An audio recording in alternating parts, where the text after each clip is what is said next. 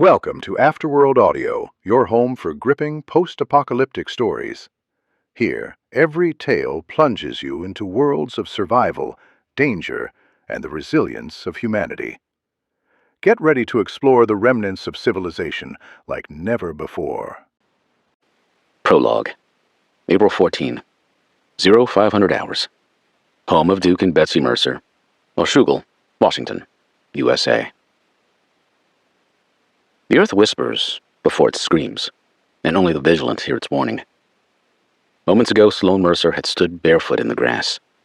She'd heard the whispers in her mind, building gradually to a crescendo. The suspicion, the signs, the alarms. She had to know. She'd rushed into the front yard in the dark, barefoot, her suspicions driving her curiosity. A curiosity that didn't take long to be satisfied. Within seconds of its eruption, volcanic winds rushed out and away from Mount St. Helens at unfathomable speeds. They washed over the landscape, crushing trees until they met Sloan head-on, sending her flying backwards. It happened in a blink of an eye, yet long enough to bring her to the edge of death. Unconscious, her body lay lifeless, perfectly still, completely unaware as the volcano blasted all around her, raining hellfire on everything and everyone near its beastly summit. Sloan's life flashed before her, a rapid succession of vivid memories, as if her brain wanted to remind her of who she was and who she'd been before her life was taken from her. A childhood in a loving home, at times tormented by 3 younger brothers. Coming of age, when she turned the tables on them. The feeling of pride when her father took her under his wing, teaching her the family business, studying the earth, speaking to it, listening when it replied. Her lame attempt at dabbling in personal relationships. A happy marriage until it wasn't. I couldn't compete, Ida lamented. Nobody could. Sloan had one love. Earth. She loved its history, its magnificence, its violent lifespan, its idiosyncrasies, its mysteries, its unpredictability. The challenge of outwitting the mercurial blue planet. Yep, there she lay, flat on her back, bested once again, not only by the sudden eruption of Mount St. Helens, but by her own inability to see the big picture. She'd been singularly focused on the threat beneath the Pacific, deep within the Cascadia subduction zone, the axial seamount. She vowed she would not allow Axial to beat her. She'd forgotten. Axial had minions, like the volcano next door. Part 1. Nature never deceives us. It is we who deceive ourselves. Jean-Jacques Rousseau, early 18th century Genevan philosopher. 1.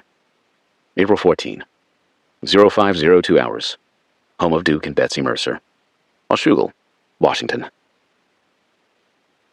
Their world had exploded. Betsy Mercer stumbled onto the front porch, her breath ragged in the frigid dawn air.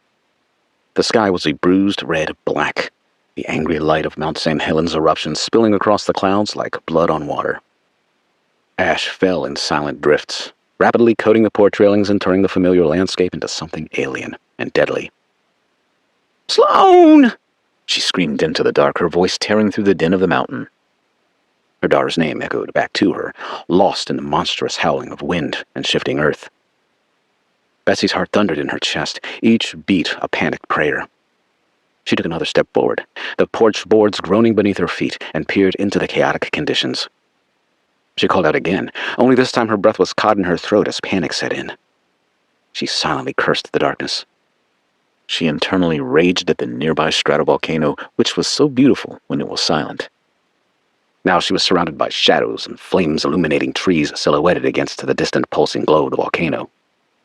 Explosions cracked the air, muffled by the thickness of the ash that drifted like a funeral shroud. The ground heaved beneath her, a rolling shudder that rattled the glass in the windows and sent splinters of wood from the eaves of the 100-year-old home. "Sloan!" she called again, her throat raw, her words swallowed by the unrelenting rage of the mountain. She scanned the yard, every shadow a threat, every drift of ash a nightmare. Her eyes caught on something, a shape in the grass, partially obscured by the blowing ash. Her eyes grew wide at the sight of her child's fallen body. She ran, the cold, wet ground grabbing at her feet as she stumbled forward.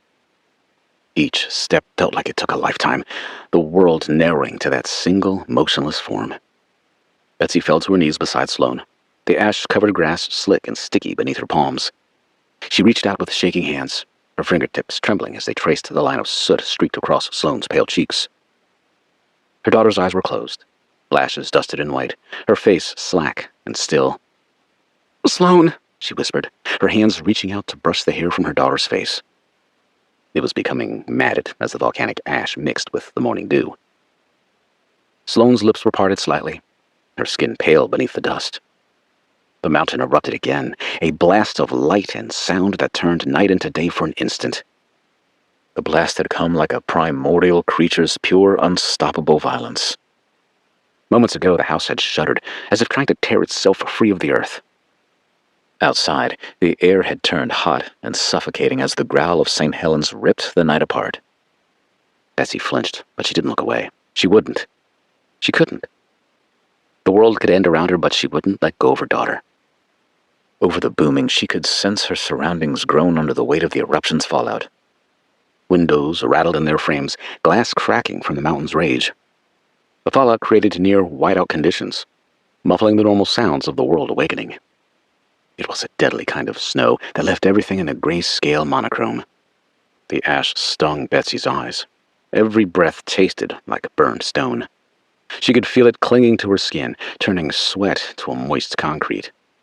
Her hair became knotty in ropes of soot. The air smelled of sulfur and something older, deeper. The raw, primitive scent of Earth's violence made her heart pound even harder. Death.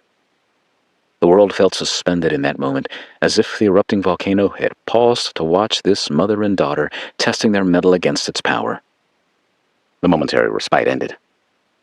St. Helens' eruption was now thunderous, rising to a crescendo as a steady, inhuman growl that vibrated throughout Betsy's body. The noise consumed her. It would haunt her for days. But she had to persevere. For Sloan. Betsy's fingers trembled as she pressed them to Sloan's neck, searching for the faint pulse that would tell her this nightmare wasn't the end. Afraid to find nothing at all. There. A flutter. A steady thump so faint it might have been her own heartbeat echoing in her fingertips. She forced her dried-out eyes shut and concentrated. Her emotions welled up inside her. Focus. There it was again. A heartbeat. Now relief crashed through her like a wave. "You're here," she whispered into Sloan's ear, her voice breaking. "Oh, thank God. You're still here." She cradled her 40-year-old daughter's head in her lap, her fingers brushing ash from her cheeks, from the tiny lines at the corners of her eyes that spoke of laughter and late nights and all the things they had shared.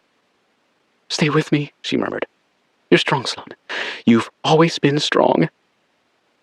She thought of all the mornings she'd watched Sloan pore over seismic data at the kitchen table, her face lit by the glow of the laptop screen. She thought of how fiercely her daughter had always chased the truth, how she'd never been afraid to stand at the edge of the world and stare into the abyss. And now the abyss stared back with a vengeance. Yet Sloan fought to live. Betsy bent closer, her lips brushing her daughter's forehead. "You're my heart, Sloan. My whole heart." She felt a faint hint of breath against her cheek as Sloan's lips parted slightly wider. With tears flowing from her eyes, she clung to it like a life ring. Relief flooded Betsy's chest, but it was fragile. Just a tiny glimmer of hope in the face of the mountain's power. She bent close, her tears hot against the cold ash on Sloan's skin. "Stay with me. I'm not letting you go." The volcanic eruption never slowed. It had become a symphony of violence that turned the world to fire and shadow. Each new blast lit the sky in angry reds and yellows, the tree line turning into a vision from hell. Betsy felt the ground roll beneath her again, a slow, grinding shift that threatened to tear the earth apart. She knew this was only the beginning, that the true danger was still out there, waiting. But she wouldn't move.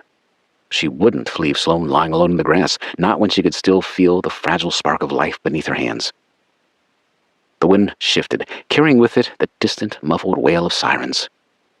They were faint against the volcano's voice, but they're all the same. Betsy barely heard them.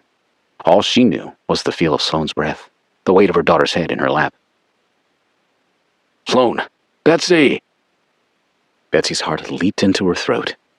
Duke stood framed in the doorway, the fiery glow from the eruption catching the lines of his face, turning the ash accumulating in his beard to silver.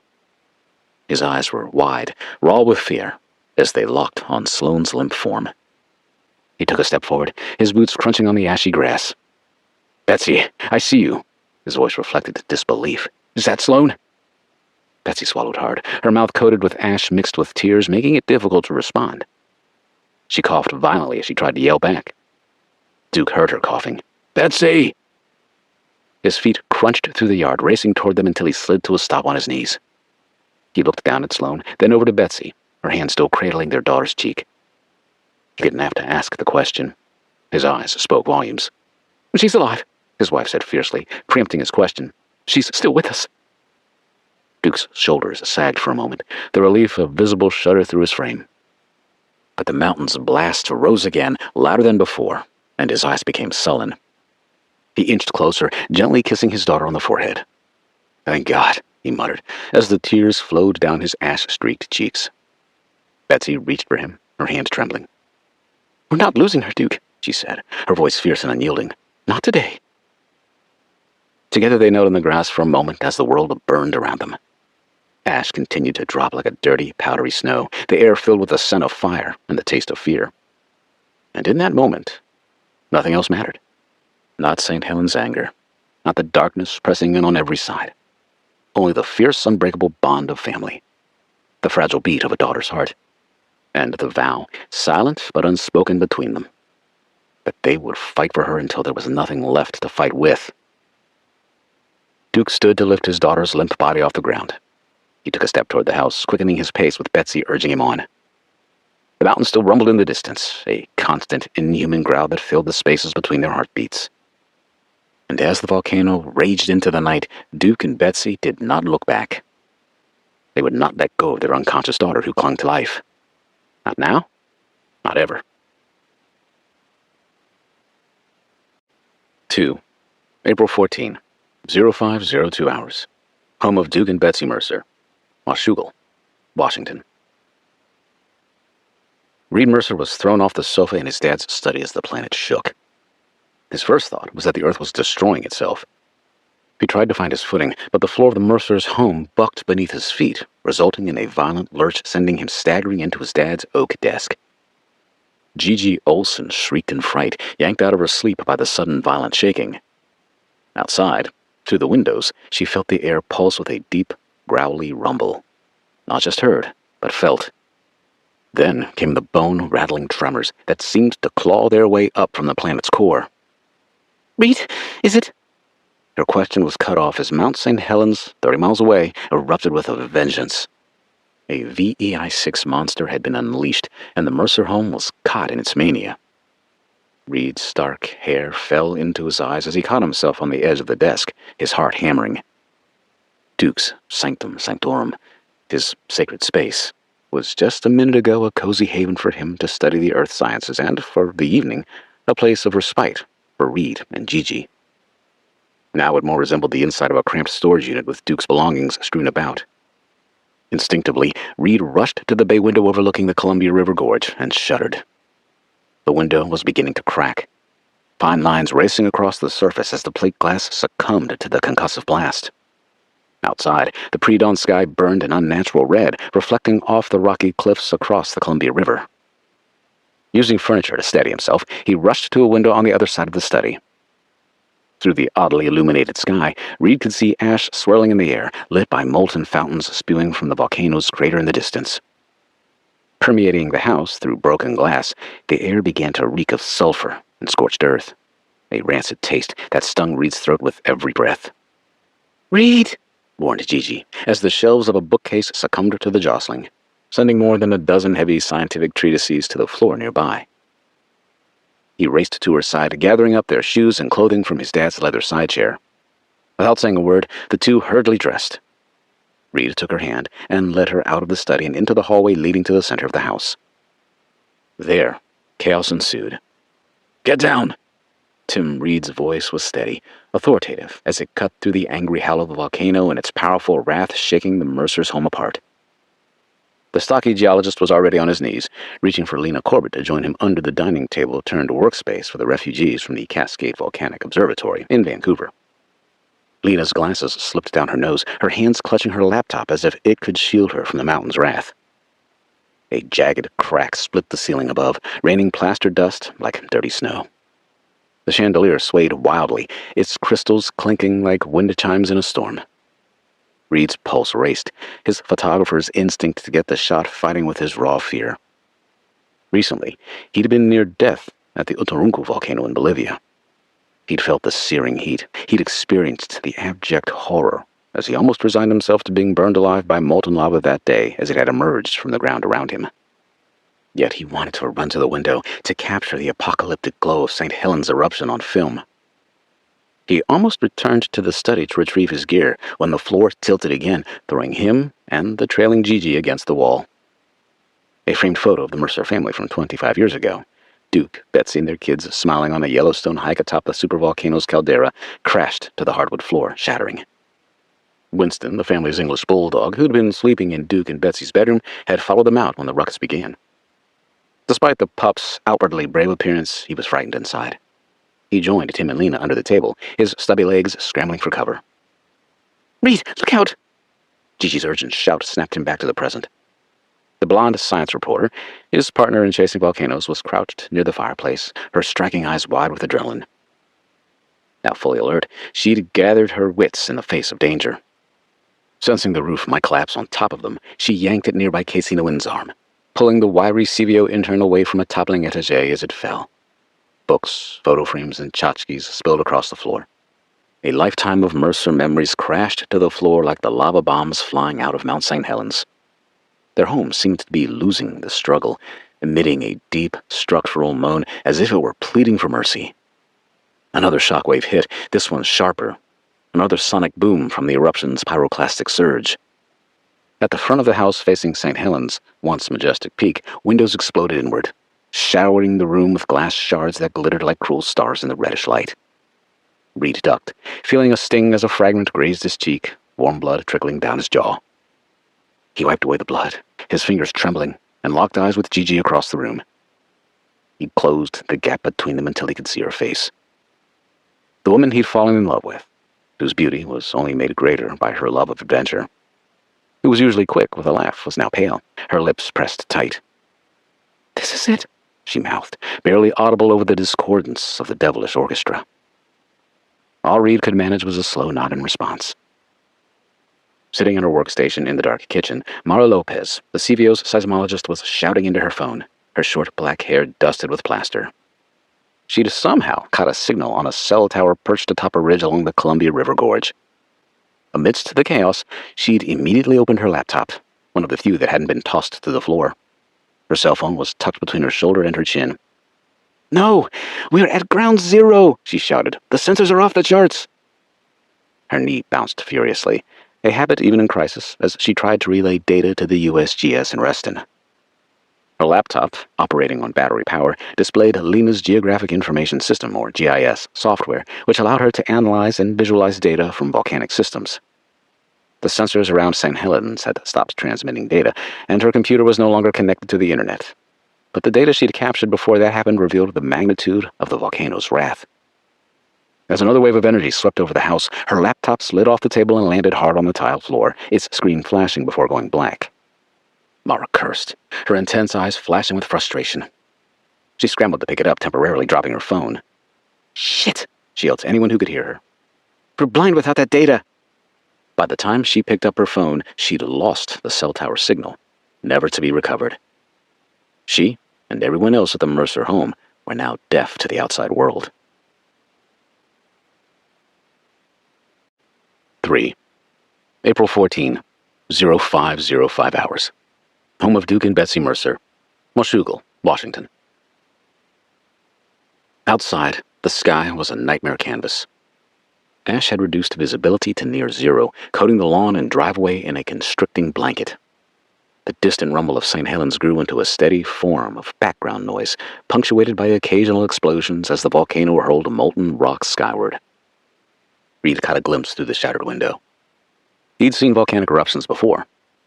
the towering ash plume, black and churning, pierced by flashes of lightning born from the friction of volcanic particles. The air pressure shifted again, a sudden vacuum that made his ears pop, followed by a blast of heat that carried the stench of brimstone into the home. Here, he sensed a difference. Not just because it was so deeply personal as it imperiled his family's home. It was obvious to him that this was no ordinary eruption. Even to a somewhat knowledgeable layman, this was a beast, capable of ejecting hundreds of billions of tons of material, leveling forests, buildings, and man. An eruption of this magnitude could choke the atmosphere for years. From under a table, Tim, cradling a twisted wrist, scrambled to Mara's side, his stocky frame hunched against the continuous shaking, as if he were running through a rainstorm. "Forget the tech. We need to get you under cover." His voice cracked, betraying the fear beneath his methodical exterior. He grabbed her arm to pull her toward the dining table, which was now getting crowded. Mara stumbled, her shoulders tense, her quiet confidence shattered by the relentless tremors. Tina Reyes, the youngest volcanologist, was frozen near the guest bedroom door, her dark eyes wide with awe and terror. Unable to move, she stared into the darkened living room.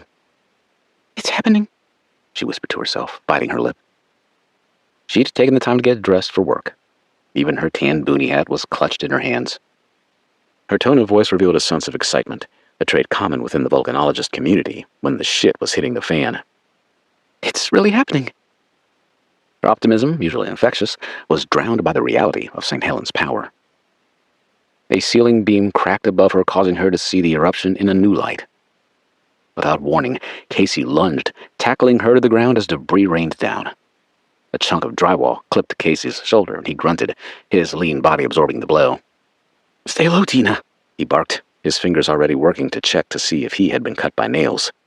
The jolt brought Tina to her senses. With Casey cradling her, she muttered, "Thank you." She rose to her knees and pulled him into the guest bedroom. "Let's pull the mattress on top of us to ride it out." In the living room, Reed's mind raced, his thoughts a jumble of dread and duty. He was a volcano chaser, always chasing the shot, the story. However, this was too close, too real. His family was out there. Duke, Betsy, and Sloan were all missing. Tim said they'd gone outside just as the eruption hit. Reed pictured his big sister's sharp brown eyes, her brunette hair tied back, her voice steady as she talked about magma chambers. His sister, who insisted he was the one who took too many risks, who always warned him against pushing the envelope. Where was she now? The thought twisted his gut, sharper than the wound caused by the glass that had sliced his cheek. He began to crawl toward the front door, dodging a falling lamp, its bulb bursting with a pop. "We have to find them," he yelled, his voice almost muted by the uproar.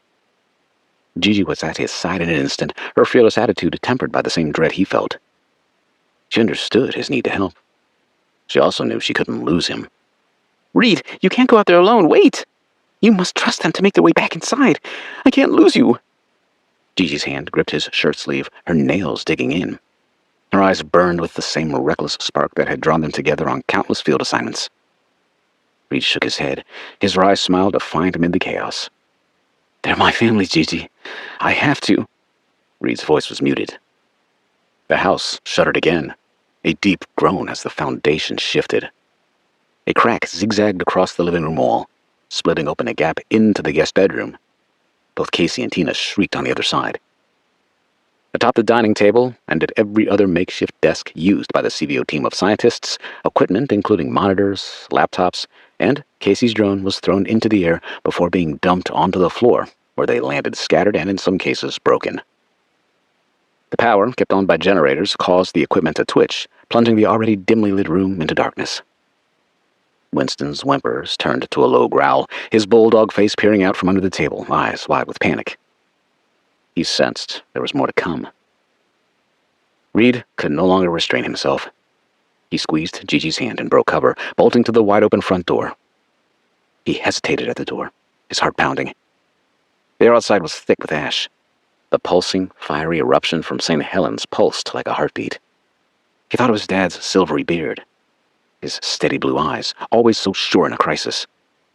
His mom's warm brown eyes and quiet strength that always held their family together. his sister's Sloan's pensive gaze. Not judgmental, usually. Certainly serious, most of the time. Were they buried under ash? Crushed by debris? The image of them lying prone on the yard, crushed by the blast wave, flashed in his mind.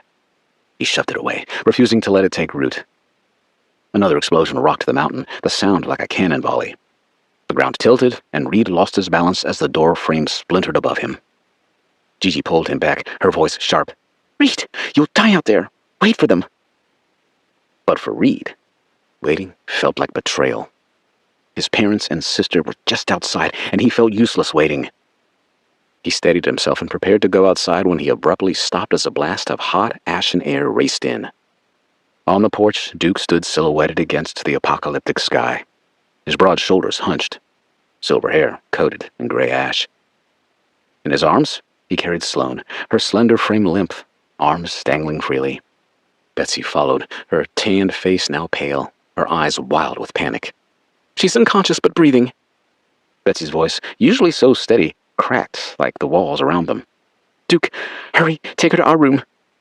Reed froze, his breath catching in his chest. Sloan's limp body hanging in Duke's arms frightened him. The entire room fell silent for a heartbeat. Then in unison the team scampered out from under the table and emerged from the dark recesses of the house, their eyes locked on the scene. As Duke and Betsy delivered their daughter to the bedroom under the watchful eyes of Reed and Gigi, the mountain's incessant eruption produced ash falling like a shroud. However, for the moment, inside the Mercer home, time had stopped. The minds of the CVO refugees speculated. What happened? Was she hit by the initial concussive wave from the volcano? Would she live? In a coma? The unspoken questions hung like the ash floating in the air as the earth around St. Helens burned. 4. 0510 hours. Home of Duke and Betsy Mercer. Washougal, Washington. The CVO team moved as one. Their bond, forged in years of fieldwork, had now become a lifeline. Their cuts and bruises, whether it was Tim's wrist, Casey's shoulder, or Mara's grazed forehead, were badges of their shared fight. Sloan's injuries hung heavy on their minds, a testament to her role as a leader and friend. Now they were intertwined with the Mercer family as survivors, willing to sacrifice their own safety to help Sloan.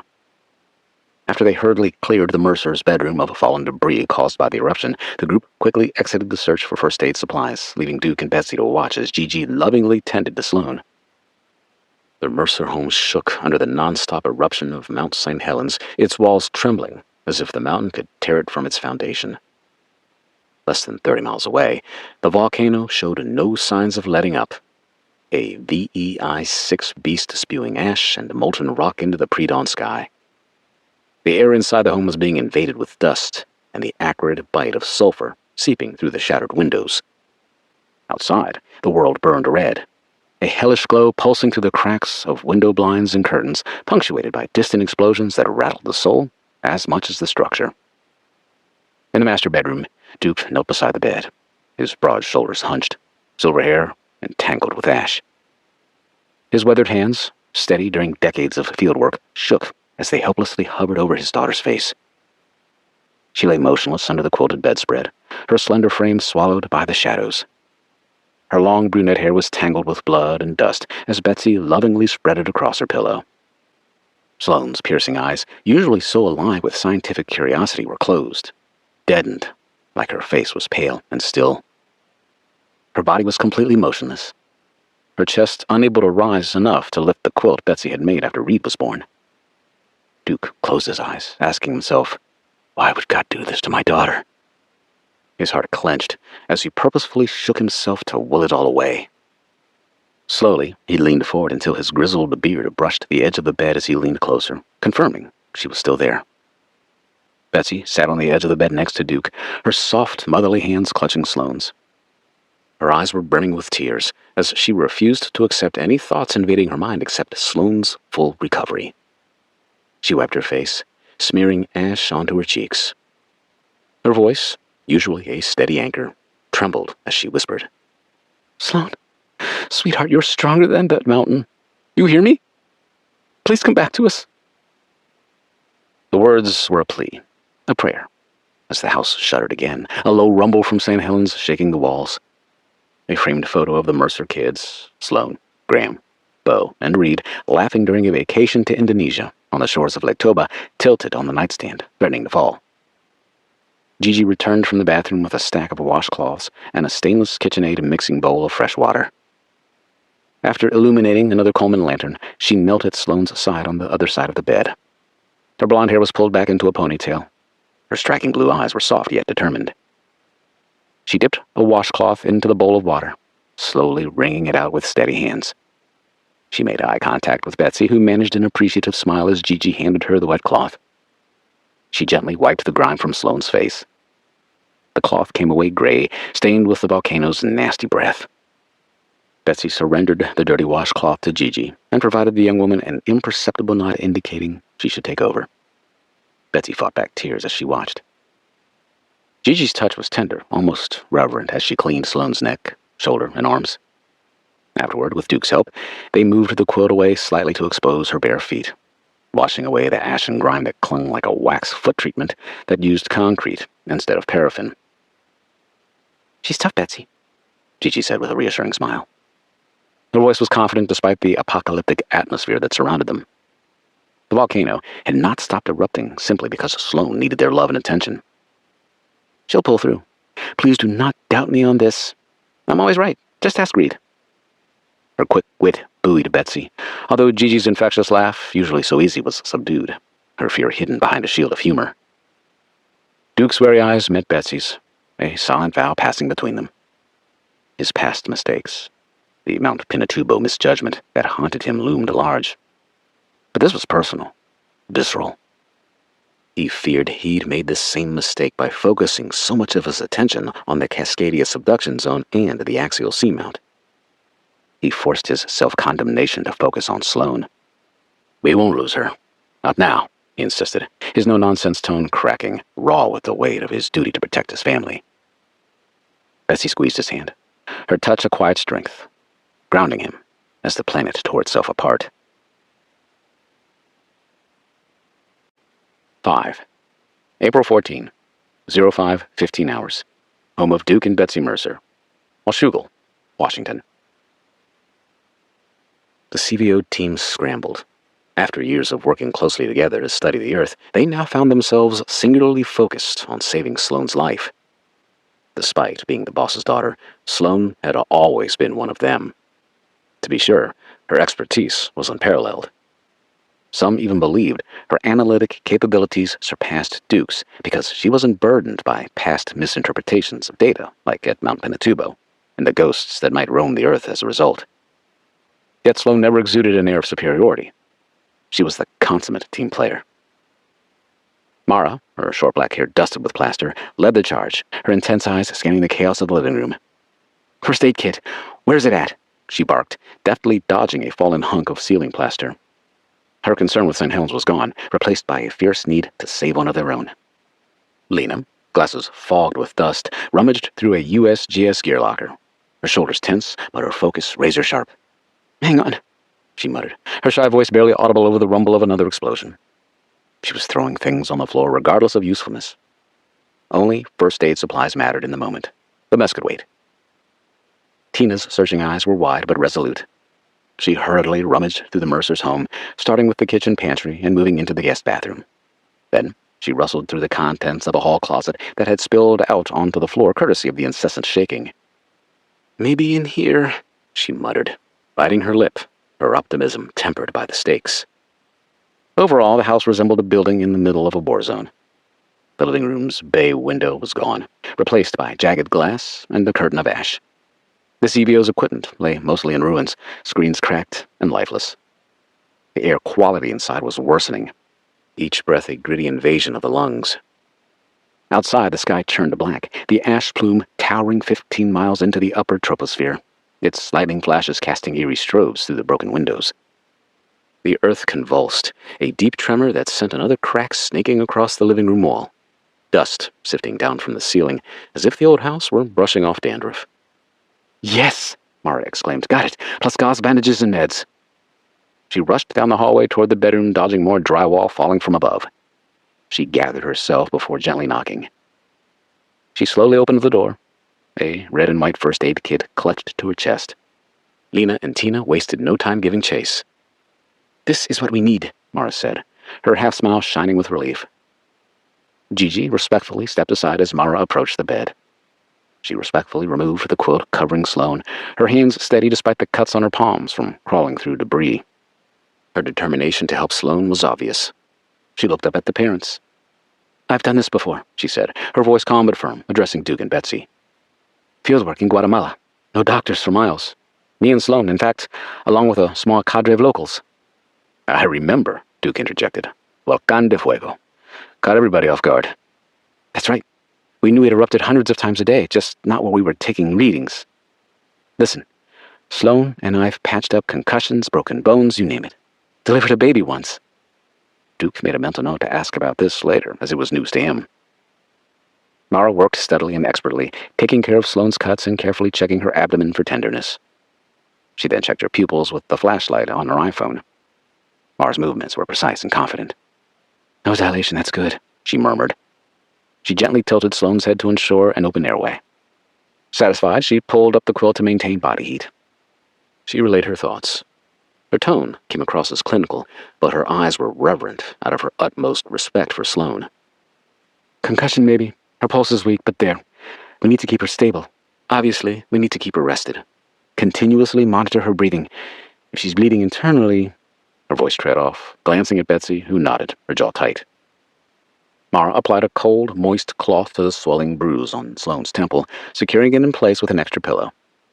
"This will also help with swelling," she said, her voice a steady anchor. "She's a fighter. You both raised her that way." Lena hovered at the foot of the bed, her glasses reflecting the dim glow of the battery-powered lantern Gigi had turned on. The Coleman's light cast harsh shadows, revealing the unnatural pallor of Sloan's skin. Lena's hands shook, her voice small but resolute. It was Tina who reassured her. "She's going to make it," Tina whispered, as much to Lena as to herself and the others in the room. She forced a smile, using her optimism as a fragile shield against the dread inside. Duke sighed. His heart ached as his mind flashed to Sloan as a child, her tiny hand in his as they hiked volcanic trails. She'd always been his scientific heir, her pensive gaze mirroring his own, her fingers tapping data sheets with the nearly identical rhythm he'd always used. Now she lay still, her brilliance dimmed, and the weight of his past failures pressed harder. "I should have focused on St. Helens," he muttered, his voice thick.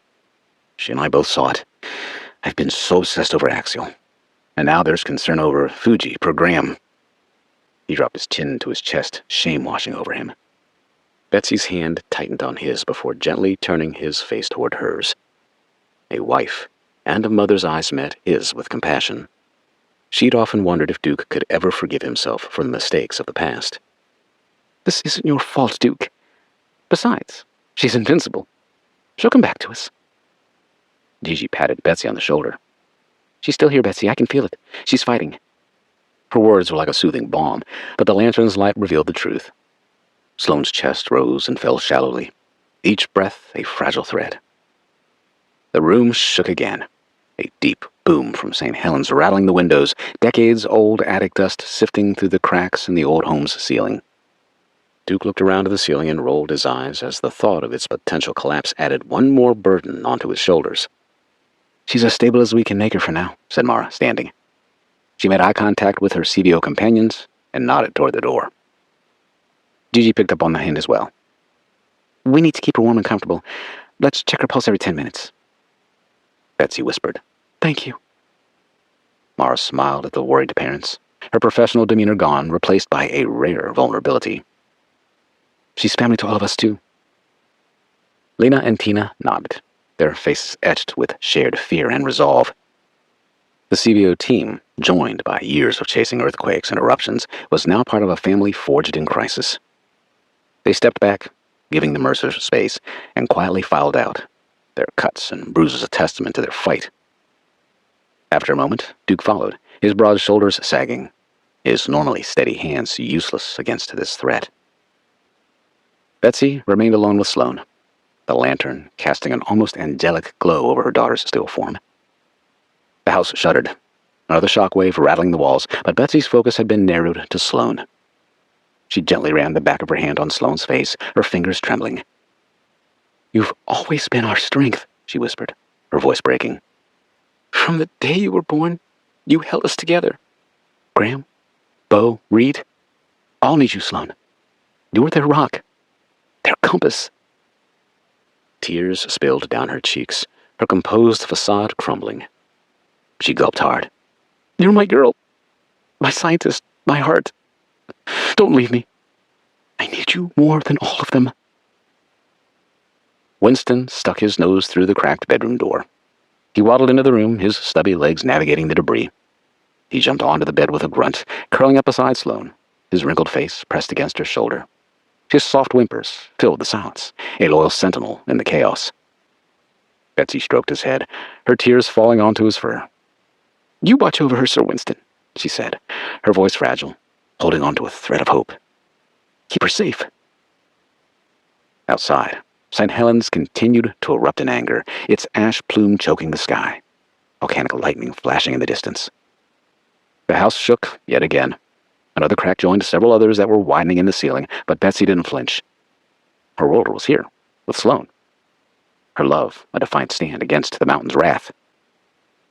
She leaned down, kissing Sloan's forehead, her tears mingling with the ash.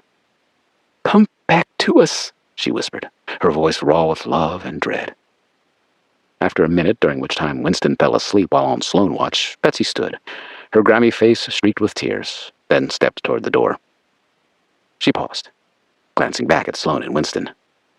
Despite the mountain's savagely cruel onslaught, in that moment, Betsy's heart carried the weight of a mother's hope, and the fear that it might not be enough. 6. April 14, 0525 hours. Home of Duke and Betsy Mercer, Washougal, Washington. The explosions at St. Helens had grown more savage. 25 minutes into the eruption, the world outside the Mercer home was a landscape of dread. Ash fell in waves, a thick, choking shroud that turned the pre-dawn glow into a murky red gloom. Through it all, a small team of CVO technicians worked tirelessly, mere ghostly aberrations amid the melee. Every breath they took carried grit that burned their throats. Every movement left a gray smear across both skin and soul. Yet, undeterred by the catastrophe, they worked tirelessly to protect the equipment they'd expertly set up just a couple of days before. Unselfishly, they abandoned the relative safety of the Winnebago motorhome and the Mercer guest house, scrambling together as a group, only to divide into pairs to restore the power to the generators. With power restored, they hustled to reconstruct fallen antennae to provide the scientists inside the ability to contact others while monitoring the historic eruption. "Tim!" Mara called from the front door. Like so many others, her hair was plastered to her forehead with sweat and grime. "We need you outside. A couple of the guys staying in the guest house are hurt." Tim cursed under his breath.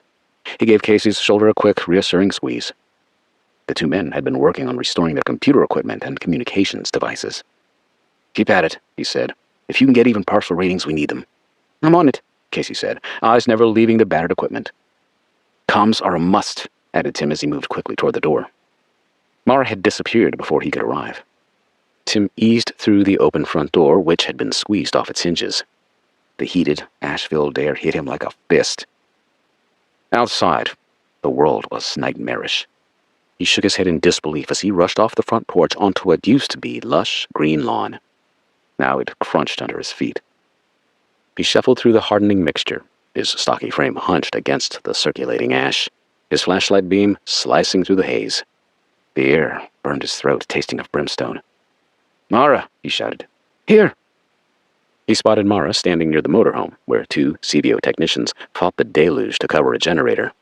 Struggling under these conditions, Tim's dark hair, graying at the temples, was ratty from ash mixed with sweat. He arrived at her side and assessed the situation. "You good?" His voice was hoarse, nearly lost in the pounding of distant explosions. Mara, her short black hair flecked with ash, turned to him. Her intense eyes, barely visible, still blazed with determination. "One of the techs is hurt.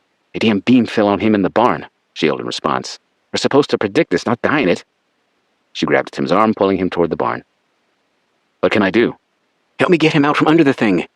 She exuded a fierce need to protect her team. her new family. Tim lifted the beam just enough for Mara to help free the man. "Thank you," the young man muttered, through clenched teeth as Mara looked after him. Tim nodded, muttering geological jargon under his breath, a habit to ground himself. "Secure the antennas," he shouted to the technicians. "Tarps, boards, anything." His mind churned with worry. For the equipment, for Sloan, for them all. The yard was an undulating maelstrom of the volcano's fallout. Headlamps flashed through the gloom. The loyal technicians from the CVO had donned bandanas, pulled over their faces as they worked. Some were limping, blood visible even in the dim light. Yet they endured. "Over here," Mara called to Tim, weaving her way through the debris. A young technician, barely out of college, sat hunched against the barn wall, a gash on his forehead oozing blood. "Easy," she said, kneeling. She pulled a rag from her pocket and pressed it to the wound. "You're okay. Just hold still." Tim scanned the yard, his mind cataloging the damage. The motorhome's windows were blown out, its siding pitted with impact craters from falling debris. Antennas, so crucial for data transmission, swayed dangerously, most already toppled. The generator's low, steady hum was both a comfort and a terror all at once. The rumble represented power for their operations, but also potential bombs if the ash-clogged intakes gave out and the devices overheated. "Tim," one of the men shouted, "the primary antenna's listing. If it goes, we're done." Tim's mind snapped into overdrive. "We need it secured with cable," he barked. "I've got 30 feet of guy wire I snagged from the utility yard behind the CVO. "Perfect," Tim shouted back as a basketball-sized chunk of molten material landed nearby. Tim scowled. 30 miles. How big is this thing? His thoughts prompted him to add, "And watch for falling debris. This shit's coming down hard." "Help!" they heard one of the men groan in the distance. "Did you hear that?" asked Mara. "Yeah, up the hill. Let's go." They rushed up the hill toward the front porch of the guest house nestled among the cedar trees. The branches were sagging over as if they'd been inundated with a foot of snowfall. "Please help me," the young man shouted again, urging Tim to move quickly despite his lungs screaming at him. They found the man on the trail trapped under a large tree limb covered in heavy ash.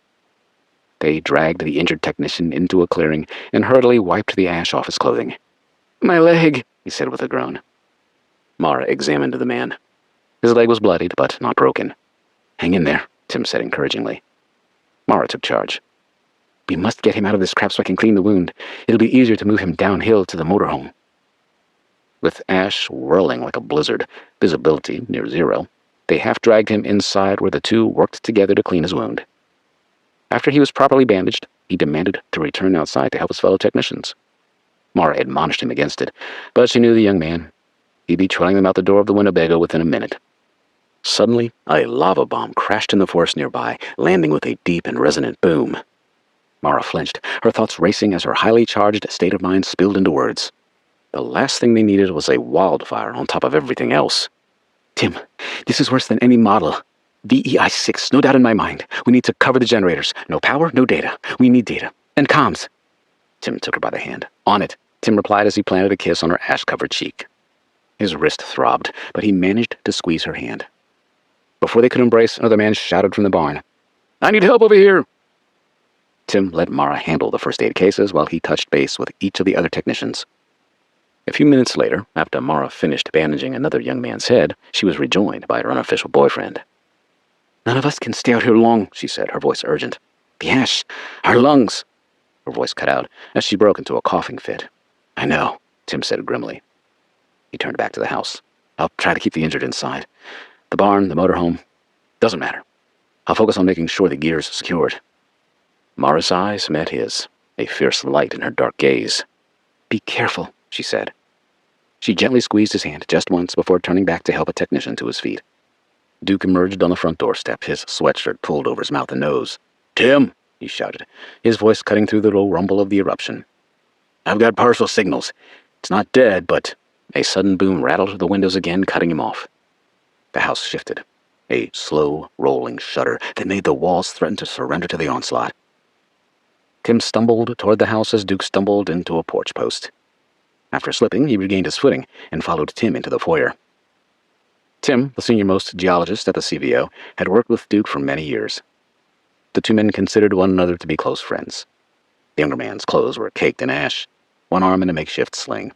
Tim's frustration was evident on his face as he wished he could do more to assist the tech guys.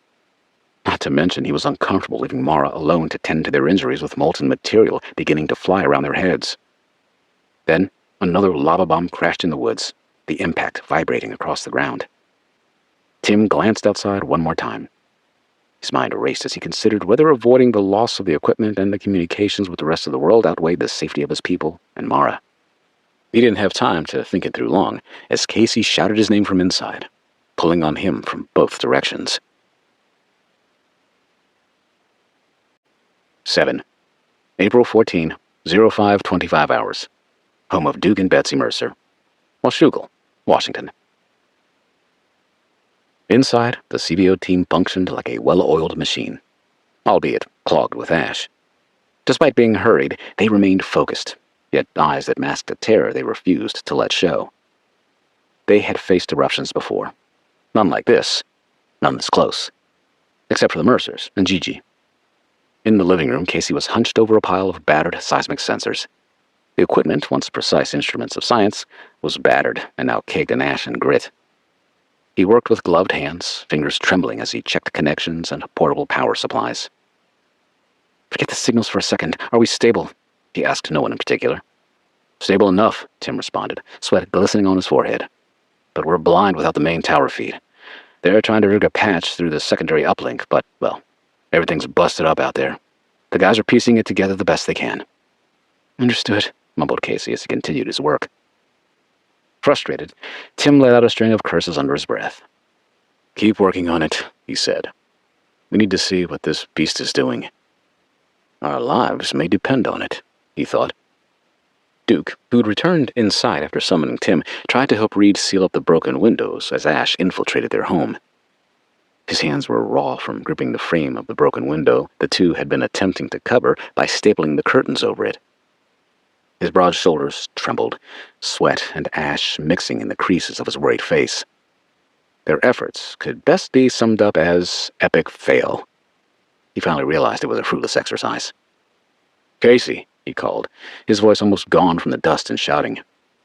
"Go with Reed up to the guest house. Grab the duct tape and the rolls of plastic sheeting inside the hall closet. Carry as many shiplap boards as you can. And don't forget the portable nailer. We're sealing this place up before it looks like a front yard." Duke realized there was only one Casey, one Tim, one of all of them. But before they did anything else, they needed to stop bringing the outside in, as the home decorator gurus like to say on television. Reed nodded, blood still crusting along the cut on his cheek. He wiped it away with a grimace and met his father's eyes. "Got it, Dad." His hair was thick with ash, his green eyes bloodshot but clear. He knew what was at stake. "Watch yourself out there," Duke growled, somewhat softer this time. Reed gave a quick nod. "We will. Come on, Casey." He shoved his body through the door, the hinges shrieking in protest. The wind howled through the opening like the mountain itself, voicing its rage. Reed braced himself against the gust, ash stinging his eyes as he prepared to sprint across the yard toward the guest house. In the chaos, he didn't let himself think about Sloan's recovering in the bedroom. He focused on what he could do, what he had to do. Once Casey was by his side, they promised each other to stick together before hustling outside with their shirts pulled over their faces. A sudden gust of hot, ash-laden wind slammed against the house. The cedar shakes of the roof were old, brittle, and never meant to withstand this. Throughout the attack of St. Helens, they creaked ominously as yet another tremor rattled the bones of the house. The eruptive material emitted by St. Helens was merciless in its attempts to destroy the outside, as well as the inside of the Mercer home. Betsy, standing in the kitchen doorway, felt her heart skip a beat. She pressed a hand to her chest, willing herself to stay collected. Gigi stood beside her, her hand resting lightly on the shorter Betsy's shoulder. "We'll get through this," she said convincingly. Her eyes, lively and clear despite the grime that covered her face, met Betsy's with quiet certainty. "You're all here with you, and for Sloan." Betsy swallowed hard, blinking back tears. Her mind flashed to her daughter lying so still in the bedroom. Her shallow breathing was her only sign of life. She squeezed Gigi's hand. "Thank you," she whispered, her voice catching in her throat. Another tremor rattled the house. Plastered dust sifted from the ceiling, settling in Betsy's graying hair like glitter. She didn't flinch. Her fear was a living thing inside her, but she wouldn't let it show. While Gigi did her best to assist Lena and Tina with setting up the falling equipment, Betsy grabbed the Bofeng portable ham radio unit off the kitchen table. She'd used Duke's years ago during a power outage. She recalled its basic functions, but not the specific channels to use. With Tim busy and Casey outside with Reed, she decided not to bother them. She retreated to Duke's study, where she would see what she could learn about the catastrophe. It took her several minutes to relearn the device. Once she did, she began monitoring the channels. She fiddled with the earpiece wire coiled in her fingers. She slipped the earpiece in, her hands trembling. She decided to give it a try. "This is Betsy Mercer. We live on Cape Horn Road along the river near Washougal." Betsy's voice reflected her nervousness. "Can anyone hear me? Over." She didn't understand proper etiquette for use of the ham radio. All she could recall was her time as a child when her father had an old CB radio in his truck. A crackle, then a voice. "Mercer House, we read you. We live in Bonneville on the Oregon side, just upriver from you. Go ahead." Betsy jumped out of Duke's chair and began to wander through the study. Her eyes glanced at the ceiling, studying the cracks spreading along the plaster as she gathered her thoughts. "We're covered in ash. The house keeps shaking, and we have injured here," she said, her voice steady despite the chaos. "We're holding for now, but the highway, Evergreen? Is it? I need a status update." "Copy, Mercer House," the man's voice came back. "We're hearing reports of massive ashfall, trees knocked over, power lines down. Reports are unconfirmed, of course, that the highway is blocked in both directions. Landslides, fallen trees. It's a hellscape out there." Betsy closed her eyes, her free hand curling into a fist. "Thank you," she said, fighting back tears. "We'll hold on for daybreak." "Not that we'll be able to see it," the man added before static overtook their conversation. Unbeknownst to Betsy, it would be her last communication with the outside world. She turned away from the radio to stare into the darkness through Duke's cracked windows. Her mind raced. The word he'd used pulsed in her thoughts like a heartbeat. Hellscape. There was a gentle knock at the door. "Betsy?" Gigi's voice, kind and grounding, came through the crack in the partially opened door. "Come on, here's some water. You've been on your feet since this started, and this will help you clear your throat. Also, Lena found some paper masks. She said they're not exactly what we need, but better than nothing." She handed Betsy a mask which resembled those passed out en masse during the pandemic a decade prior. Betsy managed a shaky smile as she sipped the bottled water. "I'm fine." Gigi arched an eyebrow and chuckled, enjoying her new relationship with Reed's mother. The two women had grown closer during the disaster. "Liar." Betsy smiled and shrugged. However, she didn't relay any of the conversation to Gigi. She needed to talk with Duke first. She heard his voice in the living room. It was loud and seemed urgent. She pointed toward the hallway to urge Gigi to follow her. They found him talking to himself.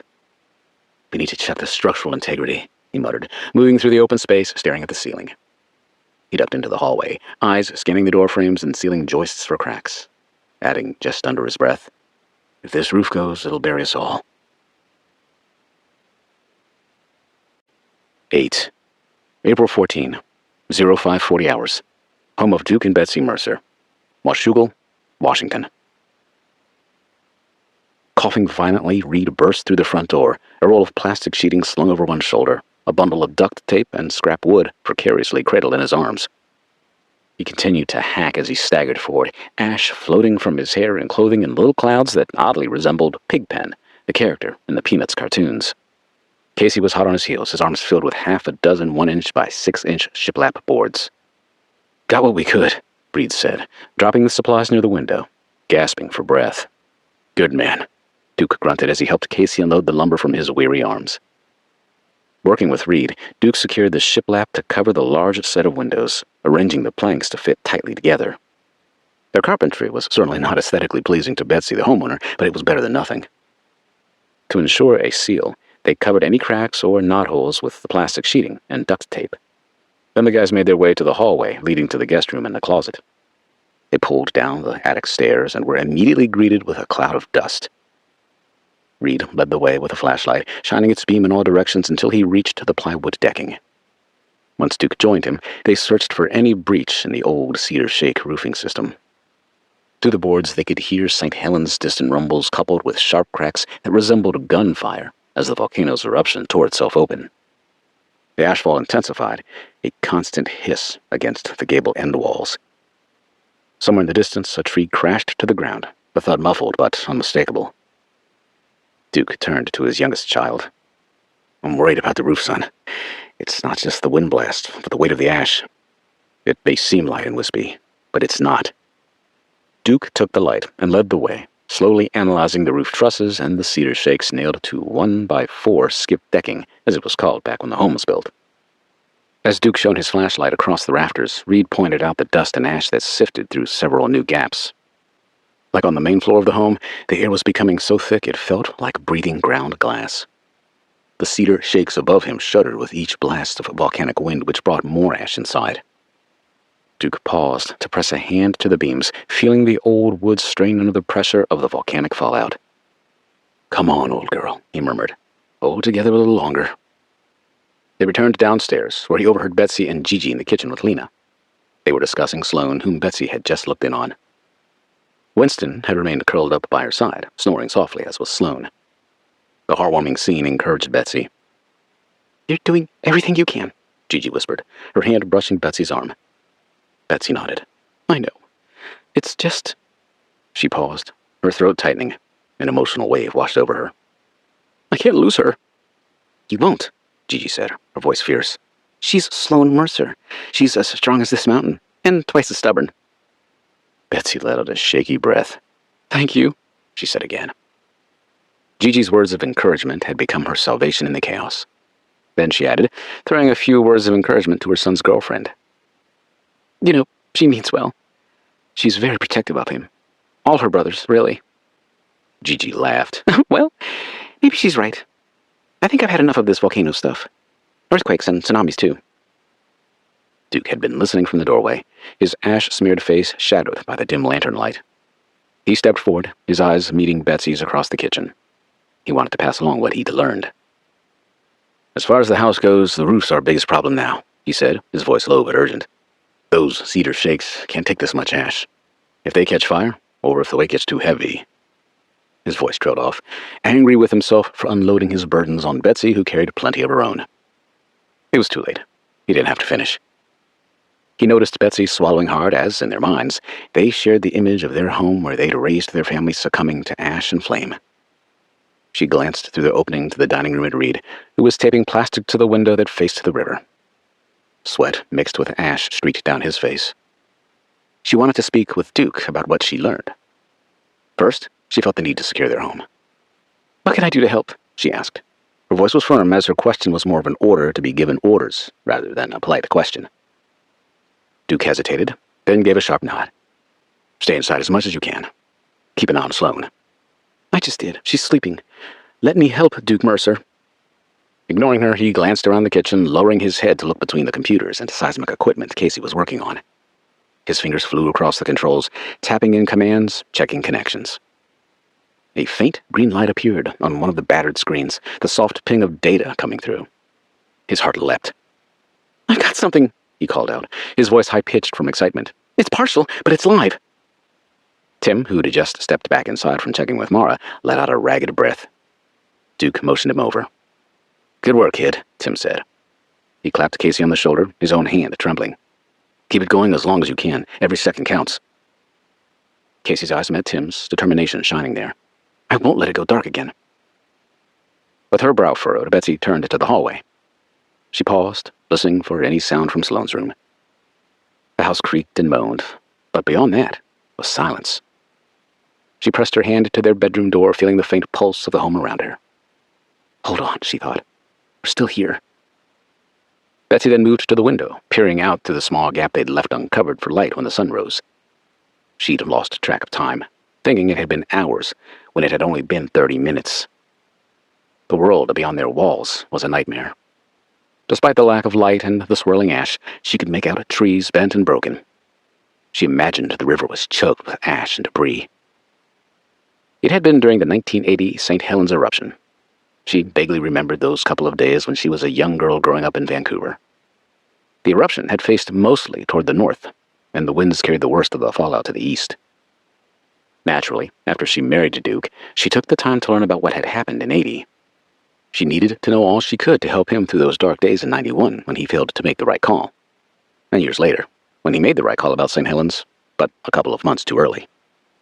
She finally gathered the courage to speak to him about what she learned on the ham radio. She found him in the living room leaning over Tina's shoulder as she attempted to bring her computer online when a low, resonant boom shook the house again, leaving the wood floors trembling. Dust sifted down like a gritty fog. Tina looked up from her keyboard, fingers frozen on the keys. "Another surge," Duke said, his voice barely audible above the thunderous eruption of St. Helens. "The sensors, if they still function, are probably spiking." Nearby, Tim's face was grim. "That's not just eruptive material. It's pyroclastic surge in volumes we never imagined from this volcanic system. If it reaches here..." "It won't," Duke cut in, his voice hard. "Not yet." He wasn't surprised by the intensity of the eruption or the volume St. Helens was distributing. His grand solar minimum theory was coming to fruition. The magma chambers of the volcanic systems in the Cascadia subduction zone had been supercharged, as he'd theorized. A VEI-5 became a VEI-6. Mount St. Helens had become Exhibit A in his argument. The house shook again, a deep rumble sending a lamp crashing to the floor. Betsy lifted her head, her eyes searching for Duke's. Finally, he noticed. "Duke," she began, her voice cutting through the racket outside. Betsy's eyes were dark, her face pale but resolute. "Can I talk to you? Alone?" Her dour demeanor grabbed his attention. His eyes grew wide and immediately darted down the hallway toward their bedroom. "Is she okay? Something happened?" Betsy motioned for him to follow her toward the study. "No, she's sleeping. It's something else." Once they were inside, she shut the door behind him. He locked eyes with hers, attempting to pierce her silence. "A little bit ago, I spoke with a man in Bonneville on the ham radio." She pointed to the Bofeng, which sat on his desk. "He referred to what was happening outside as a hellscape." Duke nodded. "I could have told him that." "There's more. He told me Evergreen Highway is blocked in both directions. Landslides, trees down. No way out." Duke's jaw tightened. He stepped closer, his big hand resting on her shoulder. "I knew that was a probability," he said, as he revealed his concerns. "This eruption is going to register as a 6-bets. Way bigger than 1980. But we're safer here than anywhere else.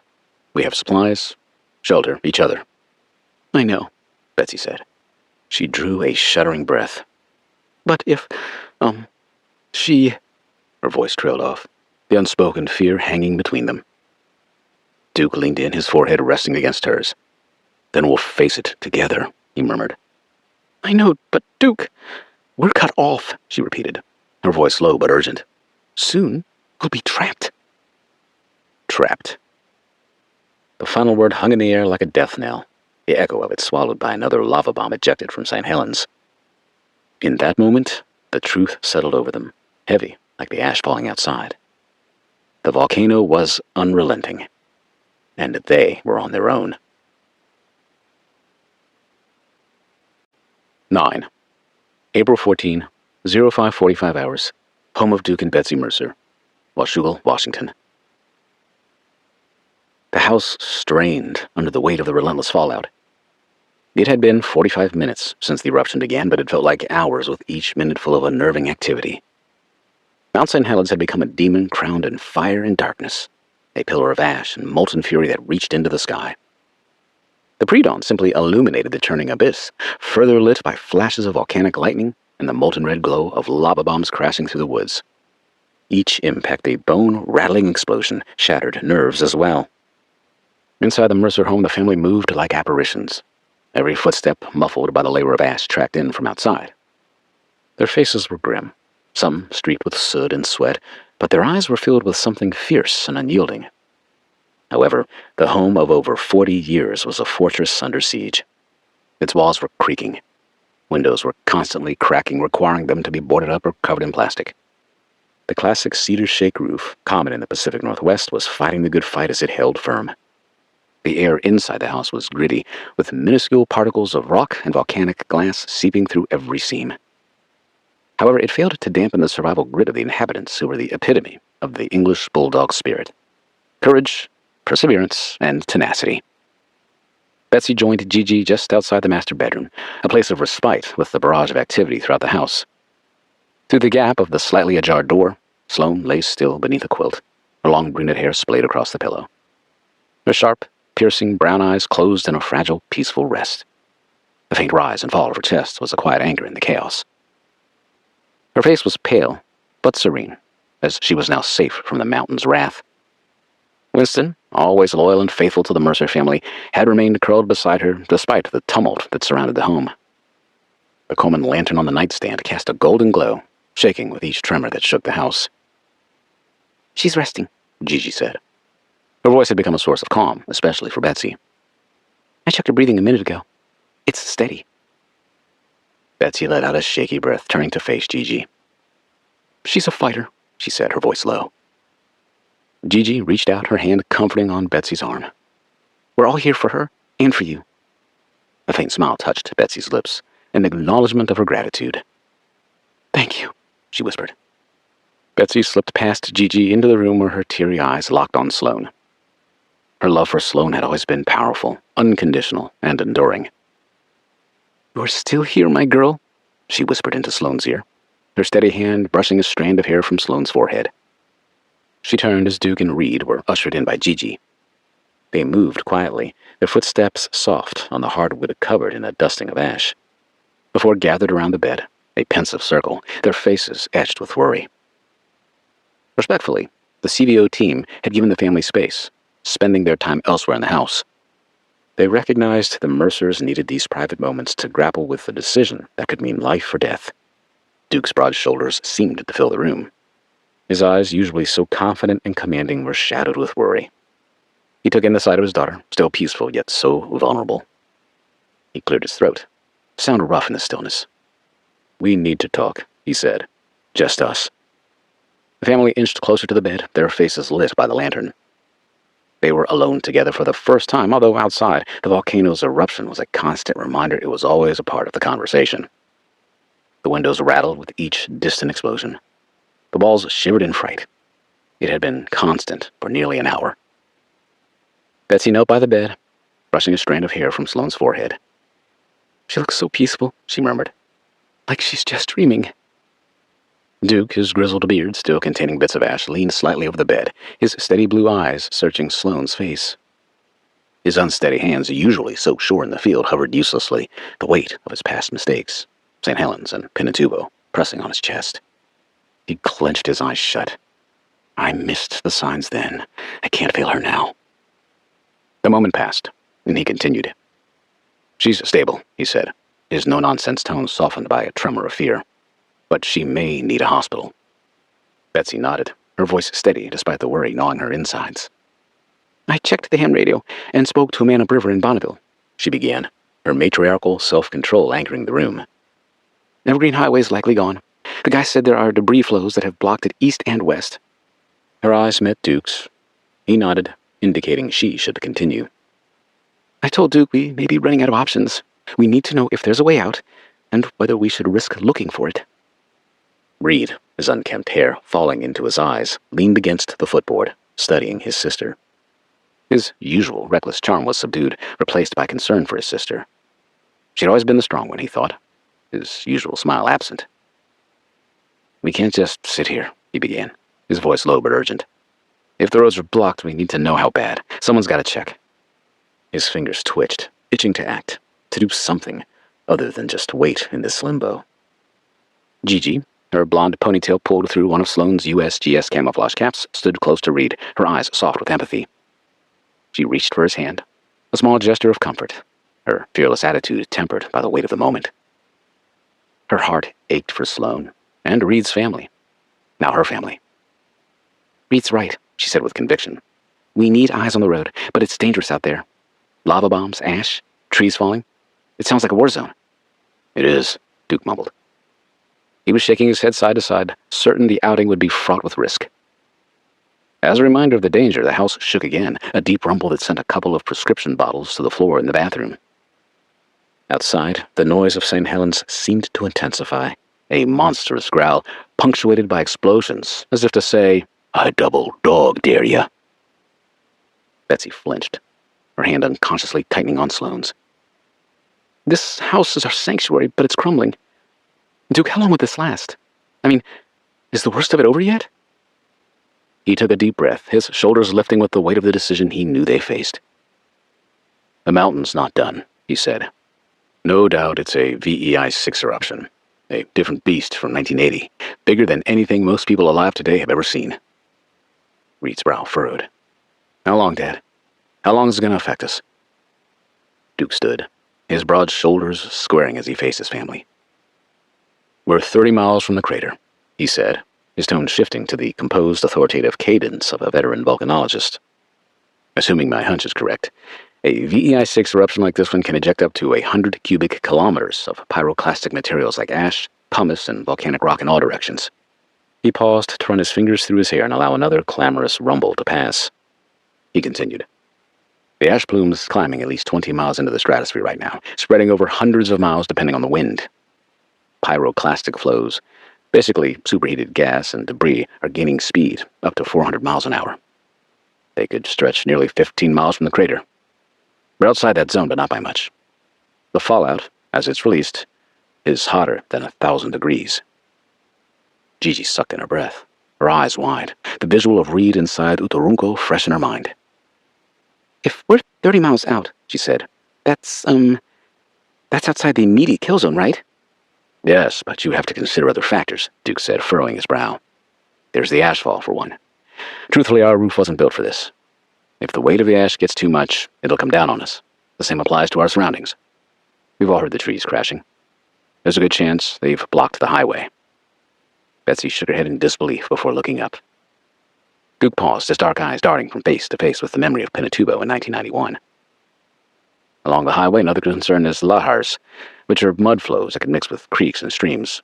Lahars are basically rivers of mud carrying with it anything in their path. They could easily reach this far, although I know this terrain. They'd more likely pass to either side of us. Trapped. Duke shook his head in disbelief of the predicament they faced. I won't even get into things like the lava bombs that we've been hearing pummel the ridge across the highway. They will subside soon, hopefully before one manages to reach us. So, this is worse than 1980? Asked Reed. St. Helens in 1980 was a VEI-5, a tenth of the volume. That means this eruption is 10 to 100 times worse. I'm certain this eruption's already leveling forests, triggering lahars, and poisoning the atmosphere. Then, of course, the ground shaking we're experiencing, as well as the volcanic winds, destabilizes everything. Here's the thing. We're feeling the impact here, 30 miles out. Let me just say I wish we were 50 miles south of here. Heck, even across the river, which is nearly a mile wide behind us, would protect us from the lahars, at least. He trailed off, glancing at the ceiling, where another snap, crackle, and pop could be heard from the attic. Reed swallowed hard, his eyes narrowing. So what do you think, Dad? Stay and hope the house holds off the onslaught? Or try to locate a way east? We already know back to Vancouver isn't an option. Reed's instinct shouted to run away from the chaos, but his heart was with Sloan, who couldn't necessarily be moved. Besides, he thought, she'd know what to do. She always does. 10. April 14, 2140 hours, JST. Home of Graham and Kana Mercer. Shizuoka, Japan. Graham Mercer knelt beside his children's beds, the soft glow of their nightlights painting a peaceful scene. He tried, every evening, to read them a bedtime story, a ritual his own father, consumed by his work, had rarely had time for. Graham was determined to break that cycle, even though despite his best efforts, the invisible threads of his demanding career often tugged him back, even at home.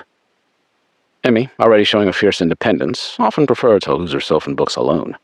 But tonight, she indulged him, enduring his best narrator's voice as he brought to life the spirited young witch from Kiki's delivery service. He animated Kiki's broom flights and the bustling delivery service, knowing Emmy, 8, going on 13, dreamed of her own airborne adventures. 6-year-old Ken, on the other hand, was an open book of pure adoration. The energetic boy wanted nothing more than to orbit his dad's world. His favorite, Guri and Gura, a 70-year-old Japanese classic about two best-friend field mice, filled his imagination. Kenji, as his parents named him, though he preferred the Americanized Ken, pictured himself joining their cozy culinary escapades. Like Emmy, he yearned for real-life companions in the form of two tiny whiskered friends. Their mother Kana would often tease that Emmy had a better shot at a flying broom than Ken did at a pair of house mice.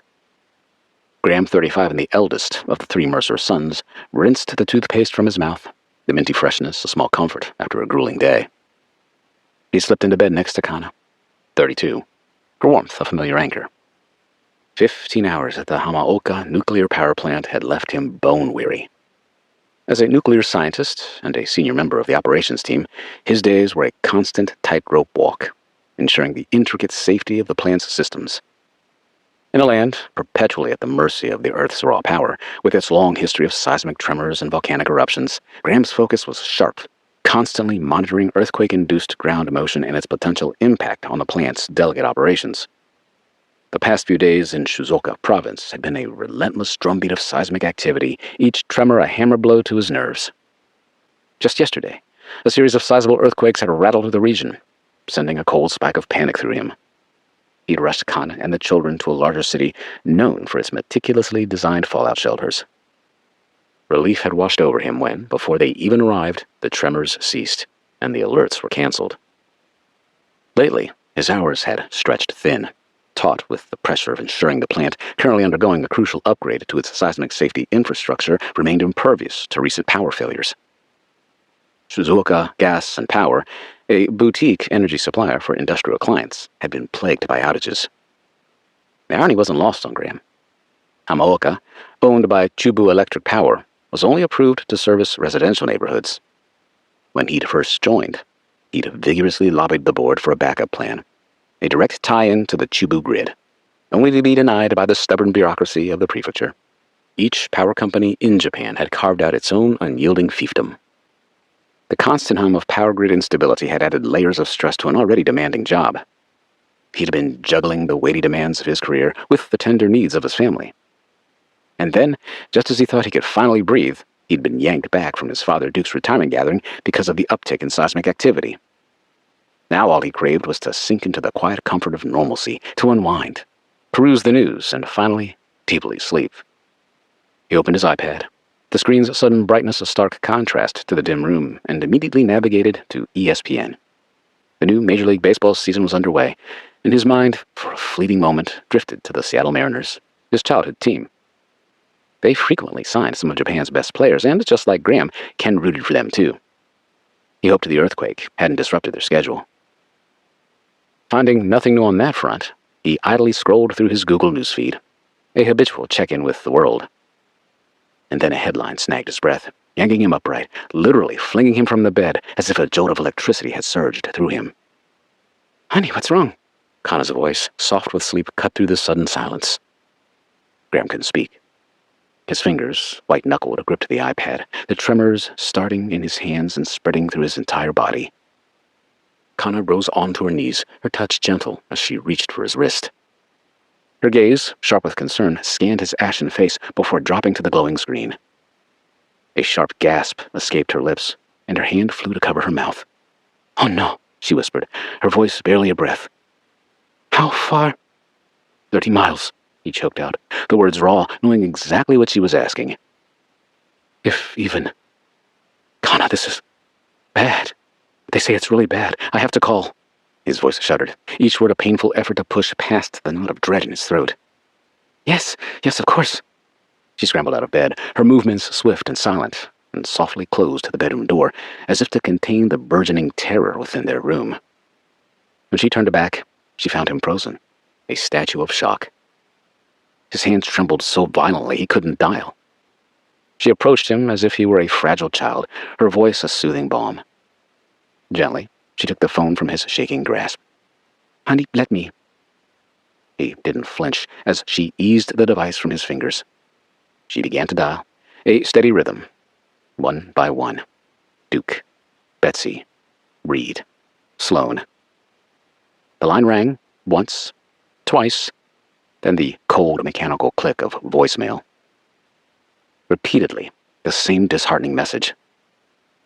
Finally, the death knell of an overworked cellular network, the robotic voice intoning, "All circuits are busy."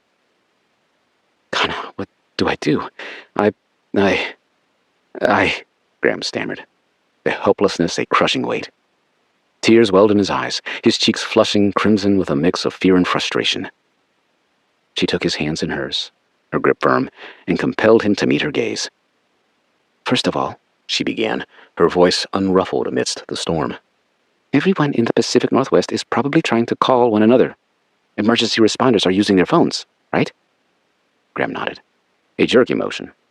For some inexplicable reason, his gaze drifted to their bedroom window facing east. They often left the curtains open, allowing the rising sun to gently wake him. Now, he almost seemed to be trying to pierce the vast expanse of the Pacific Ocean, to will himself across the miles, to Washougal. "Okay, now," Kana continued, a soft coaxing in her voice, attempting to pull him back from the precipice of panic. "The worst part is always the unknown, right?" He nodded again, a flicker of understanding in his eyes. Yes was good. No was bad. Positive over negative. She took a calculated risk with her next line of questioning.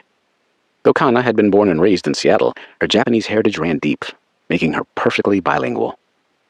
She hadn't been alive in 1980 when Mount St. Helens unleashed its massive BEI-5 eruption, so the details were largely unfamiliar to her. Graham, however, had grown up in a household where dinner table conversations often revolved around the volatile ballet of volcanoes and earthquakes. He was born in 96, but she knew he was intimately familiar with the 80 eruption.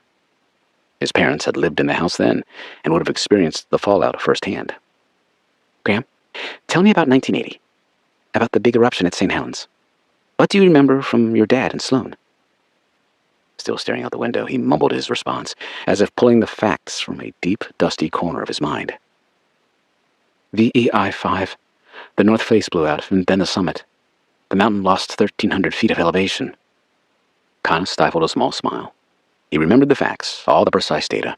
He was slowly, painstakingly finding his way back to her. "Was your parents' home affected by any of it? Ash, quakes, lava?" He shook his head, a slow side-to-side motion. "They came through it fine. Maybe a dusting of ash. We get more snow on a given winter day than what Mom said the ash covered the ground." She squeezed his hands, a comforting pressure. The tremors had ceased. He was walking the path she had laid for him. In fact, it was Graham himself who, without realizing he was being subtly guided, pulled himself from the grip of his fear-based assumptions. Kana allowed him the space to speak, to work through it on his own. "It probably isn't as bad as I think it is. I'll keep trying to call, and also check the news. If you don't mind, I think I'll go in early tomorrow so I can get access to some of my government contacts." "Okay," Kana replied, her voice gentle. "And you know what? I'll pick up my mother. The kids are out of school for the day. We'll go to the Shinto shrine at the foot of Mount Fuji. Fujisan, the main shrine, is considered the head of the other 1,000 shrines dedicated to the mountain. Mother believes in its power of protection." Kana chose her words with care, just as her mother had taught her since she was barely able to speak. She could almost hear her mother's voice in the room beside them. "Fuji is a mountain, not a volcano. Its power is to protect, not destroy." Tears, still clinging to the edges of his worry for his family, began to fall from Graham's eyes. Kana rose onto her toes, pressing a soft kiss to his cheek, brushing away the tears with her gentle touch. She offered more words of quiet reassurance. "Listen to me, Mr. Mercer," she said, a playful glint in her eyes despite the gravity of the moment. "Do not underestimate the power of your mother. St. Helens is no match for her wrath." 11.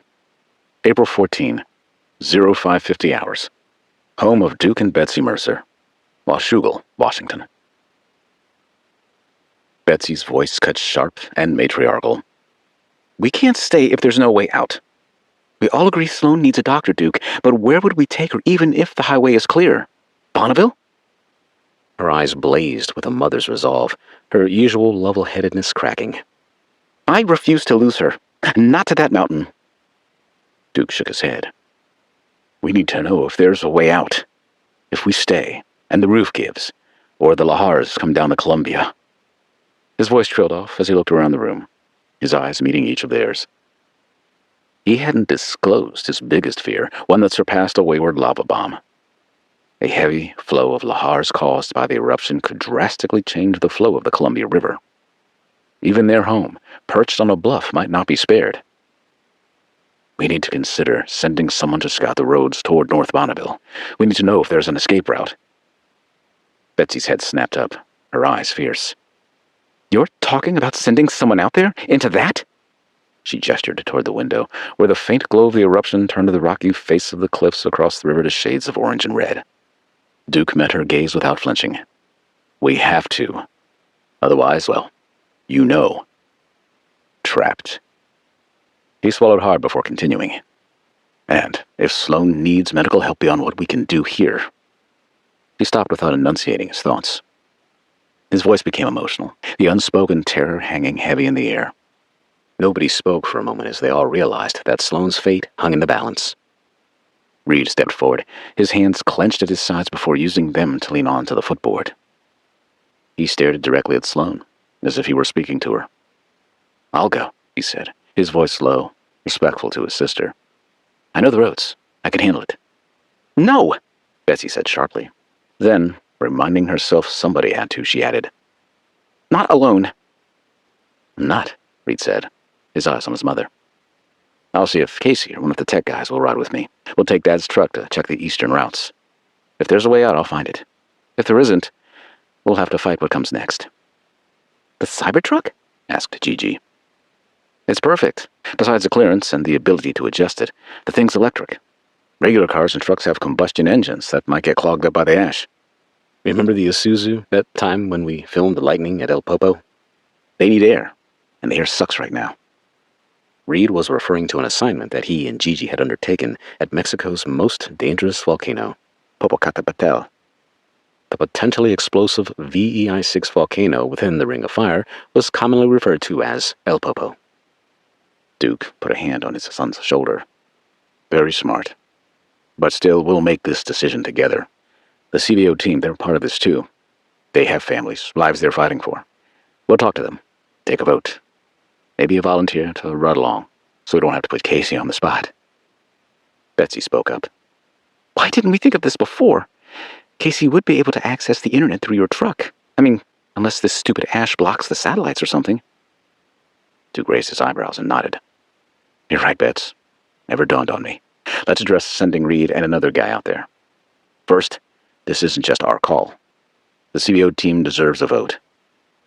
His tone was steady, but his thoughts churned with guilt. He added, I brought them here. My obsession with Axial, with Fuji, with the CSZ. This is on me. Gigi, her quick laugh absent, spoke up. The team's family now, Duke. Me too. They'll want to save Sloan as much as we do, but someone needs to scout the roads. If we gotta hunker down, we need to know now so we can get word back to everyone. That said, I should be the one to go with Reed. We've chased volcanoes together. We work well as a team. Her eyes met Reed's, a silent vow to stand by him. The house shuddered again, a deep structural moan as yet another tremor hit. A lava bomb landed closer, the impact shaking the walls, sending a shower of dust from the ceiling. Winston whimpered, pressing closer to Sloan, his stubby legs twitching. Betsy knelt beside him, scrubbing the back of his ears, her tears falling onto his fur. You keep her safe, Sir Winston, she whispered, her voice breaking. Betsy's hand found Duke's. Her grip was tight, her fingers cold. We'll do what we have to, she said quietly. For her. For all of us. Duke nodded. His face reflected the seriousness of the situation. We'll talk to the team, he said. Then we decide, one way or another. We won't leave this to chance. Reed's eyes met his father's, a shared look of resolve in the throes of the disaster. We'll find a way, he said convincingly. His dad nodded and patted his shoulder. Outside, the wind shifted, carrying the sulphurous stench of the eruption through the cracks in the windows. The sky glowed a hellish red as the sun tried to fight its way above the Columbia River Gorge. Duke stood at the bedroom door, his eyes scanning his family, who filed out before him. I'll send Tim out to gather the tech crew. Plan on meeting in the living room in about 10 minutes, he said. But, in my opinion, we need to know if the roads are clear to the east. Otherwise, we'll be forced to ride it out. 12. April 14, 0600 hours. Home of Duke and Betsy Mercer. Washougal, Washington. The rain began as a whisper. Soft, tentative drops tapped against the shattered window panes, and the lifted cedar shakes mostly clear of the ash on the home's southern exposure. Gradually, it blended with the thick ash coating the roof, transforming it into an enveloping paste that weighed heavy on the structure and soon on those inside. Beyond the walls of the Mercer home, St. Helens continued to share its wrath, albeit more distant now, though not less menacing. Lava bombs thudded intermittently in the woods across the highway. The old house creaked under the stress of the constant dumping of the earth, its old bones groaning in protest. Inside Duke and Betsy's bedroom, the storm outside barely registered. However, another one far more personal was brewing. Sloan lay cocooned beneath the weight of her mother's quilt, her long limbs slack and pale against the flannel sheets. Her breathing was shallow, steady. A pulse beat beneath her bruised temple, slow but present. The lantern glowed faintly on the dresser as its batteries drained, casting an increasingly dimmer amber halo across the room. Winston, no longer asleep after the family discussion, lay curled at the foot of the bed, his chin on his paws, ears twitching with every distant rumble. Then, Sloan began to move. It started with a twitch of her fingers, then a steady flutter behind her closed eyelids. Slowly at first, then more rapid, chaotic even. Her chest rose and fell unevenly. Her breaths were shallower, as if her body was fighting to hold on to the thin thread of consciousness that tethered her to the real world, her awake world. Yet Sloan was not awake. Her body had retreated into a fragile state of recovery, teetering on the edge of a coma. And within the deep ocean of her unconscious mind, another kind of storm surged. Her mind had become a kabuki theater of memories, fears, pain, and helplessness. Sloan was back in the lava tube. Kilauea's breath burned against her skin, a hot, sulphurous wind that wrapped around her like smoke. A choking heat that invaded her lungs, making it near impossible to breathe, much less speak. Darkness pressed in on all sides. The walls of the narrow lava tube glistened, its jagged edges illuminated by the pulsing glow of liquid fire gathering beneath her feet. The slick volcanic rock rose above her like the curved ribs of some ancient beast. She scratched against the hardened lava rock, trying to climb out, her nails breaking as she tried to escape. All around her, the heat was unbearable, pressing against her body to consume her. Her calling out echoed, swallowed by the cavernous lava tube. She'd been captured by the demonic forces of Kilauea with the aid of her evil sister, Mauna Loa. Alone. Her body pressed against the unyielding stone as the lava crept closer, its molten fingers reaching for her. The heat radiated, growing in intensity. Not the soft geothermal warmth she once studied with reverence, but a beastly fever that shimmered and surged.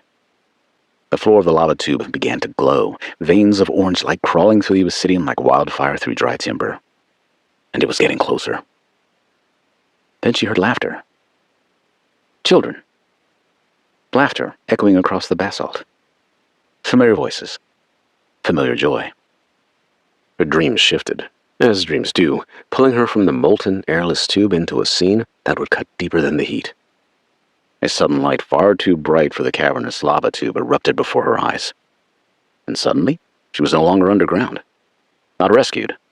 Transported. She stood in a sun-drenched field. Soft grass brushed her bare feet. The air smelled of spring and sakura blossoms. Mount Fuji's peak rose majestically before her, regal and untouched by time. Its perfect cone towered into a vivid blue sky. White, wispy clouds ringed in reverence around the crater, like a bejeweled crown. The mountain was serene, almost holy, as it had been for centuries, even immortal. And there, at its base, were Emmy and Ken, her niece and nephew. Running, tumbling across the field like any children would. Emmy's ponytail flapped in the breeze. Ken wore a red cap that didn't quite fit. Behind them, Kana sat cross-legged on a blanket, laughing. The children giggled, their voices cheerful and careless, chasing each other through a field of wildflowers. Kana admired them from afar, her smile soft, her dark hair catching the breeze.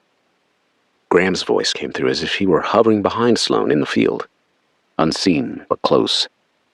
His iPhone floated in the corner of Sloan's vision like a hologram. The footage he'd shown her around the bonfire just days ago was now playing in her subconscious mind. Yet it was not a moment to be joyful. Sloan sensed it was intended to be vivid and cruel. There was something wrong. The air shimmered with an unnatural heat. The ground beneath their feet trembled, faintly, at first. Sloane's heart seized. She knew it was coming. She could feel it in her bones. The same instinct that had drawn her outside to face Mount St. Helens. The same foreboding that had haunted her since the moment she felt the volcanic blast wave throw her backwards. Fuji was waking. Sloan wanted to run to them. She took a step, but the grass clutched her ankles, the bony grasp of the walking dead, easily holding her bare feet in place. Her voice, when she tried to shout, came out as a whisper, swallowed by the wind, hoarse and muted by the volcanic gases that had swirled in Kilauea's lava tube. "Kana, get them out of there!" she shouted in her mind. Her words were trapped in the dream, unheard, as useless as her thrashing limbs against the lava tube's walls. The children kept playing, oblivious, their laughter a knife in her chest. Kana continued her loving gaze on Emmy and Ken playing in the field, blissfully unaware of the mountains stirring. She called out again, more of a moan than a warning. No response. She turned violently to her left and gasped. Graham no longer stood there. The iPhone had turned to an ashen gray dust. He'd simply wandered away, his back to the peak, blind to the danger. Her body whipped abruptly to the right as her dream had shifted again. No transition, just elsewhere. Sloan had been wrenched from the idyllic field to a sterile, chaotic control room. Graham was there alone, his face drawn and slick with sweat. He moved frantically, hands flying over dials and screens in the heart of the Hamaoka nuclear power plant. The room pulsed with an eerie light, red and orange like the glow of the lava tube. Alarms blared, an ear-piercing wail that drowned out his ragged breaths.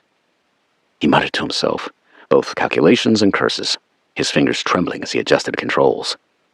The walls vibrated, the floor bucked beneath him, and the glow intensified. A warning of catastrophe.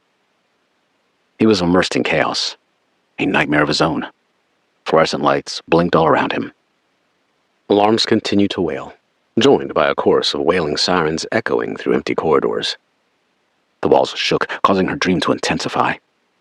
She was fully immersed in the control room alongside Graham, shielding her eyes as the throbbing red-orange warning lights immersed everything in pulsing color. Her head was pounding. Graham sprinted across the room, rushing past Sloan so quickly she could feel him. Gripping a computer tablet in one hand, his other hand slammed switches, turned to dials. The monitors before him responded, revealing seismic data familiar to Sloan. Data sets spiking beyond scale. She saw the numbers, processed them. "Get out!" Sloan tried to yell, pounding her fists on glass where she'd inexplicably been ensnared. Something wanted her to see, but not to be heard. "Graham, get out!" He didn't see her, couldn't hear her. He became distracted and rushed across the room, through her this time, outside of her plastic cell, as if she were nothing more than an apparition. "Graham, no!" Sloan cried, her voice breaking. She reached for him, but her hands passed through air. Her dream body was as powerless as her real one. She could feel his fear, his desperation, the enormous weight and burden of knowing what was at stake. Kana, Emmy, Ken. The nuclear power plant, the whole of Japan, and perhaps the world.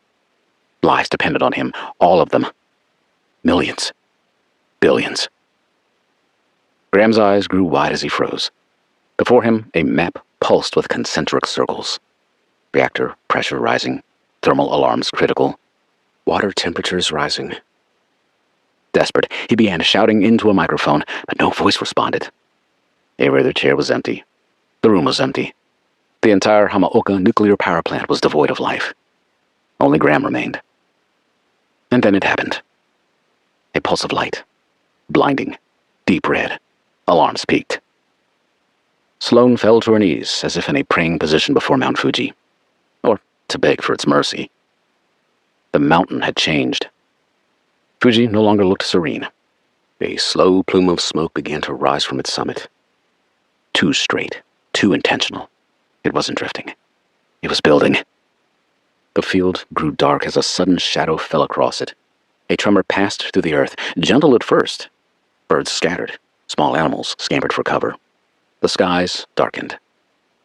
Sloan looked up, eyes narrowing. Then, boom. Back in the dream's cruel kaleidoscope, Fuji roared. The sky turned black from ash pouring through its throat like a biblical plague. A low, primal sound pulsed through the valley. The ground split, swallowing the wildflowers where the children had played. The children froze. Emmy looked frightened. Ken clutched his sister's arm. Emmy's laughter turned to a shriek. Ken's small hand reached for Kana as the earth shook them further apart from one another.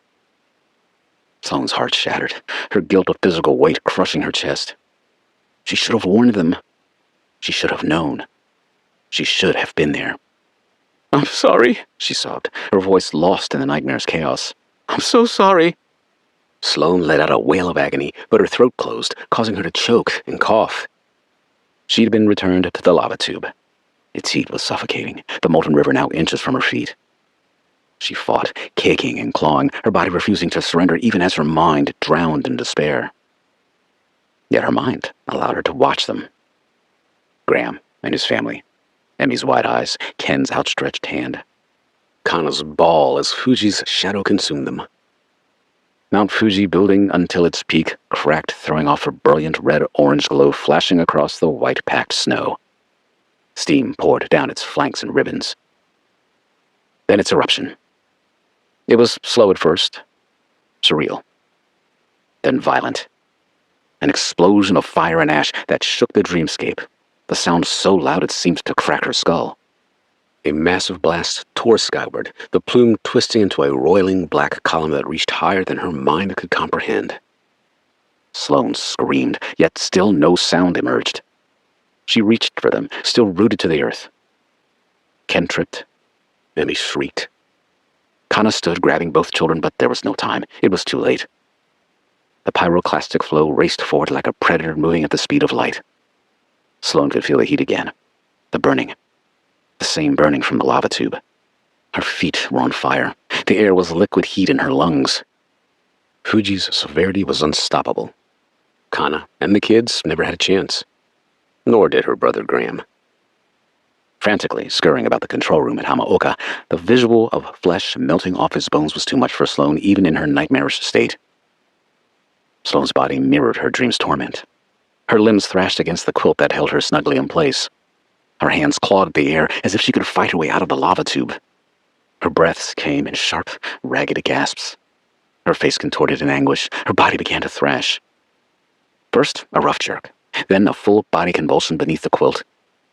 Her hands fisted, pushing at the covers, her chest heaving. Legs kicked as if they were surrounded by fire-breathing snakes. A long, strangled moan slipped from her lips. Winston stood on short, shaky legs and whined. He studied Sloan and became frightened. He barked at her, as if telling her to wake up, or please stop. Sloan thrashed again, one leg kicking violently. Her face contorted, a sob caught behind her clenched teeth. "No, no, no!" Winston bravely eased up toward her shoulder, nose nudging her chin as if he knew. Not my Sloan. "No!" she wailed. Winston backed away and jumped off the bed. He hustled toward the bedroom door, sliding to a stop by crashing into it. He pawed and waited, whining louder, but the door was closed. Sloan thrashed and groaned as she fought to escape the hell of her dream. Winston's bark grew sharp, urgent, cutting through the quiet house. Sloan fought to return to reality. Outside, the rain began to intensify. A lava bomb struck somewhere in the woods with a thud that shook the home to its foundation. Sloan's eyes fluttered rapidly beneath her lids. Her arm reached out into empty space. Then, with a jolt, her eyes flew open. She was awake. Sloan tried to sit up, but her body collapsed against the pillows, every muscle burning. Her heart pounded like a drum in her chest. Her throat felt raw, as if she had screamed for hours. She reached for her chest, trying to steady her breath. The dream clung to her like smoke, every image too vivid to forget. The children. Kana's terrified eyes. The silence in Graham's face as it melted off. Her own helplessness. Her own failure. Her body trembled, slick with sweat, the sheets tangled around her legs like restraints. Winston's barks echoed in her ears, sharp and insistent, pulling her fully into the waking world. She blinked, disoriented, The after images of Fuji's eruption and Graham's gruesome demise were burned into her mind. Forever. 13. April 14. 0610 hours. Home of Duke and Betsy Mercer, Washougal, Washington. The light of day struggles to make an appearance. The rain had started as a mist, barely more than a cool breath, choking with ash. But within minutes, it thickened to a steady, cold drizzle. Despite the sun's appearance over the horizon, the sky was still a roiling gray. Ash continued to drop like poisoned dust, mixing with the steady rain that turned the ground into a heavy, cement-like sludge. The air stank of sulfur and wet stone, and every inch of the Mercer home, especially the roof, shook under the pressure of the continuing eruption of St. Helens and the storm it had conjured up. From the back porch, Reed watched the sky turn to lead. Growing up in the Pacific Northwest, on this very part of the planet, he was familiar with the heavy snows of winter. This was far different. Ash swirled and skittered in the air, but the gray flakes that were fluttering about earlier were now mixed with rain, turning the fine volcanic powder into thick, boot-grabbing muck. This change in the atmosphere, coupled with several lava bombs landing nearby, sending a plume of sizzle and steam into the air, created a landscape that resembled a medieval battlefield. Half drowned, half scorched. It also created a greater sense of urgency in Reed to get going on his mission. "God," Gigi muttered, startling him slightly as she peered beside him. "It's like the volcano's trying to bury us." Reed didn't respond. He'd felt it for the past several minutes as he waited for everyone to assemble in the living room. There was a pressure building in his chest as well as within the earth beneath his feet. The storm wasn't just atmospheric. It had become personal when it attacked Sloan. Behind them, inside the house, voices filtered in from the living room where Duke had called the emergency house meeting. The time for a quiet survival was over. Now came decisions. Hard ones. Reed glanced at Gigi. "Ready?" His mood was pensive, on edge, anxious. She nodded grimly. "Let's go." They stepped into the house and made their way to the gathering. Inside, the windows rattled, and the steady vibration of the relocated generators on the front porch underscored the tension, a reminder of the battered technicians who had braved the chaos to keep the CVO's equipment running. With internet connection spotty, the living room had been hastily transformed into a command post.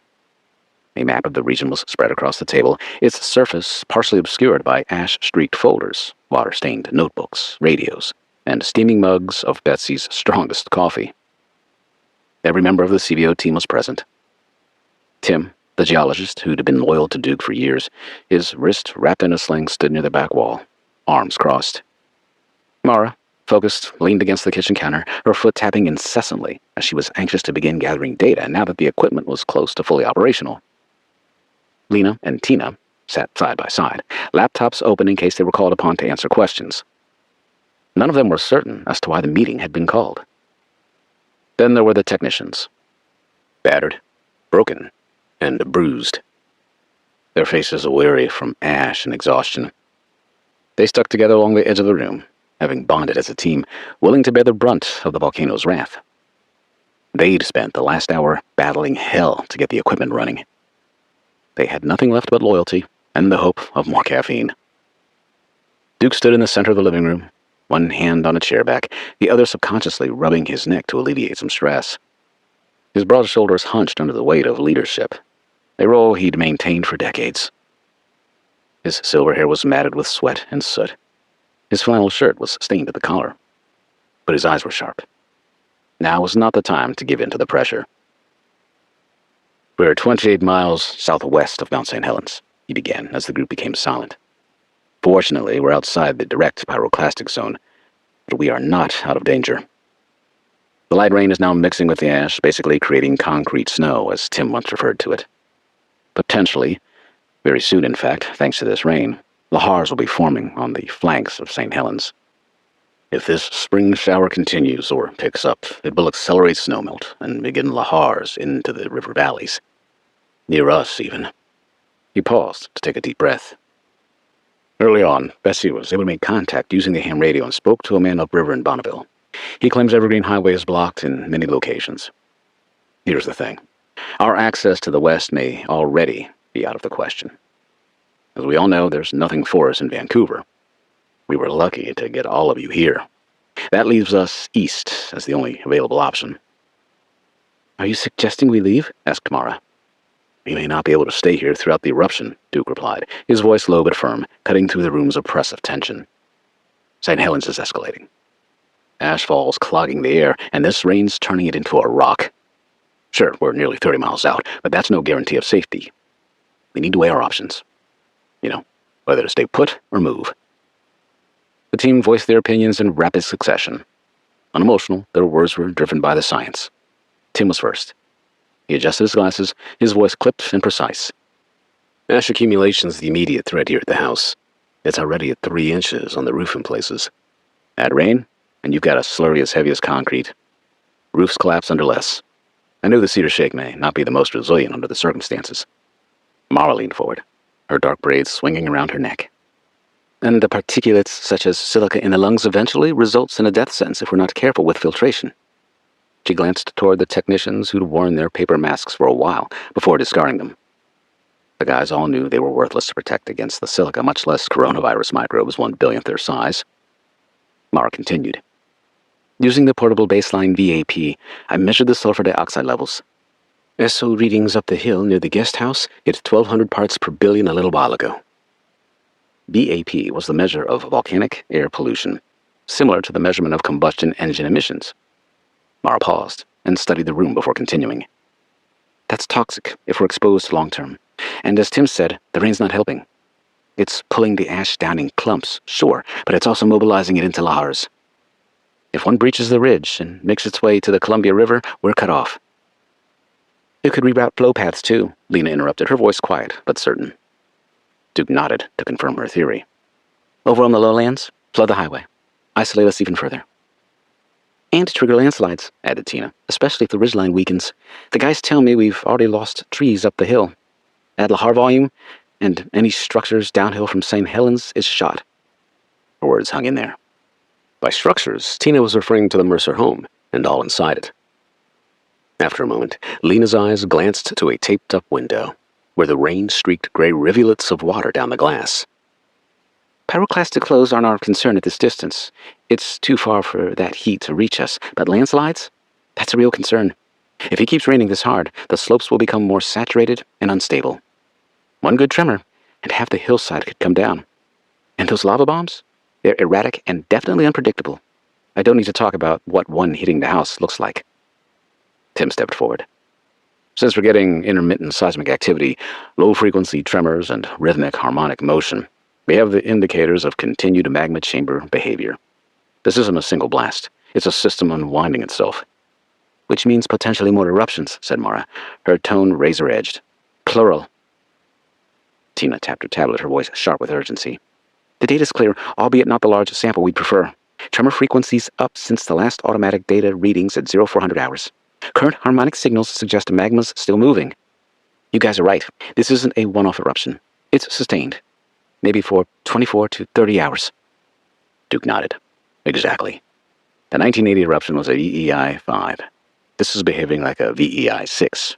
Longer duration, higher ejection column, broader impact zone. The ash plume is likely reaching the stratosphere, and if it keeps dumping ash mixed with rain, we're looking at lahars dense enough to tear concrete from rebar. Bridges will collapse, as well as most structures. No one said a word. Finally, Reed chimed in, applying logic based on what the scientists had said. If we stay, we're gambling on the wind keeping the ash east, and these lahars missing us. If we go, we could be driving blind into a volcanic war zone. That's why we wanted everyone here, said Duke. He turned to the group, his voice low. First of all, we're all in this together, so the decision must be good for all of us. Here, we've got food for a week, more if we skimp. A shelter, even though it's not exactly fortified. I mean, our home. He cut off his sentence and looked up at the ceiling, where cracks crawled in all directions across the plaster. After a moment, he finished his thought. This old house was built a century ago. It's withstood a lot, but the roof's already sagging from the weight of the dry ash. Now it's wet. Reed looked toward Gigi, then around the room. I suggest we scout out our options. Gigi and I have been in the middle of eruptions before. I mean, not like this one, but similar. I can take the Cybertruck. Gigi comes with me. We head east along the ridgeline. The highway is bordered by the river to the south. We have Starlink as our communications option as soon as we can get a clear signal to the satellite. Maybe we don't have to go far to assess our options. Just far enough to know if a road is open.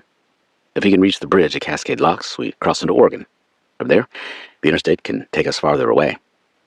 Or if we're completely cut off to the east, Gigi interjected, we can make our way back toward Vancouver. At least it is in the opposite direction of the fallout.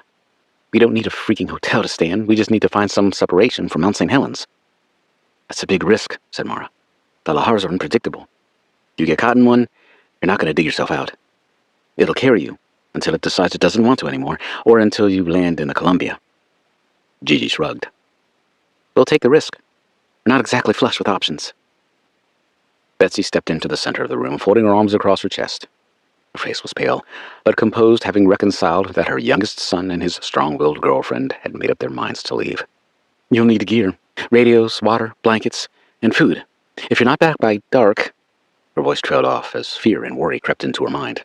We'll be back, Reed said before he shrugged and added with a laugh. Or we'll call. Tim's brow furrowed, revealing his concern for Reed and Gigi. Very funny. I think we have to try, said Duke. No one argued. Duke's eyes scanned the room, reading the fear and resolve in each face. His mind turned, weighing the risks. Stay, and they could be buried under ash or swept away by a lahar. Leave, and they'd face roads choked with sludge, bridges that might collapse in the unknown condition of Sloan's fragile state. His gut twisted with the echo of past mistakes, decisions that had cost lives during Cascadia, choices he'd second-guessed every night since. If this was the start of something bigger, as his theory portended, an extinction-level event triggered by Cascadia causing apocalyptic eruptions around the Ring of Fire, then their options were few, if any, and time was short. He looked at each face in the room, at the exhausted techs, the worried scientists, his son, and the woman his son had grown to love. This affects all of us, he continued, so we vote. Stay or go, eyes wide open. Everyone gets a voice. Each person weighed the decision quietly, thoughts turning inward. Tim tapped his uninjured hand on his chest.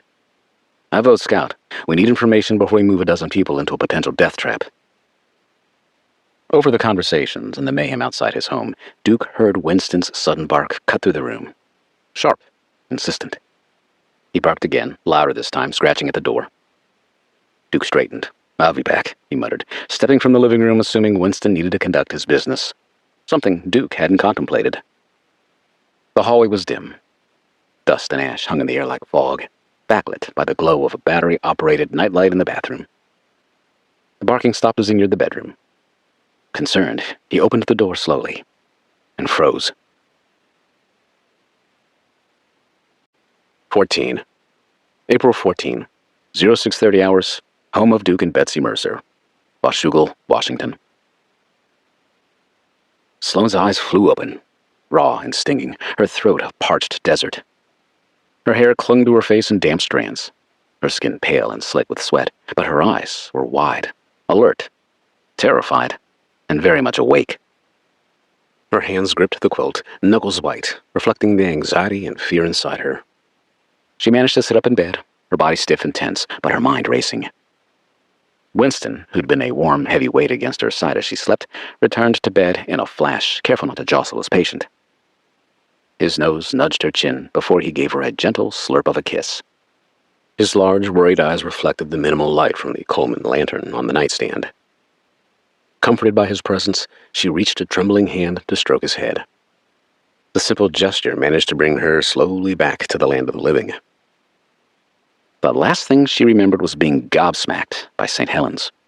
A searing wind, the smell of burning, a powerful, nearly unseen force. Then darkness. And the dream. It was a kaleidoscope of fire and ash and agonizing helplessness, clinging to her like the stench of acrid smoke, its images searing themselves behind her eyelids. Fuji's incandescent peak, Graham's silent, melting face, Emmy's shriek, Ken's outstretched hand. The reek of raw fear and death. It wasn't a dream. It couldn't be. It was too vivid, too real, too memorable. Still not quite ready, Sloane's body screamed in protest, every muscle a knot of agony. Her head throbbed with a dull, persistent ache, and the taste of bitter grit coated her tongue. Sloan blinked slowly, recovering from her stupor. Duke appeared in the doorway. "Dad?" It came out as a whisper. Her breaths were shallow and ragged, yet she managed to speak first. She coughed, a dry, racking sound that tore at her throat, but the ash was everywhere, coating her nostrils, her eyelashes, clinging to the very air she tried to breathe. The bed beneath her vibrated with a low, continuous rumble, a physical intrusion that resonated throughout her body. St. Helens. It was still there, still bellowing. He crossed the room in seconds, kneeling beside her. His hand found hers. They were cold, trembling. He'd never seen her like this. Being hit by the blast wave had had a profound effect on her. He managed a smile and a little humor.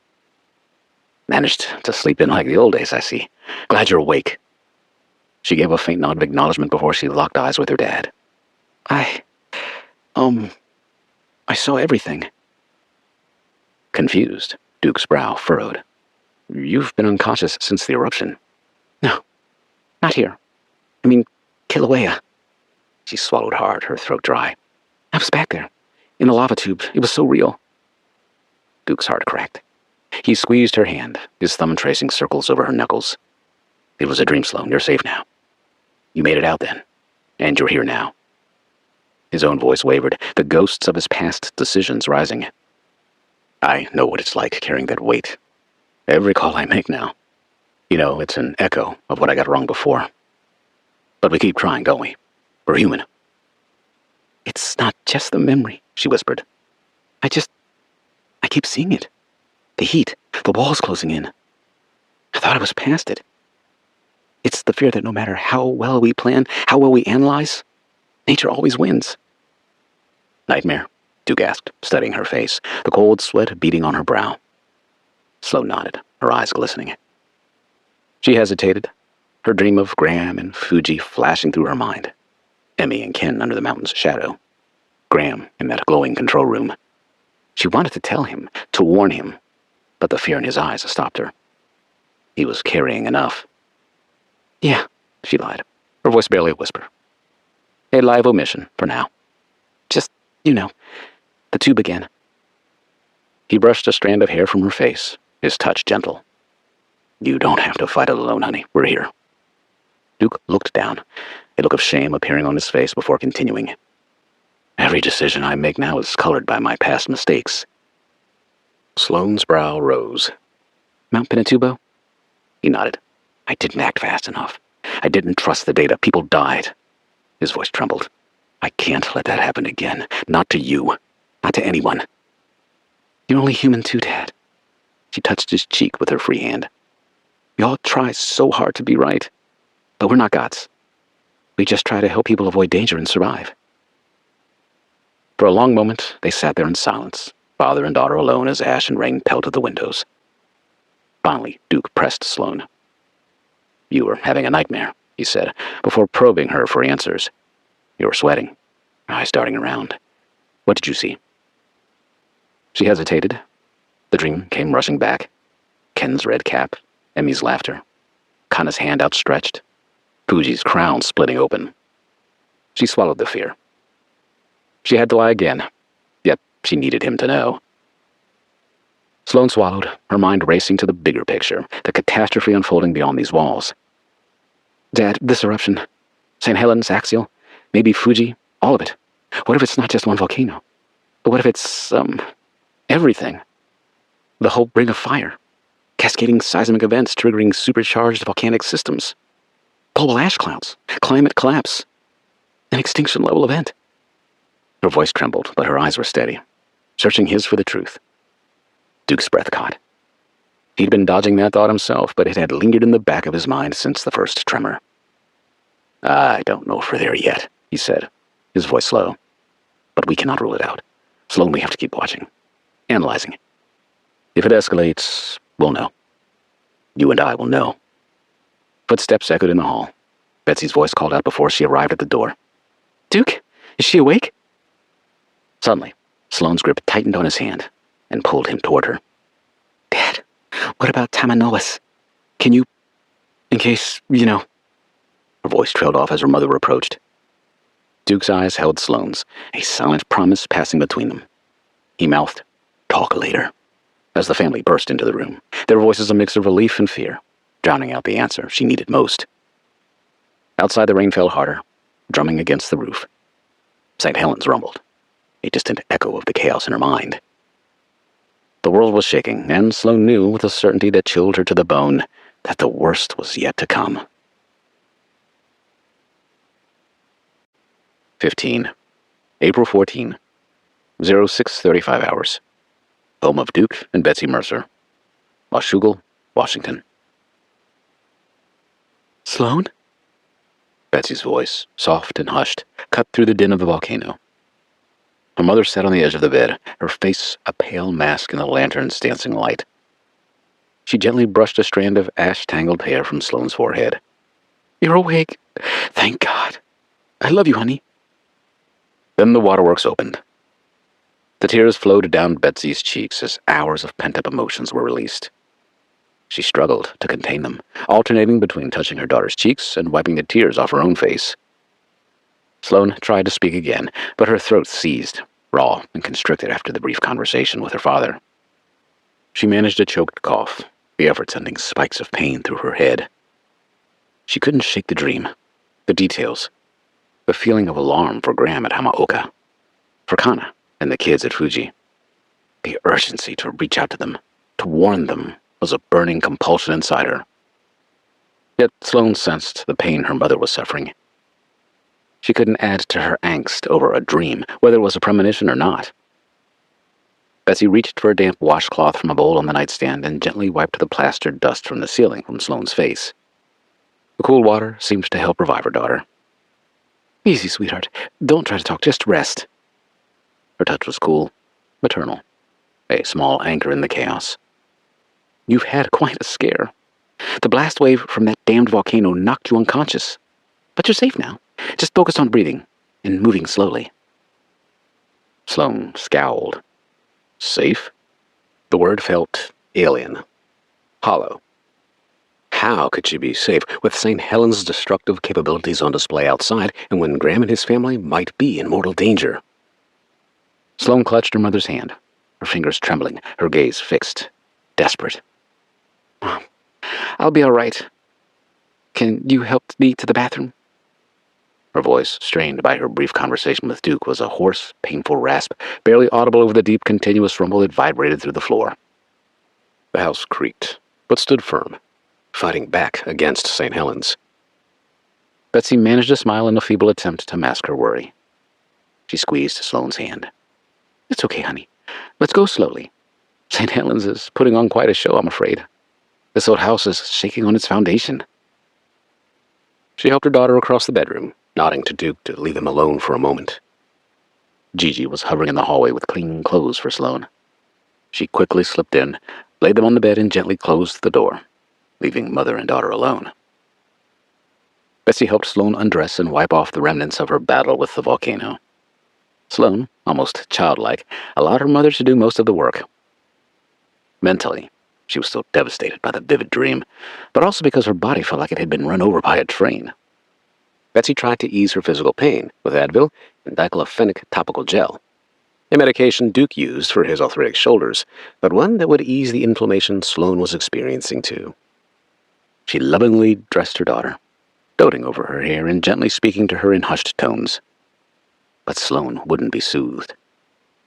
The pain inflicted on her mind from the nightmare consumed her. The images were too potent, too terrifyingly clear. She could visualize being alongside her brother, standing in the middle of Hamaoka, alone, as the meltdown of the reactors took place. She'd watched his skin begin to boil, peel off, until a macabre set of bones was all that remained in a heap. She'd seen the pyroclastic cloud boiling over the crater's rim, consuming everything.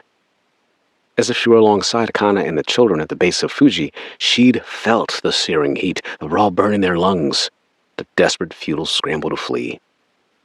It wasn't just a nightmare. She was certain it was a premonition, a warning. She had to make them understand. Trepidation was boiling up inside her now. Like a volcanic eruption, she couldn't contain it. She suddenly pulled away from her mom. No, Mom, please. Finding her voice, she couldn't stop her emotions from spilling out. The plant, Hamaoka, I saw it glowing, green, with smoke and fire and water. Mom, Graham was there, alone. And at Fuji, Kana, and the kids, they couldn't run fast enough to get away. Her words tumbled out frantic, choked with sobs and ash that was stubbornly stuck in her throat. Betsy gasped, covering her mouth. Her eyes, fixed on her daughter, began to fill with a different kind of anxiety, mother's instinct battling with the rational mind, the specificity, the raw, visceral terror. Was it just a jumble of words? A vivid nightmare projected onto her brother and family based on what she'd just experienced? Sloan was describing something horrific, something eerily connected to Graham's work, to their earlier unspoken fears. Noticeably, there was no mention of Bo and Nina, who live in the shadows of the planet's most destructive volcanic systems: Tambora, Toba, and Krakatoa. Instinctively, Betsy hugged her daughter as Sloan broke out crying. Her body was shaking as the frightful dream couldn't be forgotten. Just then, the bedroom door creaked open. Duke stood framed in the doorway, his broad shoulders hunched, his face grim. His eyes, though tired, were sharp, immediately assessing the scene. He had overheard Sloane's desperate cries. He had heard the words Fuji, Hamaoka, glowing. Sloan? Honey, it was a very bad dream conjured up by what you've experienced and what your scientific mind knows, Duke said, his voice soothing as he moved quickly to her side. He locked eyes with Betsy and gave her a reassuring nod. His weather-worn hand immediately found Sloane's, checking her pulse, his thumb tracing the faint tremor in her wrist. His volcanologist's mind, always hungry for data, even in this chaos, noted the clammy skin, the rapid, shallow breaths. She was on the verge of a nervous breakdown. He eased closer to her, trying to assuage her fears. We have data from Japan, honey. While it isn't extensive due to conditions, there are no precursors to an eruption at Fuji. Seismic numbers are nothing out of the usual. Graham is okay. Dad, Sloan gasped. Her voice was insistent as her eyes locked onto his, a desperate, frantic plea. The words poured out again, faster now, fueled by the sheer relief of his presence, his scientific mind, and his willingness to believe her.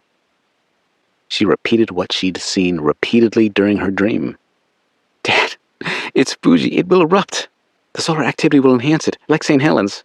A VEI-6. I saw it. And Hamaoka won't survive it. Graham, he'll be there alone. Her voice rose to a strangled shriek, her body racked with tremors as the full horror of the vision consumed her. Desperate to force her daughter to rest, Betsy surreptitiously drugged her. A year prior, she'd suffered from bouts of anxiety, something she'd never disclosed to her husband. She'd been prescribed Xanax, a sedative to help her sleep. She only took a few when needed. Now her daughter needed one. Here, honey, this will also help with the pain, said Betsy, encouraging her to swallow the oblong blue pill with a swig of water. Sloan was in mental agony as much as she was in physical pain. Duke's grip tightened on her hand. His gaze, usually so steady, began to shift between Sloan's terror-stricken face and the dimly lit walls of their room, where cracks were now spreading across the plaster like the 500 fault lines of California. He felt the constant low rumble of the volcano's eruptions shaking the house, a terrifying counterpoint to his daughter's frantic words. He too wondered how long the Mercer family home could withstand the attack of St. Helens. Then, Sloane's words became ingrained into his psyche. Fuji, Hamaoka, critical. His logical, scientific mind tried to shove what was troubling him into the deep recesses of his brain. Extinction-level event. The phrase was hammered into his skull. It was cold, sharp, and terrifyingly familiar. He had considered the ultimate worst-case scenario before. It was more than the random musings of an old scientist. He'd worked through the mechanisms leading the world down that path. In this moment, Sloane's voice, perhaps viewed by an outsider as neurotic, was raw, visceral, and, to Duke, utterly convincing. This wasn't just a nightmare brought on by a concussion. This was something else. His grand solar minimum theory, the very one that had been mocked, dismissed as fringe science, was screaming to life around them. Cascadia, St. Helens, and now, across the Pacific, maybe Fuji. Even Anak Krakatoa, as relayed by Bo's last conversation in the study. The dominoes were falling. The chain reaction was real. Duke didn't think he believed in precognitive or prophetic dreams, especially since he'd never had one. However, Sloan, his level-headed but intuitive daughter, seemed so sure. Her words, echoing back to him, were all too precise, too horrifyingly detailed to be mere delirium. Sloan had seen the disaster unfold, experienced the reality of a future event. Maybe it was a premonition, a vision. His own gut twisted with a profound, dawning horror. Graham, his eldest son, carrying the Mercer burden to never give up, sacrificing himself for millions. And Emmy, and Ken, and Kana. All caught in the crosshairs of a global catastrophe even he, Duke Mercer, had not dared to contemplate. But what could he do? They had no contact with the outside world. There was no way to warn Graham, or anyone else for that matter. The terrifying truth settled over him, cold and heavy as ash. This wasn't just St. Helens. This was the unraveling he'd always feared. This was the world ending. This was Duke's premonition, and he was wide awake. 16. April 14, 0650 hours. Home of Duke and Betsy Mercer, Washougal, Washington. Mothers may know best, but a daughter's stubbornness often prevails. Betsy tried to encourage Sloan to return to bed, to rest, to sleep, to allow the medication to tamp down her anxiousness over the nightmare. Sloan, however, couldn't be contained. The urgency was a burning compulsion. She had to act. No, Mom. I need to see the data. She pushed weakly against her mother's embrace. Her eyes, though blurry, reflected her fierce resolve. I need to talk to the team, please. Duke, his face grim but understanding, tried to take his wife's side. Easy, honey. You know I'll keep you posted. Listen, you took quite a hit. Let's get you tucked in. Besides, Winston needs you. Not a lie. Winston sat in the center of the bed, tongue protruding over his jaw.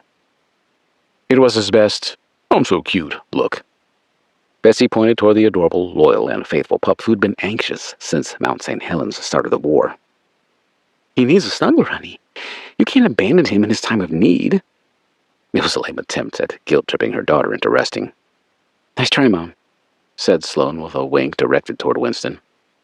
She turned toward Duke as she walked gingerly toward the door. Dad, I need to see the data from Japan, please. Sloan's gruff voice was insistent. Her hand found his, which closed the deal on her release from the unofficial hospital room. The vibrations of St. Helens intensified, a constant reminder of the chaos. It increased Sloan's sense of urgency. Duke exchanged a look with Betsy, then shrugged. He understood that look in Sloan's eyes. The same look he'd worn 100 times. The need to know. The compulsion to fight. He helped her to the door, her head swimming, but her will unbroken. Slowly, deliberately, he provided support to aid her unsteady steps as she moved from the dim, intimate sanctuary of the bedroom towards the heart of the storm. The transition from the hushed bedroom to the main command center of the so-dubbed Mercer Volcanic Observatory was a jarring attack on Sloan's senses. The living and dining rooms, once familiar spaces of warmth and laughter, now throbbed with a chaotic, desperate energy. Buzzing computers, at least those in operation, lined every flat surface. Their revived screens casting stark, blue-white light on tired, ash-streaked faces. The air hung heavy with the metallic tang of ozone from overstrained electronics, the faint, acrid bite of sulfur which had invaded from outside, and the perpetual scent of strong coffee. The relentless clacking of keyboards mingled with the ever-present guttural roar of St. Helens, a deep, pervasive vibration felt in the floor. Mara, head clamped in a pair of headphones, muttered terse commands into a headset, her knee bouncing furiously as she stared at a screen filled with jagged waveforms. Tim, his arms on a makeshift sling, hunched over a laptop, tapping one-handed, his face etched with exhaustion and grim determination. Casey, his glasses askew, filled with a nest of tangled cables, muttering curses under his breath. Lena and Tina, their faces pale, squinted at their monitors, their fingers flying across keyboards, sifting through torrents of data. Technicians covered in grime moved like ghosts between the makeshift workstations, reattaching damaged cables, checking connections, their movements precise despite their obvious weariness. The room was a hive of organized chaos. Every individual pushed to their limit, a desperate scramble to reestablish the severed lines of communication to the outside world as Sloan quietly stepped fully into the room. Leaning heavily on Duke, a sudden ripple of awareness spread through the house. Heads snapped up. Keyboards fell silent. Mara's rapid-fire dialogue cut short. One by one, the CBO scientists looked up from their screens, their expressions transforming from grim focus to profound relief, concern, and a deep, quiet affection. It wasn't boisterous or celebratory, as everyone was fully aware of what Sloan's body had endured at the moment of St. Helens' eruption. No, it was a silent, collective sigh of gratitude. Reverent. A palpable release of tension that had hung heavy over the room since her battered, unconscious body was carried in. Tim, pushing himself away from his station, offered a weary but genuine smile and a nod. Sloan, thank God.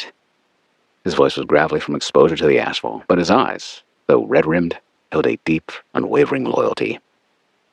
Mara's intense gaze softened, her usual clipped demeanor replaced by open concern. She walked over, her hands instinctively reaching out, gently squeezing Sloan's arm. Hey, Mercer. Glad you're back among the living. She paused, glancing from Duke to Betsy before adding, are you back? Sloan managed to chuckle. She nodded toward her father. Rejuvenated by the energy in the room, she found her voice, albeit husky. If he can come out of retirement, I can return from my deathbed. This drew a hearty laugh from everyone within earshot as well as a collective sigh of relief. Casey, abandoning his cables, quietly offered her a dining room chair. Beaming, he asked, Coffee? No, Betsy responded for her. She needs to go back. Sloan cut her off. Yes, but I need a favor. Ready? Her mind had suddenly found the clarity she needed to make it through the day. Sometimes the best rest was working. Sure. 8 ounces coffee, half a cup of milk, if it isn't spoiled, 2 tablespoons sugar, 2 generous squeezes of the Ghirardelli chocolate syrup. It's in the spice cabinet. Got it? It was her own concoction of the café au lait and pain au chocolat she enjoyed at La Panier at Seattle's Pike Place Market. Although it was a grim reminder of the demise of the iconic waterfront retail marketplace, it was her way of finding a sense of normalcy in an anything but normal world.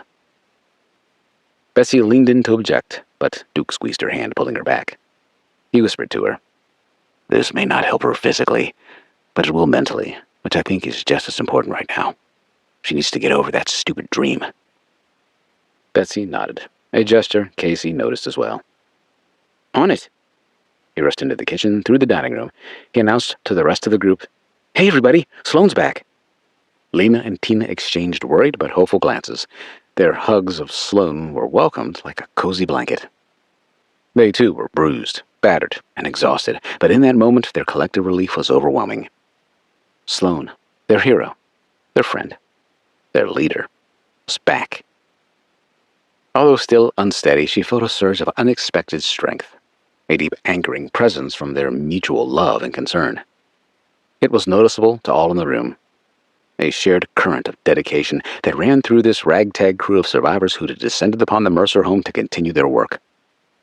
It served to remind Sloan of her importance, not just as a scientist, but as a vital part of this makeshift family, fighting a war against nature very few understood. As if she'd never missed a beat, Sloan turned to the group. Status? Her voice might have been raspy, but it was authoritative. Her eyes were already scanning the banks of monitors displaying data. She accepted the coffee concoction from Casey, the warmth a welcome jolt against her cold hands. Before anyone could respond, she was firing off more questions. What's the Starlink connectivity? Are we getting any clean feeds? What about comms? Tim stepped forward, joining her at a central monitor. Sporadic, Sloan. The ash interference is hell. but mostly the dirty thunderstorms are wreaking havoc on our connectivity. During a volcanic eruption, powerful electrical discharges occur as ash and other volcanic materials collide with the eruptive plume. The static electricity, or volcanic lightning, is oftentimes referred to as a dirty thunderstorm. I need to know about Japan. Sloan cut to the chase. Do you have any indications or precursors of an imminent eruption at Fuji? Or seismic activity along the subduction zone at the Nankai Trough? Our data feed is spotty at best, Tim continued. From what we've been able to glean, it's comparatively quiet over there. Mara's voice was flat with frustration, but she reiterated Tim's response. We've been trying to get anything, but it's mostly just noise. No confirmed data. No signs of any new activity. She glanced at Lena, who in turn nodded to Sloan, a silent confirmation. Tina weighed in. We've scoured every available satellite image, every intermittent seismic chirp. Nothing from Fuji, Sloan. Not a single plume. Not a new tremor signature. Our last reliable update from the JMA was routine. She shrugged, her shoulders slumping in defeat. If it is anything, it's completely obscured. Duke laid your concern, but we've got zero empirical data to support it. Sloan wanted to feel a sense of relief at the reports from her trusted friends. However, her heart sank like a cold, heavy stone in her chest. Zero empirical data. It was the scientist's eternal dilemma. Her terrifying, visceral vision clashed directly with the CVO team's limited, frustrating reality. She was battling the overwhelming urge to scream the details of her dream, to tell them about the quakes, the tsunami, and Fuji.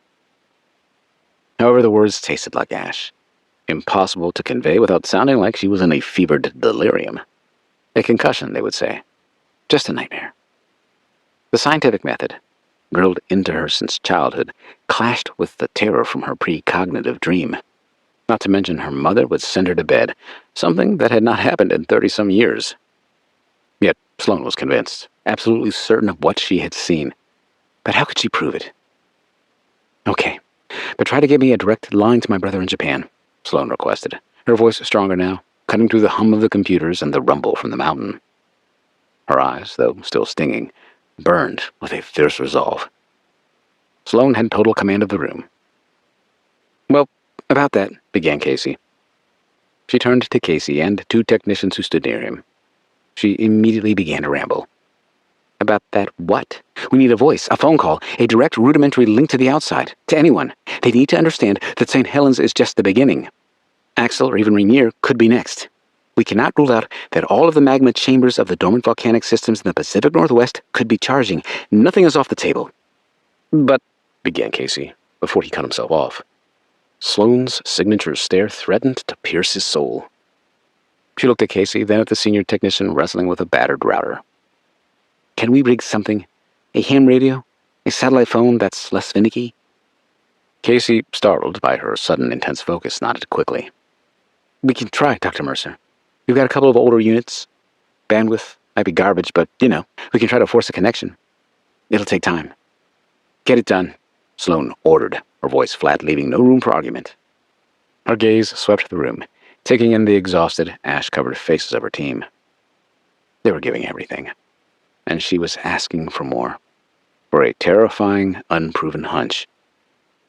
The urgency was a burning compulsion, a physical ache beneath her bruised temple. She had to know. She had to warn them. Listen, everyone. Do not doubt me on this.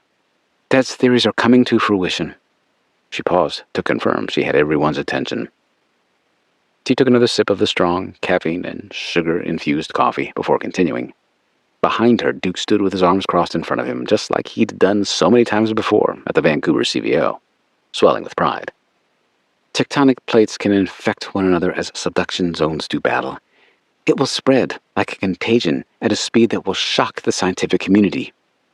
It's been proven on the geologic record as we've documented the way subduction drags crust deep under the planet's surface. Along the Pacific Rim, it's all interconnected. Guys, they call it the Ring of Fire for a reason. It is, in fact, an integrated ring of tectonic plates that impact one another. You geologists may be Earth whisperers. Volcanologists are like detectives chasing a serial killer. It's one part of our job to study what happened. The real challenge is to determine where the next victim of the Earth's wrath resides. 17. April 15, 0430 hours, JST. Hamaoka Nuclear Power Plant, Omazaki, Shizuoka Prefecture, Japan. The pre-dawn air was heavy with the scent of salt and iodine, a faint tang of the Pacific Ocean seeping through the cracked window of Graham's Toyota Land Cruiser. The road to the Hamaoka Nuclear Power Plant stretched dark and empty before him, a ribbon of asphalt cutting through Shizuoka's coastal plains. The lights of Shizuoka were faint in the rearview mirror, already miles behind, swallowed by the sea spray and rendered blurry thanks to Graham's sleep-deprived, fuzzy vision. Ahead, Route 150 curved toward the sea, hugging the coast as it always had. The Pacific, hidden in the dark beyond the highway's edge. He barely remembered making the turns to get to the plant. The commute had become muscle memory by now, but this morning it felt like he was operating on autopilot. The 30-minute drive from his home felt like a blur, each mile swallowed by a fog of worry that clung to him tighter than the early morning mist outside. The dashboard's faint glow cast shadows across his face, etching lines of exhaustion and uncertainty deeper into his skin. His mind was elsewhere, across the massive Pacific Ocean, where Mount St. Helens was tearing the Earth apart. Internally, he kept scanning images he couldn't see, imagining voices he hadn't heard since the eruption. His family. Sloan, Reed, Mom, and his dad. The man who always seemed to know when the Earth was about to change its mind. Graham's chest tightened, a helpless ache that no amount of logic could ease. He was a scientist, a nuclear engineer trained to solve problems, but this? This was a disaster he couldn't control. 1,000 what-ifs invaded his thoughts. What if the ash plume knocked out all forms of communications, including internet, and they couldn't call for help? What if the roads had already vanished under a slurry of mud and debris? It was the helplessness that tore at him the most. Being separated by oceans and time zones, tethered only by fragile satellites and failing cell networks. The colloquial phrase used to describe dwelling on past regrets certainly applied to Graham that morning. Woulda, shoulda, coulda. He should have been there. Should have canceled the return trip. Should have insisted the whole family stay together after the CSZ rupture. Could have ignored the moment duty called when the quake activity increased at Hamaoka's nuclear facility. Would have made a difference if he weren't a world away. Get a grip, he muttered aloud. Then, more forcefully, just get a grip. He glanced at the rearview mirror and caught a glimpse of himself as if to confirm it was all real. With a sigh, he looked at the dashboard clock. Still yesterday at home. He reached to the center console and tapped the touchscreen to pull up Sirius XM. He issued a voice command. CNN International, Channel 115. A short chime, then static. Then the unmistakable voice of the network's international anchor, Jared Chastain. Continuing coverage of the eruption at Mount St. Helens in Washington state, where seismic experts and emergency responders are racing against time as multiple lahars threaten towns downstream from the volcano's southeastern flank. Authorities have activated regional evacuation protocols, but rain, ashfall, and disrupted infrastructure are complicating rescue efforts. We go now to geologist and volcanology expert Dr. Lisa Kerr, joining us from Utah State University. Thank you for joining us, Dr. Kerr. What are your thoughts? Graham's pulse quickened as he leaned closer to the speakers, his surroundings fading further into the periphery. He turned up the volume. The scientist's voice, poised but edged with urgency, filled the car. This is a significant event, Jared.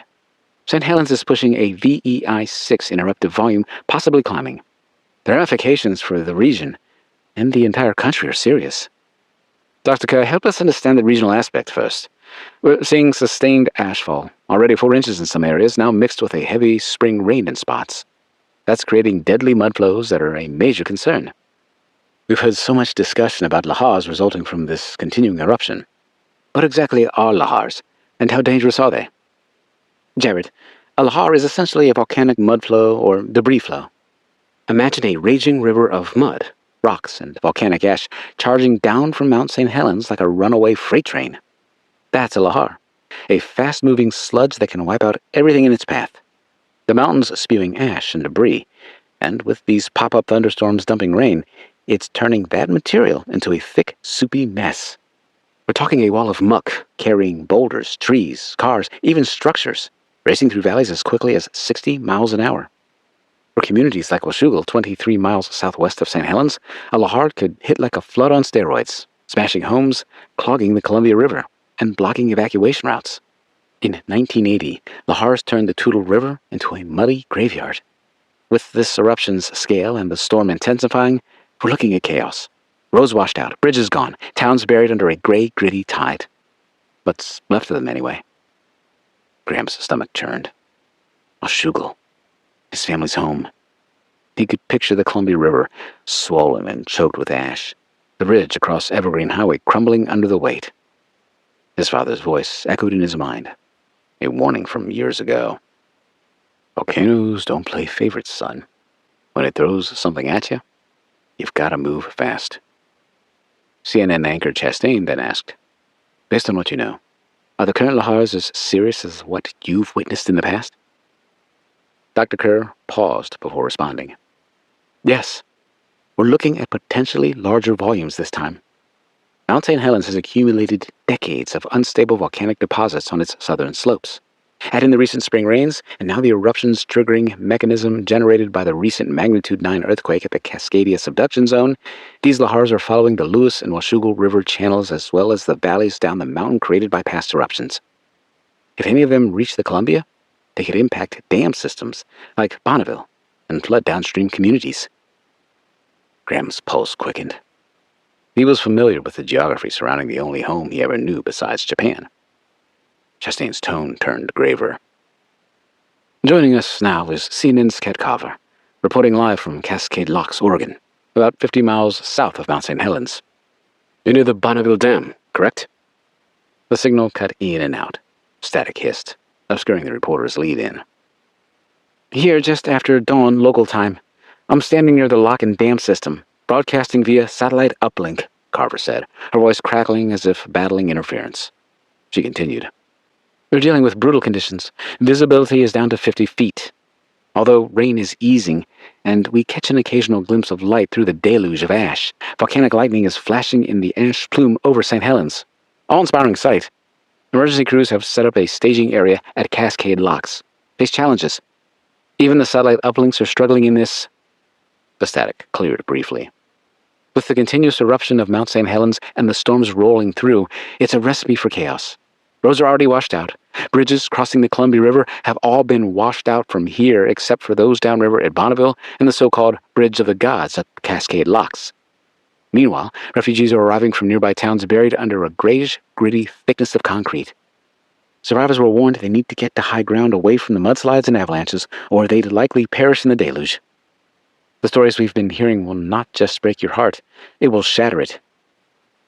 Static returned, flaring as volcanic lightning disrupted the signal, erasing the reporter's voice in a wash of digital noise. He heard Washougal. Graham visibly shook as a wave of dread came over him. His hands tightened on the wheel. His breath became shallow. The Bonneville Dam was not that far upriver from their home. If it went, Washougal would be underwater. Possibly his family with it. He conjured up the image of his family members. His mother's steady hands, his father's stubborn resolve, and Sloan's determined eyes in the face of danger. Yet, the unknown threat they faced clung to him, a weight heavier than any he'd ever experienced in his life so far. He turned the volume down further and stared ahead, his heart pounding too loud to hear more. The road stretched forward, with very little traffic at that hour. Just ahead, faint amber lights lit the approach to the Hamaoka plant's outer security gate. He quickly tapped the phone icon on his car's display before issuing a voice command. Call Bo. The line rang once, then again. Finally. Graham, I guess you've heard. It's so dark 30 in Japan. Same as you, Bo. Have you been able to get through? Yeah, I've been up, but now, I've had no luck over the phone. I've been trying to get someone to ask the guard to make a run up near Cape Horn Road. They're up to their assholes and alligators right now. No one's been able to promise me anything. Graham's voice was hopeful. You think they're okay? I think Dad is too damn stubborn to let a little volcanic eruption take him out. It's not little, Bo, Graham shot back, not appreciating his younger brother's attempt at humor under the circumstances. Bo ignored his brother's tone. Sloan? I feel sorry for St. Helens. Let's put it that way. A pause. Then Bo continued. She's smart, hyper-aware. If she had even a minute of warning, that would have been on the move. But I'm not going to sugarcoat it. I've seen the news, and I've spoken to our version of the USGS down here. This thing's bigger than 80. Lava bombs, not to mention the mudslides, ash, etc. Hell, the gorge is getting choked out. It's bad, man. I should have stayed, Graham said. Should have ignored the ministry when they called me back and stayed put with family. Don't do that to yourself, Bo said. I can say the same thing. Besides, especially in your job, you're where you're needed. You're the guy holding the nuclear line. Trust me, I'd rather be back home digging through ash with a backhoe than chasing the charcoms out of Indonesian waters, but here we both are, doing our duty. I keep seeing Mom's face, Graham murmured. I know. I do too. I'm doing everything I can from this side, Graham. National Guard, Indo-Pacific Command, and even old contacts at JBLM who are also hurting from the tsunami and the quake. I'll keep pushing. Joint Base Lewis McChord was located at the south end of the Bay waters comprising Puget Sound between Olympia and Tacoma, Washington. Graham gulped hard. I just need to hear someone say they saw the house, that it's still there. Me too, brother. Graham said nothing. The silence crackled between them. Bo tried to reassure his older brother. Listen, I'll keep trying. You keep doing what you're doing. You've got too many balls in the air right now, and you're the one guy who knows how to juggle radioactive ones. Graham nodded slowly. Thanks, Bo. Really. Stay safe. The call ended. The Hamaoka nuclear power plant loomed ahead, its concrete towers stark against the gray dawn. The security gate was a fortress of steel and razor wire, floodlights cutting through the mist. Graham eased up to the guard booth. The compound lay ahead. Silent, ordered, resting like a sleeping beast under the dim glow of perimeter lights. Graham flashed his ID badge at the guard, a stern-faced man in a high-vis vest who barely glanced at it before addressing Graham. Morning, Mercer-san, he nodded as he greeted the highly respected senior official of the plant. Morning, Graham murmured in response. The gate clanked open, and Graham eased the Land Cruiser past the checkpoint, tires crunching on gravel left behind by dump trucks delivering materials for part of Hamaoka's renovations. The plant's silhouette was a combination of the reactors, containment buildings, turbine generators, cooling towers exhaling faint steam into the heavy air, and the spent fuel rod annex, where used radioactive material was stored.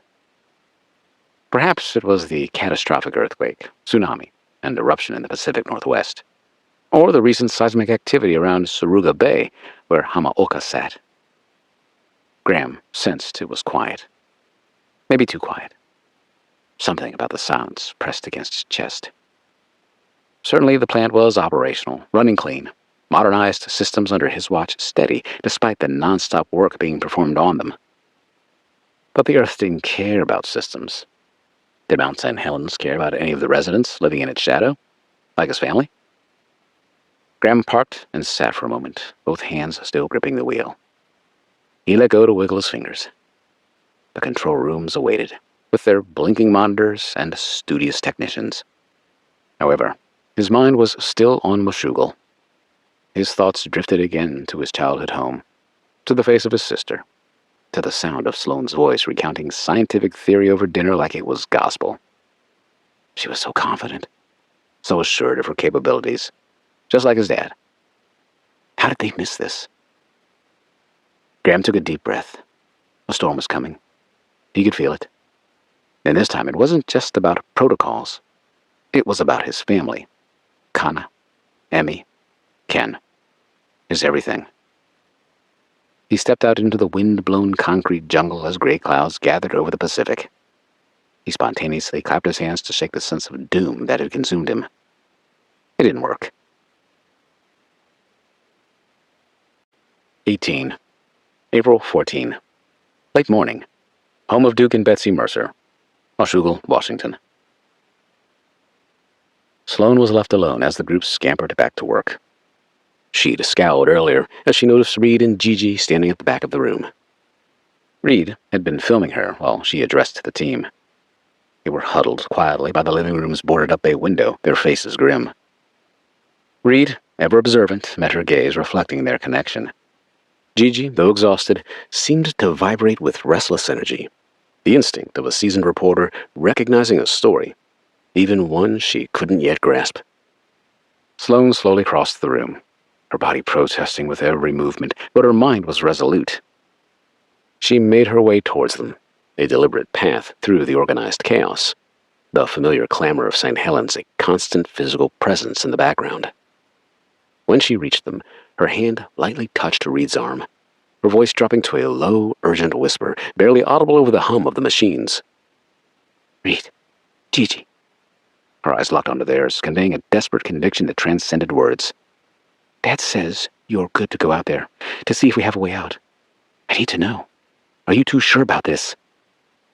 Reed's brow furrowed, a hint of doubt at odds with his profound concern for the safety of everyone under the Mercer's roof.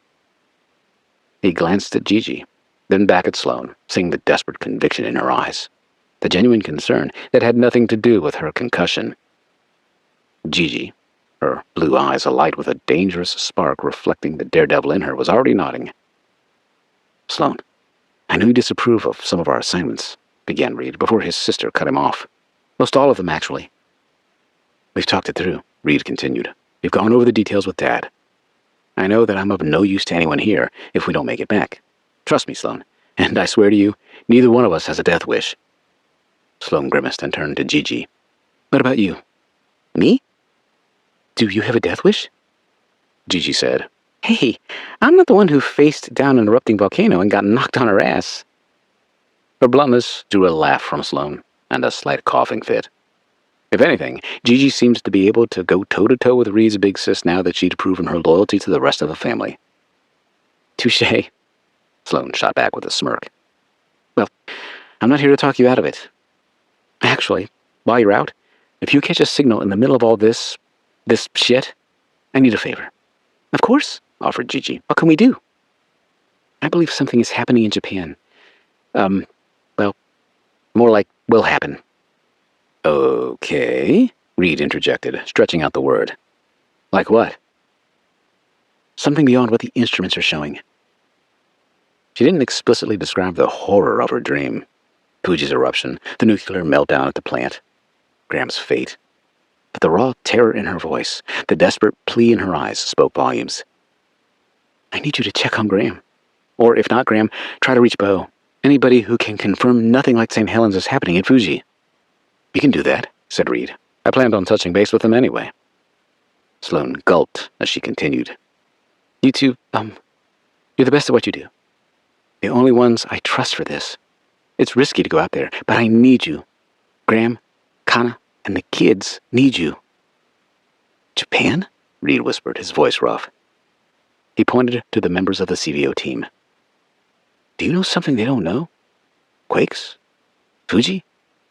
What are we talking about here, sis?" "I don't know," Sloan admitted, her voice thick with ash and desperation. "It's just a feeling, you know? But Graham needs to be warned. Stay away from Hamaoka. Stay away from Fuji."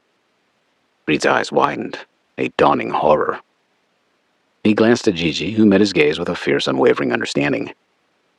They had faced volcanoes before, dodged pyroclastic flows, cheated death in lava tubes, but this warning from Sloan felt almost clairvoyant. A silent conversation passed between them as they shared an unshakable loyalty to Sloan, willing to take on the thrill of the impossible to help ease her mind. He turned back to his sister, a grim nod, unwilling to question her motives. "Okay," Reed said, his voice quiet and reassuring. "We'll find a way. We'll get a message to Graham, to warn him." Sloan managed a weak, grateful smile.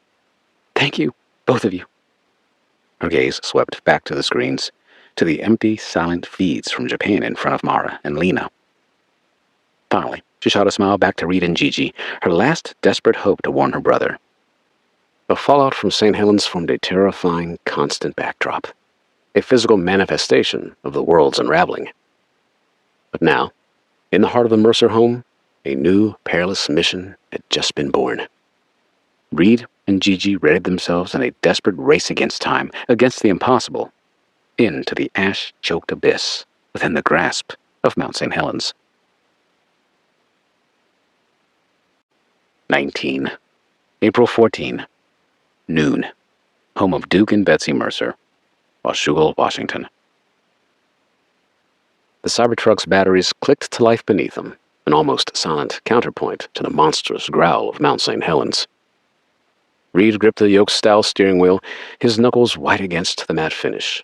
The emotional farewell from Duke, Betsy, and Sloan, a fresh ache in his chest. A profound sense of dread, heavy as the ash coating the windshield fought with the desperate hope that hung in the air. They had to find a way out. Their success wasn't just about them. It was about everyone waiting back at the Mercer house, and, based on their conversation with Sloan, the safety of his brother in Japan. Ready? Gigi's voice unruffled despite the chaos cut through the non-stop racket outside. She settled into the passenger seat, belt buckled. Her eyes followed the spectacle of gray ash outside. Gigi's sense of adventure, her signature wild spark for anything daring, was tempered by a grim resolve. This wasn't an Emmy-winning opportunity. This was real. This was survival. As I'll ever be, Reed muttered with a shrug, pushing the vehicle into gear. He depressed the pedal, a little more than necessary for the powerful truck. The Cybertruck lurched forward, tires spinning in the thick, continuous ashfall that already blanketed the Mercer property and muffled the usual sounds of gravel. The truck's headlights cut weak, futile paths through the whirling gray surroundings, reducing the world to a few feet of fog-like dullness. The rumble of St. Helens was continuous and deep. A physical vibration felt through the entire frame of the vehicle, as well as through Reed's bones. It was a constant, terrifying reminder of the beast they sought to escape, yet, in the process, were driving towards. North Bonneville lay to the east, a straight shot down Evergreen Highway. But the road turned northeast, which drew them closer to St. Helens. Visibility's garbage, Gigi said, stating the obvious. She leaned closer to the windshield. The Cybertruck's advanced cameras and sensors, usually a marvel of modern tech, struggled against the opaque ash, their feeds likely disoriented by the small pieces of volcanic glass in the air. Reed's jaw was tight as he was forced to rely on his raw instincts. Just like the good old days, huh? Except this beast is 30 miles from home, not a continent away. He slowly pushed the accelerator. The truck, with its immense electric torque, surged forward, its silent operation allowing the mountain's distant eruption to remain prominent and menacing. Evergreen Highway was a dystopian nightmare. The asphalt, fractured and buckled by the earlier quakes, was buried under varying depths of hot, viscous ash. It sucked at the tires, pulling at the truck, threatening to bog them down. Trees, stripped of their leaves, leaned precariously or lay toppled across the asphalt, their branches shattered. Power lines snaked across the road like severed, deadly serpents, a few still sparking faintly in the bleak surroundings. Abandoned vehicles, some crushed, others simply stalled as their engines, choked to death, lay at drunken angles along the highway. Reed wrestled the wheel, his hands slick with nervous perspiration, navigating by sheer instinct. He eased the robust vehicle through a tangle of downed branches, feeling the solid thud against the undercarriage. The Cybertruck's air filtration system featured a HEPA filter combined with activated carbon to enhance filtration and air purification. Although it provided protection from the ash, the pervasive heat and vibrations were palpable. The air inside, though filtered, still carried the faint metallic tang of sulfur that had invaded the truck when the doors had been opened at the house. Gigi coughed, a harsh, dry sound. "You okay?" Reed asked, his eyes darting to her. "Peachy," she replied with a raspy voice. She pulled the sweatshirt she borrowed from Betsy higher over her mouth. "Just like breathing hot gravel." "Kinda sexy," Reed muttered, earning him a playful slug. "Focus, Captain Marvelous," Gigi teased. Her words were a playful demand, yet a quiet whip that urged him forward. She knew the stakes. Everyone back at the house was counting on them. The CVO refugees, Duke, Betsy, and Sloan. Their world could depend on this desperate drive. They passed a crumpled sedan, its windows blown out, half buried in a fresh landslide of ash and earth. Inside, a figure slumped over the steering wheel, its arm laying just outside the driver's door. Reed's gut twisted at the death he'd witnessed so far. He pressed harder on the accelerator with a new sense of urgency. There was no stopping, no time for survivors. Their mission was grim, singular. He didn't want to become a victim. The bellowing of St. Helens intensified, a constant physical presence that resonated through the truck's frame. It felt like they were driving directly into the throat of the beast. The Cybertruck's exterior, designed to withstand crashes, pinged constantly with smaller pieces of pumice and the lapilli like a terrifying incessant hail. Each impact was a chilling reminder of the raw power unleashed around them. The road began to descend, hugging the northern bank of the Columbia River. Duke had warned them this would be the territory of the lahars. Reed's training, Duke's endless lectures screamed in his head. Volcanic mud flows, rivers of concrete, ash, and debris. Impossibly fast, impossibly destructive. Don't try to engage, his dad had said. You'll lose. Listen, Gigi said, her voice sharp, cutting through the tension. She leaned forward, pressing her face against the ash-smeared window. She tilted her head slightly. Do you hear that? Reed strained his ears, battling the overwhelming static of St. Helens' wrath. Then he heard it. A distinct low rumble different from St. Helens' general bellow. It was growing rapidly louder, a deep percussive vibration that seemed to pulse through the air, even shaking their seats. I hear it and feel it, whispered Reed, hoping the approaching monster couldn't hear him. Then, like 1,000 freight cars filled with gravel tearing through the valley, the rumbling grew louder. It wasn't St. Helens, which had a voice of its own. This was something violent. Something predatory. The river! Reed! Gigi exclaimed, staring toward the Columbia. Her eyes grew wide with dawning horror. Reed's blood ran cold. He knew that sound. He'd heard it simulated in his dad's computer programs when he was growing up. The videos of the 1980 St. Helens eruption and its aftermath had drawn him into the field of photojournalism. News reports depicting tens of millions of cubic yards of mud, debris, ash turning into concrete in the form of lahars descending the mountain, invading the total river, filling the river bottoms, nearly destroying the cities of Castle Rock, Kelso, and Longview. Massive mud flows carried to the Columbia River. Deadly lahars like the one coming for Reed and Gigi. Hold on, Reed barked, slamming his foot on the accelerator. The Cybertruck's powerful electric motors pushed its immense torque to the limit. The tires spun, spitting ash and mud, fighting for traction on the increasingly unstable ash-slick road. Through a momentary, terrifying thinning of the ash, Reed caught a glimpse. Upriver, snaking down the tributary valley towards the Columbia, was a monstrous, dark, viscous wave. It wasn't water.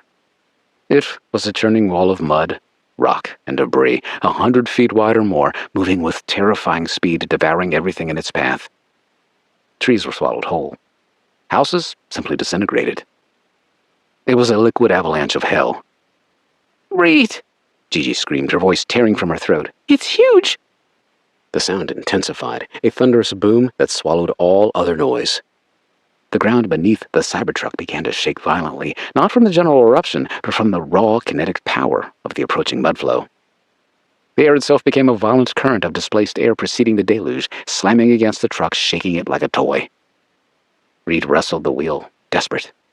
He veered left, trying to find any higher ground, any slight incline that might offer a chance. The Cybertruck strained, its tires digging, mud and ash spraying in blinding plumes. The ferociousness of the threatening lahar around them was a physical presence. Overwhelming. Gaining. Sloan's words echoed in his mind from the living room. Whether the Mercer family and those refugees from the CVO remain in the Mercer home was dependent on Reed and Gigi's success. The weight of that responsibility was a physical burden, heavier than the truck itself. He couldn't fail. He wouldn't. The lahar revealed itself, not that it needed to hide. It suddenly appeared, not through a glimpse, but in its full, horrifying majesty. It slammed into the Columbia River with an impossible force, sending a monstrous, churning wall of ash-laden water, rock, and debris surging over its banks directly towards the highway. It was wider than the river itself, a terrifying, unstoppable tide of destruction. Reed's heart skipped a beat. He nervously fumbled with the Cybertruck's display to engage crab mode. It was a feature of the truck that enabled it to drive sideways, resembling the motion of a crab. He tried to climb up the embankment, up the bridge, pushing the Cybertruck's electric motors past their absolute limit. The vehicle strained, whining, its tires spitting debris. It bucked as it climbed. "It's working!" yelled Gigi enthusiastically as the truck moved uphill away from the approaching floodwaters of the Columbia, to higher ground, to safety. Then, suddenly, the world outside the truck's windows turned to a viscous brownish-gray tone. The sounds of impact were muffled, then swallowed by the overwhelming deluge. From the top of the ridge, mud, rocks, and trees slammed against the driver's side of the truck, engulfing the vehicle in a terrifying liquid embrace. The Cybertruck shuddered, lurched, and then, impossibly, was lifted, and tilted, and turned. Engulfed. Their world went dark, filled only with the deep rumbling of the mudflow and the horrifying certainty of their impossible predicament. And their primal screams. 20. April 14. Early afternoon, Evergreen Highway, near Skamania, Washington. The Cybertruck became a tomb. Reed and Gigi had been cocooned in darkness, broken only by the flashing displays of the computer screen. The lahar was a physical force, pressing against the steel exoskeleton, an intense, visceral beatdown that vibrated through every molecule of the vehicle. Mud, thick and cloying, slammed against the windows, sealing them in a complete brownish-gray void. Reed felt the truck lurch, twist, then grind to a shuddering halt, its powerful frame caught, tossed, and then slowly buried by the overwhelming deluge. He slammed his hands against the steering wheel, a raw cry tearing from his throat, lost in the roar. "No, no, not like this!" Gigi was beside him, coughing, choking on the fine dust and mud seeping through unseen cracks. Her fingers grasped her throat, her face a pale blur in the dim light. "Reed, I can't breathe." Panic, cold and sharp, cut through Reed's despair. He fought the urge to give in, to simply close his eyes and let the monstrous current claim them. "Think." His father's voice, cool and authoritative even in the most extreme peril, echoed in his mind. "Analyze. Adapt." The thunder of the lahar, though still resounding, seemed to shift, becoming less a violent current and more a tremendous, crushing weight. The jarring impacts of debris against the truck lessened.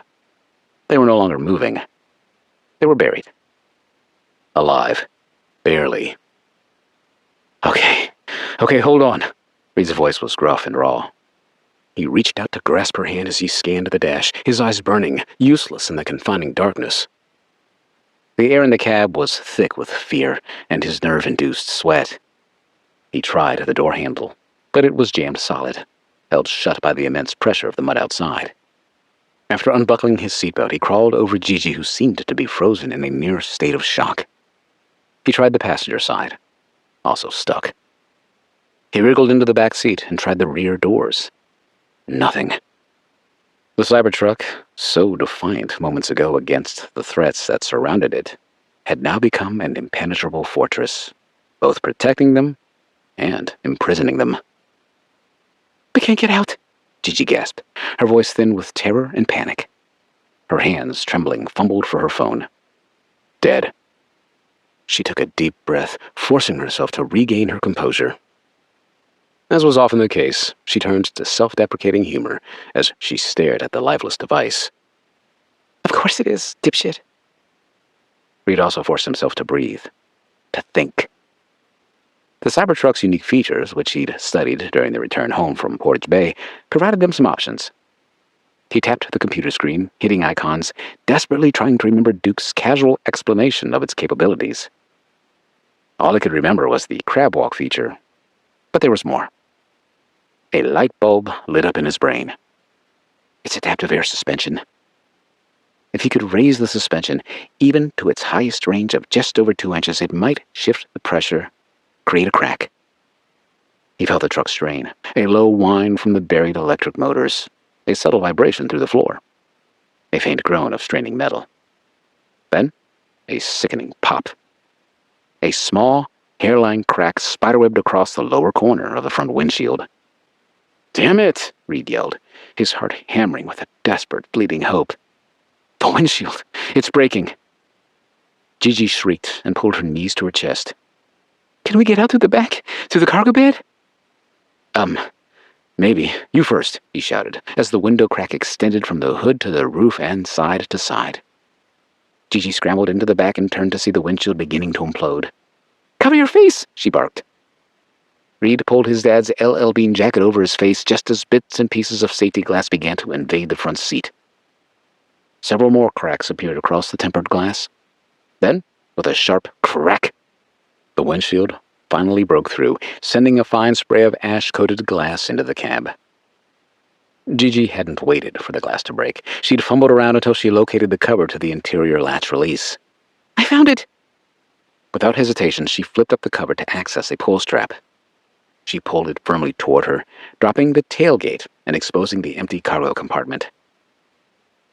In the front, a small hole had become a larger one.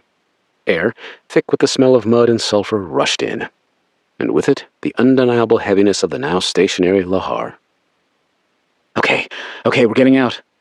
Reed forced his way into the back seat as the shattered windshield's glass shards tore at his clothes, raking his skin. Gigi squeezed through the narrow opening, emerging into the dark cargo compartment that sloped toward the rear of the truck. It was secured by a weatherproof tonneau cover. She frantically felt around in the dark, looking for buttons to operate it. Reed bumped into her legs. "Open it! The mud's filling up the front seats." "There's no button. It must be on the screen." "Shit," Reed muttered as he twisted his body to return to the mud-filled front seat. Remarkably, the Cybertruck was still operating, the electric motors protected by the lahar.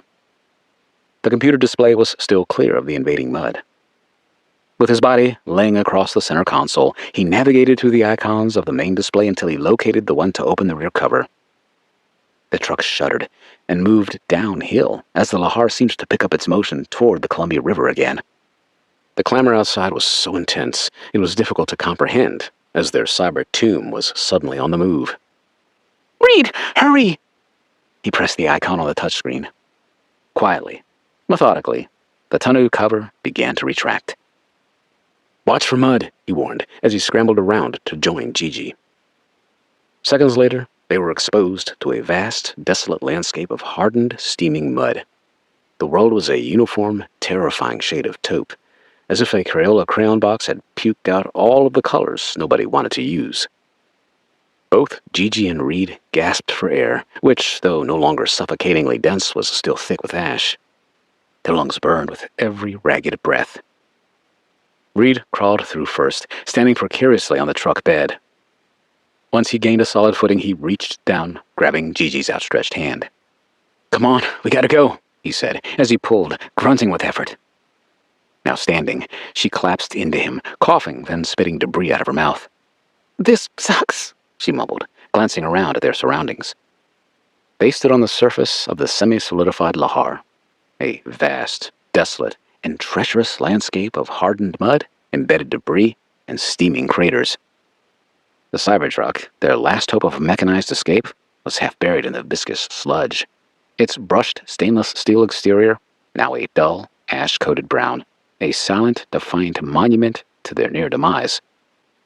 He took one last look at it, with a pang of regret. Another piece of their survival gone. His dad's new toy, demolished. Reed looked around, trying to orient himself. The Columbia River itself was unrecognizable. A wider, shallower, lahar-choked channel, its currents sluggish and brown. The nonstop, overwhelming blast from St. Helens was still a pervasive backdrop, a grim compass. "North Bonneville," he said, clearing his throat afterwards. He pointed east, that way. "We have to keep moving before this thing carries us down the slope." The trek was brutal. Their feet sank deep into the drying lahar, the mud clinging, heavy, sucking at their energy with every step. The sun, a dim, sickly orb through the perpetual ash clouds, offered no warmth, only a diffused apocalyptic light. Visibility remained poor, a gray-black gloom pierced only by occasional flashes of volcanic lightning from St. Helens, painting the landscape in eerie, fleeting strobes. They pushed through the silent, choking aftermath, a world transformed. Gone were the familiar green forests and the winding highway named for its surroundings. Now it was a vast, desolate plain of mud and ash, punctuated by the skeletal remains of trees and the occasional twisted carcass of a car. After what felt like an eternity, but was likely only 30 minutes of agonizing progress across the hardening lahars, they began to encounter them. Figures. Silent. Stumbling. Spectral. Human. But just barely. 21. April 14, early afternoon. Evergreen Highway, near North Bonneville, Washington. They were not panicked. They'd simply lost hope. Panic had been cast aside. They moved methodically, like mind-numbed robots tasked with going from point A to point B. Unemotional. These were the residents of the once pristine Columbia Gorge, of the communities swallowed by the lahars. Their faces were gray with ash and despair, their eyes vacant, fixed on nothing. They moved with a slow, shuffling gait, dragging duffel bags overflowing with what little they'd salvaged. A child's toy, a framed photograph, a tattered blanket. Some carried injured loved ones, their faces contorted in silent agony. Others rescued the family pet. They passed abandoned vehicles, their engines choked by ash, which sat like metal tombs along the edge of the mudflow. Their occupants now walked alongside them, indistinguishable from the walking wounded, or their corpses remained inside. The silence was haunting. No screams, no frantic cries for help, no wails of grief. All emotion was drained out of them, the life sucked out by St. Helens. Only the dull thud of their feet in the mud and the rasping of labored breaths provided evidence they were still among the living. The sheer scale of the human catastrophe settled over Reed and Gigi, a crushing weight. They saw the devastating losses reflected in every blank stare, every defeated slump of a shoulder. Children, wide-eyed and terrified, clutched stained stuffed animals. Elderly couples leaned on each other, their faces etched with the cumulative horror of the last few hours. Reed's jaw clenched. His heart ached, a profound sadness for this broken humanity. They couldn't stop. They couldn't help everyone. Their mission to find a way out became a desperate, personal plea for all of them. If we can just get word back, if we can just find a clear path. "It's worse than I imagined," Gigi whispered, her voice gravelly, her eyes welling with tears that cut clean streaks through the ash on her cheeks.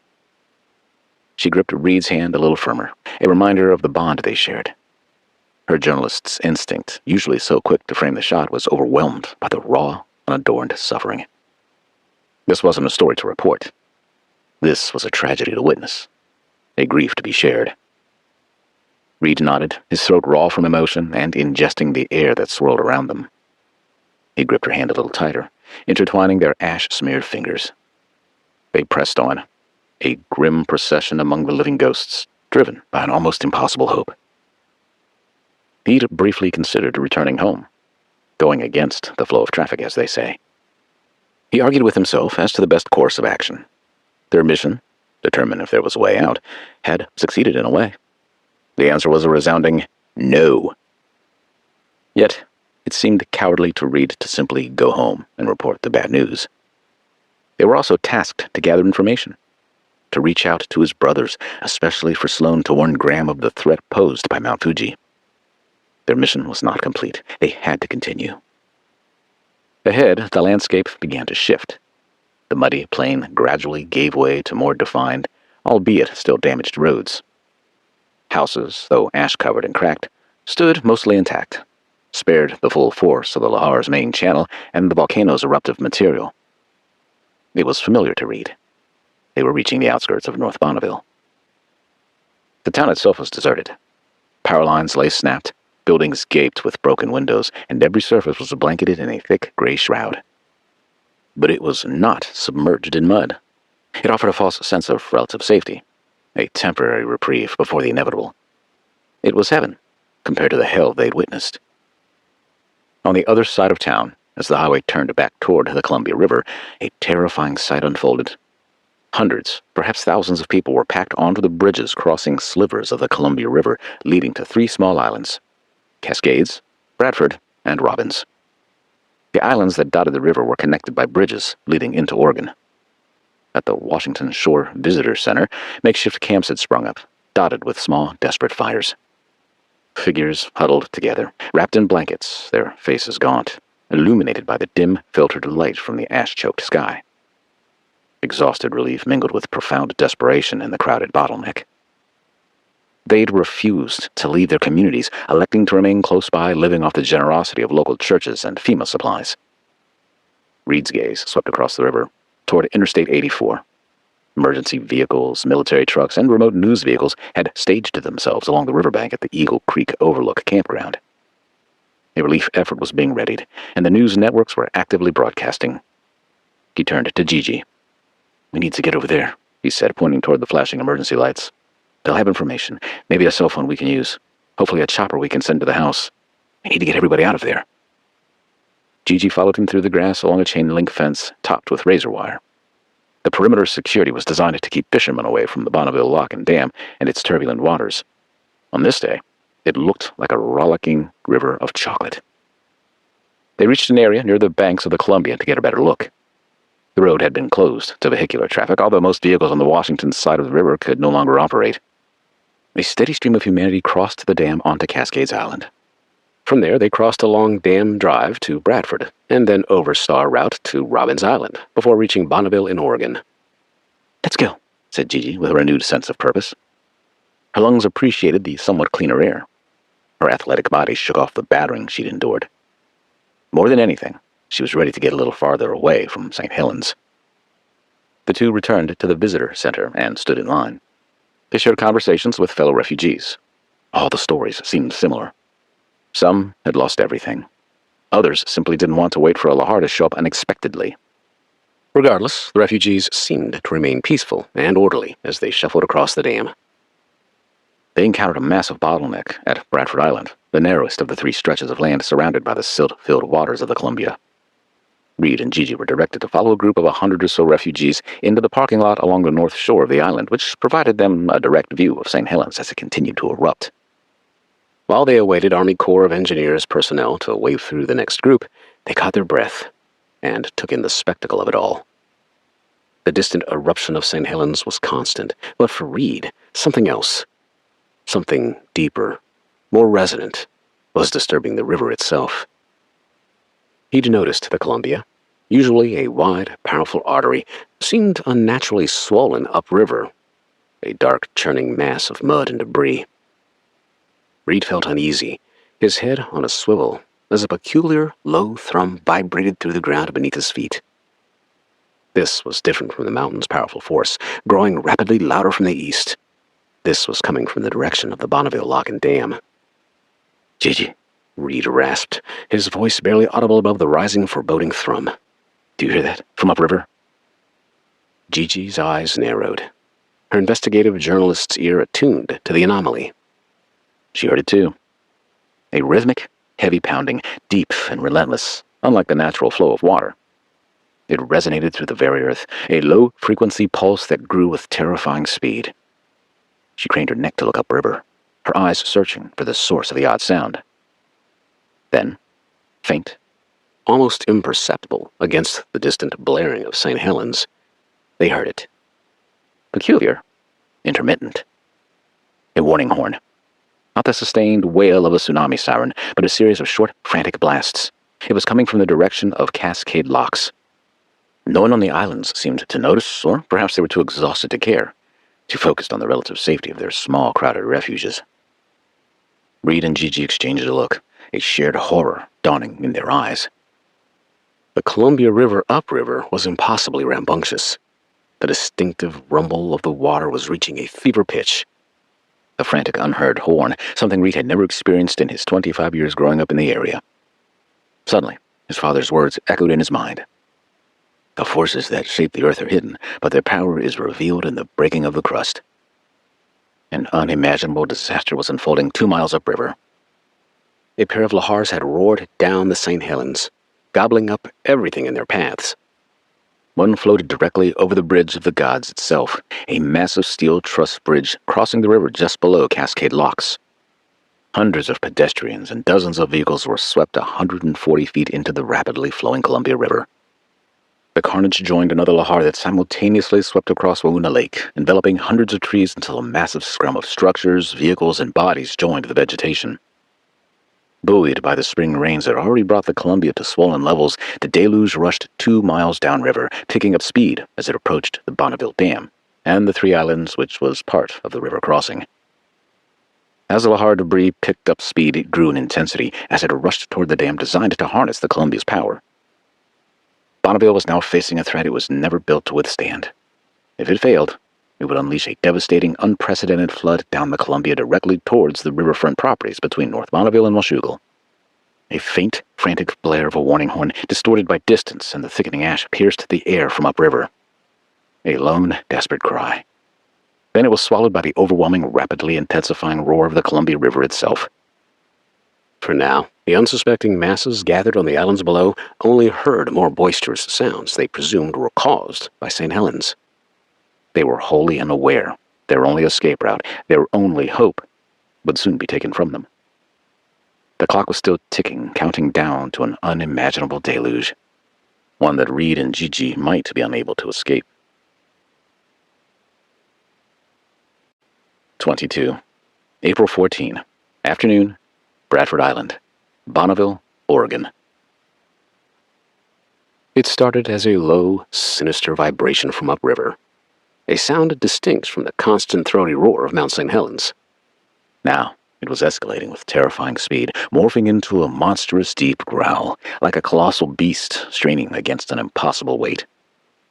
Reed and Gigi stood on the banks of Bradford Island, their eyes fixed upriver on the bend in the Columbia, listened to the horrifying crescendo. "Reed, what the hell?" Gigi whispered, her voice barely audible above the mounting din. Her face was pale, streaked with soot and the recent passage of tears, but her eyes, wide with dawning horror, were locked on the unseen menace. "Run!" Reed yelled in response, grabbing Gigi by the hand to pull her along the crushed gravel path at the water's edge, away from the heavily congested crossings, back across the dam, and away from the steel and cable structure making up the hydroelectric plant.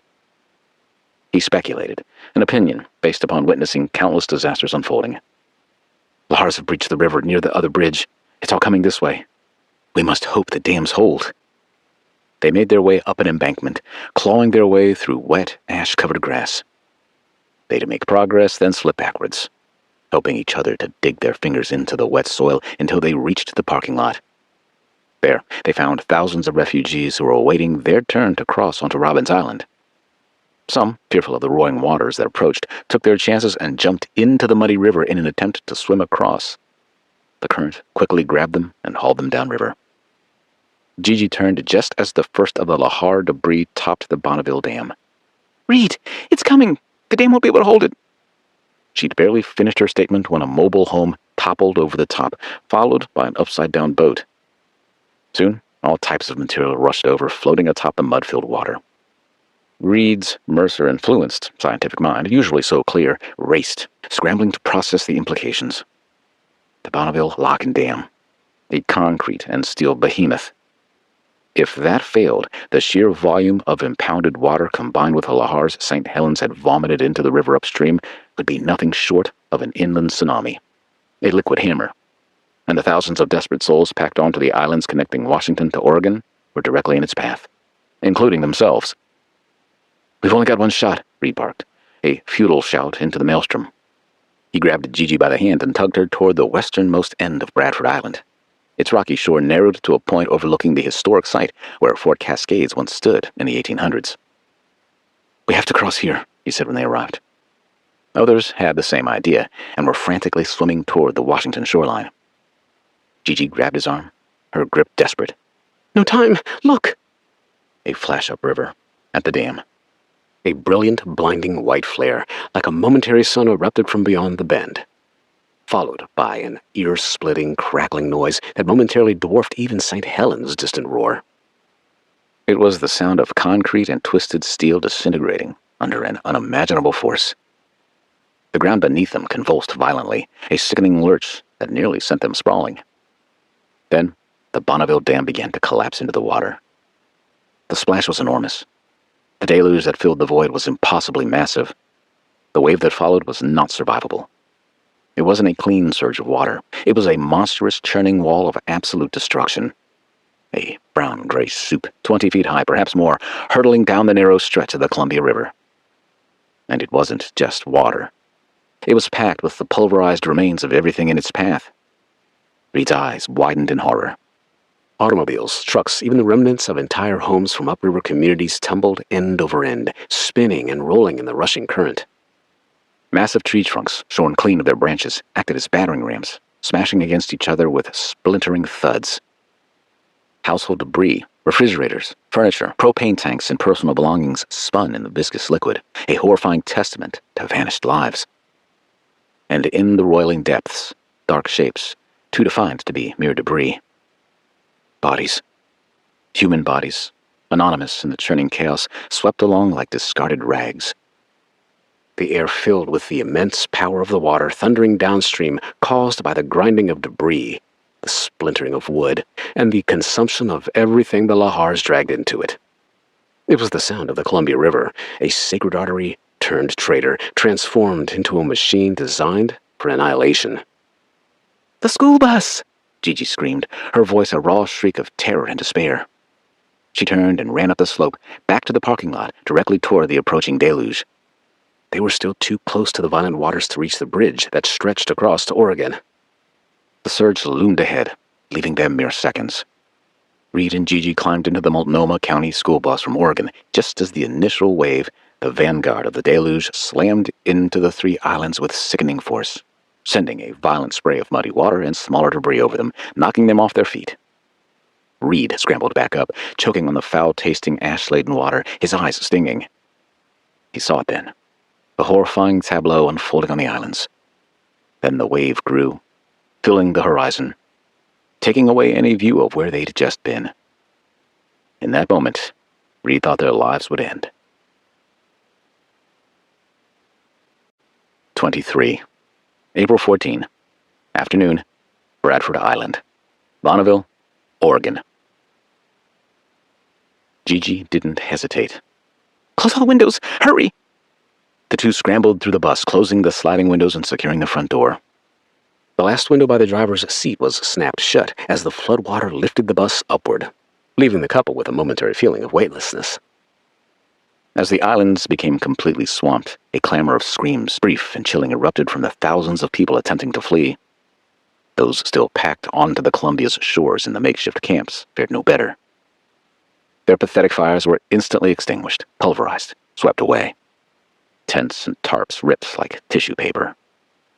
Figures, tiny and helpless, were caught, tossed, and then simply vanished into the churning brown. Buildings that were used to service the dam, even those reinforced against seismic activity, folded like cardboard, their roofs collapsing, walls imploding as the dense, debris-laden current slammed into them. Cascades Island was first, then Bradford Island, and Robbins Island. The same impossible scenes of utter devastation repeated, framed by the monstrous churning wall of water.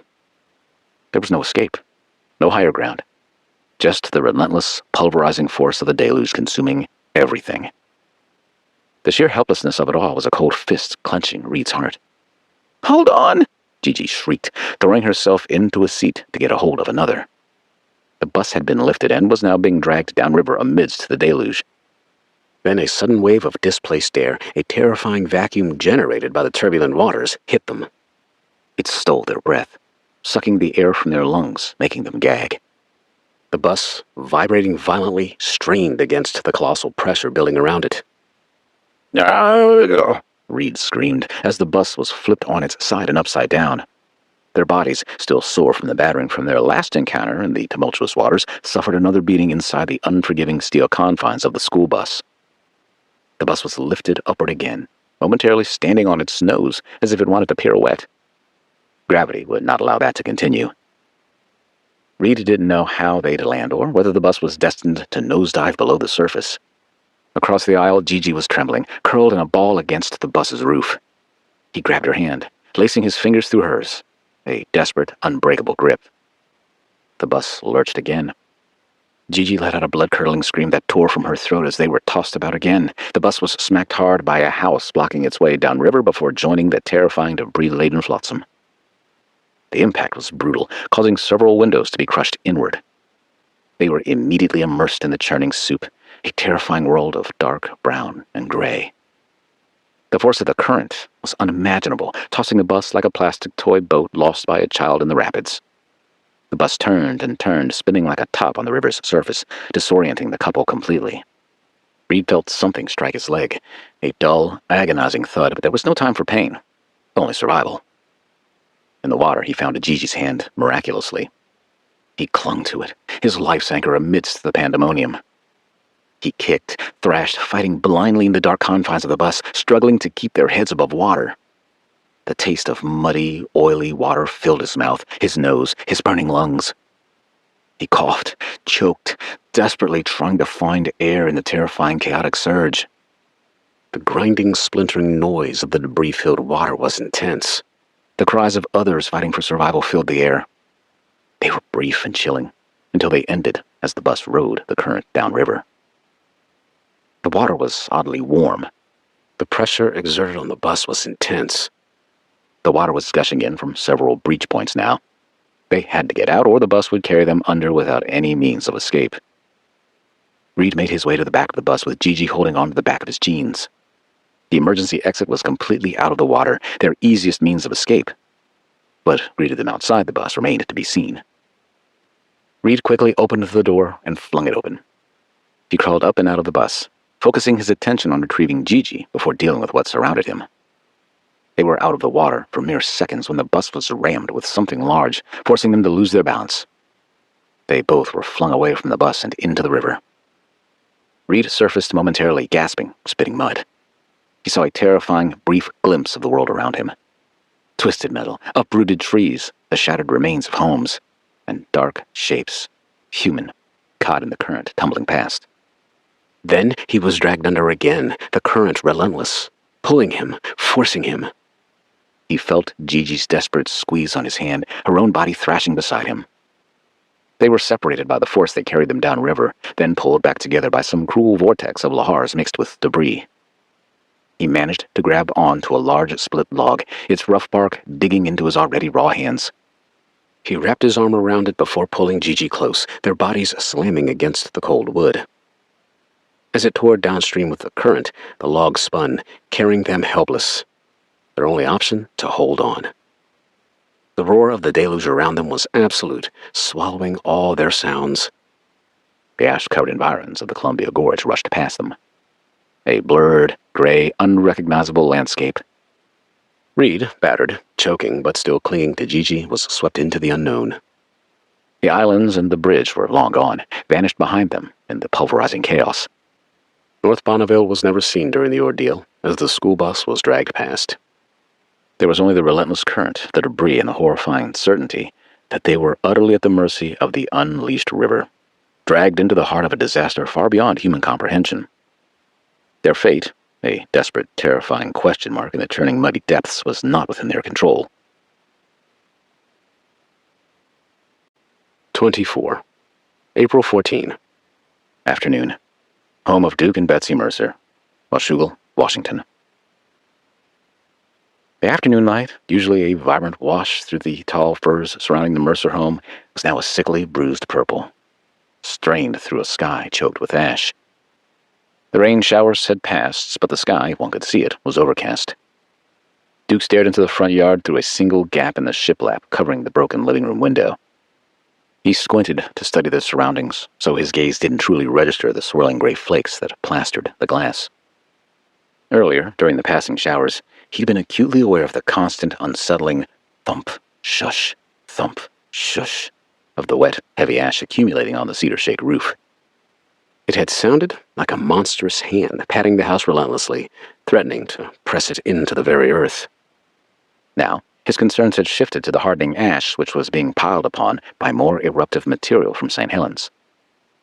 Beside him, Betsy wrung her hands before tapping him on the shoulder to take a turn. Her eyes were immediately focused on the driveway full of vehicles, although not the one she looked for. Every minute that passed without the return of Duke's Cybertruck felt like a chisel chipping away at her composure. She struggled to keep it together, even taking one of her Xanax, which seemingly had had little effect on Sloan, she'd noticed. "Still nothing," she murmured, her voice thin, a mere wisp against the overpowering presence outside.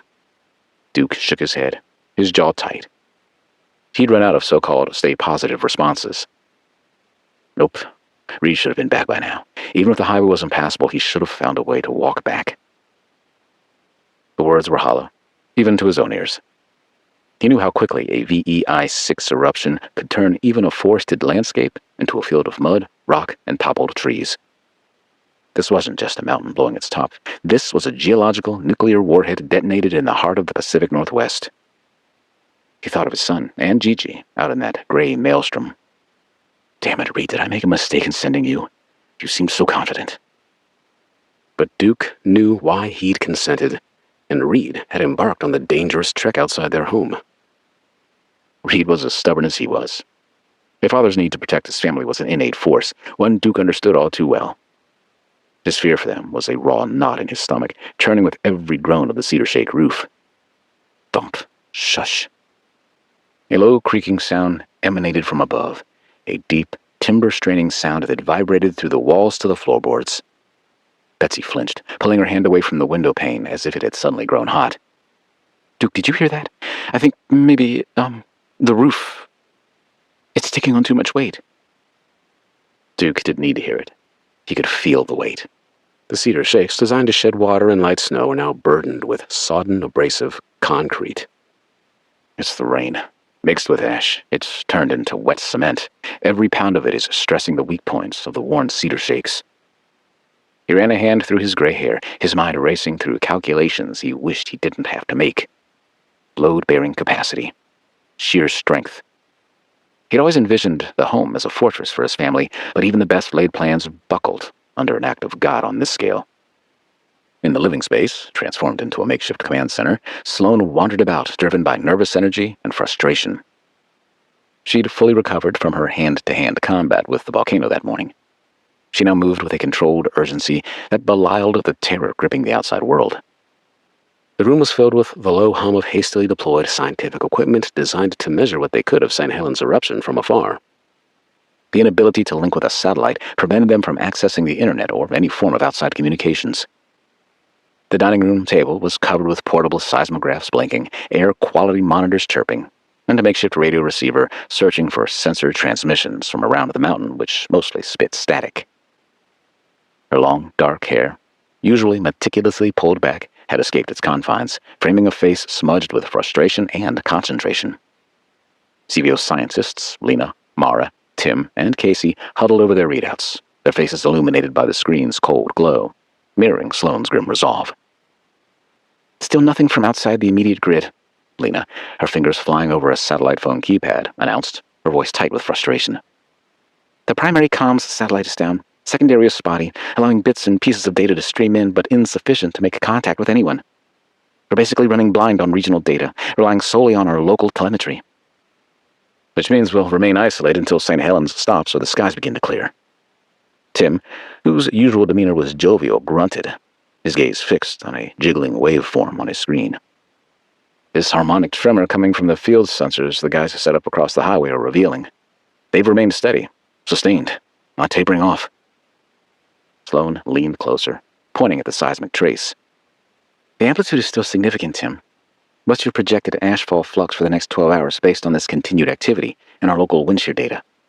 She glanced at the ceiling, wishing she could send Casey's drone into the air to study the viscous concrete on the roof. She grimaced and turned to her own calculations. She tapped a stylus against her iPad, scrolling through diagrams of atmospheric currents appearing on the display. She was a volcanologist, fluent in the mountain's angry language. Her brother and Gigi were out there, in this, and she pushed the thought down, burying it under layers of data and scientific detachment. Focus, Sloan. Leave the worrying to your parents. They need you to remain clear-headed. Tim gestured toward Mara to respond to Sloan's question. Based on current pressure differentials and plume height, we're looking at a sustained rate of approximately 3 to 5 centimeters per hour for at least the next 8 to 12 hours, potentially longer. The quiet meteorologist responded, her voice strained. And from what the techs have reported, the particles are still coarse, indicating significant fragmentation and volcanic glass levels. It's not just fine ash from a collapsing column. Coarse ash means heavier deposits. Casey, a young volcanologist with an anxious tick in his jaw, chimed in, pointing to an air quality monitor that was blinking an angry red. Seriously, the silica content is off the charts. It's abrasive, hygroscopic, literally perfect for adhering to wet surfaces and creating a high-density load. This isn't just a dusting. This is a siege. Sloan shook her head in disbelief, as her mind had already anticipated the implications for the roof. Casey continued, and visibility will remain near zero, which means Reed and Gigi are navigating abrasive fallout akin to a mix of razor wire and wet concrete. Sloan gulped hard and glanced toward her parents, who'd turned to eavesdrop.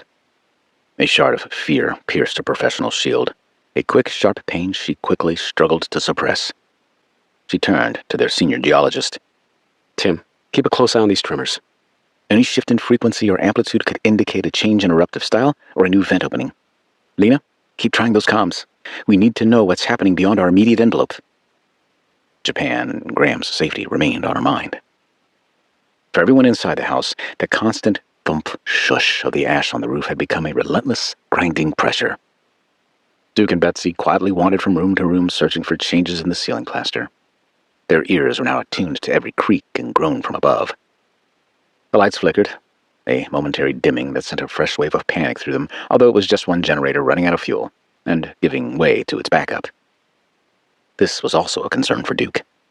If they couldn't make communications or satellite contact soon, he was going to shut down most of the computer equipment. His other option was to shut it all down for a brief period to conserve fuel, and then start it again to gather data. It's going to collapse, Duke, I know it, Betsy whispered, as the two rejoined one another in the hallway, her voice cracking. Winston emerged from the bedroom following his slumber and made his way under the dining room table to hang out with the CVO team. Duke knelt to pet his buddy before Winston waddled away. He was slow to rise, the activity taking a toll on his lumbar muscles, which had become strained. His eyes darted into the hallway, towards the bedrooms where they'd just inspected. A sharp, splintering crack echoed from the attic, a sound far louder and more threatening than anything before. Dust, fine and gray, drifted down from the ceiling vents and the attic access ladder. Duke's eyes widened, and he jumped upright. "Get back," he shouted, instinctively pulling Betsy towards the center of the house away from the bedrooms. Just as they moved, a sickening crumph tore through the insides of the house. The ceiling above the master bedroom and the adjacent bathroom buckled inward, a cascade of plasterboard, splintered wood, and sodden ash raining down. A cloud of fine, choking dust exploded into the air, carrying the acrid smell of burnt rock and damp earth. A gaping hole now opened to the ash-choked sky, the direct breach that Duke had feared. Sloan, startled by the sudden violent sound, rushed to join her parents, her eyes wide out of concern. Her parents had fallen hard to the floor to avoid the collapsing ceiling. "Dad! Mom, are you all right?" "We're fine," Betsy coughed, waving a hand through the dust. "But the roof, what are we going to do, Duke?" She stared into the dark, exposed cavity. Duke checked on Betsy and then stood, his back screaming at the impact it took when they hit the floor. "We need to seal that off, now, before the ash pours in and damages the equipment, not to mention ruining any chance we might have of staying in here." Tim and Mara approached Duke, their faces grim. "Look at the guys to help," Tim offered, already moving towards the back door, which had become their only means of ingress and egress as the front door had been boarded up. "Good," said Duke. "We'll need the rolled plastic and duct tape out of the barn. Also, there are 2 extension ladders. Tell them we need studs, the pry bars, a couple of hammers, and framing nails. We can brace it." His voice was firm, cutting through the shock. The immediate danger was here, present, so he took charge. "There are tarps in the back of my Bronco," offered Casey. "I can get them." "Go," said Duke, who then turned to Sloan. "We need to cover all of this until we can fix the roof, and we really should shut down the computers." The cooling fans will suck in the debris. On it. Mara, Lena, shut it all down, ordered Sloan. Betsy offered to help too. We've got extra sheets in the laundry room. I'll get them for the equipment and to hang up to cover the opening to the hallway until the work is done. The next frantic minutes were a blur of motion. They hauled the last thick roll of plastic sheeting, the material heavy and stiff, back into the house. The air inside grew thick from the relentless cloud of ash that found its way through the new opening. Duke, with his years of DIY construction around the house, directed the others, his movements precise despite the urgency. After sending the techs with building experience into the damaged area, Tim and Duke wrestled a large sheet of clear visqueen over the passage into the hall, stapling and taping it to the wall studs. Before it was completely sealed, and while Betsy wasn't looking, Duke snuck under the plastic sheeting and joined the technicians at the base of the ladders. He wanted to supervise the repairs himself. Leading the way with a flashlight, he climbed upward. The ash continued to sift down, coating the attic in a fine, gritty layer. The three other men joined him and fanned out in the attic, carefully stepping on the attic trusses that hadn't been damaged. Duke was relieved that the trusses were largely intact, and only the cedar shakes had given way. They focused on clearing and dispersing the debris so there wasn't too much weight in any given location. Soon, their hands became raw, and their faces appeared a dull gray from sweat mingling with ash. As they worked, the wind outside seemed to pick up, swirling the ash into violent eddies. The makeshift plastic seals rippled and strained, threatening to tear free. More groans echoed from other parts of the roof, and a fresh, sickening crack reverberated through the roof. Duke knew the relentless eruption of the mountain was unsustainable. Once they sealed the roof the best they could, the men returned to the living area with Duke, the last one to duck under the visqueen. Duke looked at Betsy, then at Sloan, his eyes reflecting the deep, cold dread that now filled the house. He didn't wait for them to ask, and he felt there was no reason to hide the dire circumstances of everyone impacted by the development. The roof is compromised in 2 places. It's going to take on more ash as long as St. Helens erupts. I have to be honest, more sections could go at any moment. We've sealed off the bedrooms and bathrooms. Without extensive cleaning, I can't say they're usable. The house is certainly wounded, and with the mountain showing no signs of relenting, we may have to make a decision before Reed and Gigi return. Sloan asked, Dad, why can't we pile into the guest house? It's still standing, and sure, we'd be cramped, but at least the roof's still there. Duke shrugged and spread his hands wide to his sides. He didn't think there were any good options. They were isolated, and their precarious shelter was steadily crumbling around them. How much more could it take before their home buried them? The decision loomed, heavy as the ash itself. Remain in place and wait for Reed's return, or risk an impossible escape into the grasp of St. Helens eruption. Part 2. Mount Fuji, born of chaos. 25. April 15. Sunrise. Fujisan Shrine. Mount Fuji, Japan. The early morning sun washed the stone torii gate of Fujisan Hongu Sengen Daisha in a golden glow, its ancient pillars standing resolute against the backdrop of Mount Fuji's snow-dusted peak. Widely considered the head shrine of the 1300 across Japan, the worshippers of Shinto, the indigenous religion of Japan, flocked to the base of Fuji annually to pray. Kana inhaled deeply, taking in the crisp air which carried the faint scent of flowers and moss from the shrine's sprawling grounds. Her hand rested lightly on the shoulders of her young children, Emmy and Ken, as they stood before the purification fountain. The water's gentle trickle mingled with the distant chirping of sparrows, a serene counterbalance to the weight pressing on Kana's heart. She hadn't told the kids of the danger their grandparents, aunt, and uncle were in. Not yet. The news of Mount St. Helens eruption, of Graham's family caught in the chaos half a world away, sat like a granite rock on her chest. Children, however, have an inner sense when something was amiss. Emmy, 8 years old and ever curious, tilted her head, her dark braids swinging as she dipped her hands into the cold water. Mama, why are we praying today? She asked. Her voice reflected her curiosity, but was also tinged with suspicion. Ken splashed the water with less care, thoroughly entertained and giggling as droplets speckled his face. Kana forced a smile, her gentle hand tightening briefly on their shoulders. "For your daddy," she said in a gentle, reassuring tone, "and his family. They need our strength today." It wasn't a lie, but it wasn't the whole truth either.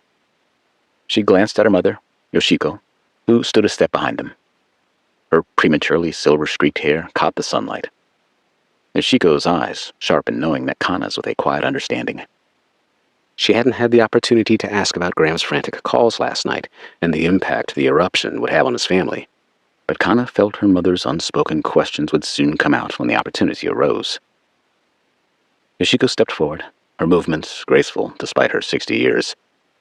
"Come, children," she said, her voice warm but firm. "We honor Fuji-san's goddess, Singin-sama, today. She watches over us, just as she has for centuries." She handed each child a wooden ladle, guiding their small hands to rinse them properly. Emmy mimicked her grandmother's precise motions, while Kin's enthusiasm sent water sloshing onto the stones. Kana's throat tightened with emotion as she watched. The shrine was a place of peace, its red, lacquered buildings and ancient cedars a testament to centuries of reverence for Mount Fuji. Yet today, that peace felt fragile. Graham's voice, strained and urgent, echoed in her mind from his last words early that morning before he left for Hamaoka. "The eruption's worse than the news reports initially thought. My parents, I don't know if they got out." She hadn't heard from him since, and her calls went straight to voicemail. She pushed the thought down, immersing herself in the ritual and the fact he was probably focused on getting through to the States. Inside the honden, the main hall, the air was cool and heavy with the scent of incense. Kana knelt beside her mother and children, bowing twice before the altar. Emmy's small hands clapped sharply, the sound echoing in the quiet space. Her brother copied her, his clap softer, his eyes wide with wonder. Kana closed her eyes, reciting her prayer, a silent plea for help. "Singin-sama, protect Graham, protect his family, keep them safe from the fire and ash." Her fingers brushed a Nomamori charm in her pocket, a talisman for safety identical to one she'd bought for Graham years ago. She wondered if he'd remembered to carry it today. Yoshiko's voice broke the silence, low and melodic as she spoke to the children. "Fuji-san is more than a mountain. She is a goddess, a mother to our people. Long ago, emperors climbed her slopes to pray for Japan's prosperity. Even now, she speaks to us through the wind, the earth, and the seasons." Emmy listened intently, her brow furrowed. Even Ken, who had been fidgeting, stopped scuffing the wooden floor with his sneakers. Kana opened her eyes, her gaze drifting to the altar's intricate carvings. Despite spending most of her life in America, Mount Fuji's cultural weight had always been a part of her. Her father, now deceased, and mother frequently traveled back to Japan, where their days included cultural events woven into festivals, art, and stories. Yet today, its spiritual presence felt heavier, as if the mountain itself was watching. She thought of Mount St. Helens, its fiery wrath unleashed across the Pacific Northwest. Were the gods of the mountains speaking to each other? She shook off the thought, chiding herself for superstition. She suspected Duke and Sloan had a far more scientific explanation. After the prayers, they stepped outside, the morning sun, now higher, warming the cobblestone path. Kana led the way to a nearby park, a small oasis of green nestled at the foot of Mount Fuji's southern slope. The children ran ahead, Emmy's laughter ringing as she chased Ken toward a wooden slide. Yoshiko walked beside Kana, her steps measured. She doled out the motherly advice. "You're carrying too much, Kana," Yoshiko said, her concern for her daughter evident. "Tell me the details of what troubles you and your husband." Kana hesitated, her eyes on the children. "It's Graham," she admitted. "His family is in danger because Mount St. Helens erupted near their home. He's trying to find out if they're safe, but communication lines are not working. He hasn't been able to reach them." "Your children do not know?" Her voice wavered, and she swallowed hard as she shook her head side to side. Tears welled up in her eyes. "I don't know how to tell them." Yoshiko's hand rested on Kana's arm, giving her daughter a sense of calm. "Children are stronger than you think, but they need honesty, not silence." She paused, her gaze lifting to Mount Fuji's serene silhouette. After a reflective moment, Yoshiko continued. "Fuji-san teaches us resilience. She has stood through quakes and storms. So will you. So will they." She gestured toward the kids who were running through paths cut through the flower gardens. Kana nodded, though the knot in her chest didn't loosen. Across the park, she spotted a familiar face. Keiko, a friend from her university days, was sitting on a bench with her two children, a boy and a girl about Emmy's age. Kiko spotted her near simultaneously and waved, her smile genuine. "Kana! It's been so long!" she called, rushing over to embrace her. The mothers introduced the children to each other. They hit it off immediately and took off for the swings, their laughter warming Kana's heart momentarily. The women settled on a bench, watching the children play. Yoshiko sat nearby, her hands folded in her lap, her eyes distant but attentive. "How's Graham?" Kiko asked, her tone casual. Kana's smile faltered, and she gave a vague answer about his work. Kiko didn't press, instead sharing stories of her own family's recent trip to Kyoto. Kana tried to listen, but her mind had drifted to her phone, silent in her pocket. She'd tried Graham right before she'd spotted Kiko. Still no answer. In the distance, Emmy pumped her legs on the swing, her braid bouncing. The park was her favorite place, with its wide sky and the mountain looming like a giant watching over them. She glanced at her mother, who looked sad even when she smiled. Emmy wondered why. She swung higher, the cool air against her cheeks, and shouted to Keiko's daughter, "Bet I can go higher than you!" Ken, on the swing across from the girls, grinned, his gap-toothed smile wide. "Boys can do better, right?" he yelled to his new friend, kicking his legs harder. His view of the world was simpler. It was all bright colors, fun, and games. For the 6-year-old, the ground felt alive under his feet, like it was humming. He didn't notice his mother's worry that morning, or even his grandmother Yoshiko's quiet watchfulness. He just wanted to beat Emmy to the top of the swing's arc. Then the ground did hum. 26. April 15. Morning. Hamaoka Nuclear Power Plant. Amazaki, Japan. Daylight burned clean through the Pacific haze, casting a golden sheen over the Hamaoka Nuclear Power Plant's concrete sprawl. Seagulls rode warm thermals over the shimmering waters of Suruga Bay, its calm surface soon to be revealed as a cruel hoax. From his office on the top floor of the administrative building, Graham could see the glint of sunlight off the plant's state-of-the-art tsunami seawall, a concrete barrier standing strong against the ocean's worst intentions. The air outside was crisp, the kind that almost made you believe the world wasn't cracking apart at its tectonic seams. But Graham wasn't fooled. After he'd made his early rounds around the plant, the air inside the various buildings he visited was noticeably sterile, heavy with the hum of machinery and only the faint chemical tang of coolant. In the offices, monitors glowed with a steady flow of data readouts, their rhythmic pulses a heartbeat of normalcy. Having done his morning checks, he returned to his suite of offices and settled in behind his desk, flipping through telemetry readouts from the previous 24 hours. They were mostly routine. A few microquakes off Suruga Bay, deep and clean. No major spikes in background radiation. No abnormal coolant system pressure. But his mind wasn't focused on any of it. Graham's mind was 6,000 miles away in Washougal, where Mount St. Helens was probably burying his family's home in ash and generating lahars that could sweep them into the Columbia River. His fingers twitched on the console, itching to call Bo again, to hear that Duke, Betsy, and Sloan were safe on high ground. He'd tried continuously to speed dial his family, to no avail. Kana and the kids were on his mind, too. Their trip to Mount Fuji with her mother to pray for his family was very much appreciated, but left him only a fragile hope against the wrath St. Helens was inflicting on his family. Graham's blue eyes, sharp but shadowed with fatigue, flicked to the seismic feed on his tablet. No new alerts from the Japan Meteorological Agency, but the memory of the quake that rolled through the Nankai Trough at the bottom of Suruga Bay the other day lingered like a bad dream. Only somewhat relieved, he took a deep breath, adjusted his ID badge, the plastic cool against his clammy skin, and tried to focus on the coolant flow diagnostics. Normal. Everything was normal. For now. "Mercer, you look like you're waiting for the earth to crack open," came a voice, rough with humor but laced with tension. Al Yamada, Hamaoka's senior geologist, leaned against the console, his wiry frame dwarfed by the room's sterile expanse. His dark eyes glinted with a mix of pragmatism and unease. His prematurely graying hair swept back into a ponytail, revealed a face weathered by decades studying Japan's restless crust. Graham managed to smile, not just because of the sudden appearance of his friend and co-worker, but because his grizzled look reminded him of his dad and every other geologist or volcanologist he'd ever known. He motioned for Yamada to take a seat. "Might not be far off, Al. St. Helens is tearing up the Pacific Northwest. My family's right in the middle of it, literally. Yamada nodded, his expression softening.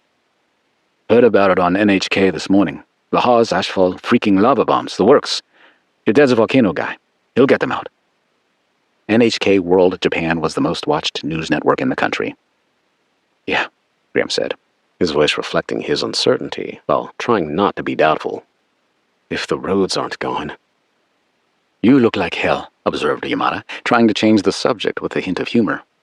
Thanks, pal. Yamada tapped the tablet he had tucked underneath his arm. He quickly pulled up a Japan Meteorological Agency, JMA, feed. And here? Ground's been quiet since the quake the other day. Yamada paused before asking, Do you know what they say about the ghosts of Fukushima? Graham nodded as Yamada brought up the legend. It was an aspect of the 2011 Fukushima disaster that had become part of Japan's folklore. Ghosts of Fukushima? A little. Yamada's laugh was sincere.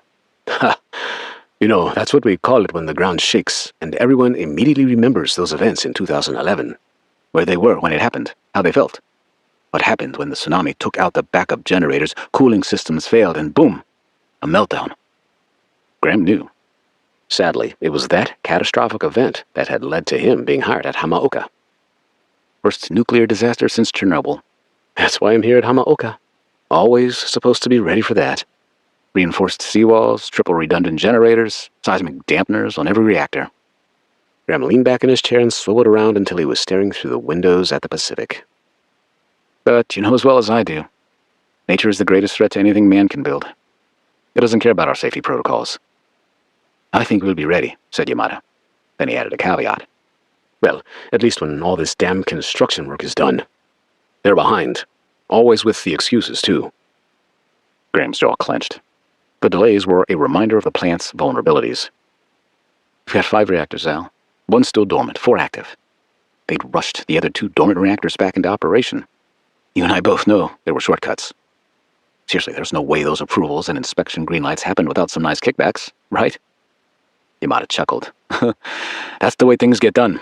America, Japan, even in China. You don't think those Communist Party leaders aren't lining their pockets. They're all corrupt. Graham continued, the unfinished safety measures weighing heavy on his mind.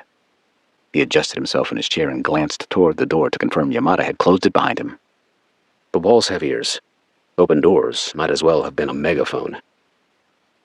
Al, what about those spent fuel pools? They're the real problem. If we lose power, the cooling pumps stop. No water circulation.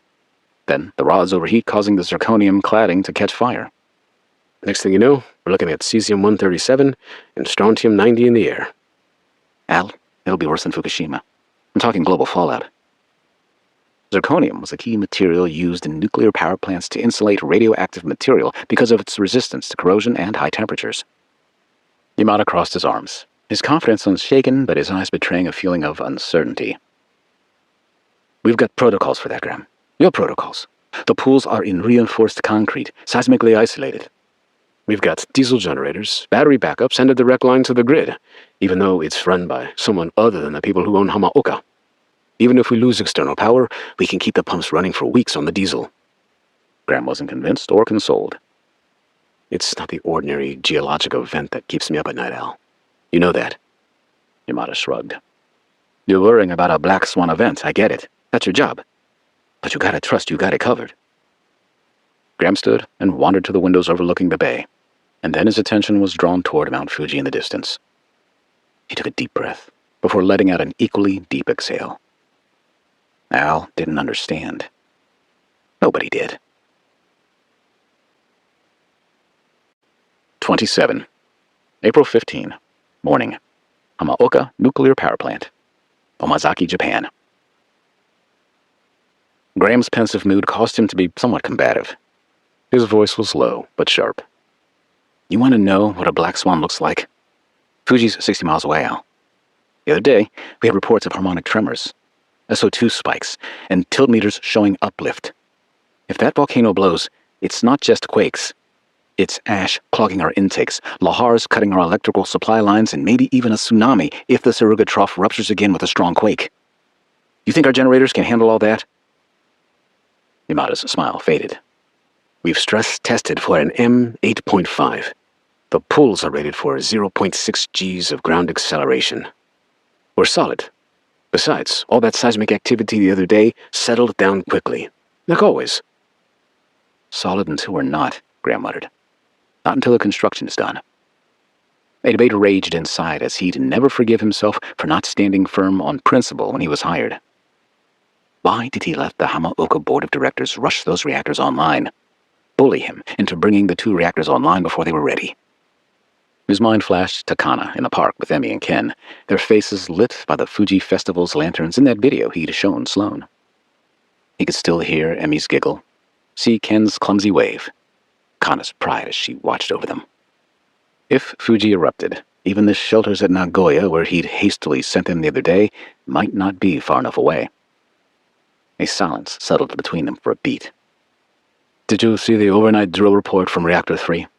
Yamada asked, sensing the awkward moment allowed worry to creep into his friend's mind. "Yeah. I flagged 2 discrepancies in the diesel backup relay sequence." "Already?" Yamada grinned. "You work faster than the techs."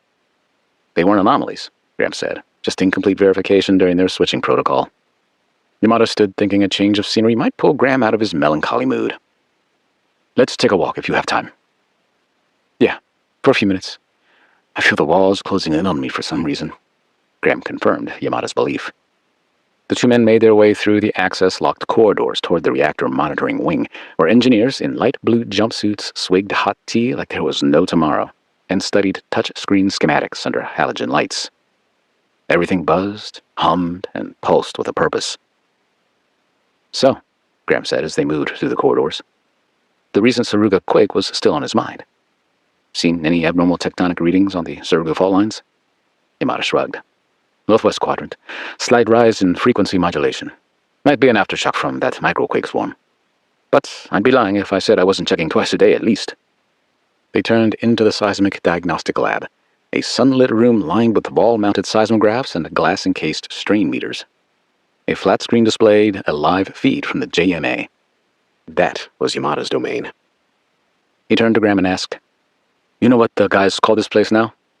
Graham shook his head. "Ghost room." Graham arched a brow. "As in the ghosts of Fukushima," said Yamada, picking up his mention of the ghosts of Fukushima earlier.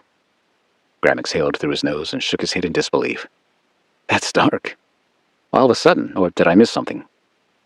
"They don't say it in front of the senior management," he replied. "But it's the shadow we all work under. We pretend it's gone, but it's always here.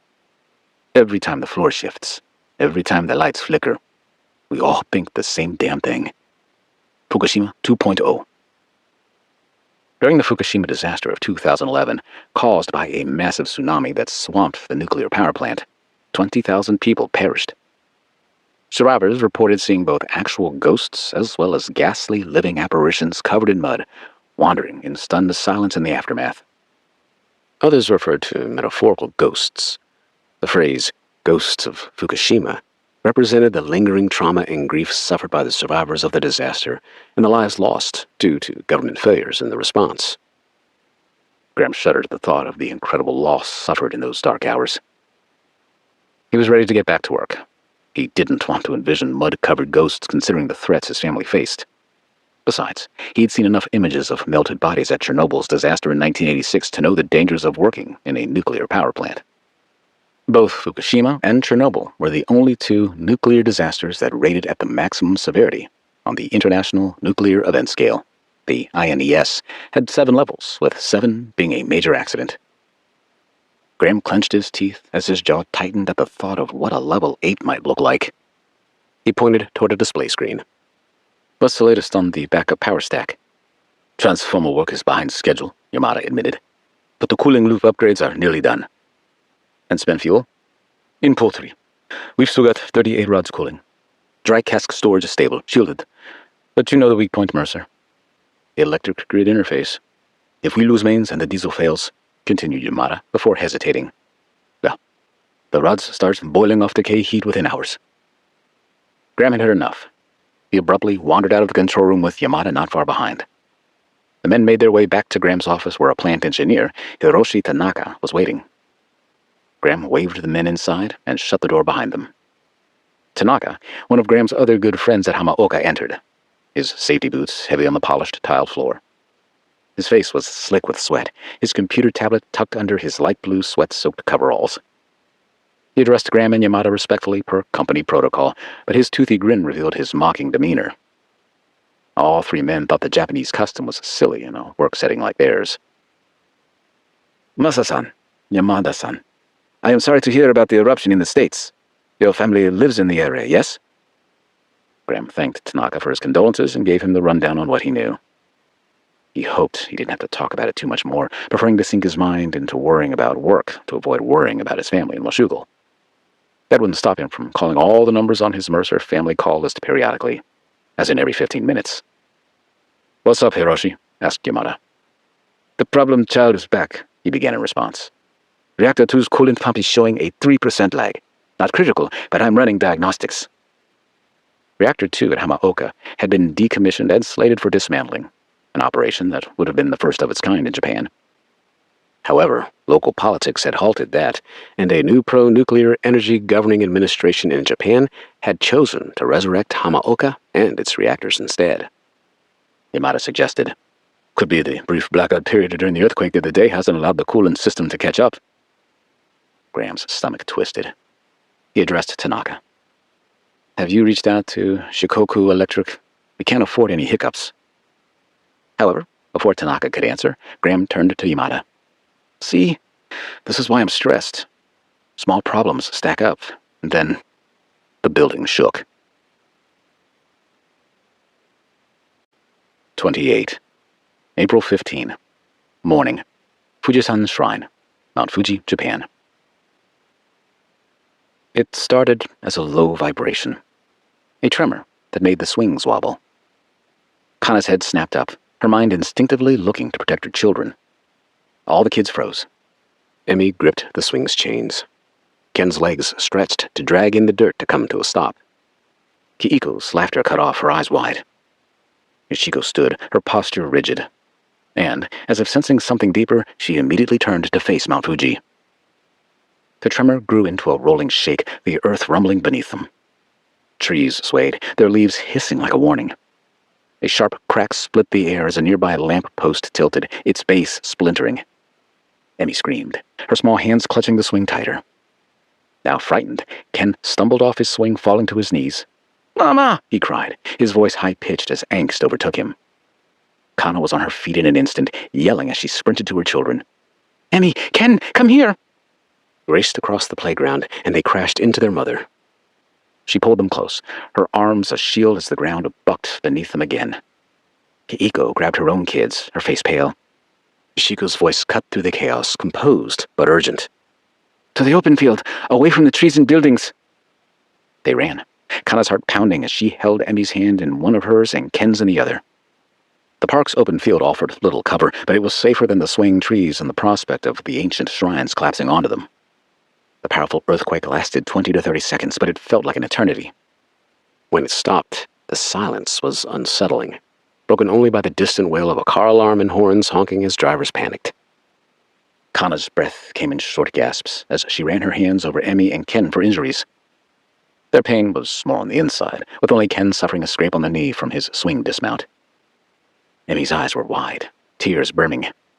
"Is it over? It was so long," she whispered. Ken clung to Kana's leg, his earlier bravado gone. "I want Daddy," he mumbled. "It's okay," Kana said, her voice steadier than she felt. "We're safe." But her mind raced. The quake had seemingly rolled up to them, coming from the south, as they often did. Suruga Bay was a widely known seismic hotspot. Because it impacted his job, she and Graham had often discussed the region's fault lines. The tectonic plates of the Ring of Fire grinding beneath the Pacific along Japan's coastline had created the island nation, and those same plates frequently shook it apart. Naturally, Graham's work, the Hamaoka nuclear power plant, filled her mind. What if the quake had damaged it? She struggled to push the thought away, opting instead to focus on her children. Kiiko's voice trembled as she hugged her own kids. "That was strong, too strong." She glanced at Mount Fuji, its peak unmoved by the chaos below. "Do you think, it made the volcano mad?" Yoshiko, standing nearby, was too respectful to roll her eyes. Outwardly, anyway. Kana didn't answer. She didn't want to put that kind of thought into the universe. Instead, she pulled out her phone again to quickly dial Graham's number. The call failed. The tower's signal weak. She tried again. Nothing. She studied her children's frightened faces.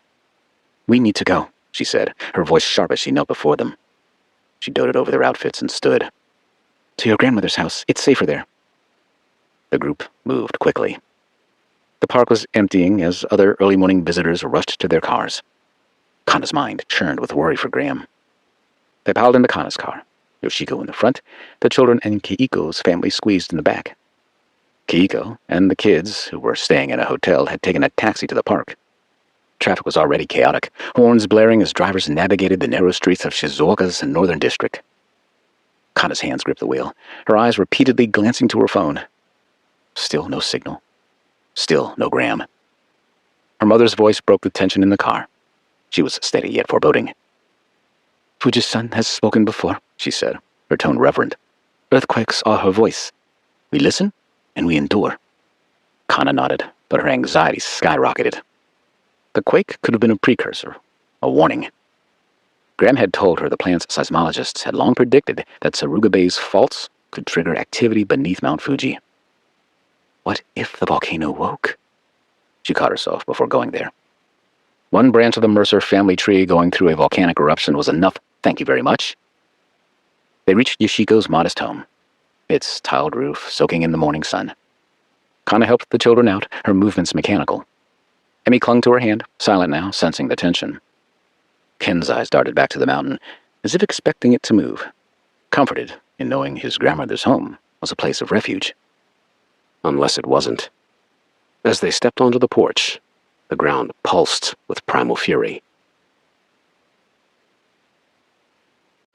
29. April 14. Afternoon. Evergreen Highway, near North Bonneville, Washington. The Columbia River had become a thrashing, churning beast, a rapid-firing jackhammer of mud and debris. Reed's lungs burned, a raw, searing agony with every gasping breath. He clung to the splintered log, his raw hands shredded by glass and concrete, desperately clenching the rough, wet bark. Gigi's hand, miraculously still laced with his, was the only anchor in the tumult. They were swallowed, tossed, spun, utterly at the mercy of the current. The thunderous rumbling of the lahar, a monstrous, grinding concerto of colliding wreckage, filled his ears, his bones, his very soul. Not again. The thought hammered in Reed's mind, a bitter echo of the Portage Bay tsunami. Not like this. Not after all that. Disbelief became a terrifying, visceral shock. They'd escaped the initial blast. They had survived the vehicle-choking ash. They'd been thrown into the water once already. To be here again, battered, hypothermic, drowning in this liquid concrete, felt like a cruel, diabolical joke. The lahar was freezing in places, and suddenly very warm. Thick with ash and pulverized earth, it coated them like glue. It tasted foul, metallic, the earth's blood. Unseen objects scraped past, some thudding with sickening force against the log, sending tremors up their arms, threatening to dislodge their tenuous grip. He felt the constant battering, the chilling cold seeping into his bones, stealing his strength with every agonizing second. "Hold on," Reed choked out, his voice a raw rasp spitting out a mouthful of gritty water. He pulled her closer, his arm wrapped around her waist, trying to protect her from the brutal impacts of the debris. Her body felt limp, trembling, but she clung to him with a desperate, unyielding strength that mirrored his own. She had not fully recovered from the ordeal in Seattle. The Columbia River was no longer the familiar, majestic waterway of his childhood. It was a vast, churning, brown-gray channel, unnaturally wide, overflowing its banks. It had transformed into a monstrous, liquid conveyor belt of destruction. Vehicles, mangled and unrecognizable, tumbled end over end. Sections of buildings, twisted rebar protruding like broken bones, spun in the current. Massive tree trunks, shorn clean of their branches, crashed against each other, splintering with booming thuds. He saw household items, toys, furniture, pathetic remnants of lives utterly, irrevocably consumed. And everywhere, in the roiling depths, dark shapes. Human, animal, indistinguishable in the terrifying soup of annihilation. The water itself was thick, like a slurry. Reed tried to kick, but his legs couldn't gain traction, simply churning the murky liquid. Swimming was impossible. They were merely passengers on this horrifying, uncontrolled journey atop an uprooted tree trunk. Then, through the blinding spray and churning mud, a familiar silhouette ahead. Beacon Rock. The colossal basalt monolith, now grim and ash-covered, loomed through the haze. It had new scars, raw wounds where rock slides had torn away its ancient face since they'd encountered the falling boulders just a few days ago. Seeing it, Reed felt a sickening lurch in his stomach.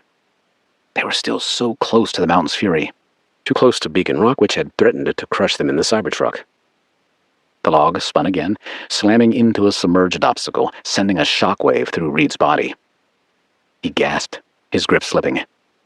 He fought, muscles screaming, the current trying to rip Gigi from his grasp, whose legs had been clipped by the fast-moving side of a storage building.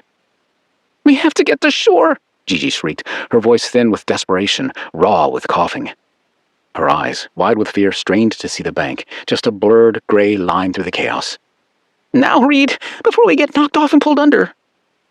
He scanned frantically. The riverbank was a sheer, ash-covered slope, punctuated by skeletal trees and churning eddies. No easy landing.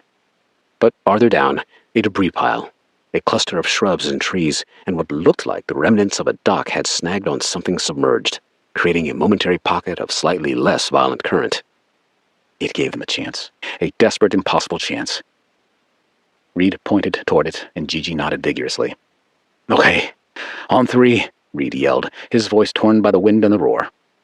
He pulled Gigi closer, bracing himself with his arm wrapped around her. 1, 2, 3. He kicked and thrashed, propelling them towards the debris pile with every ounce of remaining strength. The log scraped against unseen objects, spinning wildly. They were battered by smaller pieces of wreckage, sharp impacts that left stinging pain. He pushed, pulled, fighting the relentless current. Just as he thought they might make it, a massive submerged tree trunk, a silent dark torpedo, surged up from the depths and slammed into their log. The impact was brutal, a sickening crunch. The log began to tear apart, ripping and splintering into smaller pieces. Reed felt Gigi's hand torn from his. "Gigi!" The scream tore from his throat, raw and desperate, as he was plunged back into the churning, overpowering water. The Columbia swallowed him, pulling him down, spinning him. Pure, visceral panic, cold and paralyzing, seized him. He thrashed blindly, fighting against the crushing current. His only thought was Gigi. He broke the surface, gasping, coughing, spitting muddy water. His eyes burned, scanning frantically through the mayhem.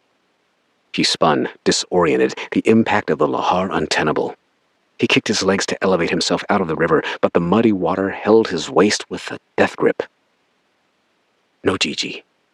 Only a rollicking torrent of churning brown water. His heart hammered, a brutal rhythm of despair. He thrashed, kicking wildly, screaming her name, his voice thin and lost in a monstrous howl of the swelling Columbia River. Then, through the spray, a flash of stringy blonde hair. Also a hand, just for a second. Yet it was all he needed. Reed lunged toward her, an impossible, desperate surge of adrenaline propelling him forward. He pushed through the viscous water, ignoring the impacts of debris, the burning in his lungs. He reached out, his raw fingers grasping. He felt the cold, slick skin of her arm, then her hand. He seized it, his grip absolute, never letting go. He pulled, hauling her towards him, their bodies colliding with a gasp as the watered-down lahar released her. She was coughing, choking, her eyes wide with terror, but she was there. He held her tight, one arm wrapped around her, his other desperately flailing, searching for something, anything to cling to. His hand scraped against something solid, immovable, a dark, massive shape. The remains of a car's back-seat cushion. Half submerged and water-soaked, its top barely broke the surface. He hauled himself onto it, then pulled Gigi up beside him. They lay on its soggy surface, gasping, shivering, their bodies battered. Okay, Gigi choked, her voice trembling, her teeth chattering. We're here. We're on land. Reed nodded, unable to speak, refusing to correct her. He kicked towards shore, growing closer.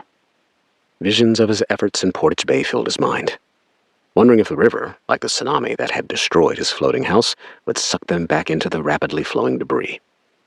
They were closer, making steady progress, enough for Reed to dip a toe downward. The ground beneath them felt soft, but it was real.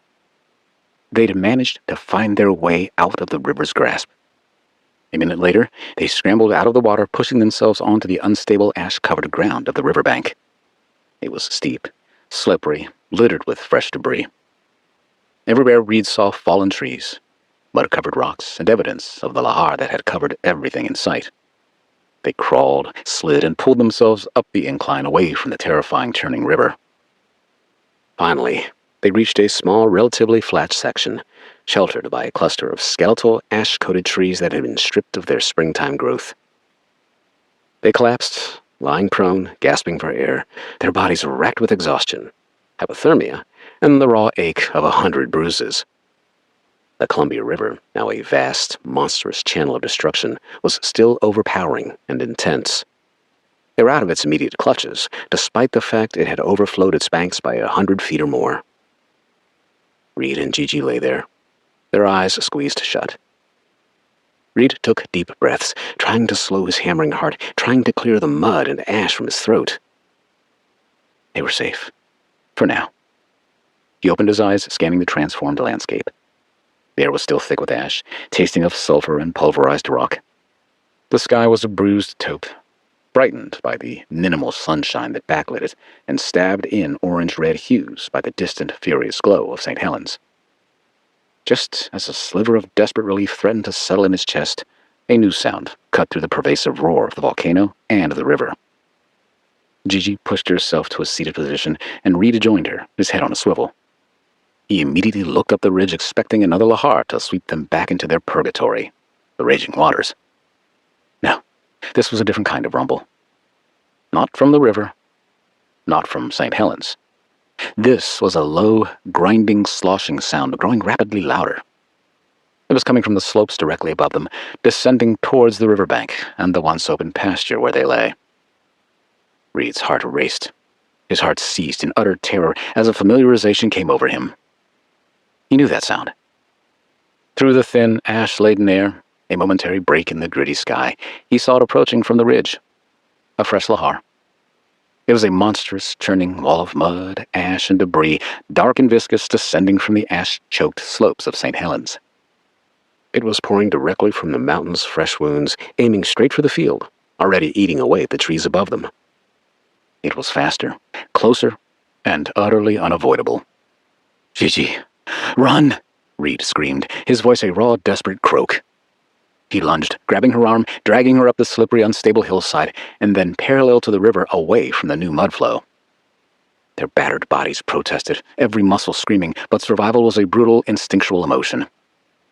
They fell simultaneously, then gathered themselves up the steep, ash-covered slope, their shoes sinking, slipping, as their lungs burned with every agonizing breath. The monstrous, churning wall of mud, ash, and debris slammed into the riverbank where they had just escaped, consuming the ground behind them like a massive beast with a voracious appetite. The force of the lahar vibrated through the earth, a terrifying reminder of its relentless pursuit. Their place of respite had been obliterated, swallowed by the volcano's relentless eruption, leaving their survival teetering on a razor's edge. 30. April 15, morning. Hamaoka Nuclear Power Plant, Amazaki, Japan. It was subtle, as if the plant had hiccuped. The men froze, staring at one another, steadying their drinks, the ghosts of Fukushima on their minds. Then it hit. A low rumble swelled. The walls trembled, growing in intensity, shaking the administration building like a beast punching its foundation from beneath the earth. On Graham's credenza, monitors, readouts, filled with static at times, stuttered. A coffee mug slid off his desk, shattering on the hard floor. Alarms blared, a piercing wail that drowned out the technician's shouts. Graham steadied himself against the edge of his desk, his heart slamming against his ribs. The ground bucked again, harder, rattling the drop ceiling panels and sending a stack of binders crashing from a bookshelf. "Let's go," shouted Yamada, who raced past Tanaka to enter the corridor. He turned right, Tanaka and Graham immediately behind him, rushing toward the suite of offices that housed the scientific team of geologists who monitored the nuclear power plant's reaction to seismic activity. "M6, maybe higher," a member of Yamada's team barked the moment her boss entered.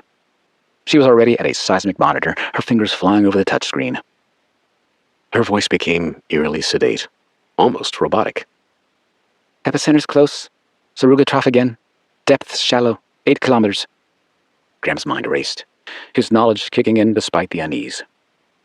"Get me the JMA feed. I need focal mechanism, PGA, everything." PGA, or peak ground acceleration, was the measure of the shaking or ground motion during an earthquake. Graham relied on this data to ensure the plant was designed with earthquake resistance in mind. "Sending it to you, Mercer-san," one of Yamada's analysts shouted. Graham grabbed an available computer tablet and immediately used his login to sync his data with the seismic ops room. The screen lit up. M 7.4, 35.312 degrees north, 138.892 degrees east. Saruga Trough. PGA 510. G at Omazaki, Saruga Bay. His eyes grew wide. The numbers were a death knell. Too close, too strong, too fast. Tanaka's voice cut through the chaos. "Reactor 2's pump is down to 10% capacity. I'm switching to backup." "Already? What the hell?" asked Graham. "Damn it," shouted Yamada. His hands shook as he toggled switches, sweat dripping onto the console. He turned immediately to Graham. "Fuji's caldera readings are spiking." Graham locked eyes with his friend and glanced at his watch. Was Kana still there? With the kids and her mother? He felt his pockets for his cell phone. Damn! It was on his credenza charging. Yamada sensed his concern, his voice steady, but his eyes wide. "SO2 flux is up 200% since yesterday. CO2's climbing. Tilt meters are reflecting the activity. We have 1.2 microradians uplift on the northwest flank. It's only a fraction of a degree, but it could mean more. This isn't just a quake, Graham. We must consider it a precursor." Graham's breath caught. Precursor. The word hung like a guillotine. Fuji's last eruption in 1707 followed the Hoye quake, an M8.6 that fractured the Nankai Trough. The recent seismic activity, coupled with numerous microtremors and aftershocks. History could be repeating, and Hamaoka was in the crosshairs. He thought of Kana and the kids. They were spending what should have been a beautiful spring morning at Fuji. Instead, he visualized them in mortal danger, surrounded by ash falling like snow, fire spewing out of Fuji's throat. Were they safe? He almost shouted it out loud. "Get the evacuation command room online." Graham had the presence of mind to order, his voice a low growl. "Switch all reactors to standby. Prioritize the spent fuel pools. Check the cooling systems now. Get Shizuoka Power on the phone. We need confirmation their delivery is stable." Without waiting for confirmation, he ran out of the room and crashed into a frantic secretary who was running past. They ended up in a heap on the floor.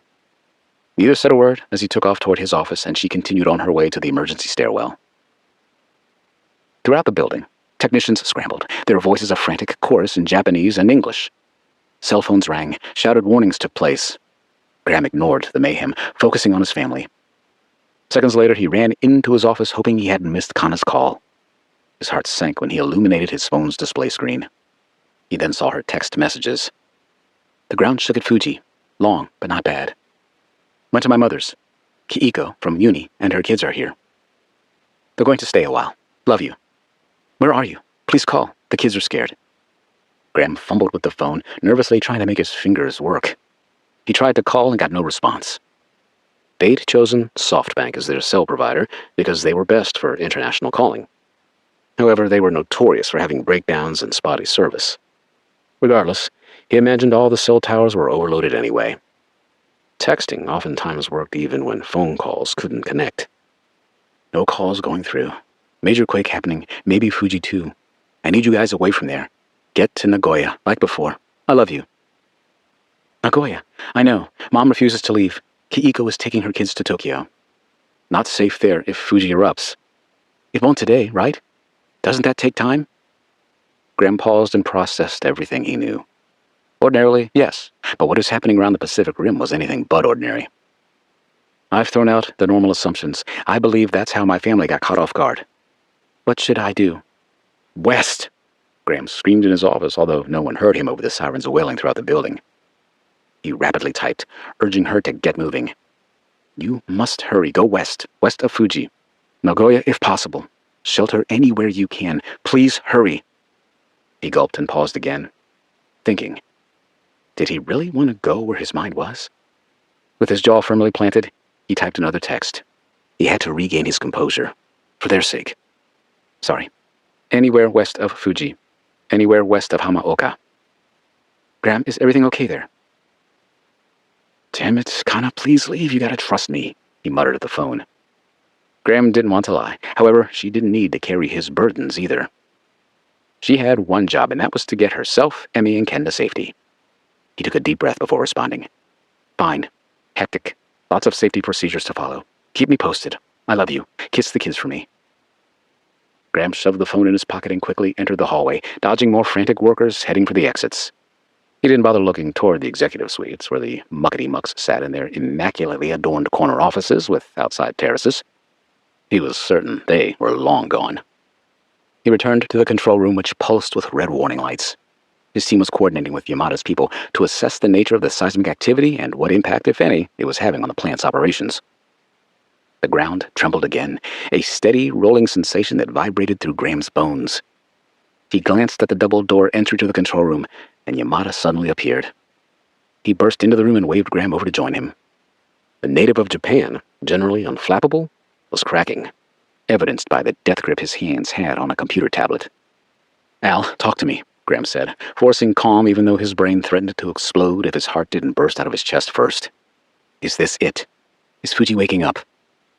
Yamada's jaw worked, his eyes locked on the seismic feed. His words ominous, surreal. The ghosts of Fukushima are whispering, my friend. This quake's loading stress into the Fujikawa Keiko fault zone. If the magma chamber's pressurized, and those gas ratios say it is, we're looking at a BEI 5, maybe 6, in hours. Hamaoka's not ready for that. None of Japan is. Graham's mind flashed to the spent fuel pools. Thousands of fuel rods submerged in water. Their decay heat constantly monitored, a constant threat. Without power, whether from electricity or the diesel generators, the water would boil off, exposing the rods.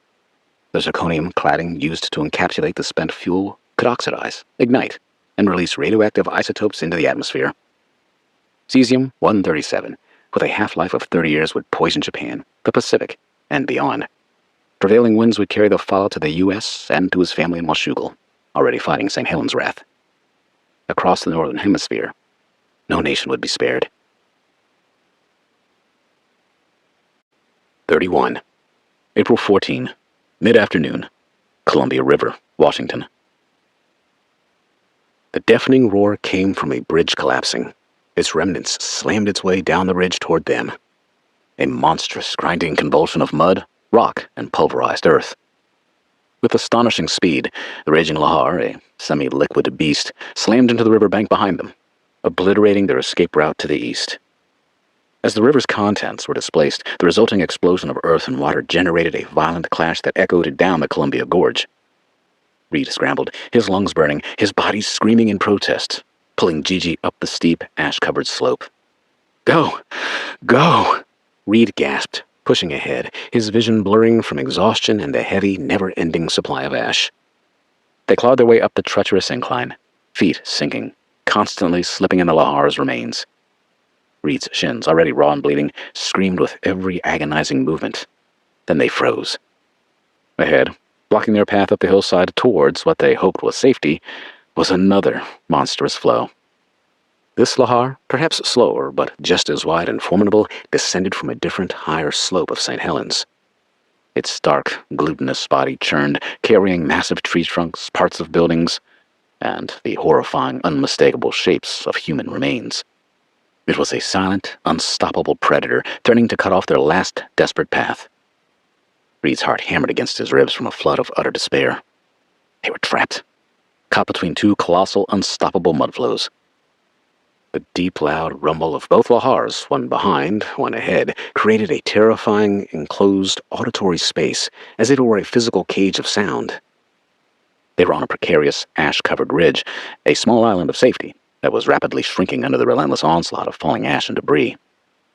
No way out, Gigi choked, collapsing beside him, her body racked with tremors, tears carving clean streaks down her ash-covered cheeks. She coughed, a deep, painful sound, her lungs burning. Her eyes, wide with a profound, terrifying hopelessness, locked on his. Reed, are we done? No. Reed refused to allow her to ask the questions aloud, even though in his panicked mind, he was able to finish it for her. They both knew the danger, the insurmountable odds that they faced. Despair, cold, and absolute defeat washed over Reed. He slumped beside her, his head falling back against a rough, ash-coated rock. His body was beyond exhaustion. Every breath was agony, filled with hot, sharp silica and the acrid tang of sulfur. He felt the ground vibrate constantly from the distant volcano and the two raging rivers of mud. He began to see the end. This was it. They had run out of options. Out of time. Then a new sound, impossibly faint at first. A high-pitched whine, cutting through the tumultuous lahars and St. Helens roar. It was alien, mechanical, growing rapidly louder. Reed's head snapped up. Disbelief roared with a frantic, desperate hope. His field journalist's instinct, honed by years of documenting disasters, recognized it immediately. A helicopter. But here? Now? Gigi, listen, he gasped, grabbing her arm, forcing her attention. The whine intensified, morphing into a powerful, rhythmic thumping, the unmistakable whoomph, whoomph, whoomph of rotors battling the air. Her eyes, glazed with exhaustion, slowly registered the sound. A glimmer of, hope? Through a momentary thinning of the ash, a shift in the relentless, superheated wind, they saw it. A dark, powerful silhouette against the bruised, ash-choked sky, battling the gale force winds and dense volcanic particulate. It was a military helicopter, a Washington National Guard NH-90, its rotors chopping violently, defiantly through the ash-filled air. Here! Reed screamed, pushing himself up. He tore a bright fluorescent orange reflector vest from his discarded camera bag, an absurd piece of gear in this apocalypse, and waved it frantically. Here! Over here! Gigi, with a raspy cry, found a hidden reserve of strength. She scrambled up beside him, tearing off her sweatshirt. She turned it inside out to reveal its light gray inner lining. She waved it wildly, her desperate pleas swallowed by the swirling wind and the helicopter's powerful rotating blades. The NH-90, a medium-sized, multi-role transport helicopter, continued overhead, not slowing, on a predetermined course that did not include rescuing Reed and Gigi. Its tail rotor came into view as it passed, moving farther downriver, leaving them behind. Absolute hysteria crossed Gigi's face. She rushed after it, waving Duke's sweatshirt. She slipped and fell, face planting in the gooey mud. She scrambled to her feet and tried again with the same result. Then she screamed before breaking down in a fit of sobs and tears. Reed joined her, helping her up just as the mud began to slide toward the river. Once again, they were destined to be carried away, neither sure if they were able to continue fighting for their lives. 32. April 15. Morning. Hamaoka Nuclear Power Plant. Omazaki, Japan. Graham's mind raced as he faced the worst kind of conundrum. His wife and children needed to get to safety. They needed to be helped. However, his sense of duty got in the way. Not a duty to the plant, but rather a duty to every human being who'd be impacted by a failure of the safety protocols he'd established at Hamaoka. He simply could not abandon his post. We need to maintain a secure grid connection, Graham said, his voice finding a sense of urgency. That's first and foremost. If we lose external power, then those backup diesel generators had better hold. Tanaka arrived at the control room. Graham immediately hit him with a question. What's the status on the distribution transformers? Tanaka looked up, his face contorted. I'll check personally. Members of my team are... He didn't finish his statement. Graham and Yamada exchanged glances. Tanaka's employees had done what everyone in the plant wanted to do. They ran. Can you do it right now? Asked Graham. I'm sorry to ask you. Tanaka raised his hand, coupled with a half grin. Not another word, Masa-san. The main transformer yard is near the spent fuel storage. We need competent, not frazzled eyes on it. Not people looking for exits, right? if it's compromised. He never finished his sentence. Another quake hit, sharper, rattling the walls. A ceiling tile fell, crumbling into chalky dust. The alarms screamed louder, a banshee wail that drowned out thought. Graham's tablet pinged with a new JMA alert. Volcanic Alert Level 2 issued for Mount Fuji. Seismic swarm detected. Prepare for potential escalation. Move, Tanaka, Graham shouted, bolting for the door. We need eyes on the transformer yard. They ran through the corridor, the linoleum slick under their shoes, the walls groaning under the planet's show of strength. Emergency lights flashed, casting jagged shadows.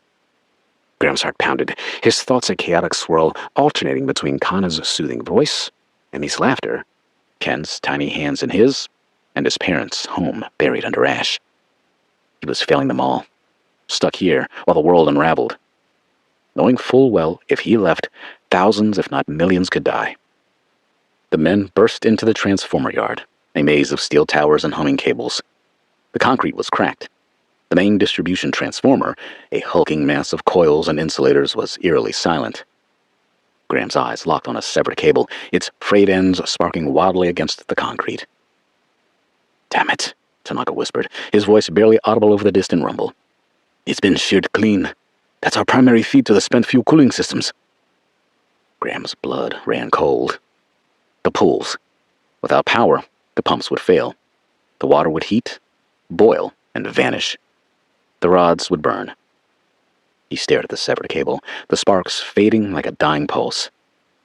Fuji was waking, and Hamaoka was on the edge of catastrophe. 33. April 14, mid-afternoon, Columbia River, Washington. It seemed to sense them. The chopper's powerful rotors carving a path through the storm of ash. Then, suddenly, it banked sharply, battling powerful crosswinds and downdrifts. Its skillful maneuvering a testament to its pilot's incredible training. The NH-90's 53-foot main rotors whipped the ash around them violently, creating a blinding tornadic vortex. Inside the cockpit of the NH-90, Captain Sarah Cavanaugh, her face grim beneath the visor of her flight helmet, wrestled with the controls.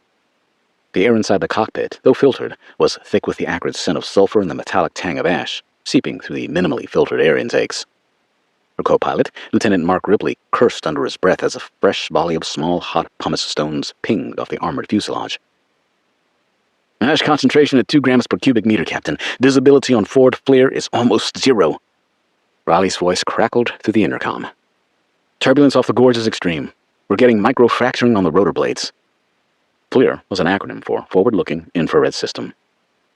Cavanaugh furrowed her brow, an intensity consuming her as their reconnaissance patrol had suddenly become a rescue mission. Her demeanor was self-confident, professional, unfazed by the unfolding disaster. "I saw them, Riley. 2 figures. Looks like they're stranded between 2 flows. They're waiting." Her eyes, focused on the FLIR display, saw the faint heat signatures of 2 humans. Tiny, desperate dots against the thermal landscape of the powerful lahars. FLIR was integrated into the NH-90's cockpit display. In addition to providing the pilots the ability to identify humans in the dark, it gave them enhanced situational awareness in smoke, fog, and heavy rains. "Command, this is Guardian 1, Riley transmitted, his voice terse. "We have positive visual on 2 individuals at grid B7, between lahar Delta 4 and 5, requesting immediate extraction. Conditions are extreme IMC, heavy ashfall, sustained volcanic winds, minimal fuel to reach higher ground if conditions worsen." IMC was an acronym for Instrument Meteorological Conditions, meaning visibility was poor, requiring pilots to rely heavily on instruments. A moment of static, then the gruff voice of their commanding officer responded. "Guardian 1, copy visual. Extraction negative. Low vis is a no-go." Cavanaugh and Riley looked at one another. Riley turned off the communications channel to their commander and their base. "Captain, they're alive. I thought we're supposed to save lives, not leave them to become another number in the death toll." Cavanaugh provided her lieutenant an imperceptible nod. "I never heard, nor did I acknowledge his last transmission, did you?" "Nope." She carefully, painstakingly maneuvered the NH-90, fighting the violent crosswinds. The ground, a churning gray-brown nightmare, rushed below them. She brought the helicopter to a precarious hover, the powerful downdraft kicking up a blinding plume of ash around Reed and Gigi. "Sending the hoist, Captain," Riley barked. "Keep the bird steady." Captain Cavanaugh rustled the controls, grimacing. "Steady as she goes. Make it quick, Lieutenant. Rotor RPM is dipping." A rope ladder, thin and fragile in the disturbed air, descended from the helicopter's belly. It whipped wildly in the downdraft. One of the two rescue specialists seated in the cabin descended from the chopper. Secured by a harness, he used hand signals to provide the pilots the ability to hover over their target. On the ground, Reed, battered, choking, but his eyes blazing with desperate resolve, saw the chopper return. His heart leapt, and so did his adrenaline. This was their best, if not only, chance to survive. And his frenetic mind thought it might save his parents and Sloan too. He grabbed Gigi's arm, pulling her forward. "Get ready, you first." Gigi clenched her teeth and stretched. She reached for the ladder. She willed her arm to grow longer until she made contact. But her fingers, numb with cold and exhaustion, slipped. Reed grabbed her around the waist and shoved her upward, his body screaming, forcing her to get a grip.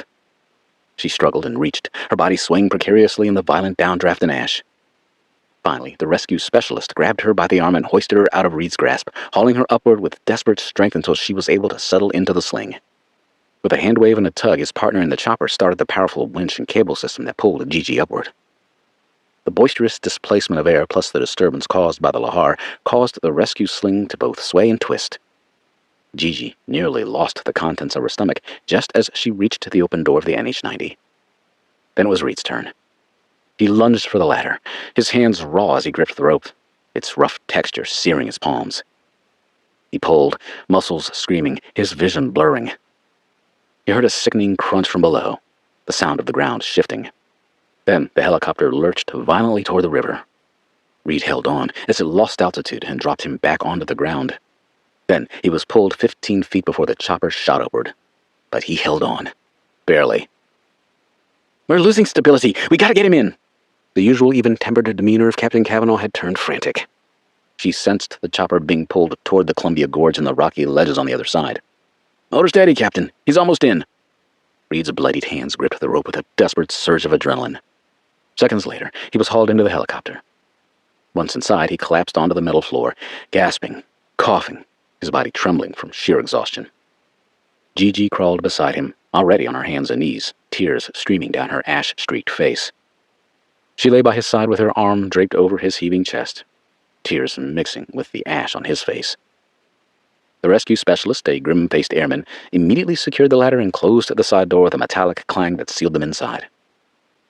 The relative quiet of the interior, though still filled with the powerful thrum of the rotors, was a sudden, jarring relief. The air, though filtered, still tasted of ash, but it was breathable. "Thank God," Gigi choked, collapsing against Reed, her body trembling. Reed, beat up and bruised, but alive, nodded, his eyes scanning the utilitarian interior. The two guardsmen in combat fatigues, faces grim, assessed their condition. One of them, a rescue medic, moved quickly to treat their mostly superficial wounds. Before he finished, Reed got his wits about him and abruptly sat up to address the pilots. He had one shot at this. "I'm Reed Mercer." His voice was croaky as he forced himself onto his knees and into a seat near the pilots. "My family. My father is Duke Mercer, the volcanologist. My sister Sloan, she's one too. With the USGS and CDO team. They're at our home just downriver, not far. They need help. They're trapped. Lahar is flooding. Please, can we help them?" The rescue personnel, initially surprised by his outburst, quickly used his comms to relay Reed's words to the cockpit. Reed stumbled toward the cockpit, his heart hammering. "Captain, my family, they're critical to the response to St. Helens. It can and will be worse." Cavanaugh, her face grim, turned from the controls, her eyes assessing him quickly. She exchanged a look with Riley. "Washougal, you said? Duke Mercer?" Her voice was terse, professional. "Yes, he's got the whole Cascade Volcanic Observatory team there. They're running a forward operating base to study St. Helens. The CSX. Axial. The home is near the water's edge. The lahar surge will swamp them." Reed's desperation was absolute. He wasn't just pleading for his family. He was pleading for the world. Cavanaugh's jaw tightened.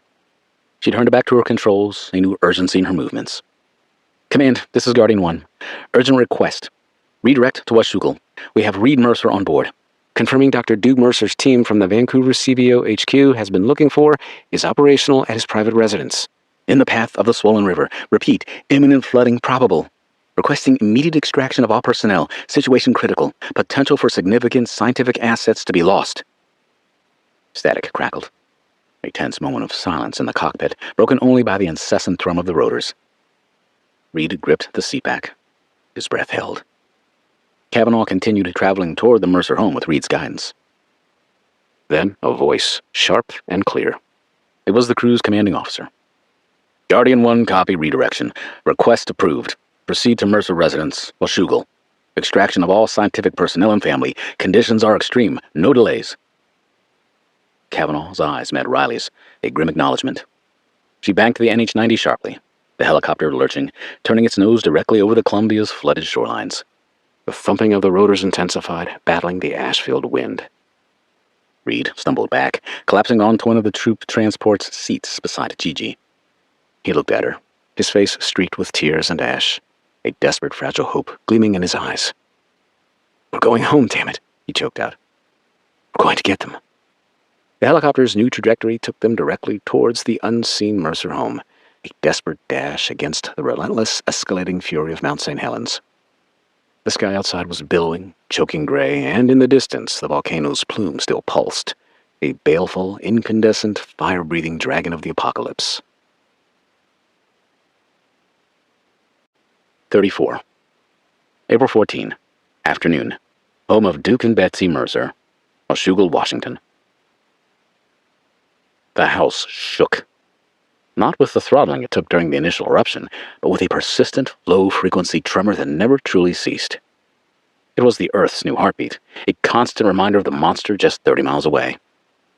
Ash, fine and ubiquitous, continued its relentless descent, sifting through unseen cracks, turning every surface in the Mercer home to a dull, gritty gray. The air hung thick, metallic with ozone, acrid with sulfur, making every breath a conscious effort. St. Helens roared its ceaseless, guttural bellow, a pervasive vibration felt in their bones, in the very core of their precarious sanctuary. Duke's work crew kept a constant vigil on the cedar shake roof, which had partially collapsed. To stop the bleeding, so to speak, the men risked their safety by climbing ladders and using push brooms and shovels to clear as much of the roof as they could safely reach. With the guest house's lumber used, Duke told them to tear off what he'd mostly installed with Graham's help. They needed to protect the main house if they could. It was a battle he and the others were wary of fighting throughout the day. Sloan, her head filled with an avalanche of pain from the concussion, moved through the organized chaos in their workspace, driven by a scientific urgency that overrode her physical weakness. She was a woman possessed, pushing herself, pushing the team. The twitching displays on the screens of laptops and monitors cast stark, ghostly light on the tired, ash-streaked faces of the CBO refugees. The scent of stale coffee and raw fear hung heavy in the air, punctuated by the frantic clacking of keyboards whenever a satellite internet connection could be maintained for more than the blink of an eye. "Tim, anybody catch a clean feed from NOAA?" Sloan cleared her throat again as she stared at a screen showing static-laced satellite imagery. "What about USGS in Reston? Are they getting anything through?" Tim, his arm still in a sling, ran a hand over his disheveled hair. "Ash interference is hell, Sloan. Bandwidth is garbage. We're pushing every time we're connected through the Starlink, but it's a losing battle. It's like trying to drink from a gushing fire hose through a coffee stir straw." His face was grim, etched with frustration. "Everything's stuttering. Data packets are corrupting because they're not complete. We've tried sending and receiving messages, but the latency to the satellites sucks. We're effectively blind and forgotten out here." Mara, face locked on her monitor, muttered a string of curses as her screen froze again, data streams pixelating into an indecipherable mess. "It's not just the ash. The solar flare activity is still messing with the ionosphere, scattering the signals. We're getting micro outages every few minutes." She slammed a fist on the desk. "I can't even get a reliable reading from the Pacific buoy network. It's a ghost town out there." Lena, pale but resolute, nursed an untenable connection to a Canadian seismic station within the Pacific Northwest Seismic Network, her fingers flying over her keyboard. "Even the PNSN is struggling. Most of the remote stations are offline. This is unprecedented." The CVO technical team, battered but ostensibly undaunted, fought relentlessly, adjusting antennae, recalibrating receivers, their movements precise even as their bodies screamed for rest. They were specialists, masters of their craft, but they were battling an invisible atmospheric enemy as formidable as the volcano itself. The realization settled over them with a chilling weight. They were effectively blind, isolated.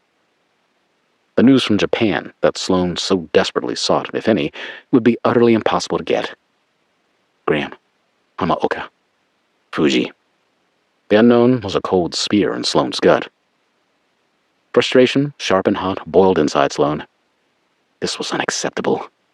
Her scientific mind demanded data, clarity, a tangible grasp of the unfolding catastrophe.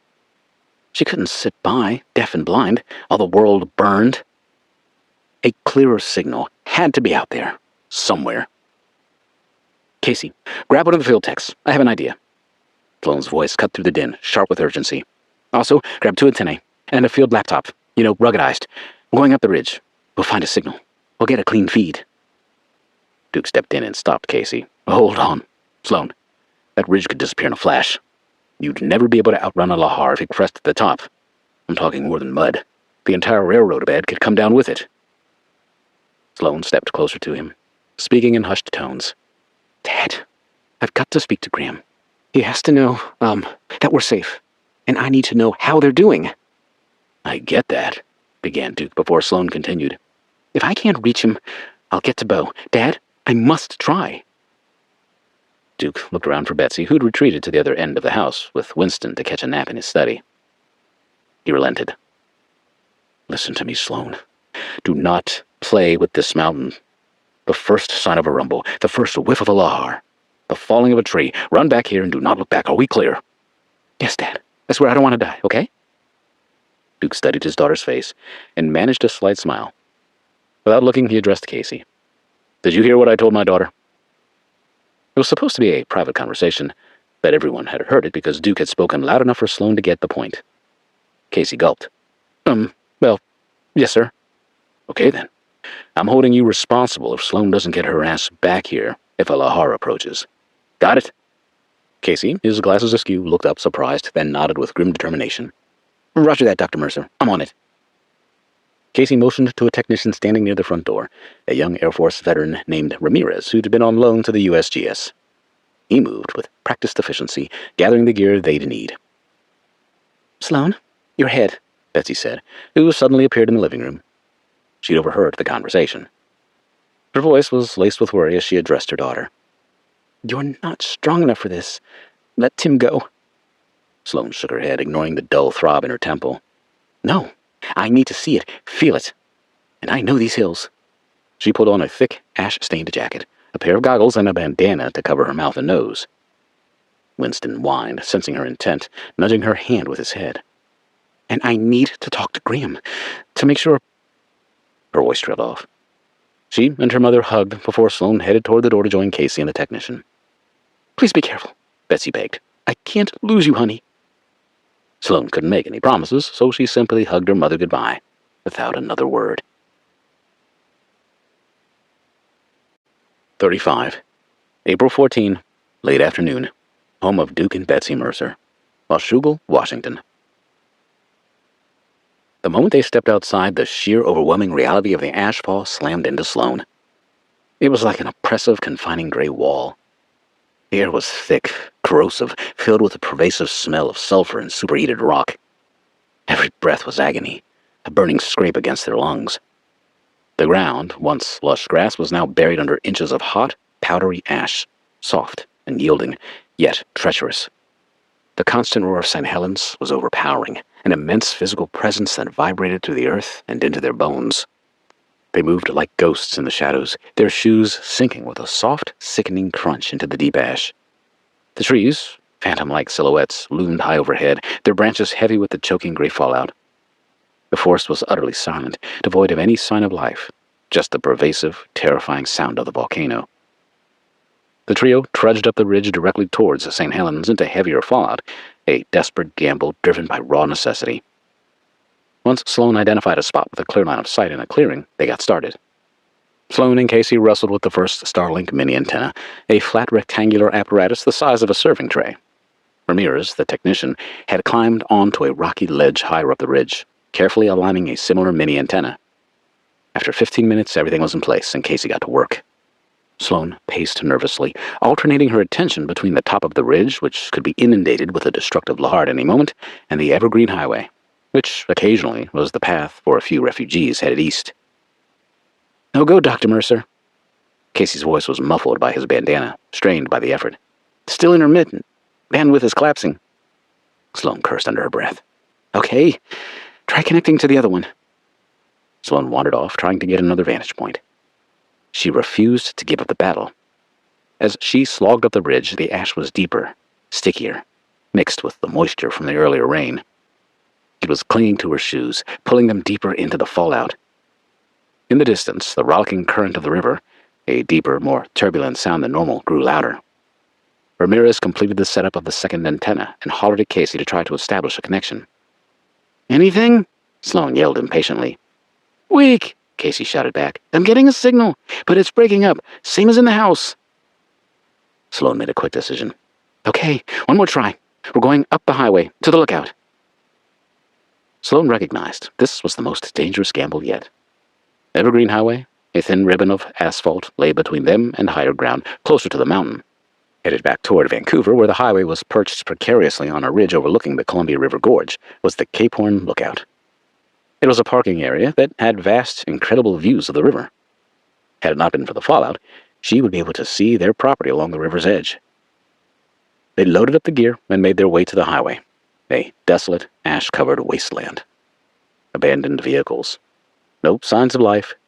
Just a vast, empty expanse of asphalt covered with ash and the remnants of small landslides. The air here was even hotter, more corrosive, as they trekked up the steep side of the mountain 1,300 feet above the river. They struggled, their feet sinking in the deep ash, the ash-filled air making breathing near impossible. They were approaching the overlook when Sloan saw them. Barely visible figures, shuffling through the gloomy conditions like specters. Refugees. A grim procession, heads bowed, dragging duffel bags or trash cans piled high with meager belongings. Their faces etched with a profound, resigned despair. They were moving east, away from the destruction, not realizing there was nowhere truly safe. Sloan stumbled, hauling the antenna and a laptop bag, her lungs burning. She saw a lone woman, her clothes torn, her face a mask of grief, oddly pushing a child's empty stroller. The sight was a cold fist clenching Sloan's heart. She wanted to help, to offer solace, but time was a luxury they didn't have, and she was on a mission, one she prayed would save Graham from the fate in her nightmare. She managed to flag down a limping man, his face gray with ash and exhaustion. The road, she rasped, her voice tearing. Is it clear? West? He shook his head, his eyes vacant. Yeah, blocked. Landslides. Trees. Nowhere to go past the falls. All gone. His voice was a flat, hopeless monotone. Sloan nodded, her heart pained by his helplessness. The terrible confirmation of their isolation. However, the access trail to Cape Horn Falls was on the other side of the overlook. Their destination. She explained to Casey and Ramirez it would not be much farther. At the Evergreen Highway's highest point, she tried her cell phone again, a futile, desperate gesture. Nothing. Just the dead silence of an overworked network. Her hands trembled.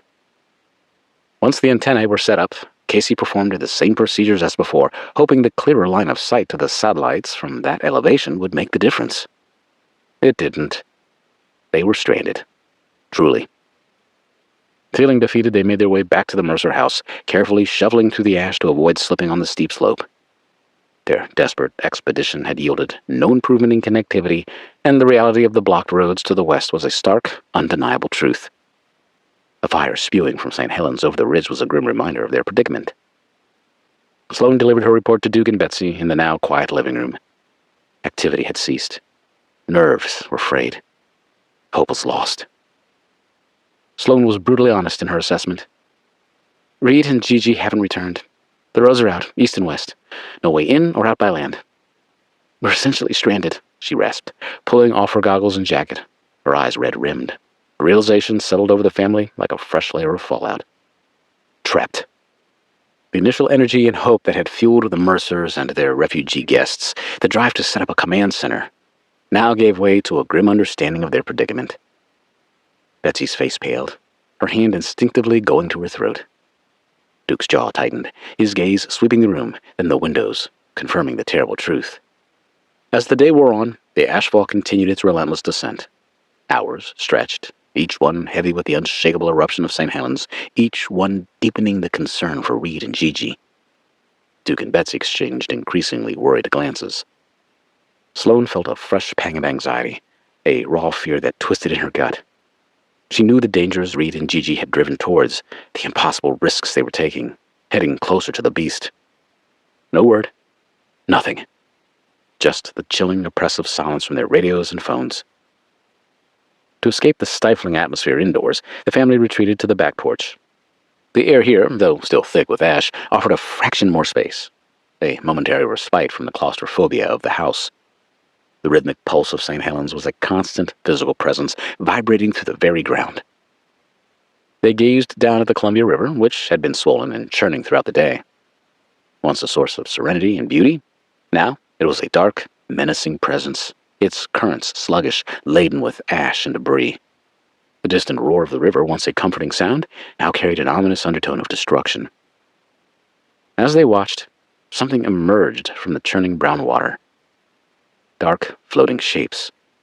At first, indistinct, partially submerged. Then, with horrifying clarity, they drifted closer, turning slowly in the current. Not just logs, not just vehicles, or even cattle from a nearby farm.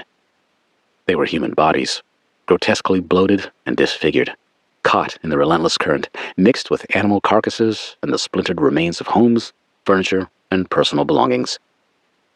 A child's little Tykes car, a deflated bouncy house, a trampoline, all spinning slowly in the mud-laden water. The sickening procession drifted past their home, silent, terrifying. The true unspeakable horror of the disaster, the obliteration of entire communities upriver, now revealed itself with a visceral, gut-wrenching finality. The constant thundering of St. Helens outside seemed to intensify, a monstrous, triumphant bellow against the horrifying spectacle in the river below. The world they knew was gone, and Duke knew this was just the beginning. You're now listening to a story from Afterworld Audio, where each audiobook immerses you in richly detailed, post-apocalyptic landscapes. Let the narration guide you through abandoned cities, dangerous wastelands, and the lives of those who dare to survive. Sit back, relax, and let the story unfold around you. 36. April 15. Morning. Shintomai Expressway, west of Shizuoka, Japan. Kana's hand gripped the steering wheel of the Nissan Armada, her palms slick against the black leather, reflecting her nervousness. The Shintomai Expressway stretched ahead, a ribbon of asphalt cutting through the rolling hills west of Shizuoka. Ordinarily, this would be a beautiful drive along the mountain's edge, but even the sunny morning did nothing to ease the disquiet coiling in her chest. In the back seat, Emmy and Ken were buckled in, their small faces pale against the dark upholstery. Emmy clutched her stuffed panda, her dark eyes continuously darting from the window to her mother. Young Ken's fingers twisted the strap of his mariner's baseball cap, his usual chatter silenced by the tension radiating throughout the SUV.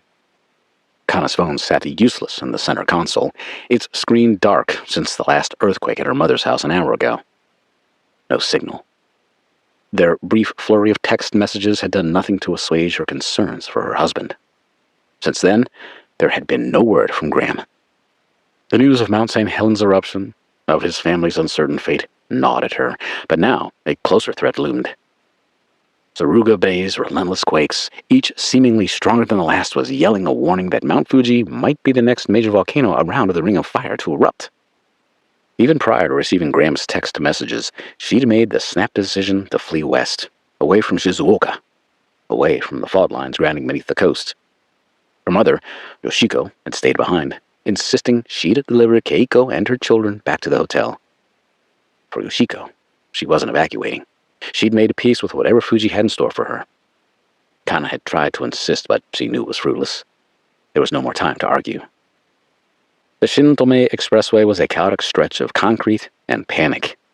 Cars swerved around each other, horns blaring as drivers fought for space. A minivan veered onto the shoulder, kicking up debris and gravel from small landslides that pinged against the Armada's fenders. A semi had rolled off the edge of the highway, turned sideways, and crashed into a billboard that hung precariously from its twisted poles. Kanna's heart pounded in her chest as her eyes scanned the road for gaps in traffic to get ahead of those approaching from behind. All around her, there were signs of the damage caused by the Earth's shaking. To her left, a convenience store's sign tilted drunkenly, its metal frame buckling as if the planet itself had shrugged. Up a hill, in the distance, a plume of black smoke rose where a transformer had exploded, its crackling sparks showering a grassy field like a dying firework. The acrid smell of burning rubber and car exhaust seeped through the SUV's vents in the bumper-to-bumper traffic. "Mom, why is everyone driving so fast?" Emmy's voice was small, barely audible over the hum of the engine and the melee outside.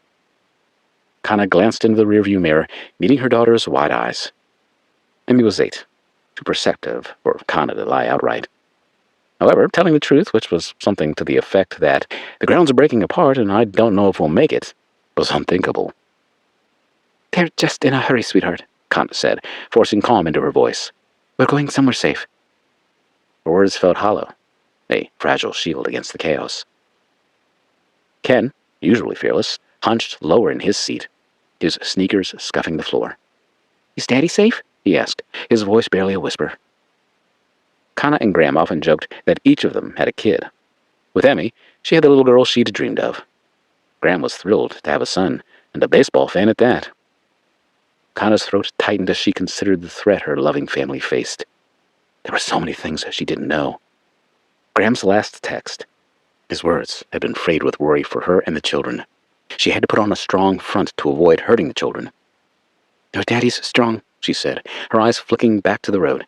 "He's doing everything he can to protect us, and all our friends and neighbors. We'll be together soon." She wanted to believe it, but the silence from her phone was a growing void. She pushed the thought down, focusing on the road. The children needed her now, not her fear.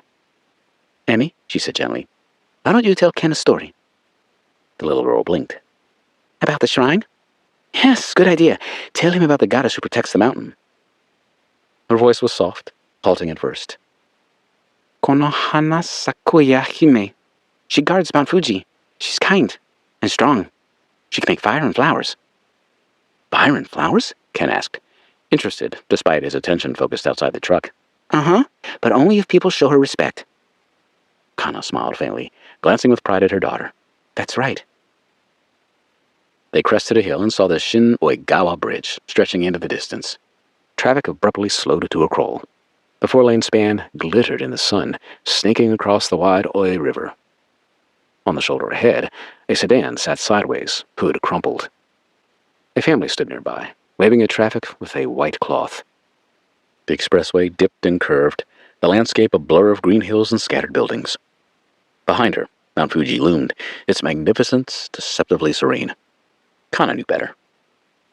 Seismologists had warned for years about the Tokai Fault, part of the Nankai Trough subduction zone beneath Suruga Bay, a tectonic powder keg capable of triggering quakes that could yank Fuji from its slumber.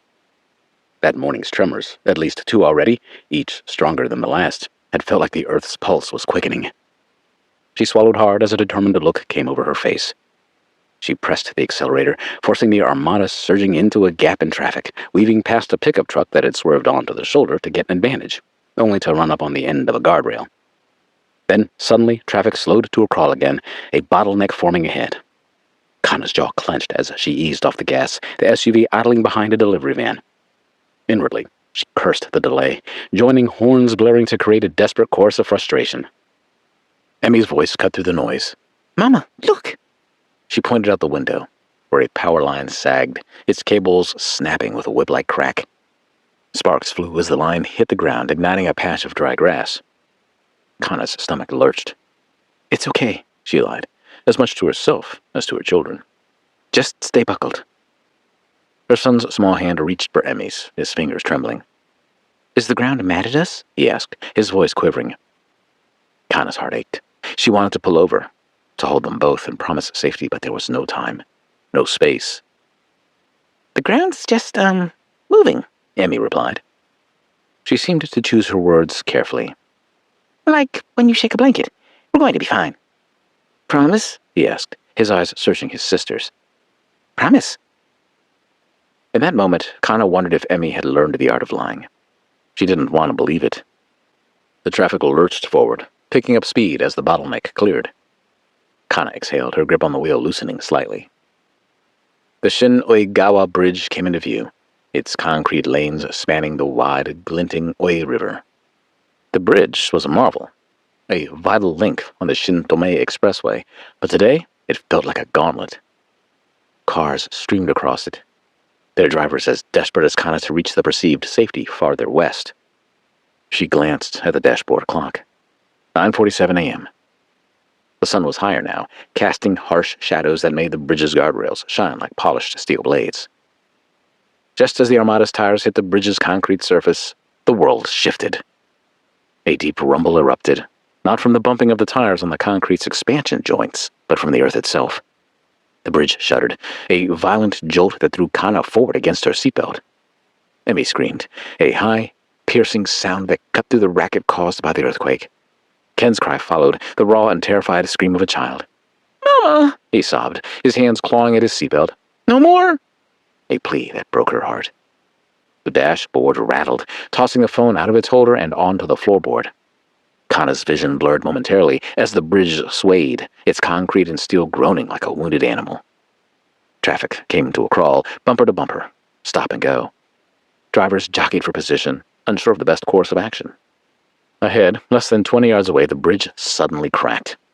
A jagged fissure tore across the road, resulting in a sickening screech of metal and concrete. Kana's eyes grew wide in shock as an entire section in front of her collapsed, moving cars plunging one by one into the river below. Debris sprayed outward. Water splashed upward from the weight of the highway and cars hitting it from 30 feet above.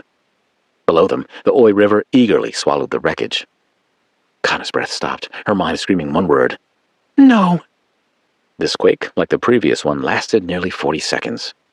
Each one seemed like an eternity. The Armada rocked, its tires skidding on the trembling surface, which began to sag forward. Kana slammed the gear into reverse, her hands shaking as she twisted to look behind her. Panicked motorists were doing the same. Cars swerved and collided in a frenzied bid to escape. The shoulder was narrow, the guardrail scraping the SUV's side as she backed up, metal screeching against metal. A demonic sound that caused the children to wail in fear. Her heart pounded, an overwhelming deep beat of a bass drum in her ears. "Hold on," she shouted to the children, her voice panicked but determined. Emmy's sobs filled the back seat. Ken's cries were a desperate echo. Kana's eyes switched between the rearview mirror and the crumbling bridge ahead. The remaining section had tilted further as its supports buckled under the weight of the vehicles. She had to get off the bridge, now! The SUV's tires squealed as she reversed direction along the shoulder, the guardrail continuing to grind against the passenger side. A sedan clipped her bumper. Kana locked eyes momentarily with its driver. Both wore a mask of terror. The bridge's edge was disappearing from her view as the solid ground of the expressway began to appear several car lengths away. In front, she was barely 30 feet from the abyss. Behind, 50 feet to safety. She pressed harder on the gas, the engine responding as the Armada scraped free of the guardrail. Then the quake stopped as suddenly as it began, leaving a hollow silence. Kana's foot eased off the gas, the SUV finally idling on firm ground. Her chest heaved as her hands trembled on the wheel. It was Emmy's voice that broke the silence. She could only manage a whisper. "Mommy, is it over?" Kana turned, her eyes meeting her daughter's tear-streaked face. Ken was curled into a ball, his small body shaking. He'd pulled the bill of his baseball cap down over his eyes so he didn't have to watch. "I think so," she replied, her voice barely steady. She reached back to touch their hands. "You're safe. We're safe." But the words felt hollow. However, not to the level of a lie. The bridge that once stretched across the river before them was half gone, leaving cars stranded on the jagged edge above the river. The air smelled of dust and burning asphalt. But for the moment, they were safe. After another deep breath, she searched for her phone on the floor, her fingers fumbling. She powered on the display and immediately succumbed to a wave of dejection. There was no signal, no message from Graham. Her heart twisted, the void of his silence growing unbearable. She looked west, where the expressway once stretched toward an uncertain safety but was now gone. She slowly turned to the east, back toward Shizuoka. Returning to Fuji and the epicenter of the quakes was unthinkable. With rumbling so frequent and occurring way too close to Mount Fuji, back to the city was not an option. Her plan to flee west was shattered, the bridge's collapse a brutal reminder of the Earth's unpredictability. Kana's mind raced. The fault was active, its tremors probably a prelude to something worse. Seismologists had long feared an M8 quake in the region, one that could trigger Fuji's eruption. She thought of her mother's words. Fuji-san speaks through the earth. Was this the goddess's warning? Kana ran her hands through her hair. She gritted her teeth and scowled, stealing a glance at the kids. She had always known her love for Emmy and Ken was powerful and boundless. She couldn't stop or give up. Not now. She knew what she needed to do. Around her, the traffic was a jumbled mess of angry, panicked drivers. Not that it mattered. For her children and her husband, she'd find a way to keep her family safe. 37. April 14. Dusk. Home of Duke and Betsy Mercer. Washougal, Washington. The Mercer home, once a bustling hub of scientific defiance, had fallen into a heavy, stifling silence. Duke, Betsy, and Sloan were a tableau of profound grief, their forms slumped, faces grim, eyes hollow. They'd retreated from the horror of the river to the dim, ash-filtered light of his study. St. Helens' eruption remained a constant, oppressive soundtrack to their sorrow. The ghosts of Reed, of Gigi, hung in the air, a silent, agonizing presence. Duke sat in his desk chair, shoulders bowed, his gaze fixed on nothing. I sent him, he muttered, his throat raw, choked by ash and self-loathing. My boy. My own son. I knew the risks. I knew what those lahars could do, and I sent him. He scrubbed a hand over his face, the grit of ash mingling with unshed tears. His scientific mind, capable of predicting geological cataclysms, was utterly useless against the crushing weight of a father's guilt. Betsy sat beside him on the sofa, withdrawn, lost in silent anguish. She traced invisible patterns on her jeans covered in ash, her lips moving in a soundless prayer. Occasionally, she would reach for Duke's hand, her fingers cold, intertwining with his, a shared anchor in the abyss of their grief. It's not your fault, Duke, she whispered, her voice fragile, barely a thread. We all agreed. It was the only way. He was trying to save us all. But the words were hollow, a thin shield against her own gnawing guilt. She should have fought harder. She should have stopped him. Sloan observed her parents, her own grief for Reed a raw, burning wound in her chest. Physical weakness from the concussion still clung to her, but her mind was hyper-alert to her parents' suffering. She felt torn, adrift. Her premonition of Fuji, though still unproven, was a terrifying, isolated burden, an unseen horror that compounded her present agony. She couldn't even offer comfort. Her own throat was too tight, her own words choked by the ash of unspoken fears. The CVO team, scattered through the living and dining rooms, worked with a grim, quiet determination. But even their resolute efficiency couldn't disguise the growing unease. The screens were filled with static or dark altogether. Attempts at establishing a satellite link or communication yielded only white noise or fragmented, useless reports. They were effectively blind, isolated. The silence from the outside world immersed them in a vast, terrifying void. In the far corner of the dining room, away from anyone's immediate earshot, a small group of the CVO refugees huddled. They were the handful of technicians and refugees from the CVO who'd spent much of their time that day outside, battling the elements to connect the scientists with the satellites. Their faces were grimier, their bodies more weary than those of Tim, Mara, Lena, Tina, or Casey. Hushed whispers, punctuated by strained coughs, drifted on the ash-laden air. Because, most importantly, they'd inhaled the sulfur dioxide gas emitted by St. Helens.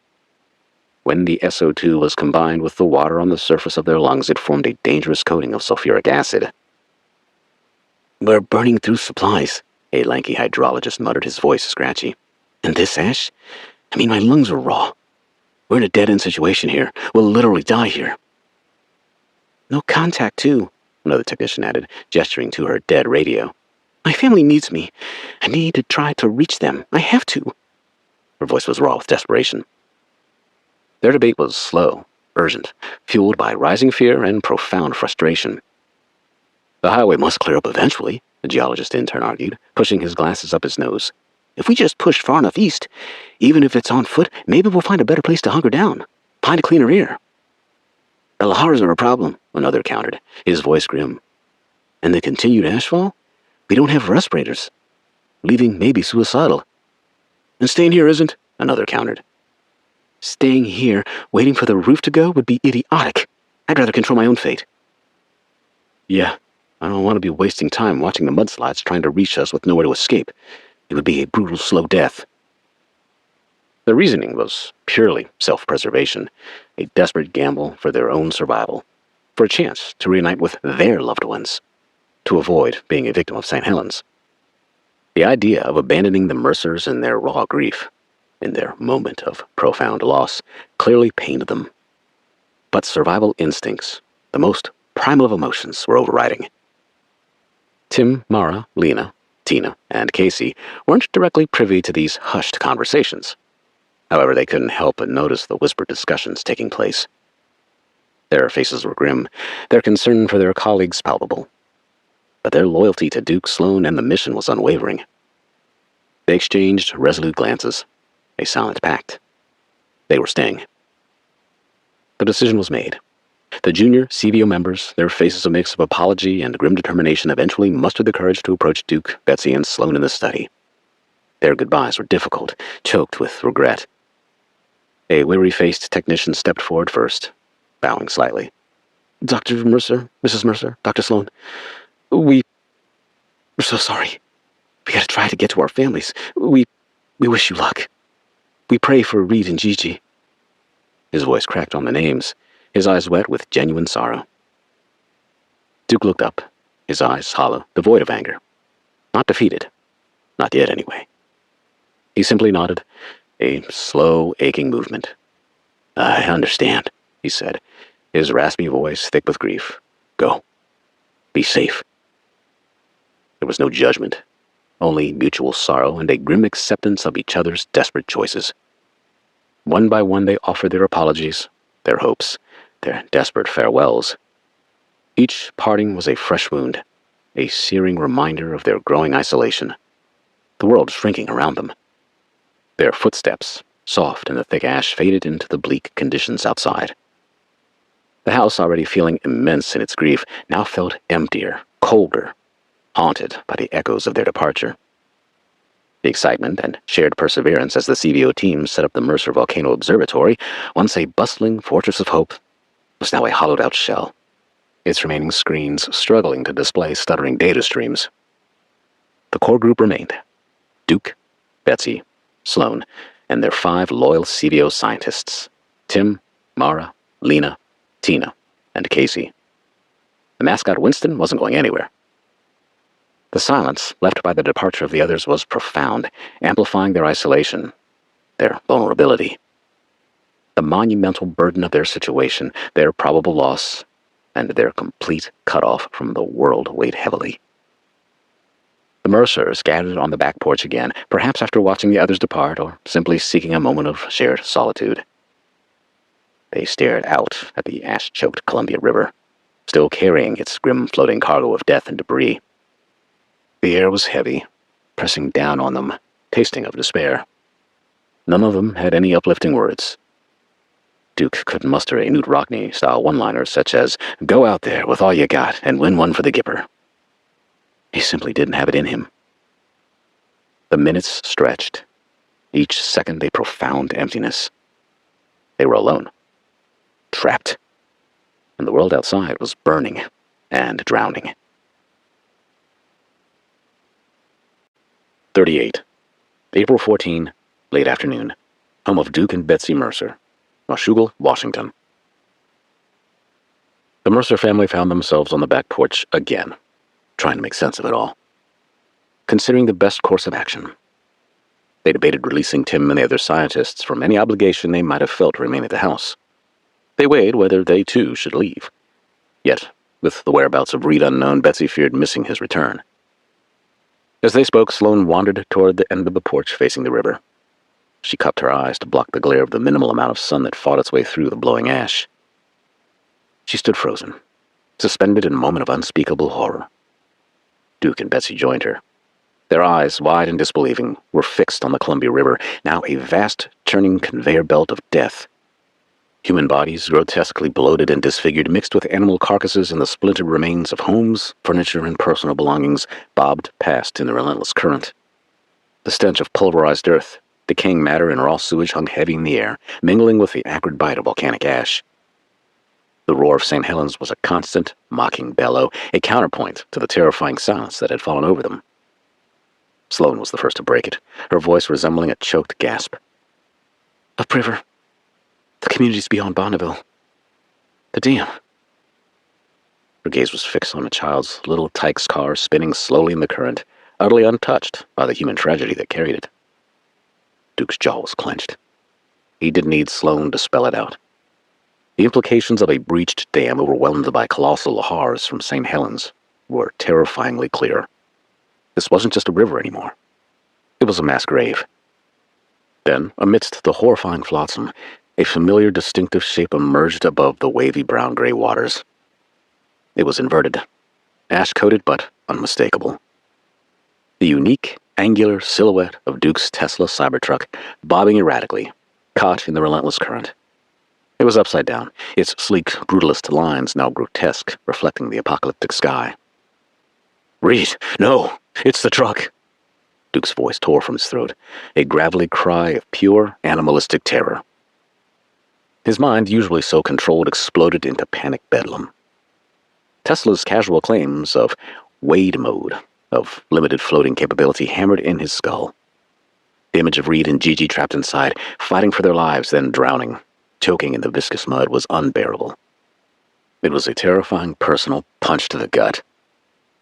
Duke physically recoiled, then lunged forward, scrambling down the porch steps towards the riverbank, ignoring the unstable ground and the ash which enveloped him. He was shouting for help as he disappeared near the river. "Tim, Casey, everyone come! We have to get to it, now!" He was beyond reason, driven by a father's frantic, desperate need. Sloan gasped, a sharp, choked sound of horror, immediately recognizing the inverted vehicle. Her initial shock morphed into a desperate urge to help, to call out, to somehow stop the relentless current. She took a step, then another, following her father. Her own body screaming in protest from the concussion, but her determination was absolute.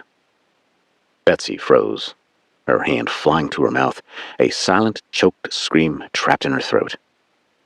Her eyes, wide with unspeakable fear, fixed on the bobbing vehicle, then on Duke, already a desperate, receding figure plunging towards the horror in the river. The sight of the Cybertruck, their son's last known location, confirmed her deepest, most terrifying fears. Her world, already shattered by St. Helens, now fractured irrevocably. Tim, Mara, and Casey, startled by Duke's outburst, looked up from their screens, their faces grim. They raced through the porch and into the backyard where they saw the inverted Cybertruck drifting downriver. Without a word, Tim, despite his own injured arm, grabbed Casey. "Let's go, now!" His voice was sharp, urgent.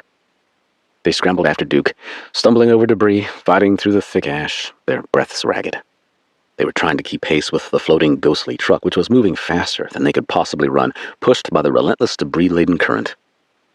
The riverbank was a treacherous, shifting bog of ash and mud. Duke ran, his lungs burning, his boots sinking with every desperate stride. He heard the faint, distant sounds of Tim and the others, their ragged breathing, their desperate footsteps behind him. But his gaze was fixed on the Cybertruck, a dark, bobbing shape in the gray water. It spun, caught in an eddy, then surged forward again, swallowed by the next wave of churning debris. The torrent of the Columbia, now a terrifying constant, drowned out his own frantic thoughts. He shouted Reed's name, Gigi's name, but his voice was swallowed, useless against the overwhelming sound of destruction that surrounded him. The sickening sight of other bodies and wreckage rushed past him, a constant, horrifying reminder of the death that surrounded them. He saw the point where the river narrowed, where the current dramatically picked up speed, funneled by the towering cliffs of the gorge and the Columbia's rolling rapids. The Cybertruck, now little more than a distant inverted speck, reached that point.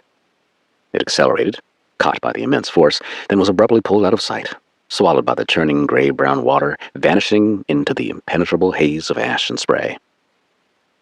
Duke faltered. He stumbled, his legs giving out, and dropped to his knees in the hot, viscous mud, his chest heaving, his body racked with emotional tremors. He gasped for air, but the ash choked him. The last vestige of hope, however desperate, was gone.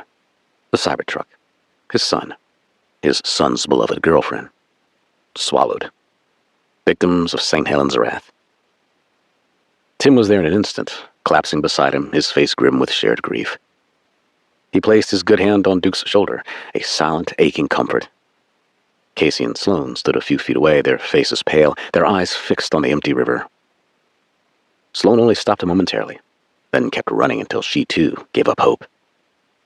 Duke's head fell forward, his graying beard brushing the ash-covered mud. He pounded his fist against the ground, a raw groan tearing from his throat. A sound of pure, unadulterated agony and self-loathing. I sent him.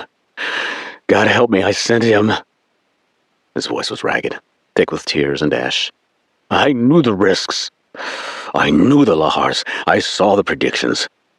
I sent my son to his death, my boy, my Reed. And Gigi. God. Gigi, too. Tim tightened his grip on Duke's shoulder, offering no words, only the steady presence of shared despair. He watched a titan, a man who had faced down mountains utterly shattered by an invisible force. Slowly, agonizingly, Tim and the technicians helped Duke back to the house. Sloan returned, tears streaming down her face. Their movements were mechanical, but Duke was in shambles, devoid of the fire that usually burned in his eyes. He stumbled onto the back porch, a man whose world had just ended. Betsy was there, a ghost in the gray light. She had watched the futile chase, the slow, agonizing disappearance of the Cybertruck. Her earlier fear had solidified into crushing certainty, a profound, silent grief. She stood rigid, her hand pressed to her mouth, tears carving clean paths down her ash-streaked cheeks. When Duke finally reached the porch, she simply reached out, her hand finding his, gripping it with desperate, silent strength. No words were needed. Their pain was a shared, crushing burden. Sloan, her face a mask of profound sorrow, watched her parents. Her own grief for Reed, for Gigi, was a raw wound in her chest compounded by her own guilt. She reached out, placing a hand on each of their shoulders, her presence a silent act of solidarity. The self-blame was palpable, a weighty presence in the ash-filled air of the Mercer home. Duke slumped in a chair, stared blankly at the river. My fault, he muttered, burdened by the weight of responsibility. I should never have let him go. I should have forced them to stay. My boy, he trusted me. He shook his head slowly, a single tear cutting a path down his ash-streaked face. I sent my own son to his death. And Gigi, a good girl, because of me.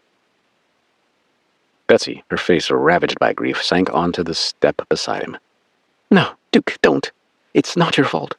He wanted to go. He needed to go. We all agreed. It was the only way to find out if there was a path. Her voice was a strained whisper, her own guilt a heavy cloak. I should have said no. I should have fought harder.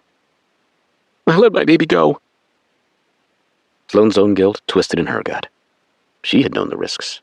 Had she pushed them? Her premonition of Fuji, still a raw wound in her mind, now felt like a cruel, useless burden. She had seen one horror, but had been powerless to stop another. The agony of losing her brother, her confidant, the reckless adventurer who always, somehow, found a way. The CVO team members, seeing the profound, raw grief of the Mercers, were deeply affected. They moved quietly, their own faces grim, eyes red-rimmed. They shared in the sorrow. A makeshift family now bound not just by science and disaster, but by this immense shared loss. The vibrant energy that had once filled the house hours ago was gone, replaced by a haunting silence, broken only by the relentless anger of St. Helens. The Mercer family, united in their raw, agonizing grief, stared out at the debris-filled Columbia, now a river of death. The eruption of St. Helens had become a cruel, mocking soundtrack to their shattered world, inserting itself in the immense emotional suffering of a family who wrestled with the possibility they'd lost their son in the most horrifying way possible. The ashes continued to fall, burying their hope, their joy, their very world, in a thick gray shroud of despair. Then, through the oppressive growl of St. Helens, came a new sound. Faint at first, but growing rapidly louder. A rhythmic, powerful whoomp, whoomp, whoomp.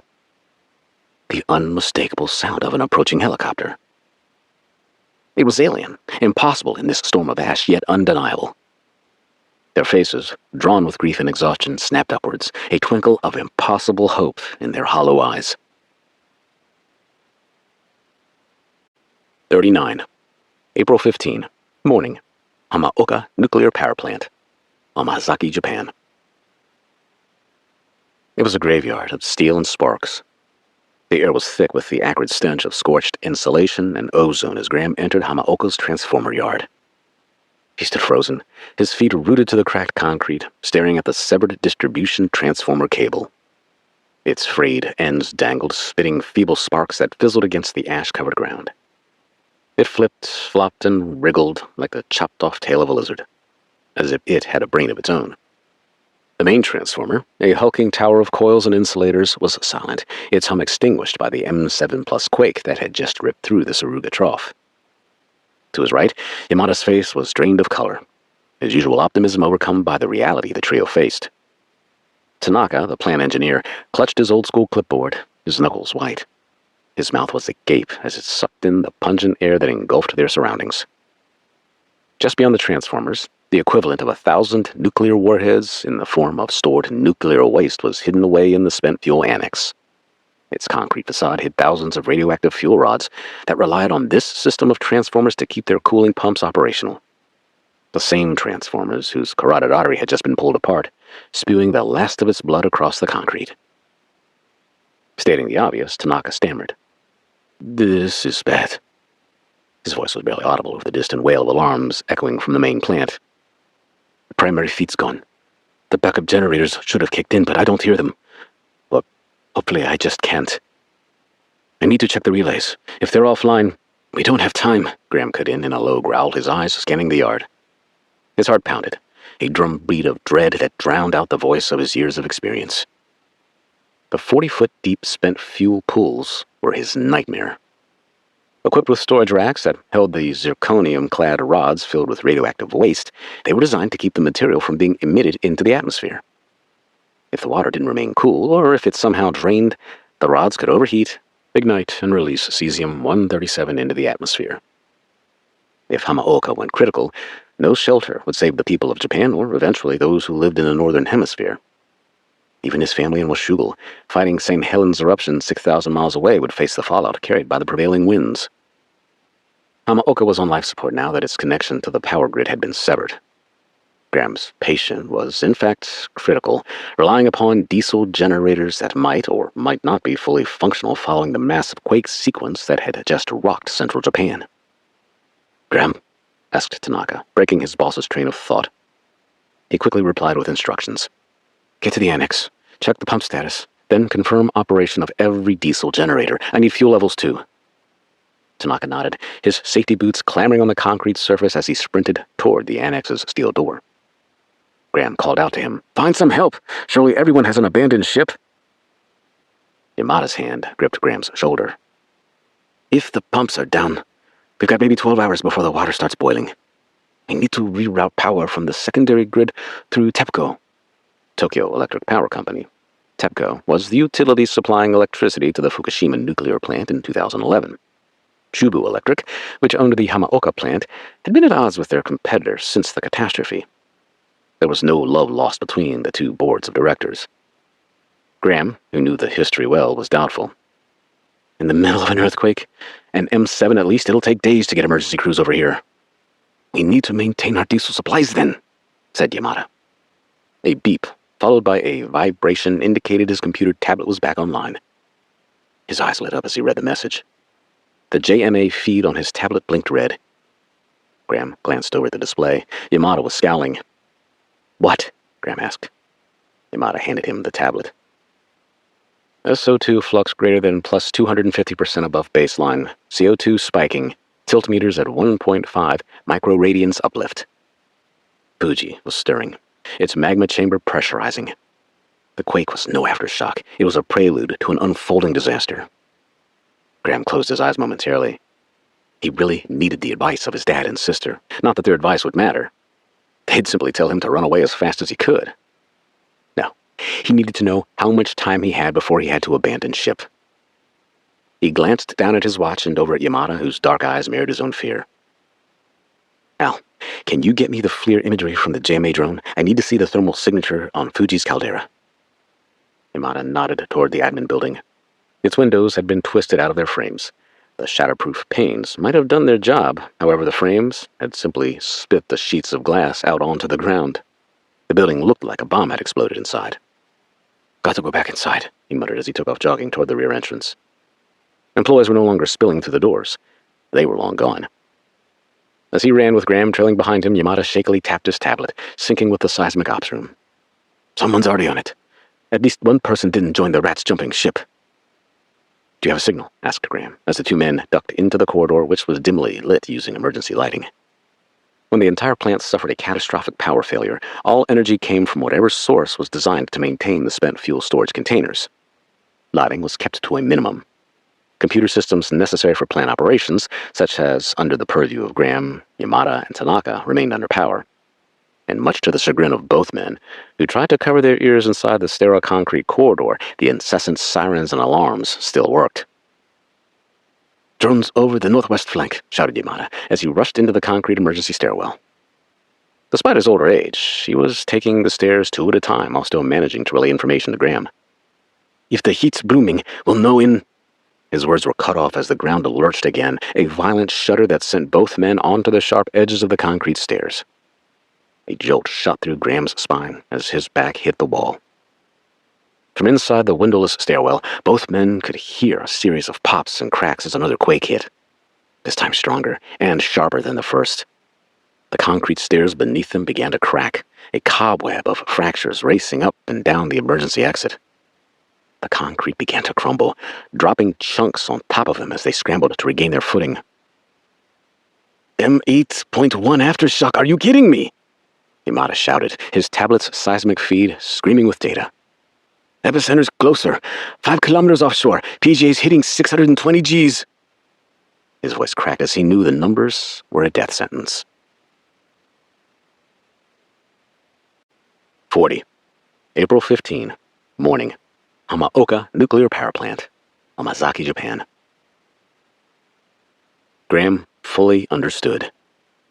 Peak ground acceleration at that level would shear bolts, crack containment walls, and cripple the plant's systems. Even the diesel generators wouldn't stop the inevitable leaking of the radioactive waste.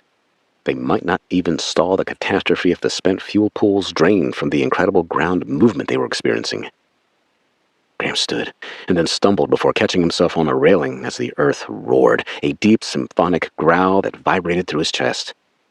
Surrounding the guys, the air pulsed with the screech of alarms, red warning lights strobing across the facility like blood splattered on steel. 2 more technicians raced down the stairs past Graham and Yamada, who tried to stop them to no avail. They poured from the administration building, their shouts in Japanese and English relaying a rash of dreadful news. Coolant pressure dropping! Grids offline! They ordered evacuation of all personnel. Their panic was palpable, a living thing that threatened Graham's resolve. Suddenly he could feel the weight of all of it again. The plant, his family, the world, crushing his shoulders, shrinking him until he was pancaked. Suddenly Tanaka burst into the stairwell, his face slick with sweat, his eyes wild.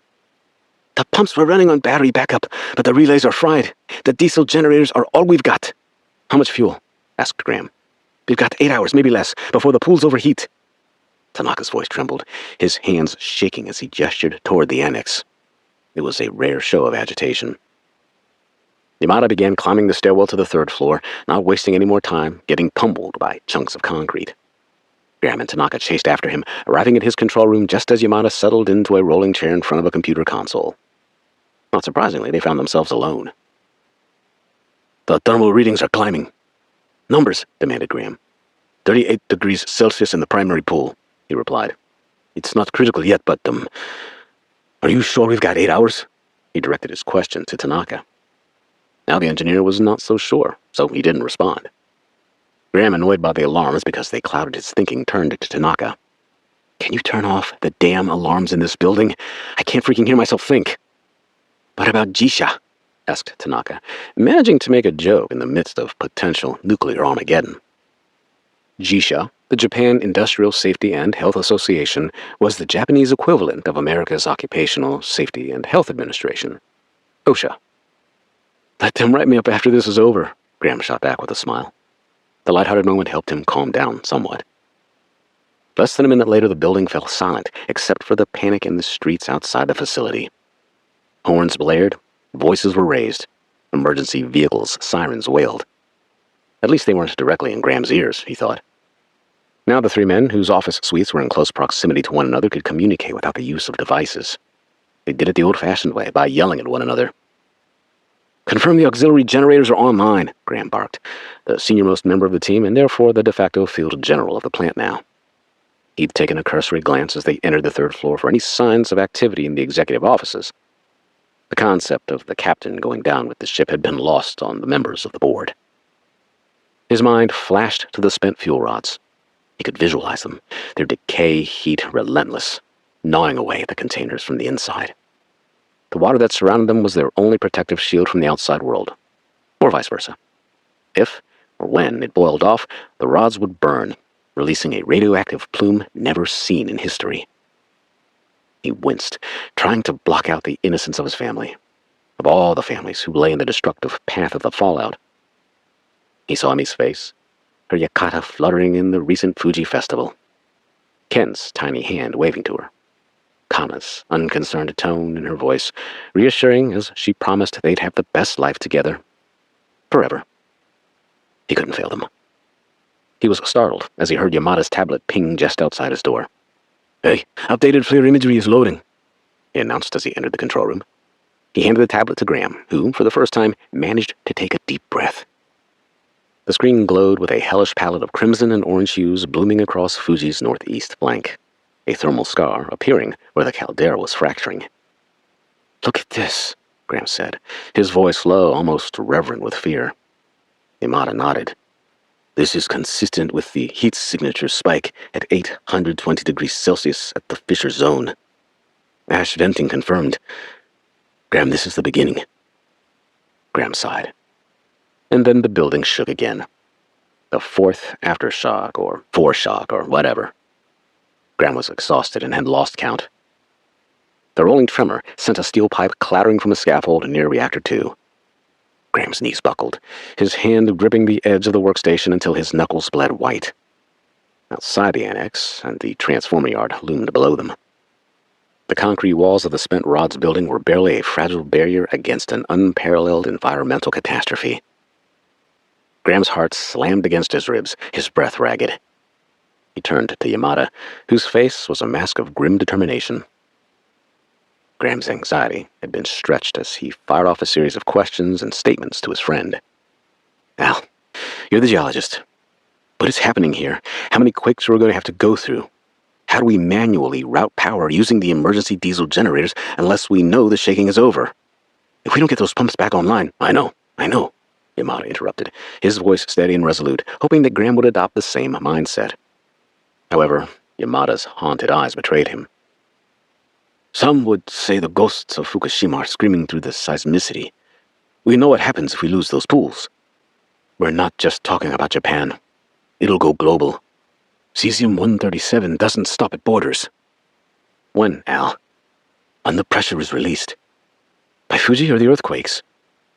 Yamada grimaced. He held his hands wide and shrugged. "Possibly both. It's the planet's way of letting off steam. When tectonic plates get angry, they battle for supremacy. It's been happening around the Pacific Rim for 1 billion years or more. Just because we're in the 21st century doesn't mean that natural shifting stopped taking place. We're seeing it happen in real time." "Tanaka!" Graham yelled. The engineer came running. "Generators are online and operable," he said as he entered the control room, anticipating Graham's reason for bellowing. He pointed at a monitor and several built-in screens behind Graham. "See?" Graham turned to study the data, his mind a tempest of calculations and fear. The spent fuel pools held thousands of rods, each a ticking bomb of decay heat. Without cooling, the water would hit the boiling point of 100 degrees Celsius in a couple of hours or less. At that rate, likely boiling off in less than a day. The zirconium cladding would begin to oxidize at 1200 degrees, igniting fires that no containment could stop. Another quake hit, the strongest yet, an M8.3 that felt like the earth was splitting. They were coming in rapid succession. Outside, the transformer yard buckled, a steel tower toppling with a clamorous crash, sending sparks and debris flying. Not that it mattered anymore. The entire power grid of Japan had succumbed to the cascading failure, which began in Shizuoka Prefecture. Graham fell to his knees. Yamada grabbed his arm, hauling him up as the earth let loose a guttural growl that drowned out the flurry of activity on the roads outside the plant. The administration building's walls were weakened, hairline cracks snaking up the exterior concrete stucco, which began breaking off in chunks. The hits just keep on rolling, Graham thought, internally rolling his eyes. Look, Yamada shouted excitedly, his voice barely piercing the chaos. The infrared imagery is showing new fissures. Fuji's venting ash and steam now. There's magma movement near the surface. His tablet lit up with fresh imagery, a jagged tear across Fuji's caldera, glowing white-hot ash clouds billowing like a storm front. Graham's vision blurred, not from the dust and debris that swirled around them, but from the images of his family in trouble. Kana, Emmy, and Ken were out there, on roads that might be choked with ash or swept away by mudslides. The plant was crumbling, its systems failing one by one. The spent fuel pools were a heartbeat from disaster, and Fuji was waking, its VEI-6 eruption a guillotine poised to fall. He felt the catastrophe pressing down, a physical force that crushed his chest, stole his breath. He was a scientist, a father, a son. But in this moment, he was just a man standing on a fracturing earth, powerless to stop it. The alarms from the computer monitoring system screamed louder. A robotic voice cut through the mayhem. Pool temperature 42 degrees. Pool temperature 43 degrees. Graham's eyes locked on the annex. We're losing it. We've lost control. He looked upward, hoping God could provide answers. Fuji's shadow loomed in his mind, its fire ready to consume everything he loved if the radiation didn't get there first. 41. April 15, morning. Hamaoka Nuclear Power Plant, Omazaki, Japan. The air inside the Hamaoka control room was as hot and thin as panic. Banks of monitors cast sickly blue light over faces that had lost all color. What should have been the plant's command sanctuary had become a war zone of blinking red alarms, screeching klaxons, and 3 frenzied scientists trying to save the plant from a meltdown that would dwarf the threat posed by Fukushima in 2011. Graham's eyes bloodshot from a sleepless night, and the flying debris outside scanned the screens that Tanaka had managed to keep operating. The spent fuel containment pools had all begun to rise in temperature. They were up to 46 degrees Celsius and climbing. The diesel generators had to work overtime and were down to 62% fuel capacity and dropping fast. Meanwhile, the hot, seismic feed from the JMA glowed red, a new alert pulsing like a gushing wound. Volcanic Alert Level 3, Mount Fuji. Eruption imminent. Imminent, Graham muttered. What exactly does that mean? If he could call Duke or Sloan, they'd be a voice of reason and perhaps provide him a sense of relief. Mostly they'd define imminent for him. Days? Hours? Minutes? He pulled his phone out of his khaki pants pocket. No calls, no texts, only more alerts of portending doom. He tried to dial Kana. Nothing. Same with his family in Washington. The uncertainty was eating him alive, as was the ticking time bomb just outside the building at Hamaoka. Tanaka entered the control room and startled him out of his thoughts. Coolant temps rising, Tanaka said, sweat plastering his bangs to his forehead as he leaned into a monitor. 48 degrees Celsius, still climbing steadily. Graham shook his head. Nobody ever gave him good news. Just behind him, Yamada stood rigid, arms crossed over his chest, jaw clenched so tight the muscles twitched. He was the bearer of more bad news. We're bleeding diesel. At this rate, we lose backup gen capacity in 6 hours, maybe less. 6 hours? Graham's eyes darted between the two men. I thought... Yamada cut him off.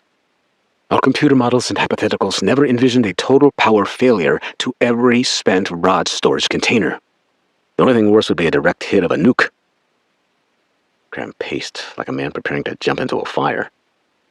The hum of machinery was uneven, stuttering in rhythm.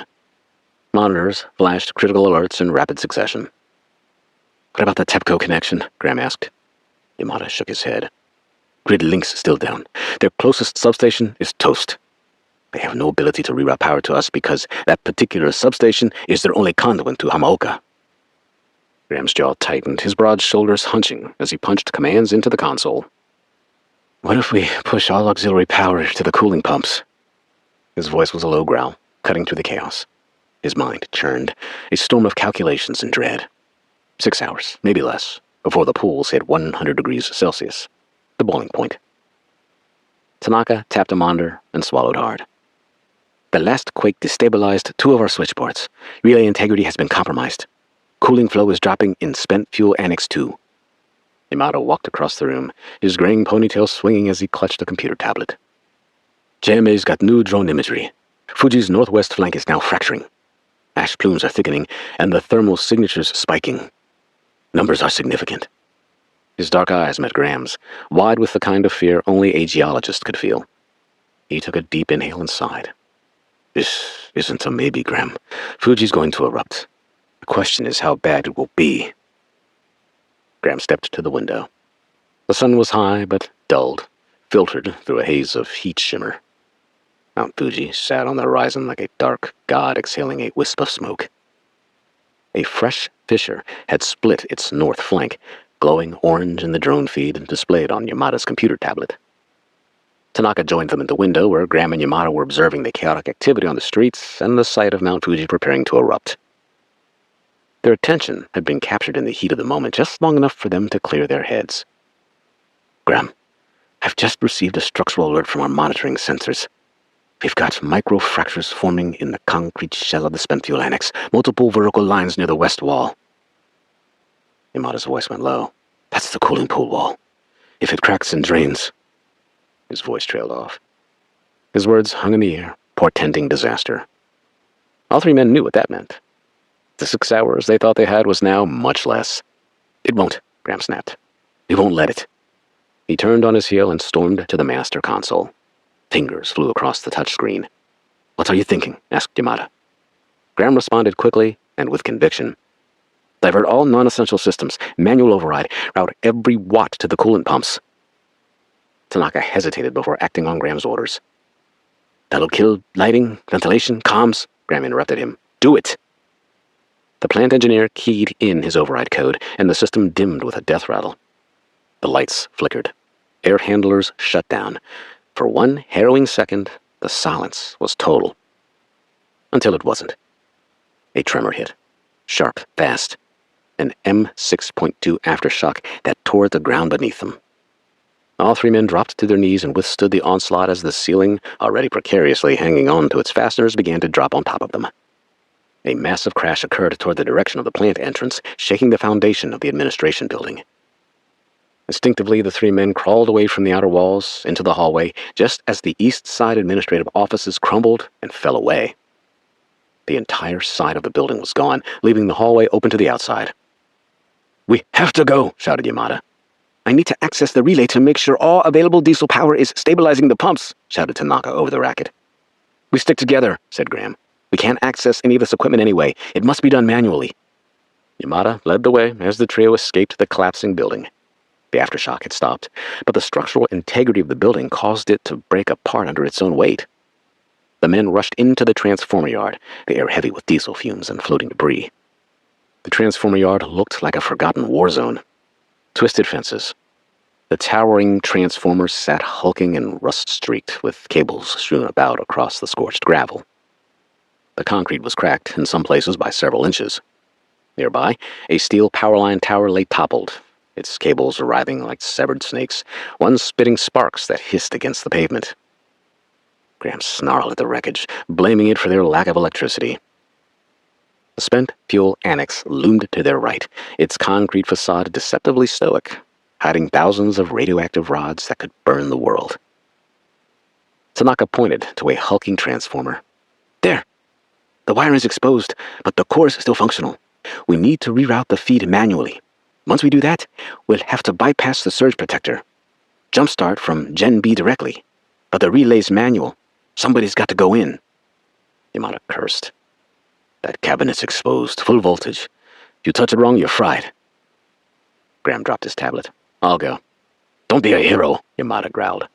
I'm not. I'm a Mercer. We fix things before they blow. He visualized his father saying that to Sloan and him when they were growing up on more than one occasion. If the Mercer family had a mantra, that would be near the top of the list. He pulled on insulated gloves. His visor was fogging as he stepped toward the cabinet. I'm looking over your shoulder then, said Yamada. Graham knelt beside the panel, his hands steady despite the chaos. Its secondary relay panel was intact. To his right, several feet, Tanaka opened another panel, glancing at Graham to gauge his readiness. He got his answer straight away. Talk me through it, Hiroshi. What's the sequence? Tanaka's fingers ached as he pried the panel flat against the wall, revealing a tangle of wires and scorched insulators. We bypass the primary bus, connect the auxiliary feed to the cooling pumps. But the relays are old, as in pre-Fukushima specs. Yamada mumbled to himself. Another shortcut, another cost cutter. Tanaka continued. If the voltage spikes, it could short the whole system. Then we don't let it spike, Graham said assertively. Tanaka pulled a multi-tool from his pocket to begin slicing through a frayed cable. Sparks flew, stinging his knuckles, but he didn't flinch. Graham looked over, and with Yamada's assistance, followed the engineer's lead. As he worked, he asked, How much time do we have? Tanaka glanced at his watch. 5 hours, maybe 4, before the pools hit critical. The diesel's burning too fast. Graham's stomach twisted. The generators were their only power source, but the quakes had rattled every system, and he didn't trust the fuel gauges. Keep going, Graham shouted, his hands buried in the relay panel, rewiring with surgical precision. Tanaka marveled at the man's focus, but he saw the strain in Graham's clenched jaw, the sweat beading on his brow. The American was fighting a war on 2 fronts. Here, and in his head, where his family's frightened faces threatened to consume him. The men continued working on the panel's wiring. Graham's hands burned from the heat of the relay panel, his fingers slick with sweat as he twisted wires. Sparks stung his skin, but he didn't stop. The air was thick with ash, coating his throat, his lungs. Tanaka worked beside him, his face pale, his hands shaking. Almost there, Tanaka said, his voice strained. Connect the thick, black wire to the auxiliary bus. Understand? That'll bypass the grid. Graham nodded, his focus razor-sharp despite the dread gnawing at his chest. He desperately wanted to run, drive to wherever, he didn't know. As he worked with the hot wires, he couldn't block the images of his family out of his mind. He couldn't fail them, not now. A low rumble shook the yard, the ground quivering like a living thing. Graham steadied himself against the transformer.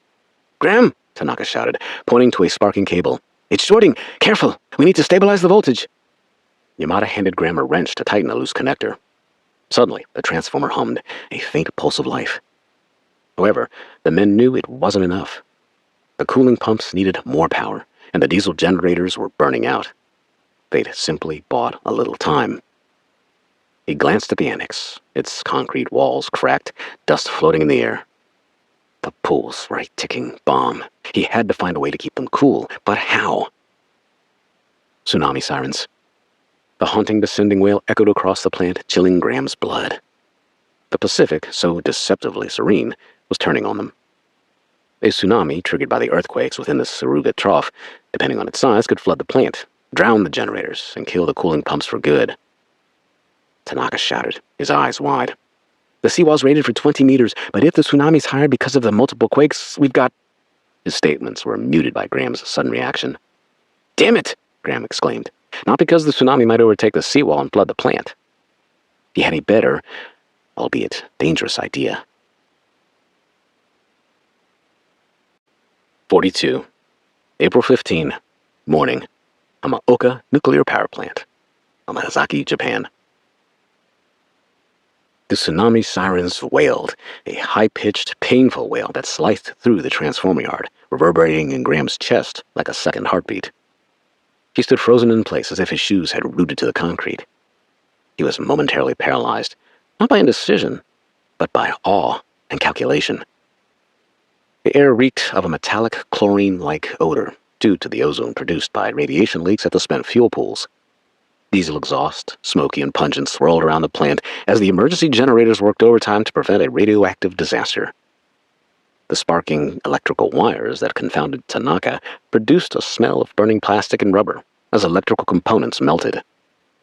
However, it was the briny scent of sea salt carried by a sudden unnatural gust of wind from the Pacific that caused Graham the most concern now.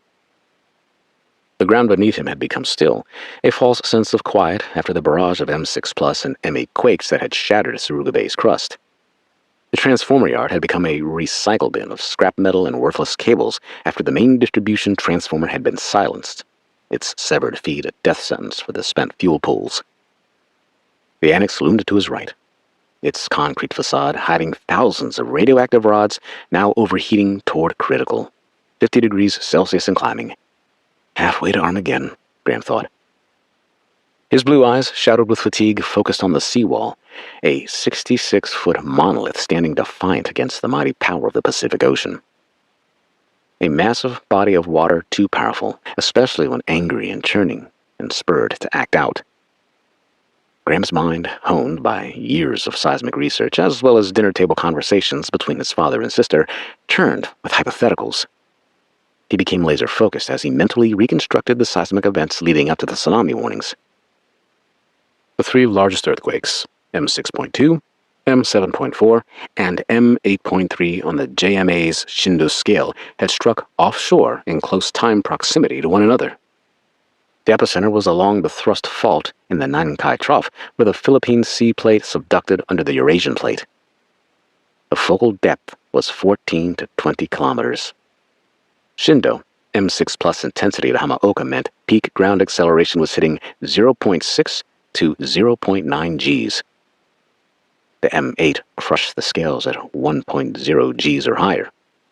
The plant's seismic design, rated for an M8.5 at 1.0 G, had held. Barely. Whether the plant fell apart and crumbled to the ground was not the biggest concern for Graham. They had no access to their external energy source. The power grid was gone, substations and transmission lines crippled by the quakes.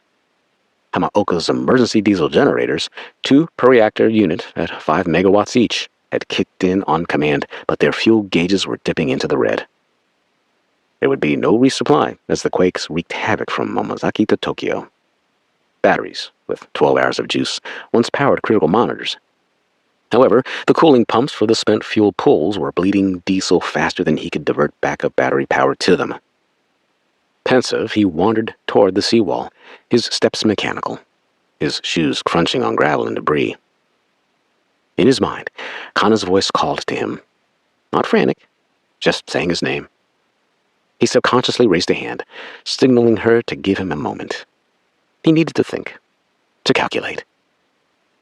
The sirens wailed, a relentless reminder of the urgency he faced.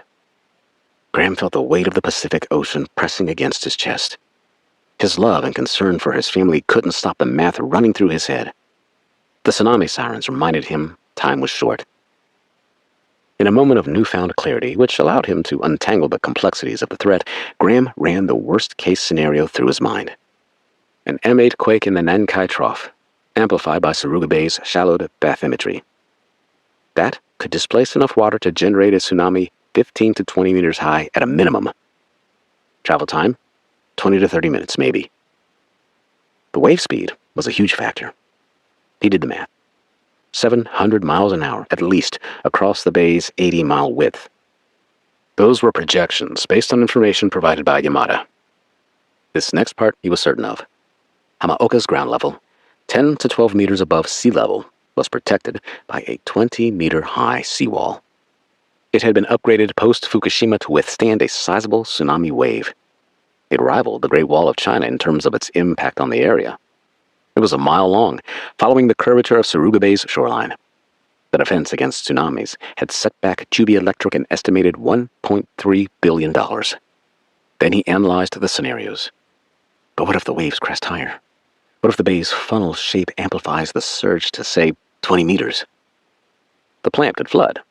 Sure, the elevated diesel generators, EDGs, were elevated at 25 meters and were waterproofed, although their fuel lines were not. A flood could choke them, kill killing the cooling pumps, allowing the spent fuel rods to burn out of control. Cesium-137, with a 30-year half-life, would poison Japan, the Pacific, the Northern Hemisphere. He repeated that to himself to clearly understand the consequences of his decisions. Kana and the kids, himself, his family in Washougal fighting St. Helens, they'd all breathe it too. Graham let out a huff, his hands clenching into fists in a show of anger. He reached the stairwell to the seawall's observation platform. Up he climbed several flights until he reached a service catwalk leading to a steel-grated deck overlooking the Pacific. The horizon was flat, a dull gray sheet under a sky filled with white, wispy clouds. No waves yet, no whitecaps, just an eerie stillness that prickled his neck. Death lurking offshore. Building. He leaned against the railing, the metal cold against his palms, and closed his eyes. His mind flashed to a happier moment. Teaching Ken how to throw a baseball in their Shizuoka backyard, and be cheering her little brother on. Kana, the family historian, laughing as she filmed it. The ostensibly pleasant memory was a knife in the gut, twisting with every wail of the sirens. "Focus, Mercer," he told himself aloud. "You're their shield." His father's voice echoed in his mind. "Volcanoes don't play favorites, son." Dad would agree that neither did tsunamis. 43. April 15. Morning. Hamaoka Nuclear Power Plant. Yamazaki, Japan. Graham scanned the coast.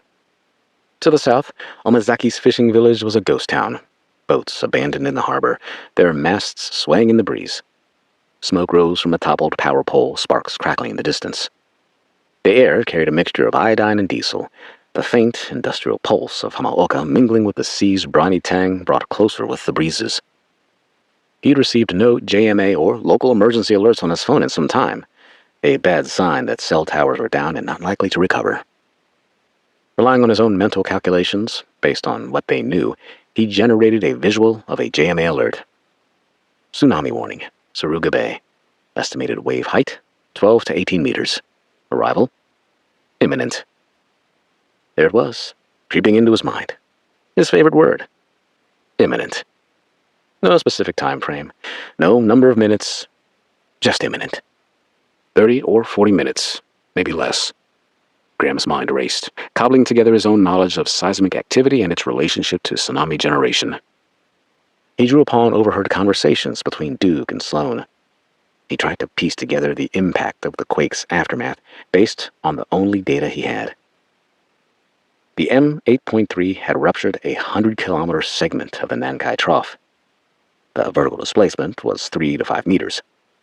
The JMA's early warning system, per Yamada, had detected P waves 5 seconds before the S waves hit.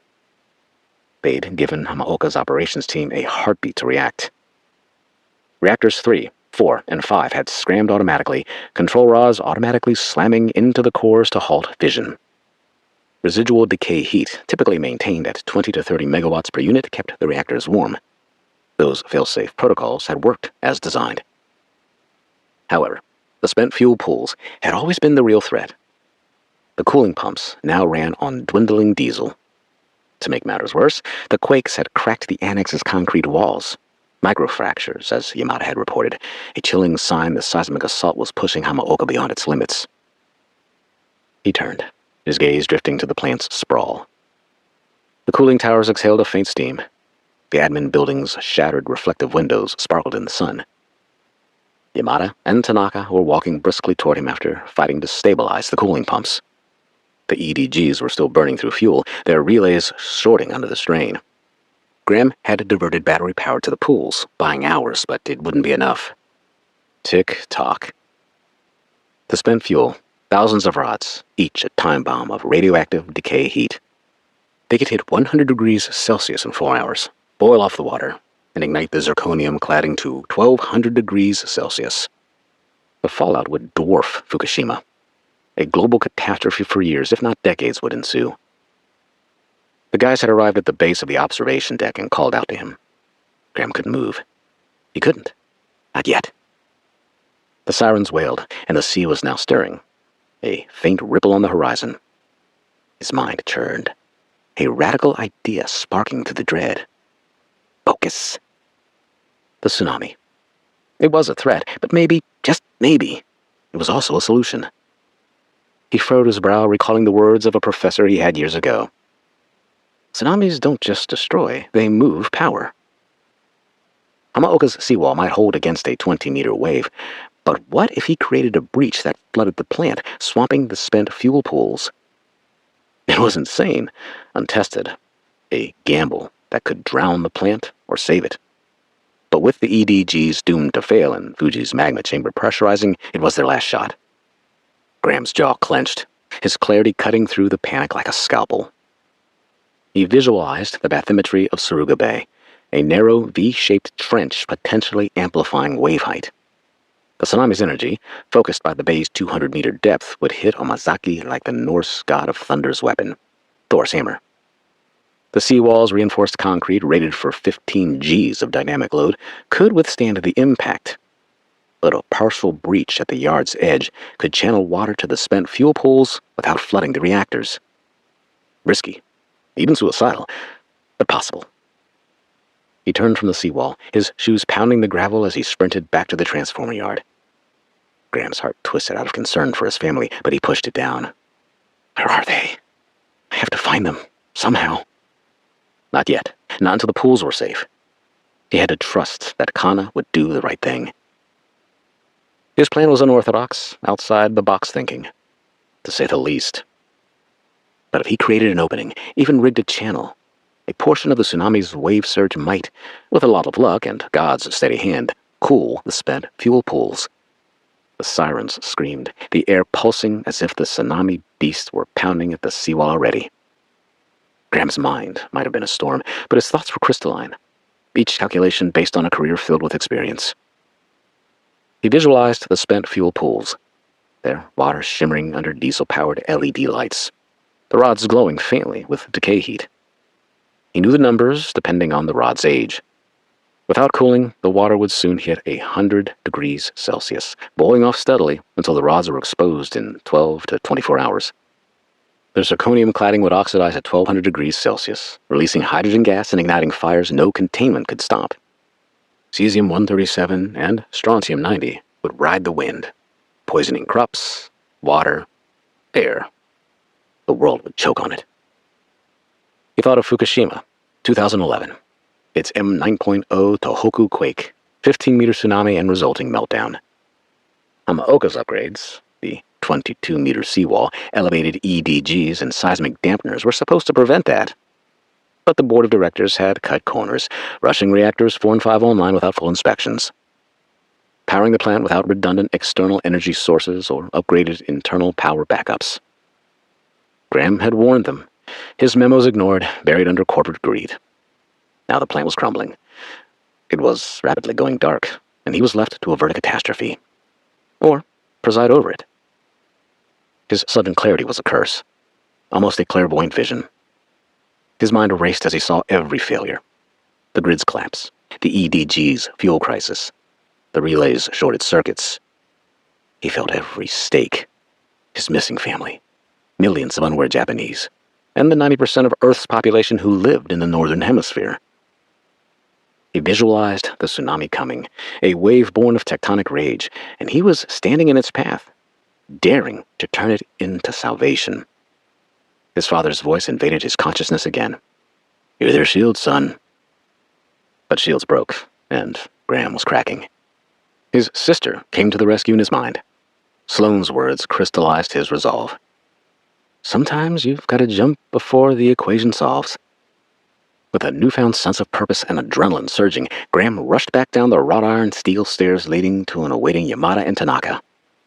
He'd needed the closest thing he had to a bird's-eye view, and a place to think. Having achieved both, he was prepared to face the men who were waiting with perturbed looks on their faces. Yamada chased after him, demanding to know what he was doing. Evading the question, Graham fired off a question of his own directed at Tanaka. "Hiroshi, what's the last estimate of the emergency generator's fuel status?" 4.5 hours, Tanaka replied. "Relays are still shorting. We've diverted all battery power, but it's not enough. The pumps are lagging. We've got less time than we originally thought." Graham glanced back toward the seawall, a concrete gray barrier against the threat coming from the Pacific. Beyond the seawall, the tsunami had formed several miles offshore, starting with a ripple and then growing into a white-crested wave. Graham's heart pounded, but his clarity held. He saw the plan. Breach the billion-dollar seawall's lowest point in the direct path of the tsunami waves. Flood Hamaoka. The tsunami's water washing over the spent fuel pools could buy them 8 to 12 hours, maybe more. He pointed to the seawall. He visually assessed the terrain again. "What?" Yamada demanded. "I want you to trust me on this." "No promises, my friend," replied Yamada. Tanaka nodded in agreement. Graham was afraid this was going to be a hard sell, but he couldn't do it without them. He vocalized his thoughts, mumbling as he thought out loud. He turned back toward the seawall. "What's our weakest point? Where could it breach first?" Yamada scowled and shook his head, intently studying his friend. "Hey, are you okay? You're mumbling, Graham. We need to look at evacuating. It's time for us to go." Graham turned to face the men. "Guys," Graham began, his voice low, commanding, "I've got an idea. It's crazy, but it's all we've got." Tanaka's eyes narrowed. "What kind of crazy?" Graham pointed to the seawall. "The tsunami's coming. We use it. We'll breach the weakest point. Channel the water toward the spent fuel pools. It cools the water over the rods, stabilizes the heat loss." Tanaka's jaw dropped. "Mercer-san, that's insane. If we miscalculate, the annex floods. The diesel generators and batteries will be lost. The pools will have no way to maintain temperatures." "We're losing the battle anyway," Graham countered. Yamada asked, "Are you saying we flood the plant? That'll cause a meltdown." "Not necessarily in the reactors," Graham cut in. "Their height above sea level is much higher than what I project the tsunami to be, but we're out of options as it relates to the underground spent fuel pools. The EDGs are dying, the grid's gone, and I believe Fuji's about to blow. If we do a controlled breach, we have a chance to delay the inevitable and at least find a way to issue warnings. Otherwise, we lose everything." Suddenly, Yamada rushed up the stairs to the observation deck until he could stare at the bay. The water was slowly beginning to rise along the shore. Yamada looked down to shout, "Water's slowly rising at the lighthouse." The lighthouse was located at Cape Omazaki, a couple of miles southeast of the plant. Yamada rushed down the stairs, almost slipping. He arrived out of breath. Graham immediately placed his hand on his friend's shoulders to steady him as he caught his breath. "Listen, there are no good outcomes," Graham began, his voice steady, his eyes locking with theirs. "This plant is going to fail, and the spent nuclear fuel will be released. We've had 3 major earthquakes in back-to-back succession, not to mention multiple tremors. Now a tsunami that, by my calculations, might breach the wall anyway. Couple both of those unmitigated disasters with the data Al has provided regarding Fuji's eruption, and gentlemen, we're screwed. I'm asking you to trust me on this. At this point, we cannot save the plant. We can't even stop the spent fuel from entering the environment. All we can do is delay the inevitable and give more people a chance to escape and hopefully survive." "So what's the plan?" asked Tanaka. "We're going to tear a hole in that wall." 44. April 15. Morning. Hamaoka Nuclear Power Plant. Amazaki, Japan. There's always a weak link. That individual or part of a structure that is considered the most vulnerable or likely to fail. Graham knew all Hamaoka's vulnerabilities, its weakest links, and within the seawall structure, he and the guys agreed it was at the flood control gates. The seawall was designed to keep tsunami waters out, but Japan, known for its torrential downpours, also made the plant prone to flooding. During heavy rain events, when water accumulated within the concrete jungle of the nuclear plant, it rushed to the lowest point, which was naturally Suruga Bay. Near the center point of the seawall, a 15-foot wide panel was designed to release overflow in storms. It was concrete reinforced with 2-inch rebar capable of withstanding most tsunamis. Regardless of its design, it was the weakest link in the massive structure. Graham stood in front of it as Tanaka arrived driving a Komatsu excavator. Directly behind him, Yamada drove a Hitachi trencher. The 2 men left the loud diesel engines running as they climbed out of their cabs to join Graham.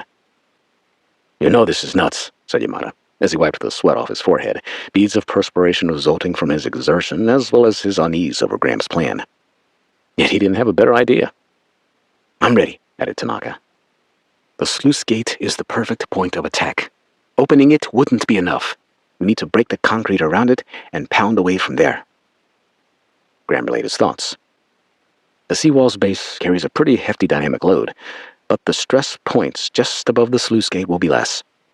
Tanaka's got to hit the gates around hard to create as big a hole as high as he can reach. Then break it open toward the base. The power of the water will do the rest. "Got it," Tanaka said. "The Komatsu will tear through, I think, but the concrete's 60 MPa strength is gonna fight back." MPa stood for megapascal, a metric unit to measure the compressive strength of concrete. 60 MPa was roughly equivalent to 9,800 psi. Graham nodded, his mind racing with calculations. The seawall's sluice gate, a 5-meter wide set of moving panels, was designed to release overflow in storms as well as withstand a tsunami. Its concrete frame, reinforced with rebar, could crack under 10 Gs of force. Tanaka's Komatsu could deliver a powerful punch, enough to fracture the gate in 15 to 20 strikes if he was precise. Then Yamada's trencher, with its 2-meter cutting depth, could carve a wide enough canal to divert the water toward the spent fuel pools. Graham stared toward the magnificent seawall. It had become a model used around the globe for protecting nuclear power plants from the wrath of the sea. He handed each man a 2-way radio, which he'd retrieved from the contractor's shed, while they readied the equipment. From the observation deck, he could monitor their progress while keeping a watchful eye for the coming tsunami. "Let's do this," he said, looking each of his friends in the eyes and then slapping them on the shoulders. Minutes later, demolition was underway. A metallic shriek ripped through the air as the Komatsu excavator's claw slammed into the concrete. Shards exploded like shrapnel, scattering across the cracked pavement near Hamaoka's seawall. Yamada's trencher, an aging Hitachi track unit with a 4-foot ripper, gnawed a jagged line across the asphalt. Its caterpillar treads churned up chunks of steaming gravel as he carved a shallow canal from the base of the soon-to-collapse wall directly to the eastern retention trench beside Annex 2. Graham stood at the base of the seawall, heart hammering, watching Tanaka muscle the machine with a precision that defied the chaos around them. Yamada's face was contorted with determination, as if he were digging the trench with a shovel. After a deep breath, Graham hustled up the steel stairway leading to the top of the seawall. His shoes pounded up the treads, threatening to send his racing heart out of his chest. Somewhere in the back of his mind, he chastised himself for not staying in shape. At 35, married life had provided him a bit of a pooch around the midsection. Once he reached the observation platform, he trained the binoculars he'd commandeered out of the weather-beaten guard shack on the horizon. He needed eyes on the ocean, and his watch. Timing was everything now. Tanaka's Komatsu rumbled below. The arm punched again and again into the side of the seawall at their pre-designated stress point. The post-Fukushima seawall was built to withstand 20-meter waves, but Graham was counting on brute force and the quake-weakened interface between the concrete and aggregate around the sluice gate. The Komatsu seemed to grunt as its arm made another swing, the bucket slamming into a weakened seam identified by Tanaka. Crack! Concrete fractured. The section of seawall buckled inward, breaking like a rotten tooth. Debris scattered as a portion of the upper wall slid, dropping in front of the sluice gate. He'd created an opening, a jagged breach, wide enough to continue tearing open more of the concrete. Yamada quickly moved in to pull away the debris, giving Tanaka the opportunity to take another whack at the fractured wall. Crack! More chunks of concrete fell away. This time, Tanaka maneuvered the shovel of the Komatsu to slide the debris to the side, allowing Yamada the ability to return to trenching. Perched high atop the wall, Graham nodded and managed a smile. His hastily devised plan was underway. The wall was crumbling with each swing of the Komatsu's powerful shovel. Yamada's trench was coming to fruition as he diligently plowed toward the spent fuel pools. When Graham turned his attention back towards Suruga Bay and the ocean beyond, his eyes grew wide as a Yiddish expression invaded his psyche. Der Mensch tracht Gott lacht. Man plans, and God laughs. The water had receded. In the brief time that Graham had drawn his attention away from the bay, it had receded. Moored fishing boats lay beached in the mudflats. Debris and sunken boats were exposed. A few fish flopped on the ocean floor, glistening in the sunlight. Birds screamed overhead, partly for the easy meals that lay beneath their flight, and partly because they were aware of the coming disaster. Not good. The entire bay looked like it had been pulled inside out. The sudden receding water had dropped significantly in just a matter of minutes, exposing the ocean floor. It was also a sign to Graham. The ocean had just dropped like the drain plug had been pulled. "It's coming!" he shouted into the two-way radio. "The water's drawn back. It could be a matter of—" None of the men, himself included, could hear his final words. A thunderous, resonant noise reached them, but not mechanical. More elemental. Natural. Yet it wasn't. The ocean was returning. With a vengeance. 45. April 15. Morning. Hamaoka Nuclear Power Plant. Amazaki, Japan. "How much time do we have?" Tanaka asked, in an astonishingly unemotional tone. He was showing no indication of stress over the coming tsunami. Graham scanned the horizon again with the binoculars. The wave was building, still in its infancy, so to speak. His estimate was purely conjecture at this point. "Less than 15 minutes. I'll have to monitor it continuously to provide updates. We need to get to the reactor control room before it hits." The men had previously identified the small building located at the end of the towers closest to Japan's National Route 130 to be the highest point within the complex. It was also far enough away from the nearby Nino River, which was sure to flood with the tsunami water flowing inland. Graham fully expected the plant to become an island for a period of time, until the water eventually returned to the bay.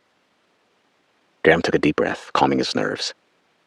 If Tanaka, located at the point where the powerful tsunami waters would have crashed through the wall, could remain composed, so could he. He turned to the railing that lined the graded deck, roughly 20 meters above the Pacific, and gripped the top rail, its metal cool and slick with sea spray. The horizon was a nightmare. A 16-meter swell, white foam churning like a freight train 5 miles offshore. Graham's mind flashed to his wife and kids, imagining them packed into a shelter in Numazu. If the pools burned off and the spent fuel rods entered the atmosphere, they'd breathe poison. Below, Tanaka's excavator reared back and took another whack, the hydraulic breaker slamming into the gate's base. Boom! Concrete chips flew and dust swirled, encompassing Tanaka on his heavy machinery. The impact of the steel and concrete hitting the ground vibrated through Graham's legs, a low-frequency pulse that matched his racing heart. "Tanaka, you've hit the spot," he shouted into his radio, voice crackling over static. "The rebar's thinnest here," Tanaka shouted back. "It should be all the same," responded Graham. "I'm telling you, it's thinner." Graham shook his head in disbelief. Shortcuts. Shocker. He wondered if that was true throughout the structure. If it was, the entire seawall could fail under the force of the tsunami. "Hi-ya!" Tanaka yelled triumphantly, forgetting to release his grip on the radio's mic. The Komatsu's arms swung again, the bucket striking with a bone-rattling crack. A large crack snaked upward, above where the gate once stood. A foot wide, as the concrete fell away, rebar was revealed like exposed bone. Tanaka's hands shook on the controls as he set his jaw, landing another hard blow. Boom! The gate grated under the relentless pressure from the Komatsu. A slab of concrete tilted inward, knocking the steel gates off its mounts, leaving a 20-foot-wide gaping hole. Now Tanaka had his own view of the ocean and the wall of water that approached. Yamada's trencher continued to growl, its chain cutter tearing into the concrete parking lot en route to the spent fuel pools. Concrete chunks and gravel base sprayed outward as the canal began taking shape. It was only 5 feet deep and 10 feet wide, snaking toward the spent fuel annex. The men hoped it would be enough to direct the water to their target. "Graham, I've got the annex in sight. Tough going uphill," Yamada shouted into his radio, his ponytail whipping in the wind. "The soil's loose, though. Thank the quakes for cracking the bedrock." "Keep digging," Graham encouraged his friend, his eyes locked on the approaching tsunami. Tanaka provided an update amidst the excavator's relentless pounding. "The gate's clear, I can see it." He didn't pause. Crack. Boom. Another large slab broke free, tumbling onto the cab of the Komatsu with a thud before it hit the ground. Rebar snapped, steel twisting like licorice. Graham witnessed the crushing blow. "Tanaka, are you okay?" After a moment that felt like a lifetime, his buddy replied, "I got my bell rung, as you Americans like to say. Mike Tyson couldn't punch harder." "Do you think we're good with that last hunk pulled away?" asked Graham. "One more hit." The Komatsu's arm reared back, then struck again for the 26th blow. Boom. Another slab filled with rebar broke away. The opening was now nearing 20 feet by 20 feet. Graham could envision seawater gushing through, flooding the plant and cooling the radioactive spent fuel rods. "I'm going to help Al," said Tanaka, satisfied he'd created a large enough opening. Yamada had expressed frustration with his progress. He suggested Tanaka clear the concrete and gravel out of the trench to both widen and deepen it. The idea was to divert the water toward the targeted spent fuel pools. After that, the tsunami would do the rest of the work as it flooded the plant.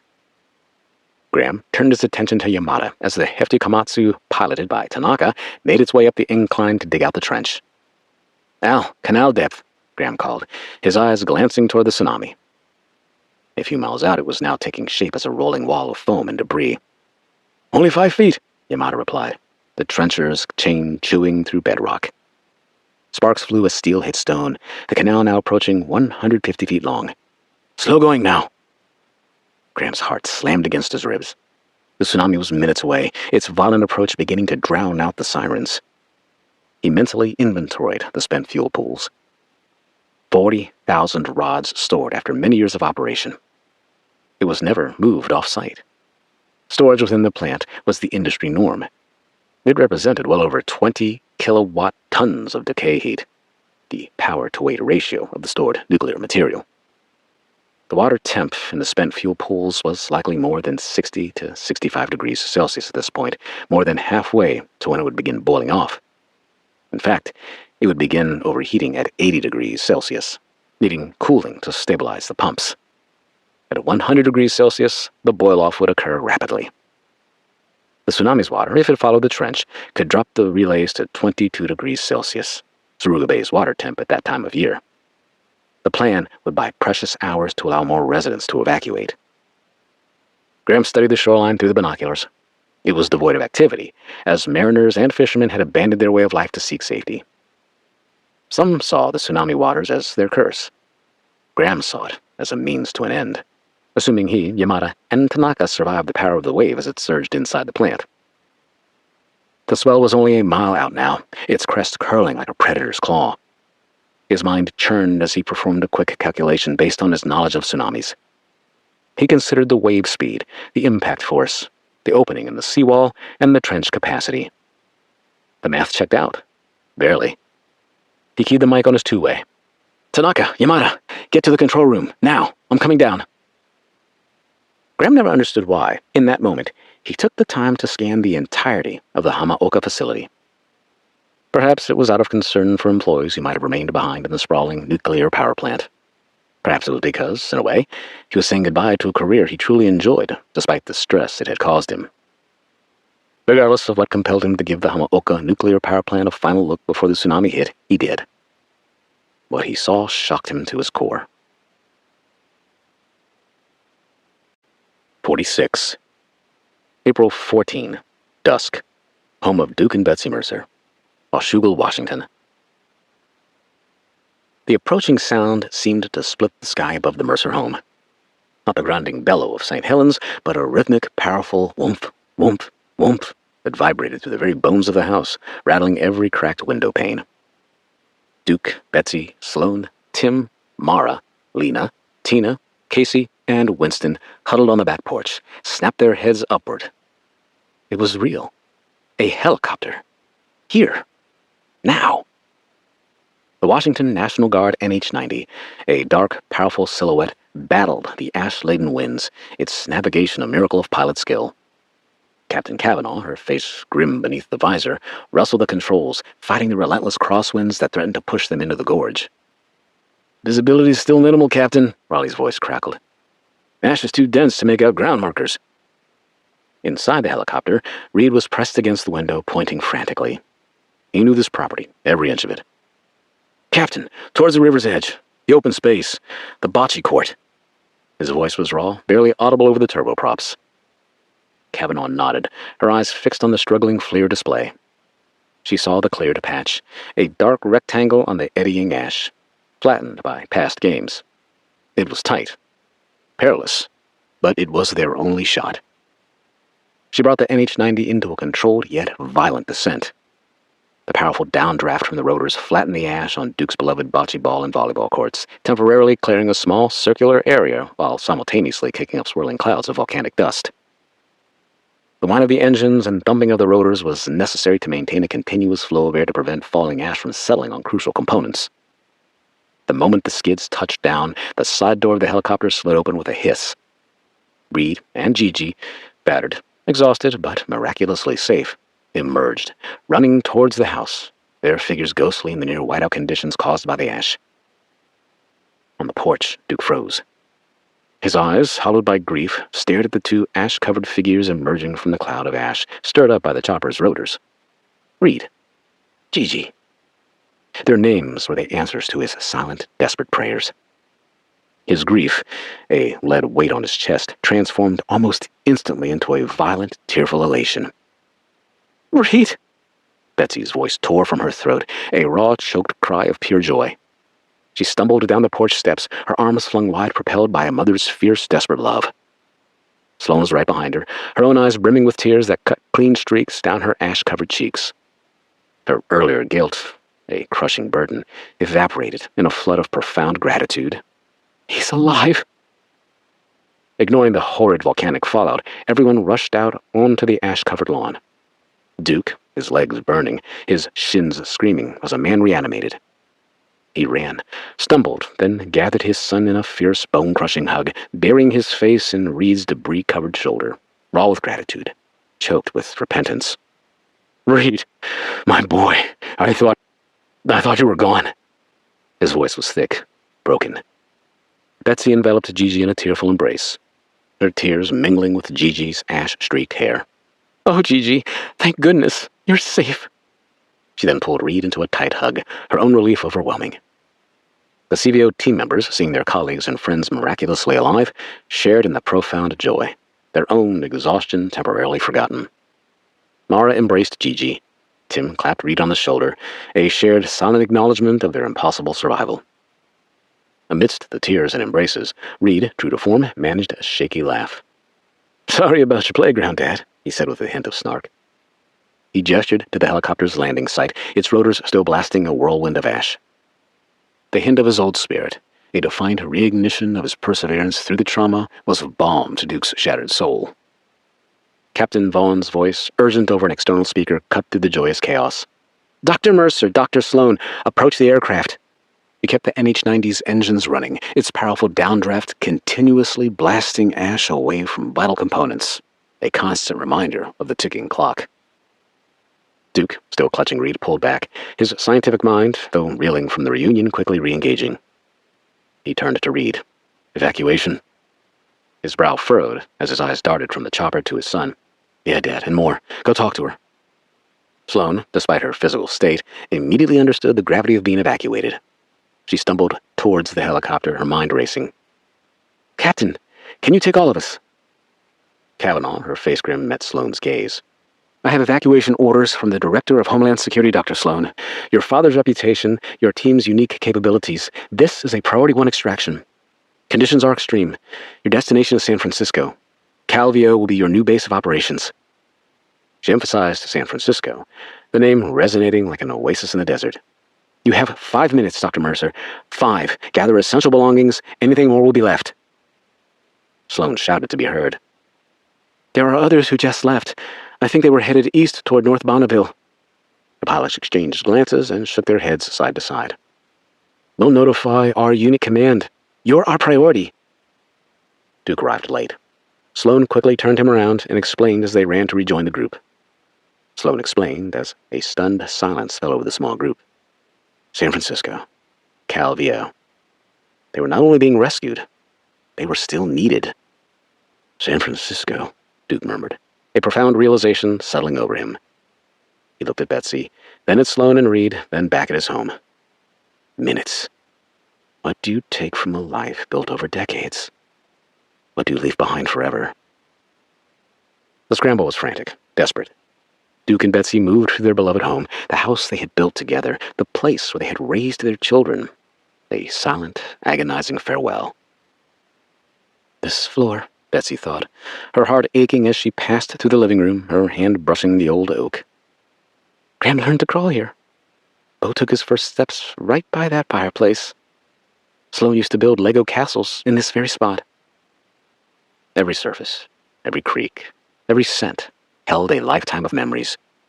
Now, ash coated everything. The cracks in the ceiling, the shattered windows. Silent witnesses to the house's suffering. She ran her hand over the dining room table, tears blurring her vision. My home. Our home. Will we ever see it again? The uncertainty was a cold, hard knot in her stomach. Duke moved through his study, his eyes scanning the shelves of books, the geological artifacts, the framed photographs. His fingers hovered over a photo of a younger Sloan grinning through mud in Iceland. So many memories. So many conversations with Reed in this very room, debating theories, planning adventures. He snatched a few essential papers, a worn field guide, a small, polished piece of obsidian from St. Helens, its surface now grimy. This is it. He had spent decades studying the Earth's ferocity, knowing it could claim everything in an instant. Now it was claiming his past, his legacy. His future was suddenly a terrifying blank slate. Betsy, despite her exhaustion and grief, showed remarkable efficiency. Winston's pre-packed go bag, a bulky backpack filled with kibble, water, and his favorite chew toys, was already by the door. The lovable bulldog, nervous but trusting, whined softly as Duke gently coaxed him towards the open access door of the helicopter. Come on, boy. We're going on an adventure. The pup, sensing the desperation, boarded willingly, a small, sad whimper escaping him. The CVO team members, seeing their own desperate choices reflected, gathered their minimal essential belongings. Rugged laptops, hard drives filled with invaluable data, personal journals. Tim clutched his injured arm, Mara by his side. Lena and Tina moved with grim resolve. Casey's face was pale with shock. The Mercers gathered at the doorway for one last, agonized look at their beloved home. Ash covered every surface, turning the vibrant green of the lawn to a desolate gray. The house stood, battered but still defiantly upright, a symbol of their life now left behind. The poignant sense of leaving a part of themselves, a lifetime of memories, was a physical ache. With everyone on board, the pilot received final confirmation that the passengers and their gear were secured for the long flight to San Francisco. The side door of the NH-90 slid shut with a final metallic clang. The rotors were whipped to a thundering crescendo. The helicopter lurched briefly before lifting off the ash-covered lawn, battling the powerful winds and the intense plume. The Mercers, Gigi, and the core CVO team pressed their faces against the helicopter's grimy windows. The home shrinking below them disappeared into the deluge of ash, a final poignant farewell to their former lives, to everything they'd known. The silence within the helicopter, broken only by the rhythmic thumping of the rotors, was filled with the unspoken weight of what they'd lost and the terrifying uncertainty of what lay ahead. They were flying into the unknown, leaving behind the screaming, burning heart of Mount St. Helens for an uncertain future in a world fundamentally, irrevocably changed. Part 3. The Earth's slow heartbeat can become a drum of war in a single breath. 47. April 15, morning. Hamaoka Nuclear Power Plant, Omazaki, Japan. Graham's jaw clenched. The world was fracturing. Spent fuel rods, the approaching tsunami, the eruption of Mount Fuji. A confluence of disasters that no man could expect to survive. And now his eyes grew wide as he saw a familiar sight. Kana's black Nissan Armada was racing off Sakura Road, through the exit side of the security gates into the plant. His hands shook violently as he tried to see through the binoculars. Kana's face was panicked. In the back seat, Ken's baseball cap obscured his face. His head was buried in the shoulder of his sister. "No, no, no!" he screamed, dropping the binoculars before racing toward the steel stairs leading downward. He looked over his shoulder, causing him to slip and fall. The tsunami was coming. It came with terrifying majesty, a wall of water 4 stories high, foaming and furious, rising ever higher as it approached the shoreline. He'd bought humanity minutes, maybe hours, by tearing open the seawall. Now, seconds mattered to save the lives of his family. He practically flew down the grated steel stairs. The sea spray and winds preceded the arrival of the tsunami wave, making the treads slippery. He'd slip, catch himself on the railing, only to slip again. Soon his shins and knees were ripped open by the steel grates. Blood poured out of his legs as well as his hands as he used them to brace his many falls. As he wound each turn at a platform, he tried to locate Kana's car. Frantically, he felt his pockets for his two-way radio. He'd lost it during one of his falls. He couldn't even enlist Yamada's or Tanaka's help. As he reached the bottom, the first wave of the tsunami invaded the plant grounds through the hole in the seawall, echoing loudly as if the opening they'd created were a megaphone. Graham hastily attempted to skip the last few stairs to hit the ground running. It was a tragic mistake. He fell hard against a slab of concrete wall, barely missing being impaled on a protruding piece of rebar. Hobbling now from the blow his leg took, he pulled himself up the slope, through the debris hurled about by Yamada's Hitachi trencher. The plant's footprint stretched more than a square mile in all directions. Kana and the kids could be anywhere. Completely unaware that the one place they sought safety in a catastrophe had been intentionally compromised by her husband and their innocent children's father. Graham struggled to make his way up the slope to the parking lot, his eyes frantically searching for Yamada and Tanaka, his voice screaming their names for help. As instructed, they'd retreated to the control room at the highest point of the facility. Graham was alone with his family. "Kana!" he shouted out of desperation, impossible to be heard over the coming deluge. Then he caught a glimpse of her car racing across the plant between the turbine buildings. She was headed in the direction of the administrative offices, logically toward his building and his control room suite. The building closest to the compromised seawall. The building that was crumbling from the effects of the earthquakes. The building that was on the other side of Yamada's magnificent trench. Graham half ran, half hobbled to the top of the trench where Yamada and Tanaka had abandoned their equipment. He circled around the trench and backtracked as fast as his battered body would allow. Then, fright caused him to stop, frozen by what he heard. The beastly tsunami announced itself as it made landfall with a powerful, violent outburst. Within seconds, the interior of the plant was ankle-deep as water swirled around the catch basin designed to act like a moat inside the seawall to capture rainwater runoff. The surge of water clashed with the concrete debris excavated by Yamada and Tanaka until it began to flood the newly dredged trench. Graham regained his composure. Pushing the pain he was suffering out of his mind, he sprinted toward the admin building, his eyes locking on Kana and the kids as they entered through the lobby doors, completely unaware the base side of the building had collapsed during the massive quakes. As he approached, he began shouting their names. "Kana! Emi! Ken!" Suddenly, they were rapidly backing out, Kana's arms clenched around them, her face pale with fear. She turned to see the floodwater entering the plant. And Graham.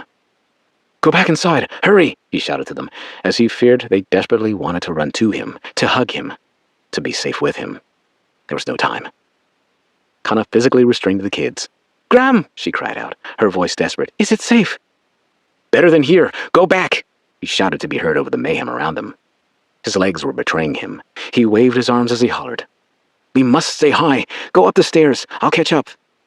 Suddenly, the entire force of the tsunami exploded through the seawall where the sluice gate once stood.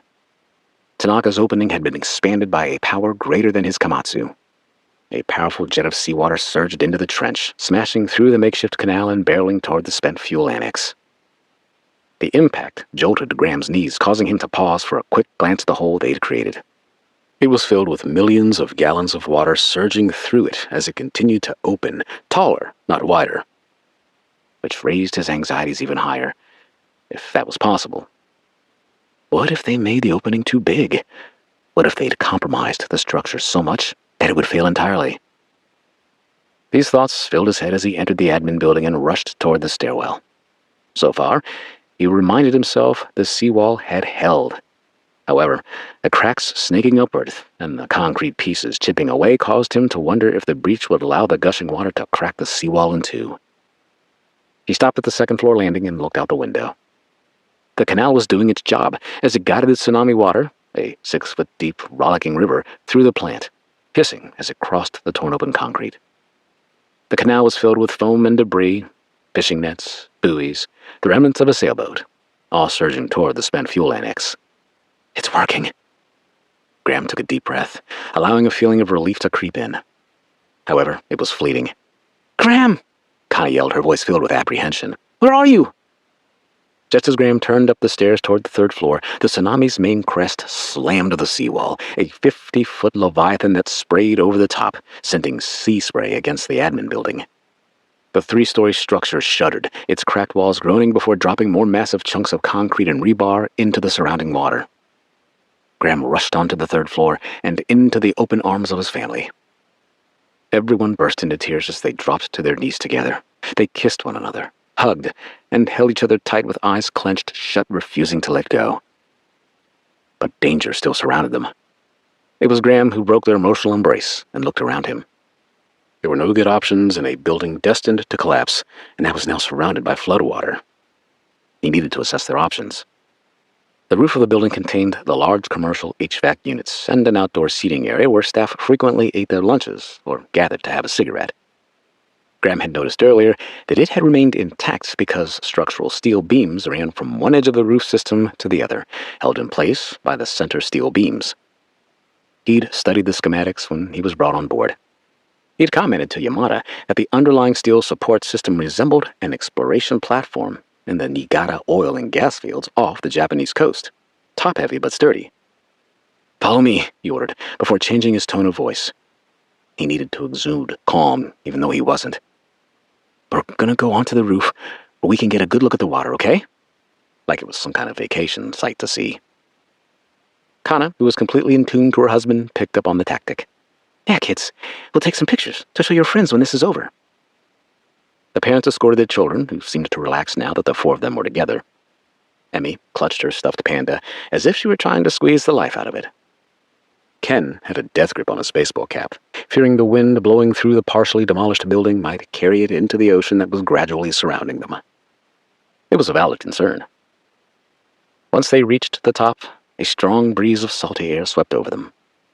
The scene was astonishing. The entire peninsula, from where the Omazaki lighthouse once stood, and along the shores for miles, as far as the eye could see, was inundated with water. Very few people in the low-lying areas could have survived it. 48. April 15. Noon. Hamaoka Nuclear Power Plant. Omazaki, Japan. The wind was a whip across the exposed rooftop, carrying the raw metallic tang of brine and ozone and something far more visceral, the pungent scent of pulverized earth and twisted steel. The rooftop was a battlefield of senses. A dragon's breath of warm air screamed across the admin building, flinging fine, gritty pieces of the asphalt roofing material like a swarm of invisible Japanese paper wasps.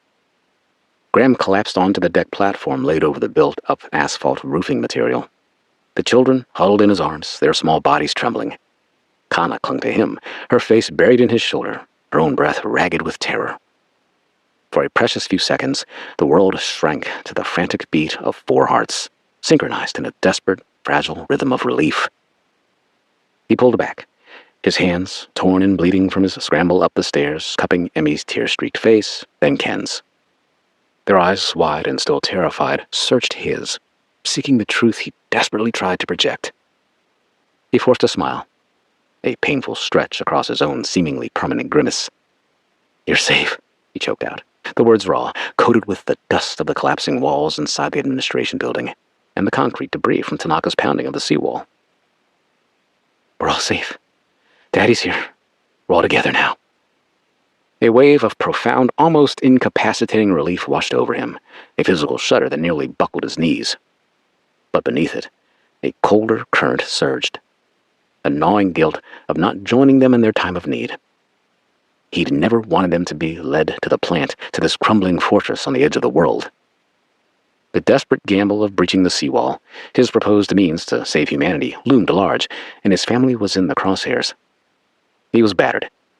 His shins screamed from the iron-grated stairs. His knuckles bled freely, and his breath hitched in ragged gasps. Kana leaned in, her gaze dissecting him. She saw past the forced composure. The dark shadows under her husband's eyes, and the trembling of his hands betrayed him. He was a man holding on to sanity by a thread. She knew him like she knew her own breath. This wasn't over. Not for him. Not for any of them. "You're hurt," she murmured, her thumb brushing his cheekbone, tracing a smear of grime. He gently waved it off, his attention already shifting, his gaze sweeping the horizon, assessing and calculating. The instincts of the scientist, the engineer, the family protector were kicking in, an instinctive override against the possible trauma that was in store for them. The roof itself was a chaotic mess of shattered glass from burst skylights, bent antenna arrays, and the crumpled husks of commercial HVAC units, their metal casings twisted open like discarded cans as they collapsed into the floor below them. The strong, biting wind continuously whipped at their clothes, a constant reminder of the tsunami water that was flowing throughout the plant. Several feet away, where the entire east wing had once sprawled, was a gaping void. A raw wound of exposed rebar and dangling wires, the very skeleton of the building torn open to the elements. Graham's concern reached a fever pitch as he questioned whether the roof system would hold. The tsunami had continued to bring more water inland following the initial wave. Along the entire Omazaki Peninsula, as far as the eye could see, land and structures lay submerged beneath a vast, churning brown-gray expanse. What was once an ordered landscape of roads and structures now looked like a drowned, forgotten world. The Omazaki Lighthouse, a distant white beacon for sailors, now stood isolated in a shallow, oily sea, its base hidden and tower toppled, a dark monument to the ocean's savage power. "Daddy, look," Emmy whispered, pointing with a small, trembling finger. Graham followed her gaze. The plant below was an isolated island in a new, terrifying ocean. The vast concrete landscape of Hamaoka, usually so ordered, was now a roiling bay. Water swirled around reactors 1 and 2, turning brown, lapping at the elevated foundations. Debris, including wrecked fishing vessels, bumped up against once parked vehicles, including his own, that churned violently in the floodwater. But his eyes locked on the trench. Yamada and Tanaka's desperate, hastily dug canal was now a rollicking, muddy river. It was filled, as he'd hoped, creating a powerful dark current surging along its course, a controlled torrent funneling directly toward the spent fuel annex. His stomach clenched with a bitter hope. Is it working? He strained to see the annex, that hulking concrete block now partially submerged, barely visible through the mist and sea spray. A column of steam, not the raging inferno of his nightmares, but thicker, steadier than normal, rose from its vents, a white flag against the bruised sky. It was cooling. It had to be. He could almost hear Tanaka reel off the numbers. The water temperature in the pools had to be dropping to match Suruga Bay, forcing the rate of boil-off to be drastically slowed. His desperate gamble, this engineered catastrophe, had bought them hours, perhaps even a full day. Enough time to call for help? To evacuate the children? His mind raced. Kana, watching the water level rise around the building, held the children tighter, their small bodies pressed against her legs. Frightened, she said, "Graham, the water's, it's everywhere. Why didn't the wall hold?" Her voice was tight with renewed fear, the scale of the inundation overwhelming, a silent, terrifying testament to the Earth's power.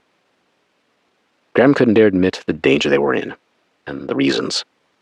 He wanted to be reassuring, even if he wasn't certain of the truth himself. Then, before he responded, he reminded himself of their pledge to one another when they met. Never lie, or sugarcoat the truth. "It's okay, honey. It's what we wanted. It's—" He hesitated, the words feeling utterly absurd as he watched the very real, very uncontrolled chaos below. He knew the high-risk, high-reward nature of this gamble. If the breach was too great, if the pumps failed completely, this so-called solution would be their ultimate doom. He completed his response. "It's a controlled flood." The words seemed absurd as he uttered them. Kana provided him a lengthy, blank stare.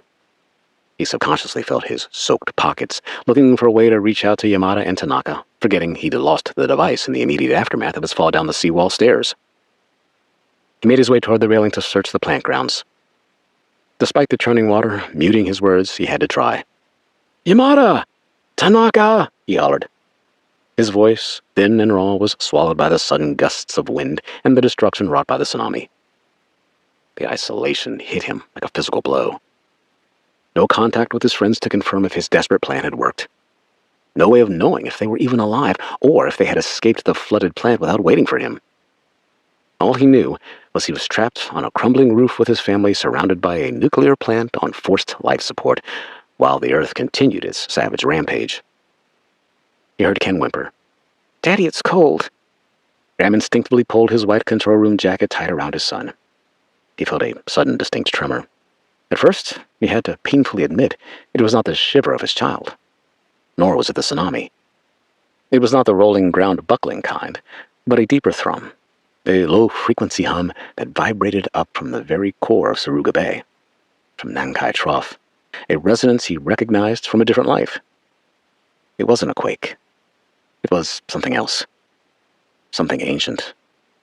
Something returning. He slowly spun around, his eyes snapping toward Mount Fuji. The sacred mountain, usually a serene snow-capped wonder, shimmered oddly in the distance. The haze that had dulled the morning sun earlier was deepening, transforming into a murky yellowish-brown pall that seemed to bleed from Fuji's flanks. And with it, a new smell was permeating the air. Stronger than the ozone, sharper than the diesel. Sulfur dioxide. A metallic, acrid stench that coated his tongue and burned his nostrils. It was a warning bell carried by the wind. "What's that smell?" Kana asked, her voice tight, already sensing the subtle shift in the atmosphere. She pulled her t-shirt over her mouth and nose. "It smells like someone lit a match. A very large burnt match." "Just chemicals from the plant," Graham lied, barely above a whisper, as if he didn't want to be heard. The words betraying his promise felt brittle on his tongue, as his eyes fixed on Fuji. But then the telltale precursors to eruption began. Not just a volcanic roar, or the echoing of a tremor, but a deep, harsh groan like a primeval beast stirring from a long, troubled slumber. It was low, resonating in his chest, making the very air vibrate, a deep metronome to the world's unraveling. And then he saw it. They all saw it. 49. April 15. Early afternoon. Hamaoka Nuclear Power Plant. Amazaki, Japan. From Mount Fuji's northern flank, where he'd observed the initial fissure in the drone feed, a new plume was not merely rising. It was punching skyward. Not steam. This was dark, churning, thick, vicious. What it replaced was something biblical. A colossal column of ash and gas the color of wet charcoal billowed upward with terrifying speed, blotting out the mountain as it climbed higher, like a malignant, towering storm cloud flowering against the blue sky. At its base, where the vent had cracked open, there was no faint glow, but an angry incandescent orange, pulsating like a hellish heartbeat, growing brighter by the second. "Mama, the mountain!" Emmy shrieked, her voice a thin, trembling thread as she pointed a small shaking finger. Ken, too, stared, his forgotten baseball cap falling from his hand as he instinctively buried his face in Kana's leg, whimpering. Graham's blood ran cold. The JMA had probably issued an alert level 3, imminent. He now knew with a certainty that turned his stomach's contents to acid exactly what that word meant. That's ash," Kana stammered, her voice barely discernible over the deepening moan from Fuji that seemed so much closer than it actually was. Her eyes were wide, glazed with an innate terror that mirrored her children's. Mother's words echoed in her mind. "Fuji-san has spoken before. Earthquakes are her voice." Now Fuji-san was roaring its disapproval. Graham felt the crushing weight of it all again, a physical pressure on his chest. Cascadia had cracked the earth with a massive quake. Now St. Helens was likely devastating his family's home in the States. Graham logically assumed it had triggered seismic events and volcanic eruptions across the Pacific. And, before him, after over 300 years, Fuji was unleashing its own version of volcanic violence. He tried to maintain some semblance of composure. His controlled breach, his desperate act to exude confidence, felt minuscule. It was nothing more than a flick of a match against a raging inferno in the eyes of his family. He had perhaps delayed one catastrophic event only to witness Armageddon in another. The ash plume from Fuji continued to boil upwards, a poisonous presence transforming the once clear sky into a canvas of apocalyptic grays and blacks. The wind shifted, a sudden hot gust which brought a fine gritty volcanic ash stinging their exposed faces while already clinging to their clothes and hair. "Inside!" Graham shouted, his voice hoarse but urgent. He pulled his family closer, pushing them desperately towards the small structural entrance to the stairwell. The concrete beneath their feet was losing its rigidity, and a crack suddenly opened toward a nearby HVAC unit, reminding him of the building's compromised state. "You need to get to shelter. The roof isn't safe." Even as he spoke, his eyes were locked on the growing inferno of Fuji. He knew the numbers, the horrifying projections. Fuji had erupted in 1700 as a VEI 5. However, the series of strong M6+ earthquakes could have changed the power of the magma beneath the Earth's surface. The last one had buried entire towns. The gases, the pyroclastic flows, the ash that would choke the air and collapse roofs. If this grew to a VEI 6, it would be 100 times worse than the eruption 300 years ago. His mind hopped from one threat to another. What about Hamaoka? If this ashfall was heavy enough, it would clog the cooling tower intakes, smother the diesel generators that had not been flooded. His precious hours of reprieve would be solely dependent on the tsunami waters, possibly turning his desperate solution into his family's demise. His mind raced as he performed some mental calculations based on his research of the 2004 earthquake and tsunami that had beset India, killing 250,000 people. Those tsunami waters had receded almost as quickly as they came, leaving the kind of frightful devastation he and his family were witnessing around them. Just then, a commotion from the stairwell entrance. Concerned, Graham placed his body between the opening and his family. His eyes locked on the opening, astonished anyone had remained in the administration building through the bedlam. 50. April 15. Early afternoon. Hamaoka Nuclear Power Plant, Amazaki, Japan. Yamada and Tanaka, their faces caked in dirt, streaked with sweat and grim determination, staggered up the stairwell. Yamada's ponytail was a tangled mess, and Tanaka clutched his two-way radio like his life depended on it. They moved with the weary resolve of men who had just cheated death. "Graham." Yamada's voice was a raw croak, barely audible over the wind gusting to the gaping holes in the building. He stumbled towards them, collapsing onto his knees in the third-floor executive lobby. Tanaka leaned against a crippled concrete support, his chest heaving. Graham's heart lurched. "Al, Hiroshi, you're alive!" Relief, sharp and sudden, pierced through the layers of dread. He wanted to go to them, to clasp their hands, to embrace them. But his family clung to him, small, vulnerable. He was rooted to the spot. Yamada coughed, a dry, racking sound. "Barely. The high ground." He paused to catch his breath. "It's not so high anymore. Many structures are pancaked. We barely made it through the sub-basement access tunnel. It's a junkyard of concrete and steel out there." His gaze swept across Kana and the children, softening briefly. They'd met at company family functions in the past. On this day, neither looked familiar to the other. Yamada furrowed his brow, his tone hardening again. "No personnel. Only us. Everyone else, they ran. Or they're..." He caught himself before finishing his sentence as he saw the children's wide eyes were fixed on him. Tanaka, his voice a strained whisper, added, "The EDGs, 2 per unit. Reactor 2's intake is compromised.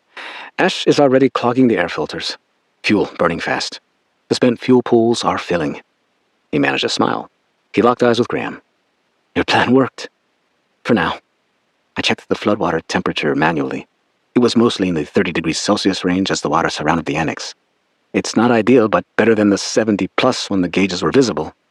But it's not enough. As the waters recede, this will change." He glanced at Kana and the kids. Graham's relief evaporated, replaced by a fresh surge of despair. 30 degrees? We need more time to warn people." He looked between his two colleagues, his friends, the men who had stood with him through this impossible gamble. Their faces, though bruised and exhausted, mirrored his own grim understanding. Yamada met his gaze, his eyes filled with a profound sadness. He shook his head as he spoke. "I looked out the windows of the stairwell. The tsunami is much worse than I imagined. There's nobody to notify. Yamada's eyes darted between his friends. We must go, Graham. We need to get out while we still can. The tsunami, even once it starts receding, the road might be impassable. We saw the main highway out of Omazaki flooded, buried under debris. There may be no way out by car. Not west. Time is not on our side. Kana's grip tightened on Graham's arm, her face a mask of terror. No way out? Tanaka, pulling himself up from a crouch to rest his injured back, nodded, his head bowed. The shelters are inland. Maybe they are still open, but we have to move quickly, before the ash gets too deep, before the air becomes unbreathable. He focused on Fuji rather than the radiation poisoning that would invade their bodies if they waited too long. He gestured to the vast gray plume from Fuji visible through the broken windows. The fallout was now stretching across the sky, spitting down larger, grittier flakes. We're going to try to make our way west, Yamada said, his voice thick with emotion. He looked at Graham, a silent plea in his eyes. To Nagoya. It has stronger shelters, more infrastructure. We hope to find some way to signal for help along the way. Or at least a way to survive. Graham, my friend, you need to come with us. Graham looked at his colleagues, his eyes burning. He wanted to go. Every fiber of his being screamed to take his family and run to escape this nightmare. But the spent fuel pools below, the thousands of rods, the silent, ticking bomb, they were his responsibility. He had bought time for Japan, for the Northern Hemisphere, for his family in Washugal. He couldn't abandon it, not yet, not when there was still the ability to contain the disaster. I can't, Graham said, the words a raw rasp choked with ash. I have to stay. Someone must notify the authorities when they arrive. They need to know what happens if the water boils off, if they ignite. He pulled Kana and the children closer, a silent shield against the impossible choice. Yamada's eyes narrowed, filled with understanding and a profound sadness. Graham, you're a good man, the best. But this is suicide, for you and your family. No, only me, Graham countered, his voice shaking but firm. This is my duty. Kana moved away to face him. What? No, Graham, your duty is to us, your wife and children. We love you. Graham focused on Yamada. I'm asking you to protect my family. Please take them. Find safety. Tell others what happened here. Tell them we tried. He extended a hand, calloused and bleeding, to Yamada. Kana took it instead and stood in front of Graham. We stick together. You will not sacrifice your life and orphan our children on a fool's errand. You have done your part. She's right, Yamada and Tanaka said in near unison. Yamada clasped Graham's hand, giving it a firm, agonizing squeeze. May the kami protect you and your family, Graham. Together. Yamada then embraced Kana briefly, bowing to the children.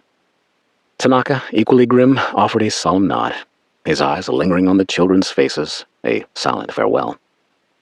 Then, without another word, the two scientists turned and stumbled towards the stairwell, disappearing back into the crumbling interior of the admin building, their footsteps muffled by the falling ash.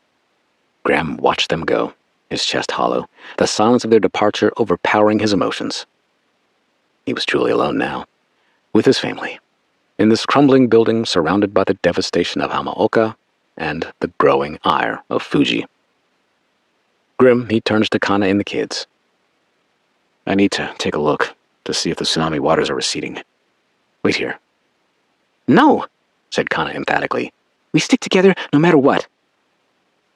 She didn't have to add, to live or to die. Graham caught her meaning. Once on the rooftop again, the wind picked up, howling now, carrying with it a chilling sound that was almost a high-pitched shriek. It was the sound of the ocean retreating again, not as a gentle ebb, but a massive sudden withdrawal from the bay. A final terrifying warning that more damage was coming. Graham spun around, his gaze snapping back to the Pacific, already a vast, gray, desolate plain, its surface scarred by the receding water. And in the far distance, a faint dark line was forming, a line that defied reason. It wasn't a wave yet. It was a wall. The first tsunami, born from the Suruga Trough, had delivered water into his trench. This was something else entirely. a monster born of the tsunami's power and Fuji's rage. Graham's heart hammered against his ribs, a frantic barrage of pure terror. He looked at Kana, her face already pale, her eyes fixed on the distant menace. "Graham," she whispered, her voice trembling, pointing a shaky finger across the sprawling nuclear power plant. The dark line was growing, rising with terrifying speed. Higher, wider. And behind it, in the ash-darkened sky, a new, sickening glow began to appear. Not from Fuji, but from the Hamaoka plant itself. A sickly, greenish-blue luminescence, shimmering with malevolent life, originating directly from the direction of the spent fuel annex. The plant, the pools, the tsunami, Fuji. Graham felt a raw, primal scream building in his throat, but no sound came out, choked by the sheer enormity of it all. The world was ending, piece by piece, and he stood on a crumbling roof, his family clinging to him, utterly powerless to stop the rising, converging tide of catastrophe. They were caught between the fire and the flood, and the poison spilling out of the nuclear core. Then, through the resounding roar of Fuji and the wail of the wind, a sound sliced through the chaos. Unexpected, inexplicable. A faint, almost impossible sound. Kana's phone, miraculously, shrieked in her pocket. Her eyes, wide with disbelief, locked on Graham's. She nervously fumbled for it, pulling it out with trembling hands. The screen lit up. Incoming call. Bo. Cell. 51. April 15. Early afternoon. Hamaoka Nuclear Power Plant. Omazaki, Japan. Kana's phone ringtone, an impossibly uprising sound amidst the apocalyptic blast from Fuji, felt like a lifeline in her trembling hand. Her eyes, wide with disbelief, locked on Graham's. She was shaking, nervously fumbling the device, only managing to grasp it by the pop socket on the back. Kana, who'd been fighting a battle against the rising catastrophe, tried to answer using the speakerphone. Nervous, she finally pressed it to her ear. "Bo?" Her voice was a raw, fragile thread, barely audible above the howling wind and the deepening growl from Fuji's direction. Bo's voice fought through the static, strained, urgent, as if he too was shouting into a maelstrom. "Kana, thank God. Is Graham with you?" Kana replied, "Yes," and immediately handed her phone to Graham. He pressed it hard against his ear, his knuckles white, trying his level best to block Mount Fuji's eruption from his mind. He held his right index finger to close off the other ear. "Oh, yeah, it's me. All hell's broke loose here. At the base and bottom, for now. Listen, carefully, okay? No time. There's an evac flight, military families only, from Yokota Air Base. Do you know where it is?" "Yeah, but Fuji..." Bo cut him off. "They're pulling out as many military families and dependents before it hits. Copy." Bo's words, blurred with static, were obliterated by the distant explosions caused by the lava bombs being hurled from Fuji. Graham's heart slammed against his ribs. Yokota, almost 100 miles away near Tokyo. Past an erupting Fuji. It would be suicidal. "Yokota, Bo, the roads are gone.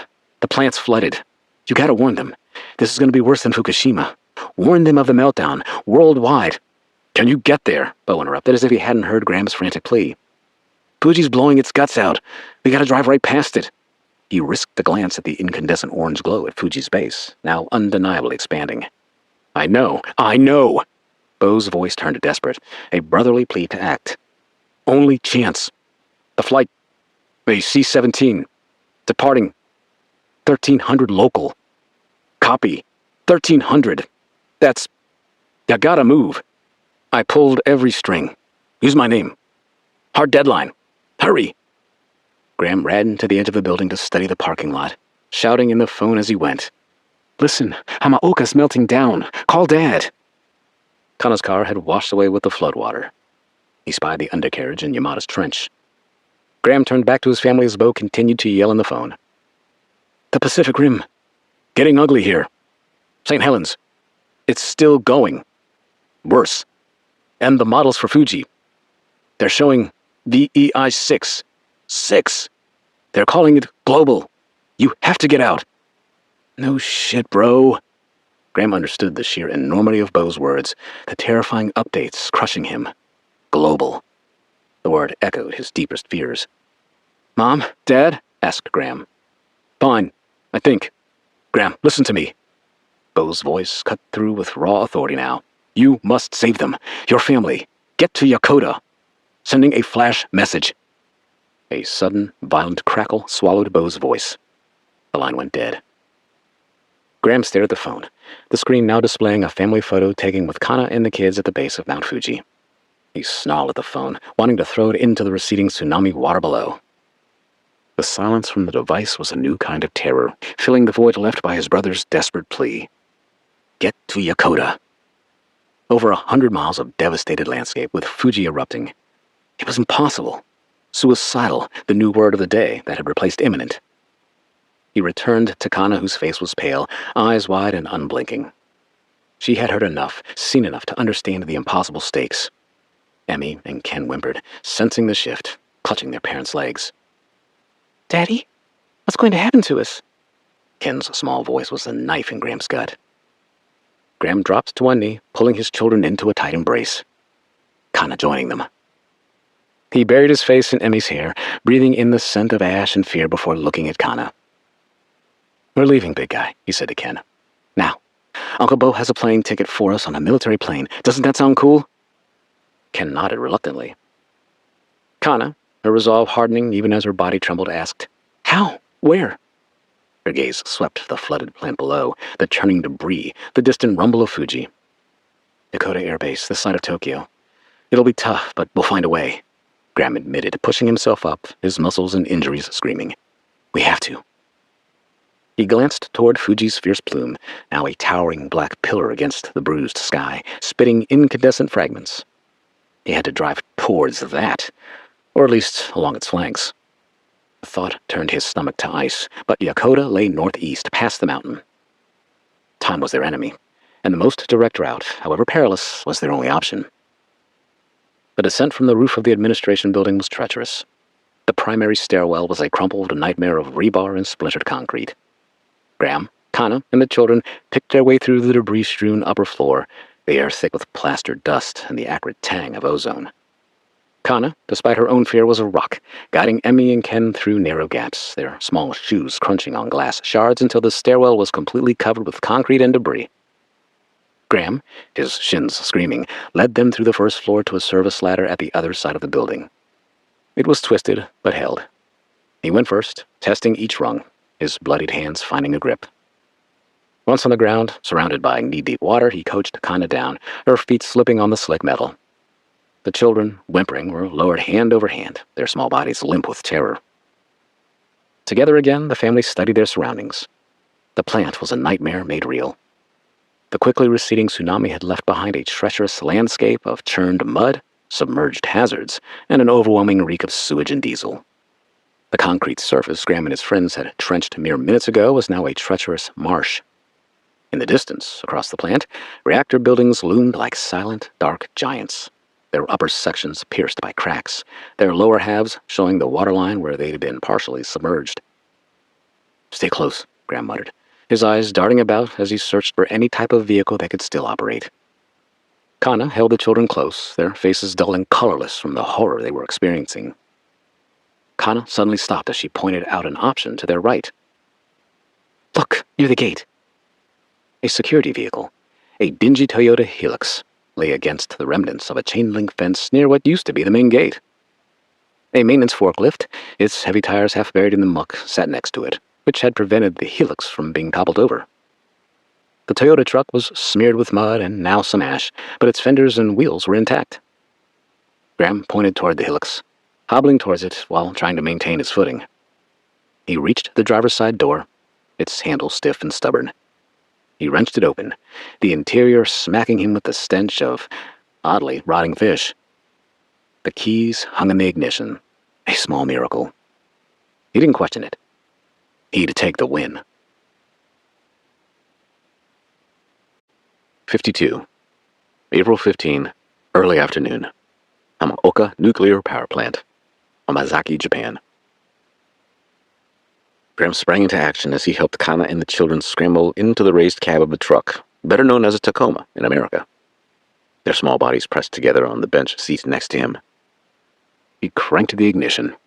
The engine coughed, sputtered, then roared to life, a rough, coarse sound that vibrated through the floorboards. Black smoke billowed from the exhaust, mixing with the salty air. It was poorly maintained for one of the plant's vehicles. Graham forced the manual transmission into gear. The tires churned, spitting mud and debris before finding a grip. The truck lurched forward, pushing through the knee-deep water like a small tugboat. He navigated the plant's flooded grounds by instinct, memory battling the unrecognizable landscape. He drove over submerged fences, around fallen light poles, the truck's powerful engine straining. He risked a glance at the spent fuel annex. He shook his head in dismay, as the greenish-blue luminescence from its direction seemed to have intensified, a sick pulse in the dim light. The time for calculations and planning was over.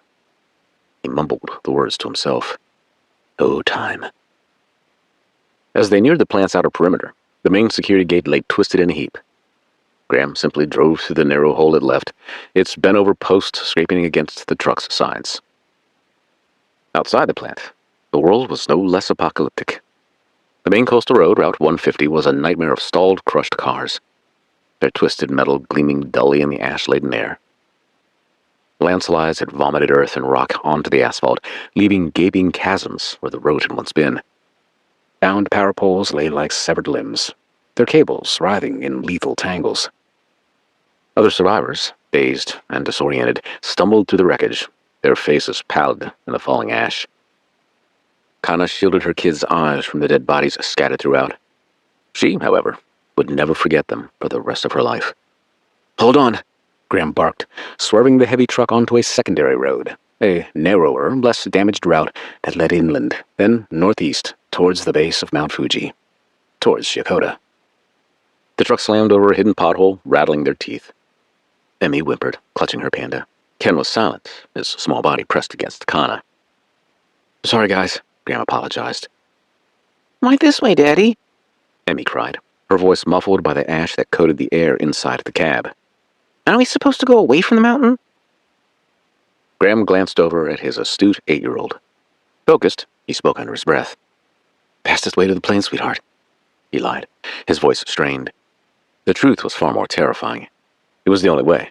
Their only viable path was to skirt Fuji's flanks, through the immediate fallout zone. And do it before it became impassable. As they gained elevation, the truck's headlights reflected off the blinding gray curtain that enveloped them. Fuji's ashfall intensified it dramatically. It wasn't just grit now. It was a deluge of fine, sharp particles driven by the wind, coating the windshield. Graham adjusted the wipers to their fastest setting, but the fallout was practically immune to the windshield wipers, which simply produced a smeared gray paste with each swipe. Graham reluctantly slowed, careful as he could barely see 100 feet ahead. As they progressed, the air became increasingly thick, overwhelming. He could hear the engine labor, its air filters already struggling against the fine silica. The acrid smell of sulfur was overwhelming as it found its way through the air vents. Until now, no one said a word, as they understood the stress Graham was under. Now was not the time for explanations or hypothetical questions. He needed to remain focused. Then the ground suddenly shook. Not an aftershock, not a tremor. This was a deeper, more resonant thrum, a constant vibration that rattled the truck's frame, making the steering wheel vibrate in Graham's hands. Fuji's eruption had intensified. A continuous bellow that seemed to originate from the very core of the planet. Louder, stronger. The eruptive material was far more voluminous. "Daddy, the truck is shaking apart," Ken cried, his voice high-pitched with terror. Graham ignored him, his eyes locked on the debris-covered road ahead. He was driving almost blind, guided only by memory and logic. He gripped the wheel, pushing the truck and himself past its limits. He risked a glance at the clock on the dashboard. An hour and 30 minutes. It'll be close. Just then, a terrifying, earth-shattering boom ripped through the air. The sound was so immense, so enormous that it bypassed hearing and slammed directly into Graham's chest, vibrating his lungs. The entire truck was thrown sideways, tires screeching, sliding on the ash-slick road. A flash of blinding incandescent orange erupted from Fuji's direction, momentarily turning the ash-darkened sky into a hellish, pulsating canvas. The light revealed a new horror. A massive pyroclastic cloud, a roiling, boiling avalanche of superheated gas and rock, was now clearly visible, already devouring the landscape at the mountain's base. And it was spreading, fast, toward the east, toward Tokyo. Graham! Kana shrieked, pointing a trembling finger. The truck shuddered again, the engine sputtering, coughing, choked by the ash. Graham fought the wheel, trying to regain control as the tires lost traction. He felt the sickening grinding sensation as the engine's power faltered. The tachometer needle surged and dropped, slowly at first, then rapidly. "No, no, come on," Graham yelled, slamming his foot on the accelerator, his voice filled with desperation. He couldn't let it die, not now. Not with Fuji's inferno expanding before them, a fiery fist closing around the landscape. The engine was choking again, and then it fell silent. The truck coasted for a few agonizing feet, then slowly, unwillingly came to a halt. Dead. Graham slammed his fist on the dashboard, a cry of frustration and despair tearing from his throat. They were stranded. Just over an hour from Yokota. From their means of escape from this madness. From Fuji's eruptive material that was bearing down on them. The monstrous cloud of ash and superheated gas was clearly visible now, expanding across the horizon, painting the world in shades of orange and black. He looked at Kana, her face a mask of utter despair. Emmy and Ken were openly sobbing now, their small hands clutching each other, their eyes fixed on the monstrous, glowing mountain. The mountain that Japanese revered and prayed before. Fuji was furious, emitting a terrifying thunder as another pyroclastic cloud filled the air, growing louder, closer. Graham knew what it meant. There was nowhere to go. No escape. 53. April 15. Early evening. Northeast of Shizuoka, Japan. Graham slammed his head against the back of the seat before raking his fingers down his face. With Fuji erupting, roads impassable, and their truck dead, they had to start over. He closed his eyes to think. Daddy, what do we do? Ken whimpered, nervously pulling at his jacket. Emmy's face was buried in Kana's side, shaking. Graham turned and pulled his family into a tight huddle on the bench seat.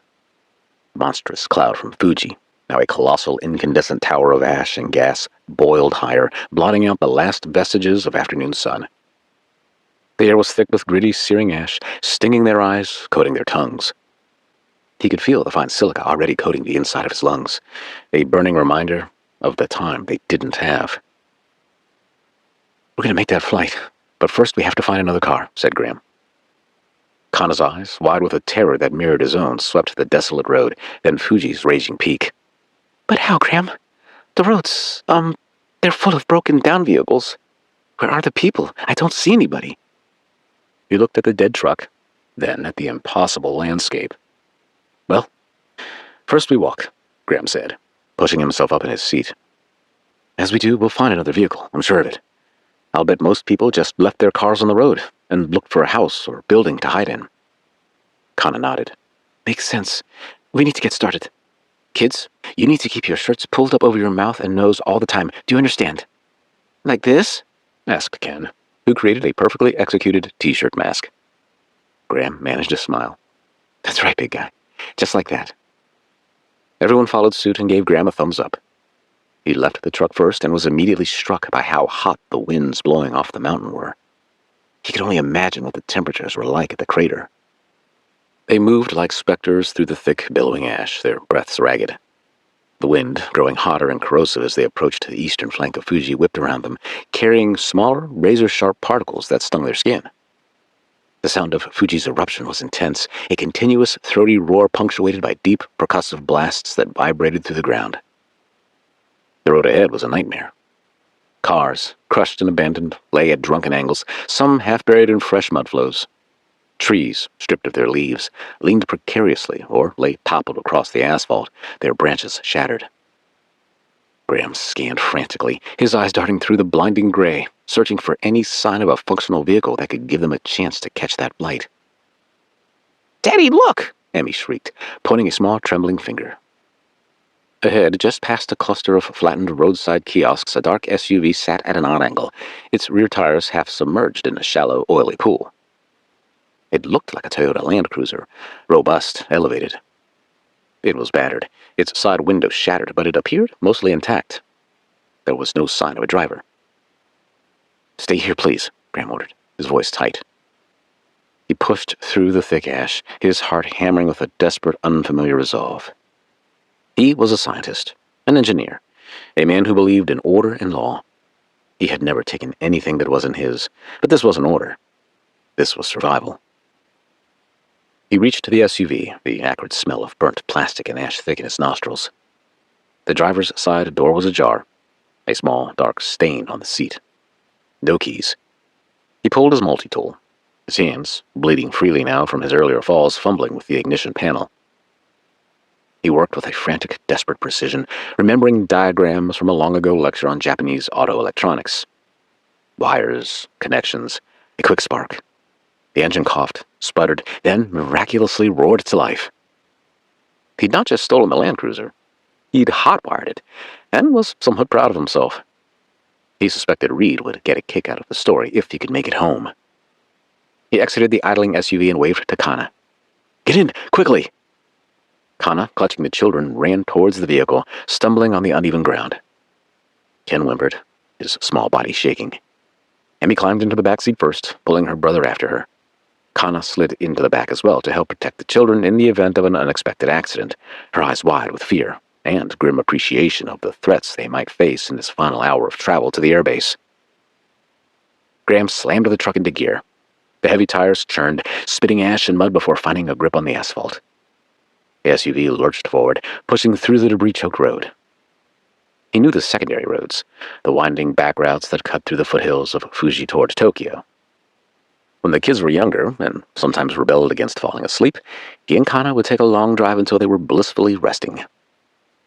One of the more scenic routes they enjoyed was traveling around Mount Tanzawa, which was directly between them and the U.S. airbase at Yokota. Aiming for a point northeast of Fuji, he'd traveled around Tanzawa before turning north towards Yokota. It was a direct route and possibly not one heavily traveled. As they gained elevation, they drew closer to the erupting Mount Fuji. The ashfall intensified. Like before, the windshield wipers, working furiously, smeared the gray paste, making visibility a terrifying gamble for traveling. Graham was driving blind, relying on instinct and the faint, glowing outline of Fuji's plume, which dominated his perspective to the left.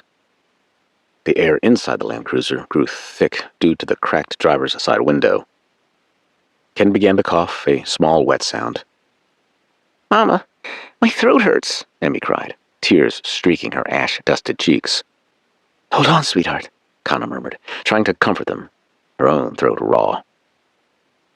She saw the grim set of Graham's jaw, the relentless concentration in his eyes. He was pushing the vehicle and himself past the breaking point. A sudden, violent rolling shake made the SUV lurch sideways, its tires losing its grip on the slick, ash-covered road. Graham wrestled the wheel, fighting for control. A nearby lamppost, its top snapped by a prior tremor, finally toppled, crashing across the road behind them. They barely swerved around a new fissure, a jagged, smoking crack that had just torn across the asphalt. "Fuji's causing this," Graham barked, his voice tight. "These aren't just aftershocks. It's destroying." He pushed the truck harder, past abandoned cars, past small landslides that had buried sections of the road. The blasting sound of Fuji was constant now, a deep, percussive bellow that vibrated through the very frame of the SUV. To their left, the sky was a terrifying pulsing canvas of orange and black, lit by the incandescent glow of lava erupting from Fuji's summit. "Are you kidding me?" Graham mumbled, but loud enough for Kana to hear him. "What is it?" Before them, a small valley stretched out on the eastern side of the mountain, which should have allowed them a direct shot toward the airbase. Then Graham saw it. A creeping, dark mass, like liquid tar snaking down from the higher slopes. A lahar. A volcanic mudflow. It was moving slowly but inexorably towards a small, abandoned town in the valley below.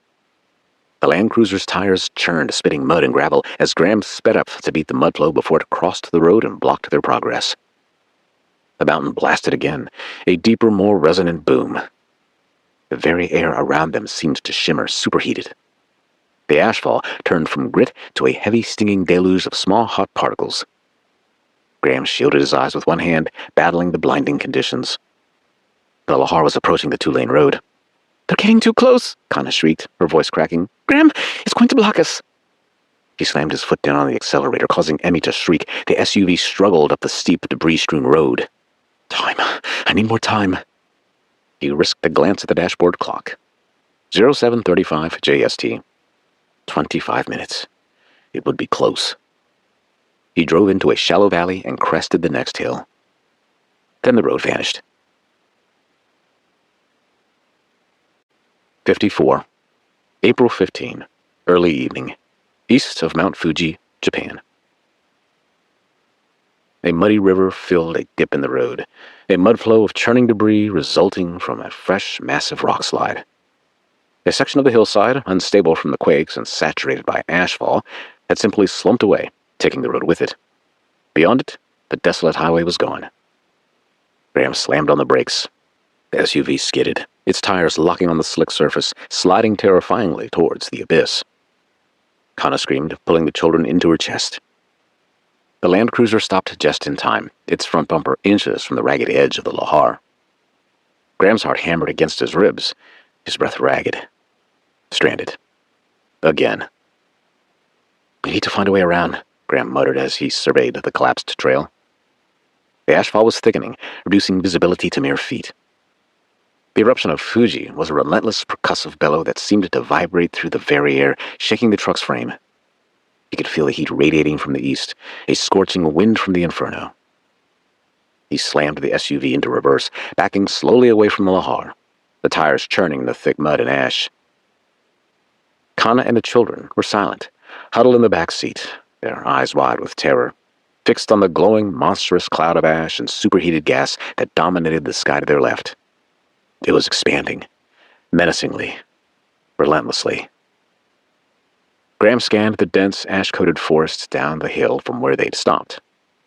The lahar, moving slowly, had not yet invaded the wooded area. With darkness approaching, it was a terrifying unknown, but the only direction they could go. "Hold on," he said, glancing into the back seat at his frightened family. He tried to lighten the mood. "We're going off-road, guys. You know, over the river and through the woods, like the song goes."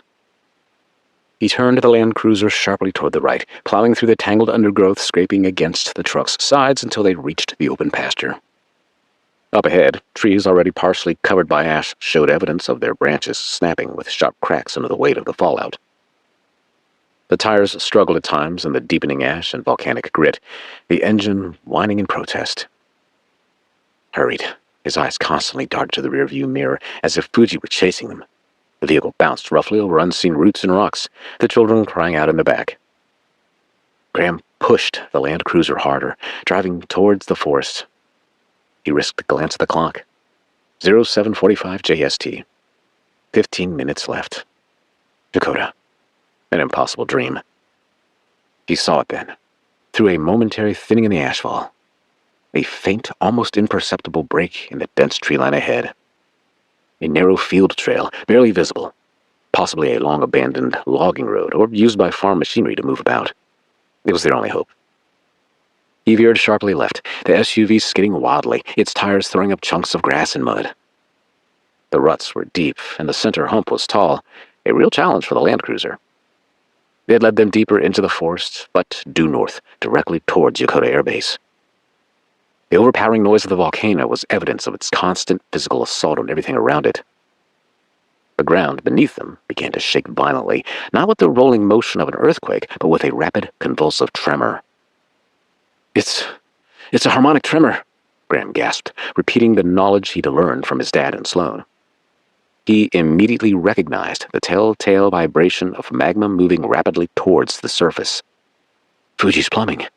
It's failing." Graham saw a clearing ahead, a hint of lights fighting through the dark conditions. The SUV suddenly lurched, its tires losing all control on the trail as Graham struggled to maintain a grip on the wheel. He'd unknowingly driven into a deep, viscous mud flow. Graham pressed down on the accelerator, but the wheels spun uselessly, digging deeper. The engine whined, then coughed, sputtering. The replacement vehicle suffered the same fate as the first. It, too, was dead.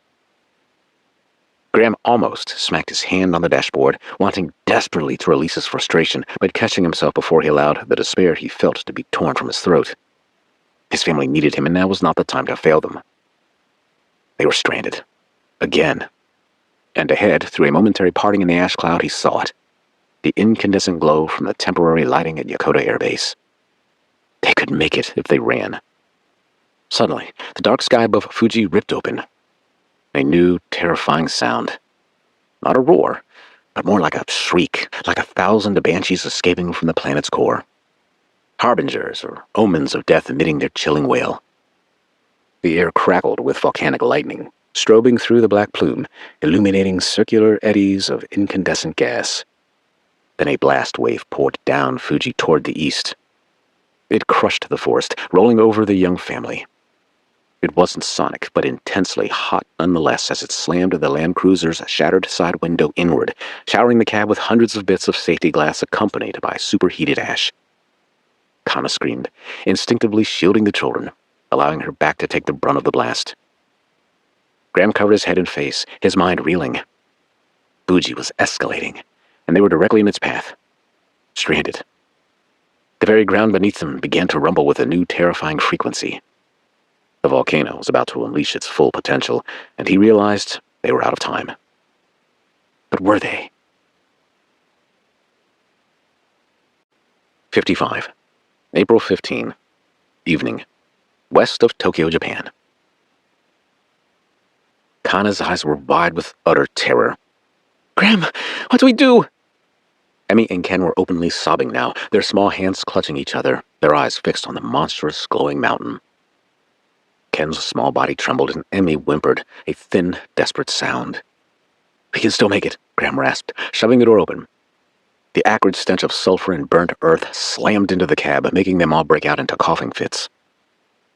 After regaining his composure, he added, "We don't stop. Not now, not ever." He opened the rear door and pulled Emmy into his arms, her small body surprisingly heavy. He gently caressed the back of her head after she buried her face into his shoulder. "Hold on, sweetheart. We're going to run." Kana, her face a mask of grim resolve, didn't hesitate. She scooped Ken into her arms, pressing him tight to her chest, whispering reassurances. She stifled her own fear and vulnerability. She was a mom and would do her solemn duty to protect her kids. Together, the parents stumbled away from the dead vehicle, plunging their feet into the viscous, ash-choked ground. They adjusted the kids to fit squarely on their hips and took their first steps toward Yokota. The trail, once merely treacherous, was now barely passable. The fine razor-sharp ash, hotter and thicker now, had invaded the forest. It swirled around them in blinding clouds, stinging their eyes, invading their mouths and nostrils with every ragged breath. Graham could feel the silica coating his lungs, a burning abrasive sensation. Yet they persevered despite Fuji's roar. It was a continuous percussive bellow that vibrated through the very ground, shaking their bones. Small lava bombs, no bigger than river stones, pinged off the skeletal trees around them, sounding like malicious superheated hail. The heat radiating from the mountain was intense, a searing wind that singed their exposed skin and hair.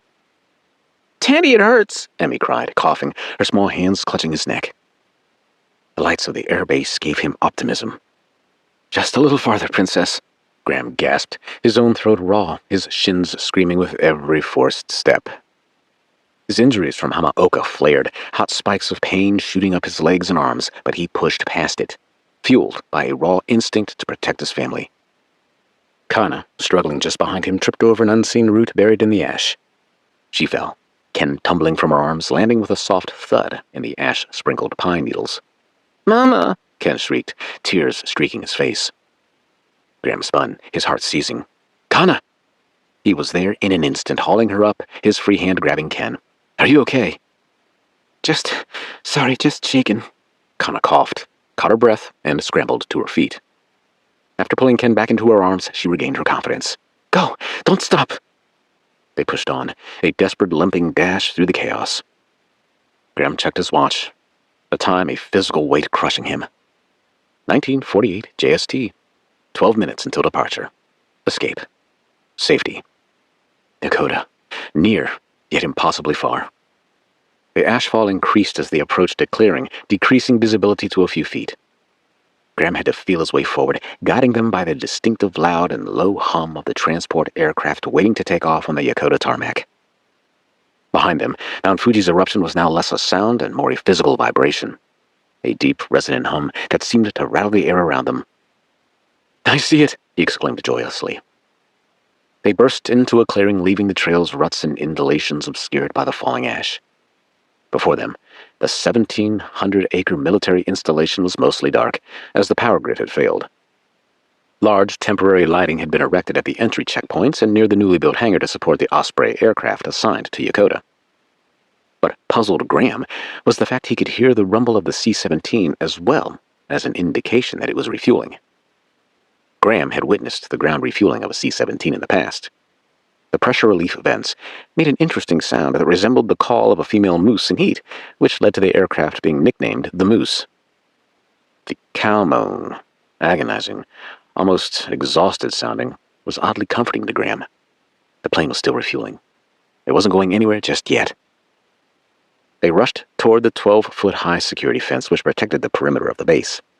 He followed the powerful lighting where he assumed the security checkpoint was located. "I see it. Almost there." His chest was heaving, burning inside as his lungs begged for oxygen and fought to shed the coating of sulfuric acid that was forming from the ash that had settled on the two spongy, moist organs. "Keep going," shouted Kana, who'd fallen behind. "Let them know I'll be—" Her words were replaced by her loud, piercing cry. The ground began to undulate violently.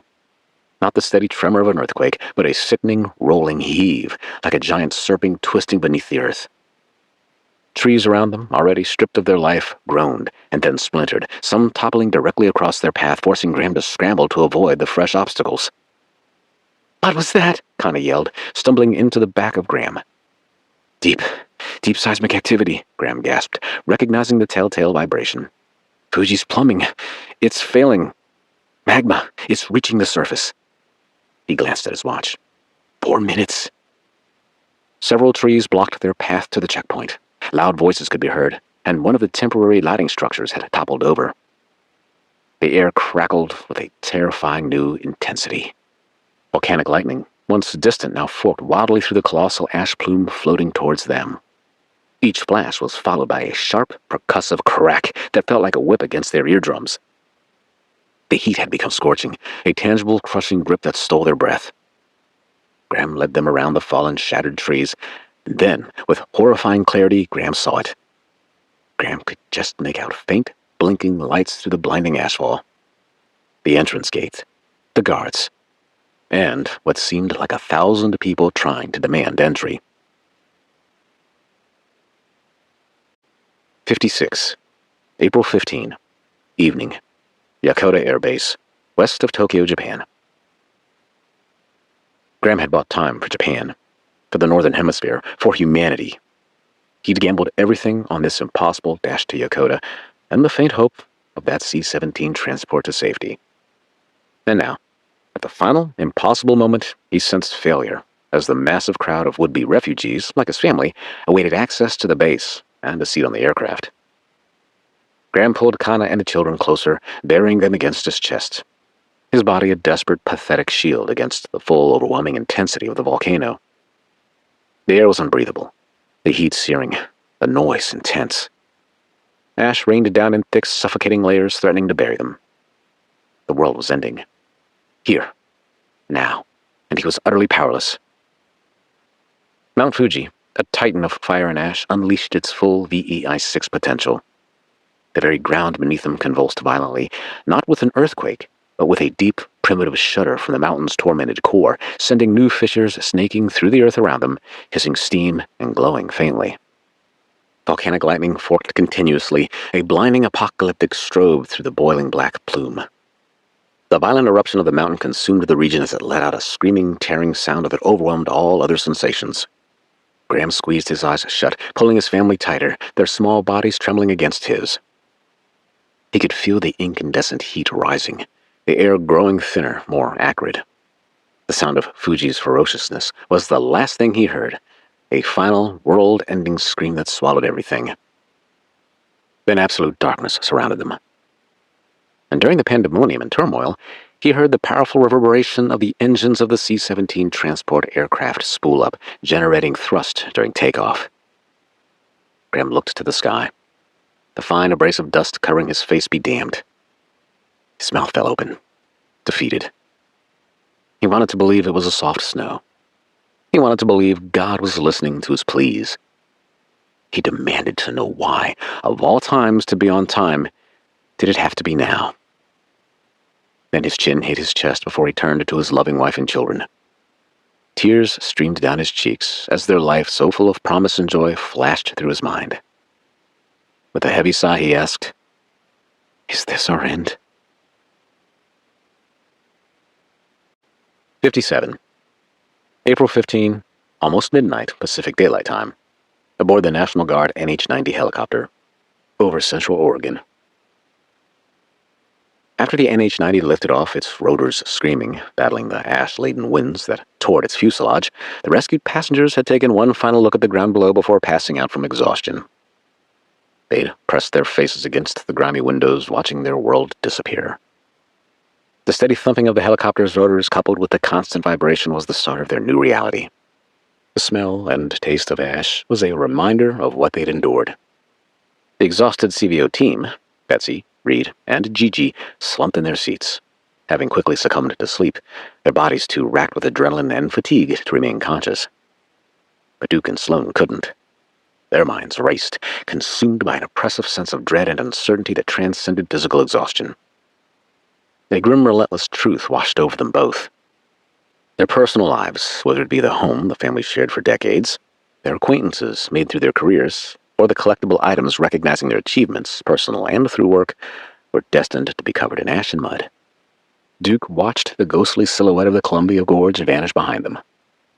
Grief, raw and agonizing, for the home he might never see again, for the memories buried under ash, for the presumed loss of Reed before the miraculous reunion on the lawn, was a fresh wound.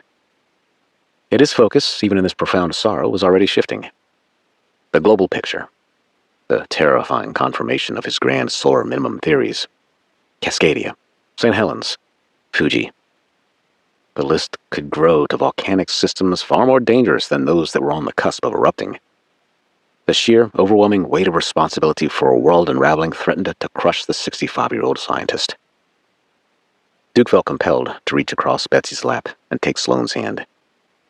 He whispered to her, careful not to wake the others, "Come sit by me unless you're going to sleep." She nodded in response, unbuckling her harness and using her dad's firm grip to keep her balance as she joined him. Sloan's head throbbed, a dull, insistent ache from her concussion, but her mind, like Duke's, was a whirlwind of terrifying clarity. Her nightmarish premonition of Fuji's incandescent rage, of Hamaoka's sickly green glow, of Graham's desperate and isolated struggle was a constant, terrifying undercurrent, an unbearable burden she carried alone. She worried about Graham and his family, isolated, facing an unseen horror on the other side of the world. She was concerned about Bo, somewhere out on the vast, volatile Pacific archipelago of volcanic islands comprising Indonesia. Without family, she wondered if they felt helpless, isolated, afraid. She turned toward Duke after one glance toward the window, her voice scratchy, barely audible over the roaring engines. "Homeland Security, forward extraction. They know, Dad. They finally know." Duke nodded, his gaze distant, fixed on the unseen horizon. He, too, felt like the special dispensation he and his family received was a tacit acknowledgement by the hierarchy at the USGS that his grand solar minimum theory was more than plausible. It was unfolding before their eyes. They need data. They need analysis. They need us to make sense of this, to confirm it's not coincidental. His tone was grim. "I know the people at Calvio where they're sending us. Our new post. Our new base of operations." "It wouldn't have hurt my feelings to put us somewhere besides the tip of the San Andreas Fault," quipped Sloan. "I mean, do those Californians think they're going to be immune from this crap?" "I do question the decision," added Duke with a sigh. "Maybe it's temporary. Menlo Park is state-of-the-art and the closest to our CVO. I gotta assume the Corvallis office was destroyed by the M9. "What do you think they'll ask us to do?" Sloan wondered, her voice thin. "More of the same? Or Something else. Something specific like axial, or proving your theory. Duke sighed, a profound, weary sound. If it were me, I'd divide us up while keeping us together. Make sense? Nope. Duke chuckled, and then stifled a cough. His lungs had taken a beating chasing down his beloved Cybertruck. In the moment, he wondered if insurance would pay for it. Then he wondered if insurance would pay for anything that had happened to them since the earthquake. He was sure the companies had a clause to avoid payment. They used to call them act of God clauses. This sequence of events would be more along the line of the ungodly act clause. Here's what I'm thinking. A broader, more desperate response, I imagine. They'll want to know what's next, which fault line is going to crack, which mountain is going to blow. He closed his eyes for a moment, the names of volcanoes flashing in his mind like grim neon signs. Axial, Krakatoa, Pinatubo, Popocatépetl, Mauna Loa, Tambora, Toba, Fuji. He stopped himself there. Too much, too many. The ring of fire was a giant burning fuse, and they were the unwilling prophets. Gathering his thoughts, he continued. First, they'll try to make room for us. Calvio was a big operation. I'm going to pitch our CBO team be singularly focused on axial and the once dormant, potentially active volcanoes in the Cascades like Rainier, Hood, Shasta, and then, farther south, the Long Valley caldera. Sloan interjected. Preston understands that dormancy does not guarantee inactivity. Declaring a volcano to be dormant is their way of sweeping them under the rug from a budgetary standpoint. Under your grand solar minimum theory, all their magma chambers could be charging. That's right. First, I need to reiterate that to them. That's why my suggestion will be to leave us alone. Give us workspace, equipment, a budget. Sloan, the shit's gonna hit the fan, I'm certain of it. We need to focus on warning people. What can I do to help you? Make friends at Calvio. Get a lay of the land. I know you haven't spent much time interacting with them, but we'll need them on our side, if for no other reason than to stay out of our way.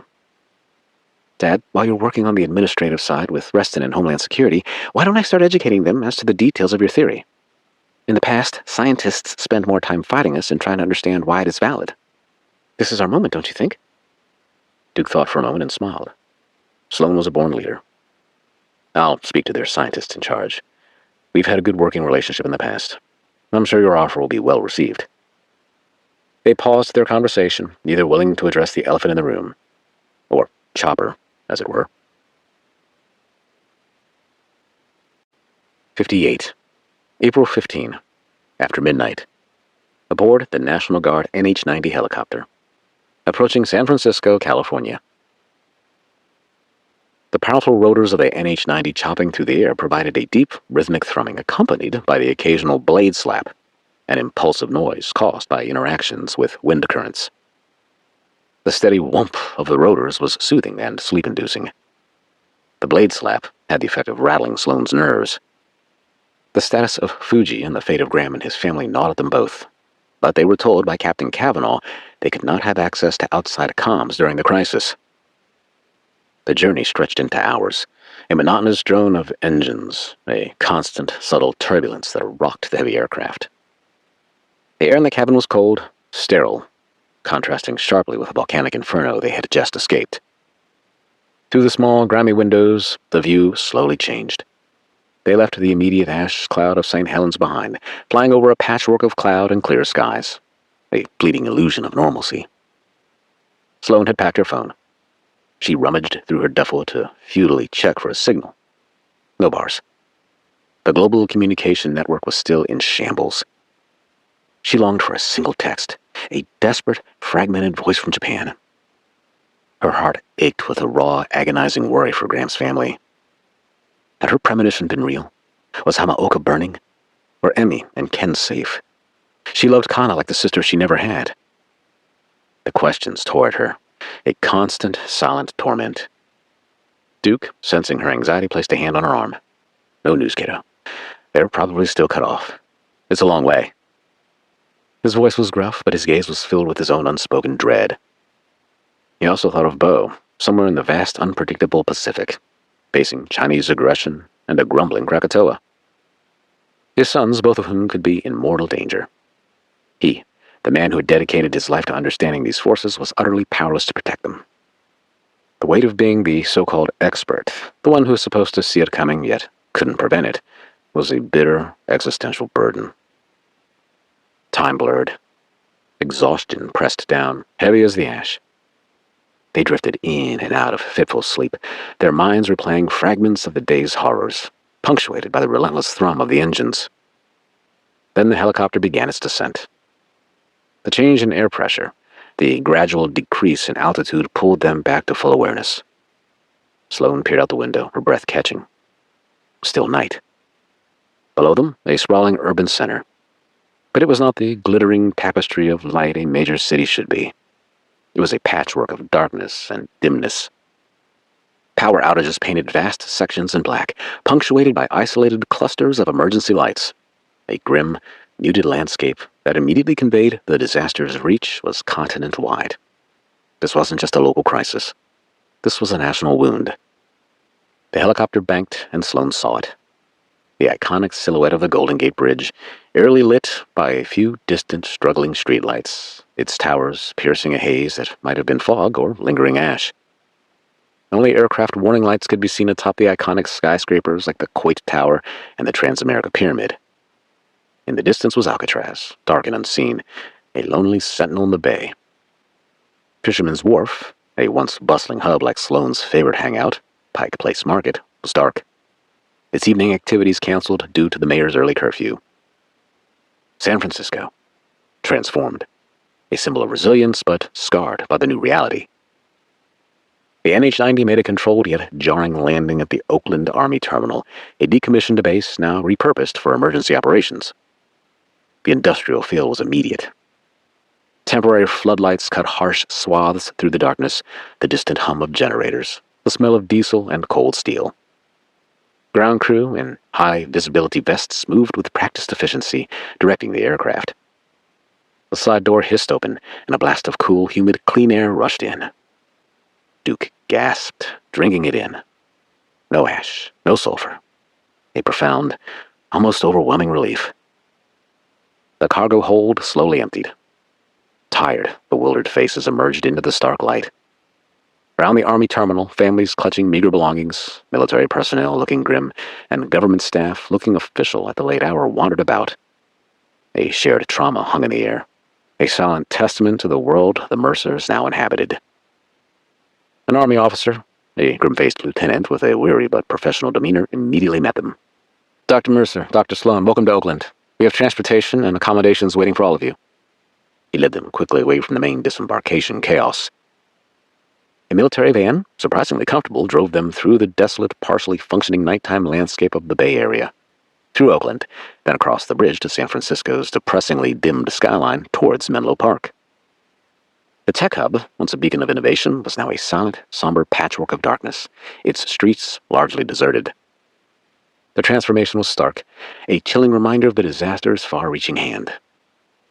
They arrived at a Residence Inn hotel, its facade starkly lit by portable floodlights. It had been clearly transformed into a temporary government/refugee center. Soldiers stood guard. Aid workers moved through the lobby. It was a place of stark, functional relief. They were led to their assigned rooms, the quiet, impersonal spaces a welcome, if temporary, sanctuary. However, a sense of excitement filled the Mercers, especially Sloan. It was the moment Duke and Betsy had longed for, too. Information and communication. They were each ushered to their rooms. In Duke's room, the satellite phone provided by the Army officer remained clutched in Betsy's trembling hand. The air was thick with unspoken hope, and a profound, agonizing fear. 59. April 15, after midnight. Residence Inn, Menlo Park, San Francisco, California. First gram. Duke dialed the number, his thumbs shaking slightly. It rang, and rang. Then a click. Voicemail. A bland robotic message. Again, and again. Nothing. Just the hollow echo of a signal that wouldn't connect, a voice that couldn't be heard. The continued suspense for Graham's family gnawed at them, amplified by Sloan's unspoken dread. Duke's shoulders slumped. Betsy's face contorted, tears welling in her eyes. The uncertainty was a cruel, relentless torment. Then Bo. Duke dialed his middle son's satellite phone number, his heart hammering. It rang. Once. Twice. A click. A voice, distant, riddled with static, but undeniably Bo's. "Bo, son, it's Dad. Are you there?" Duke yelled into the phone, relief and desperation warring in his voice. "Dad, yes. Barely. Signal's breaking. Traveling. Where are you?" Bo's voice was strained, exhausted, battling his own unseen chaos. "San Francisco. All of us. Mom, Sloan, Reed, and Gigi. Some of my team. We just landed. We're safe. Are you and Nina okay? What about Graham? Kana, the kids? What happened in Japan? Anything at Krakatoa?" Duke's questions tumbled out a frantic torrent. Static crackled on Bo's end, coupled with a high-pitched whine Duke couldn't quite identify. Then, his son's voice, grim, terse, but miraculously clear for a few precious seconds. The words poured out of him, broken up by the poor connection. We're fine, Dad. Graham, Kana, Emmy, Ken. They're okay. I hope. Made arrangements. Military transport. No news yet. Dad? Dad? Dad? Transportation arranged. But it was tight. Schedule. Not sure. Fuji. Dad, can you hear? We're redeploying assets. From here, signals. Might lost you. And he did. A sudden, violent burst of static. Then total absolute silence. The line went dead. Duke and Betsy stood, phone in hand, relief and terror warring in their faces. They tried to call back and received no answer. Suddenly, there was a frantic knock at the door. Betsy rushed to open it. Sloan, eyes full of tears, pushed past her mother and burst into the room. She glanced at the television. "Where's the remote?" she demanded. Impatient, she shouted. Her emotional state had reached a fever pitch. "Dad, the remote!" Duke, concerned, fumbled through the Residence Inn promotions materials, scattering them onto the floor to reach the television's remote control. Sloan quickly took it from him and turned the television onto CNN. An erupting Mount Fuji filled the screen as the CNN chyron read, "Massive Fuji eruption, VEI 6.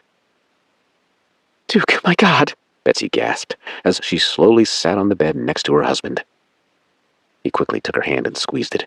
Then she turned to Sloan. "Honey, Bo said they were okay." Sloan turned up the volume and began to nervously pace the floor. The in-studio host reported what was known about the historic, unprecedented VEI 6 eruption of Mount Fuji.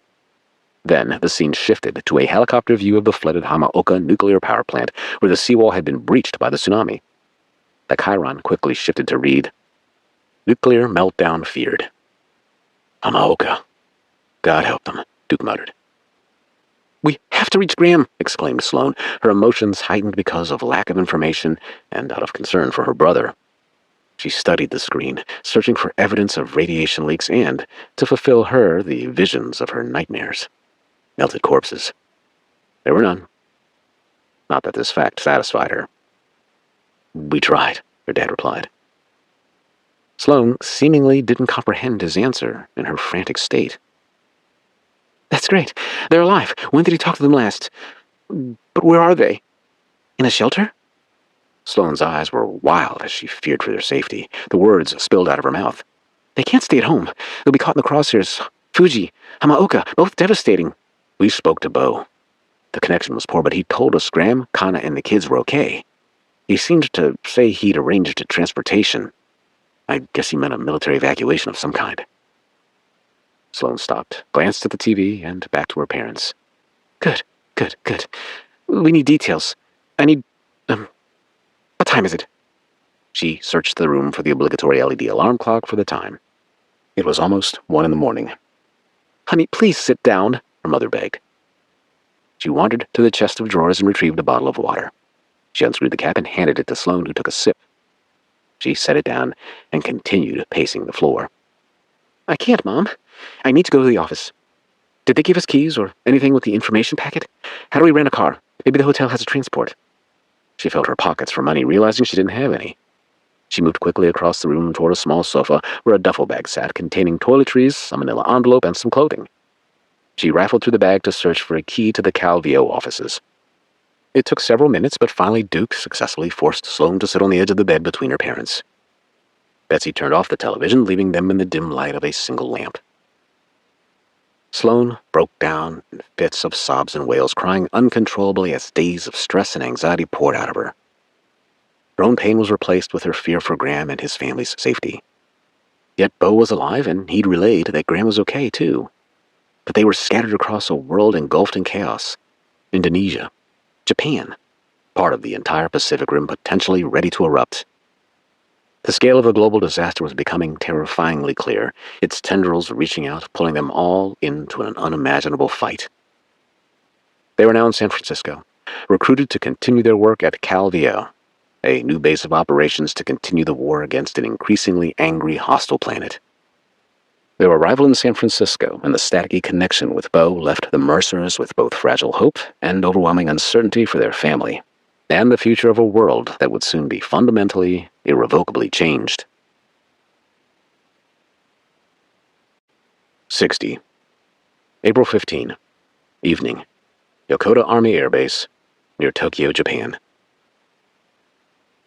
Failed. The word hammered in Graham's mind, a bitter final epitaph. He glanced at his family, his heart agonizing for them. They coughed and gagged from their lungs burning. Their soft, innocent eyes blinked rapidly from the stinging fallout. The searing heat coated their exposed skin, while the nightmarish conditions pressed into their psyches. The fine, razor-sharp ash, hotter and thicker now, swirled around them in blinding clouds, stinging their eyes, invading their mouths and nostrils with every ragged breath. Graham could feel the fine silica coating his lungs, a burning, abrasive sensation. It felt like breathing ground glass. His mind wandered to Hamaoka. The spent fuel pools were likely burning off the seawater at this point despite its slightly higher boiling point due to the presence of dissolved salts. Radioactive fallout would soon be released into the atmosphere, a deadly poison that could bring about nuclear winter across the northern hemisphere. And fallout at levels that would kill everyone east and north of the plant. Like his family. Then, just as the crushing despair threatened to consume him, a new sound, impossibly faint, sliced through the void. It was a higher-pitched whine, distant but growing, the distinctive hum of a plane. Different from the turbofans of the C-17, this was something else. Louder. Stronger. Graham, his body screaming in protest, forced his eyes open, raw and stinging. He shielded them from the falling ash to see through the blinding sea of gray. A faint, almost ghostly light pierced the fog-like air. Not the incandescent orange of Fuji, but a steady, cutting green flare, igniting, then fading, then igniting again. A tiny, improbable beacon near what he knew must be the base perimeter. His mind returned to Hamaoka's rooftop. The inexplicable phone call. Bo, the flash message, the rendezvous. Must hurry. Suddenly, a surge of adrenaline, cold and sharp as ice, cut through Graham's despair. He had one last impossible chance. He dragged himself up, pulling Kana with him. Kana, look, the flare. Another plane is going to land. We have to run. His voice was scratchy, barely a whisper over Fuji's violent outburst, but the desperate hope in it was undeniable. Kana's eyes, wide and bloodshot, locked onto the green light. A new terror, fueled by exhausted desperation, filled her. Run? Graham, we can't. We can't breathe. We have to. Graham picked Emmy up, throwing her over his shoulder, her small body as light as ash but heavy with his burden. We have to get to the gate. It's our last chance. Kana scooped Ken into her arms. They stumbled forward, a desperate, ash-choked dash through the hellscape. The ground shifted and bucked beneath them, the harmonic tremor from Fuji a relentless vibration. Each step was agony, their feet sinking into the hot, viscous ash that pulled them down like quicksand. The air was a burning furnace, thick with silica tasting of sulfur and desperation. They coughed, gagged, their lungs screaming for clean air. The green flare intensified, a searing beacon in the choking gray. Graham could now hear the distinctive, powerful groan of the C-5M Super Galaxy's distinctive engines, a low thrum that vibrated through his very bones. It was the largest aircraft in the United States Air Force's fleet, capable of carrying vehicles including helicopters and even M1 Abrams tanks. He knew there would be room for his family if he could get there before it left. His heart raced, hell-bent on beating out of his chest. Their means of escape was close, agonizingly close, yet they still faced obstacles. The other refugees, who'd just moments ago left the security gate, dejected, having been refused entry, suddenly turned and rushed to the gate as they too heard the plane landing. Now they were in an unorganized line of battered, coughing shadows, stumbling over unseen debris, pumice, shattered tree limbs, twisted fragments of metal as well as each other. Graham's shins were bleeding freely, his hands raw, but he felt nothing but the desperate need to reach that waving flare in the distance. He pushed them through pockets of falling lapilli, small, hot volcanic rocks that stung their exposed skin like fire ants. They ducked behind the crumpled husk of an abandoned vehicle as a larger piece of ejecta, the size of a fist, slammed into the ground nearby, sending up a geyser of ash. The crowd shrieked in unison, but none left the line. The base perimeter fence loomed through the blinding ashfall, a jagged silhouette of twisted wire. Beyond it, a chaotic scene of emergency vehicles with faint flashing lights. And the C-5M behemoth of an aircraft, a dark shape amidst the swirling ash, was taxiing to a stop, its rear ramp already lowering, a gaping open jaw in the smoky surroundings. Graham suddenly stopped before they approached the crowd. He turned to Kana. "You can't fight through that. I have a better idea." He reached his arm out and turned her around away from the checkpoint. "Trust me." Graham walked briskly away, trying not to draw attention to himself. Occasionally, he'd glance over his shoulder to see if his abrupt change of course had been noticed by the other evacuees. The diminishing visibility had covered their tracks. "Graham, what are we doing?" "You'll see, I've got a shortcut."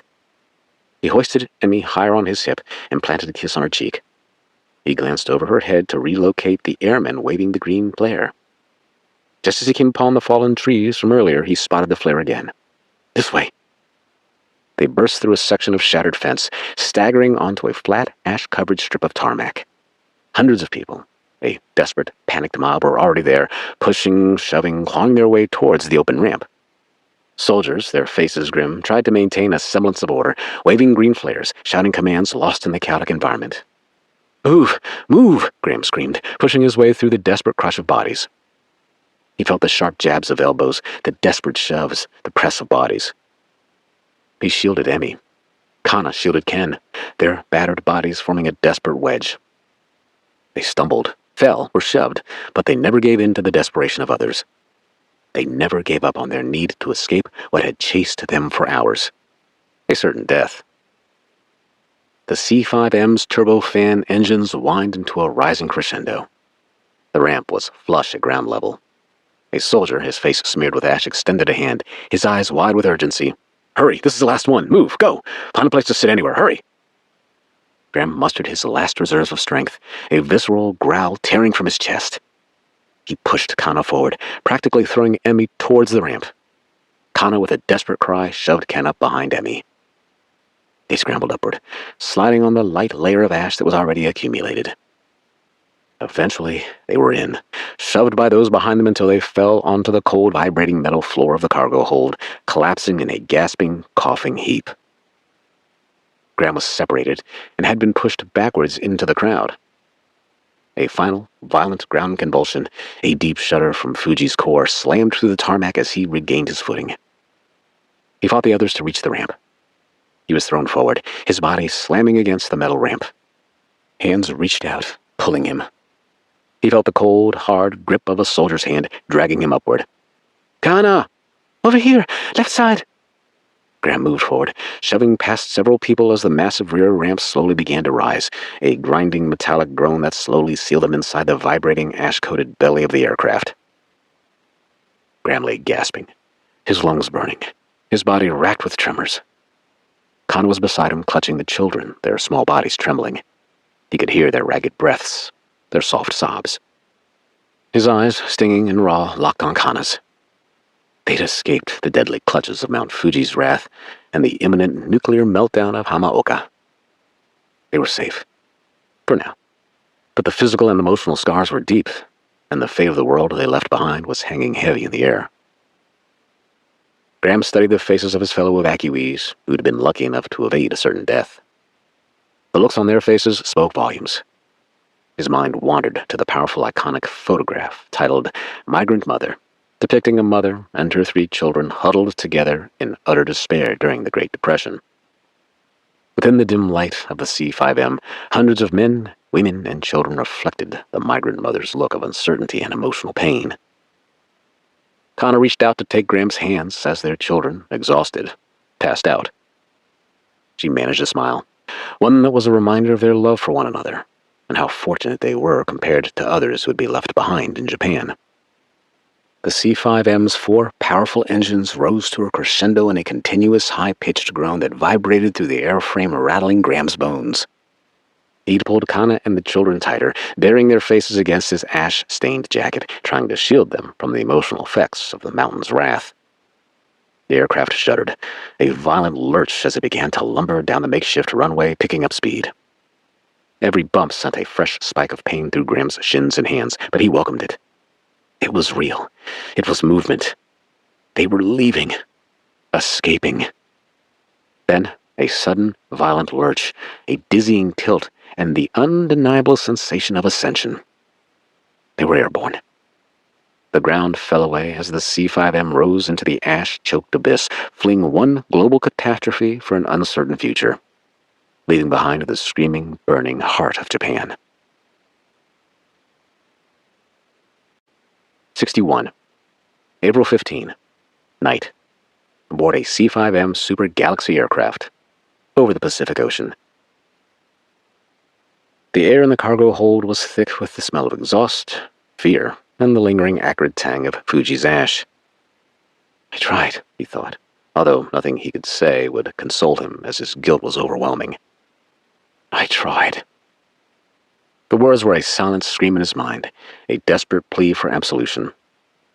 He had bought time. He had gambled. And he had, against all odds, gotten his family out before death swept the nation. The guilt was a bitter taste, but the inherent, raw instinct for survival, for protection, was stronger. It had to be.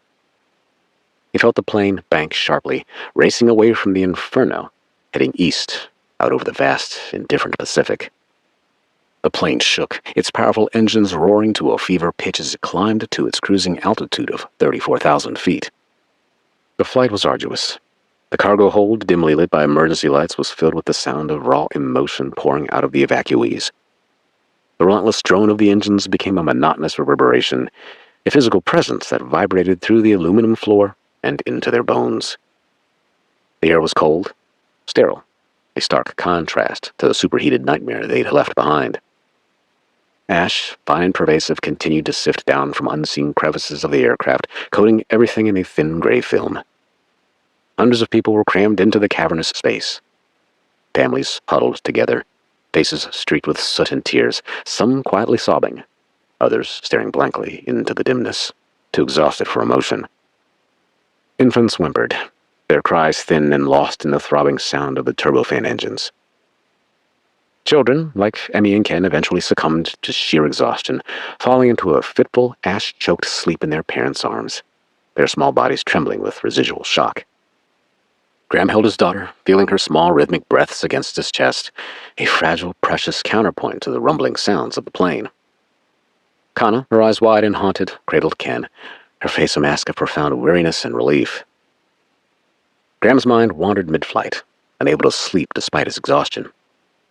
He encouraged Kana and the kids to stretch out on the floor beneath his legs to sleep. The droning of the engines, a consistent, deep hum, vibrated through the floor, aggravating his wounds, shaking his teeth. Every muscle in his body screamed in protest, but he welcomed the pain. It was a reminder he and his family were alive. We survived. That brought a slight smile to his face as he slowly caressed the faces of each member of his family. After what felt like an eternity, perhaps an hour, perhaps more, a voice crackled over a rudimentary intercom, barely audible above the engine noise. It was a military voice, deep, authoritative, but collected. Attention passengers, this is your flight crew. We're now over the Pacific Ocean. Due to the ongoing, rapidly escalating crisis on the U.S. mainland, including the situation in the Pacific Northwest, this flight has been rerouted. Your new destination is Kahului Airport, Maui, Hawaii. We will begin our descent in approximately 3 hours. Repeat, new destination is Maui, Hawaii. We thank you for your patience and understanding. Graham's head snapped up. Maui? Hawaii? Not the mainland. Nowhere near his family. A sharp pang of disappointment, cold and bitter, twisted in his gut. His mind, despite its exhaustion, immediately calculated the implications. Maui was thousands of miles from his parents, from Sloan and Reed. Another ocean, another layer of impossible distance. He had desperately clung to the thought of reuniting with them, of finding tangible safety with his blood, his family. He cursed inwardly, momentarily unappreciative of being rescued from the catastrophe he'd left behind. In the dim light, he studied Kana, her face tranquil, serene. Her eyes gently closed in what looked like profound relief. He looked down at Emmy, her small face streaked with ash, peacefully asleep next to her brother, nestled against Kana, a quiet, vulnerable bundle of boy. They were safe from the immediate burning radioactive hell of Hamaoka, the pyroclastic flows of Fuji that had intended to bury them alive. This unexpected detour, this strange twist of fate, was still salvation. It was a miracle. Kana opened her eyes, somehow feeling his gaze. She managed a slight, weary smile as her eyes avoided Graham's to check on her primary focus, the children's well-being. Graham squeezed her hand. For Kana, it wouldn't matter that they were diverted. Hawaii would be a safe haven, a distant oasis from the chaos. For her, it would be less about immediate reunions and more about sanctuary. He returned her hand with a silent acknowledgement that this was indeed a gift, regardless of the destination. The hours crawled by. The droning hum of the C5M became a strange lullaby of survival. Graham's thoughts, once a maelstrom of panic, settled into a grim analytical rhythm. Despite a Hawaiian destination to look forward to, his thoughts were still stuck in Japan. He replayed every moment at Hamaoka. The breached seawall, the flooded trench, the faces of Yamada and Tanaka as they turned to leave. He imagined the current state of the spent fuel pools, the rate of boil-off now, the terrifying implications of their eventual ignition. The ghost of Hamaoka would haunt him forever, a heavy, unseen burden he carried across the ocean.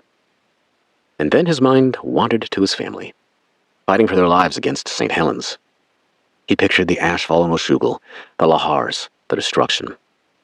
The helplessness of being so far away, of not knowing their fate, was a dull, constant ache beneath his exhaustion. Then back to the present. He admired his children, drawing strength from their resilience, knowing he had to keep fighting for them, for everyone. His father's theories, once dismissed as fringe, were now a terrifying global reality. The ring of fire was awakening. After what felt like an eternity, a low hum of anticipation began to fill the cargo hold as daylight filtered through the small porthole windows. Passengers stirred, a low murmur of hopeful voices. Many were waking from a fitful sleep, stretching, whispering to family members. The general mood was one of fragile hope, sensing the approaching new day, desperate to forget their last dreadful hours in Japan. Suddenly there was a subtle shift in air pressure. Graham, a scientist and engineer, was the first to notice it. An almost imperceptible change in the aircraft's orientation accompanied by a slight shift in the engine pitch. He managed a smile as he felt the telltale signs of a gradual descent. A tentative sense of relief began to unfurl in his chest, daring to believe they might truly complete their escape. Emmy stirred, opening her eyes while Ken, nestled against his mother, snored softly. "Daddy?" Emmy whispered, her voice small and hopeful. "Are we there yet?" It was the same question every child had asked 1,000,000 times during 1,000,000 trips around the globe. Graham managed a weary smile. "Almost, Princess. Almost safe." He glanced through a small, grimy viewport. Through the thick glass, he pointed toward the dazzling and possibly turquoise water surrounding the Hawaiian Islands. Then, in the distance, white sand beaches came into view, buffering the ocean from a sea of lush, vibrant green tropical forests. The gradual descent continued, the engines whine a steady, monotonous drone. Passengers around them began to talk to one another with a newfound excitement fueled by their freedom from the danger that had chased them out of Japan. They pressed their noses against the windows to take in the beauty of Hawaii. A quiet wave of relief coupled with excited chatter spread through the cargo hold. This was it. Escape. Deliverance. Salvation. The monotonous humming of the engines began to soften, the pitch dropping, a gradual deceleration that felt impossibly gentle after hours of violent vibration. The C-5M was easing toward landing. Or so they thought. 62. April 15, morning. Aboard a C-5M aircraft. On final approach to Maui, Hawaii. Something was wrong. Graham peered through the window next to him. A faint, ethereal light broke through the cloud cover, revealing the turquoise water. Then he glanced across the left wing. His eyes grew wide. Through the viewport on one of the engines affixed to the left wing, an aberration appeared. A malicious, internal orange-red glow pulsed against the polished metal. Not just exhaust. Fire. His heart seized in cold, primal terror. Ash, silicates, turbine blades. Catastrophic failure. Graham's engineering mind, so precise, so capable, screamed internally. A sudden, violent burst of flames erupted from the engine, a blinding, sickening flash against the backdrop of the tropical daylight outside. The massive aircraft lurched violently to the port side, throwing passengers hard against the cold metal floor, against cargo restraints, against each other. Screams erupted, panicked, cacophonous, ripping through the cabin, momentarily drowning out the sound of the struggling engines. Luggage broke loose, tumbling through the cavernous space. "Daddy!" Emmy shrieked, her small body flung against him. Ken screamed, a raw, terrified sound. Kana, with a cry of pure horror, clutched them both, her face buried in their small bodies, shielding them with her own. Alarms shrieked. A cacophony of frantic, urgent tones filled the cargo hold. The intercom crackled with terse, shouted commands from the cockpit, barely decipherable. The groan of straining metal, the sickening, shuddering vibrations of a crippled aircraft filled the air. The smell of burning jet fuel and scorched metal, acrid and suffocating, mixed with the ever-present ash. Then the horror amplified. Another engine. The outer one on the same wing flared, then caught fire, painting Graham's field of vision in a terrifying, pulsing orange. The plane pitched violently, plummeting, losing altitude rapidly. A monstrous beast falling from the sky. On the opposite wing, the starboard side, a third engine, the outboard one, belched black smoke, then caught fire. A dazzling yet cruel bloom against the clear sky. The C-5M, now battling fires on two sides, its massive frame pitching and yawing wildly, became a falling behemoth. A coffin accelerating towards what most would consider to be paradise below. Passengers were tossed about like dolls, slamming against walls, against each other, cries of pain and terror filling the air. Graham clung to Kana and the children, shielding them, his body a desperate, inadequate barrier. Emmy and Ken were screaming, terrified, their small bodies shaking uncontrollably. Kana was sobbing, clutching the children, their faces buried into her chest, murmuring desperate prayers. The plane suddenly banked, and through the murky glass Graham saw the Pacific and Maui's beaches, now a soothing, impossibly blue expanse lapping on pristine white sand. The contrast was so stark, so utterly surreal, that it brought tears to his eyes. It was a world away from the ash-choked burning hell they'd just fled. Yet, now they faced a new kind of hell. The plane was dropping faster. The altimeter, Graham imagined, was spinning wildly. Just as the massive aircraft seemed destined to crash short of the island, to ditch into the shimmering, indifferent ocean, the one remaining engine whined, a desperate, defiant surge of power. The C-5M suddenly twisted, banked sharply, and then, with a sickening, bone-jarring lurch, slammed into the ground. The impact was brutal. A high-pitched metallic screech of tires on tarmac, the screech of tortured metal, the terrifying momentum carrying them endlessly down the runway.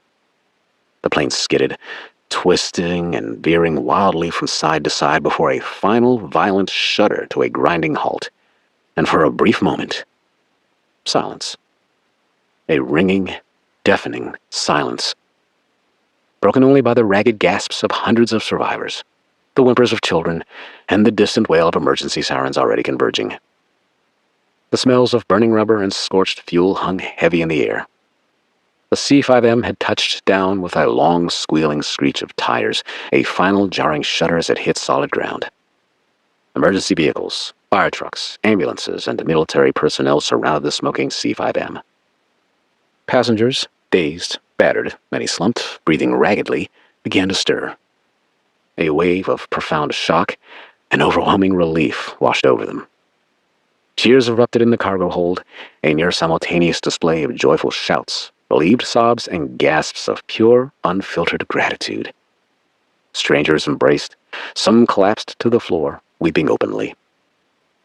At the rear of the aircraft, nearest Graham, the massive ramp slowly lowered, groaning, revealing a blast of warm, humid, clean air that smelled of salt, plumeria, and damp earth. Passengers stumbled out, blinking in the blinding sunlight, some collapsing to their knees, kissing the tarmac. Graham rushed onto the airfield, pulling his family with him. The impossibly blue sky, the vibrant green of the distant mountains, the blinding light was almost too much to process after the crush of the ash clouds in Japan and the near-death experience on their final approach. They were gently but hurriedly escorted away from the aircraft toward the terminal. His eyes, stinging and raw, scanned the bustling airfield. Emergency personnel in various uniforms moved with practiced efficiency. Medics stood by. Aid workers distributed water and blankets. Luggage carts were converted to people movers.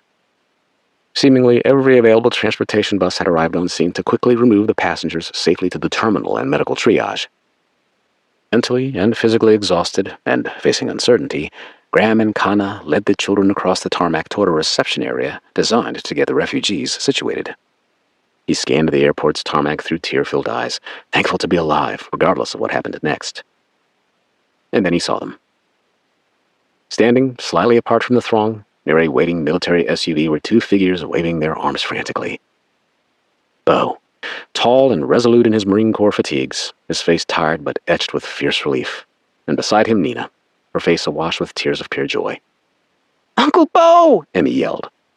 Graham released the exuberant child, who immediately darted towards her uncle. Bo's face broke into a wide, tearful grin as he rushed towards them. Nina was right behind him, her arms already outstretched. The reunion was a physical collision of raw emotion. Bo enveloped Emmy in his arms before giving Graham a fierce, bone-crushing hug, clapping his back repeatedly. "You made it. You actually made it." His voice cracked, a rare show of raw emotion from the battle-hardened Marine. Nina, weeping openly, pulled Kana and Ken into a tight embrace, burying her face in Kana's hair. "My dears! Thank goodness, we were so worried." Emmy, surprisingly resilient, had already launched herself into Bo's arms, giggling despite the tears on her face. Ken, though still quiet, was now clinging to Nina, sensing the familiar comfort. Graham pulled back from Bo, his own eyes burning. "Mom and Dad? Sloan? Reed? Are they—" The words were choked, barely a whisper, fearful of the answer. Bo grasped his shoulders, his gaze steady, profound relief warring with deep concern. "They're all safe. Some of the people they worked with, too. I was able to reach out to my contact at the Washington National Guard. They caught an evac chopper and were taken to San Fran." "Why there?" asked Graham. "Because everywhere else has gone to shit, bro. Come on, let's get out of here and get you cleaned up. You stink." Graham gave his younger brother a playful shove that didn't budge the muscular Marine. The two hugged one another around the neck and led their wives and the kids under the terminal to a waiting military transport. As they drove, Kana and the kids relayed their experiences, the kids talking over one another as if it had been some grand adventure. As for Graham, he remained tight-lipped, as he couldn't shake the ramifications of what he'd left behind. His gaze swept over the beautiful tropical landscape of Maui. A sense of immense gratitude mixed with the fresh apprehension about their future filled his thoughts. His family was safe here, in paradise. Bo and Nina, a tangible link to the rest of his fractured world, sat next to him, a pair of comforting bookends. But the fight was far from over. The world was still burning, still shaking. And the Mercer family, though scattered, was now irrevocably bound by a global catastrophe that had only just begun. Their future, and the world's, hung in a terrifying, uncertain balance. The paradise of Hawaii now served as their home for the time being, but his family's mission, and their struggle, was far from over. Thank you for listening. Thank you for listening to Ring of Fire St. Helens, Book 2 in the Ring of Fire series. If you enjoyed it, I'd be grateful if you'd take a moment to write a short review. Just a few words are needed, and post it on Amazon and Goodreads. Amazon uses complicated algorithms to determine what books are recommended to readers. Sales are, of course, a factor, but so are the quantities of reviews my books get. By taking a few seconds to leave a review, you help me out and also help new readers learn about my work. Sign up to my email list to learn about upcoming titles, deals, contests, appearances, and more. Sign up at bobbyacart.com. Continue to learn about Ring of Fire Hawaii, Book 3 in the Ring of Fire series. Author's Introduction. Summer 2025. As an author, it's more important to me than anything else as I take a story from concept to publication to ensure something of interest to me must be of interest to you, dear readers. At the onset of every novel or book series, I ask myself, why am I here? That's usually followed by, will anybody else care? Thankfully, with much gratitude, I seem to find the mark every time. Welcome to Ring of Fire, disaster thriller series that dives into the raw, untamed power of our planet's geology and the human spirit that rises to meet it. If you've ever stood on the rugged shores of the Pacific Northwest, gazed at the majestic beauty of the snow-capped peaks of Mount Rainier, or felt the subtle tremor of the earth beneath your feet, you know this region hums with a restless energy. Beneath those waves and mountains lies the Cascadia Subduction Zone, or CSZ, a 620-mile-long megathrust fault that could unleash one of the most catastrophic natural disasters in North American history. This novel imagines that moment, a fictional cataclysm sparked by tectonic activity under the Pacific Ocean within the CSZ. The results, as you will read, are potentially catastrophic, not only for the Pacific Northwest, but the world. Let me take you behind the science and the story, explaining the real threat of the CSZ, its potential to devastate the West Coast, and how it might, based on plausible science, ignite volcanoes thousands of miles away. The CSZ stretches from Northern California to British Columbia, a jagged seam where the Juan de Fuca plate dives beneath the North American plate in a process called subduction. This isn't a gentle slide. It's a never-ending battle for tectonic supremacy on display as the plates engage in a grinding, locked embrace that builds stress over centuries. Every 250 to 500 years, that stress releases in a megathrust earthquake, the last of which struck in 1700, shaking the Northwest and sending a tsunami across the Pacific to Japan.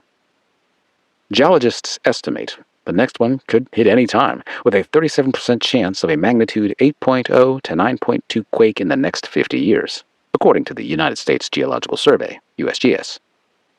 When it does, the impact will be staggering. Picture Seattle's iconic Space Needle swaying as bridges collapse, Portland's streets choked with debris from crumbling buildings, and idyllic coastal towns like Astoria and Seaside inundated by 30 to 100-foot tsunamis within 15 minutes of each other. Back to back to back. The shaking could last 4 to 6 minutes. Close your eyes to imagine holding your breath that long while the world unravels around you. Landslides would scar the Cascades, potentially burying highways like I-5, with many thousands of lives at stake and nowhere to hide. Can you imagine? I did.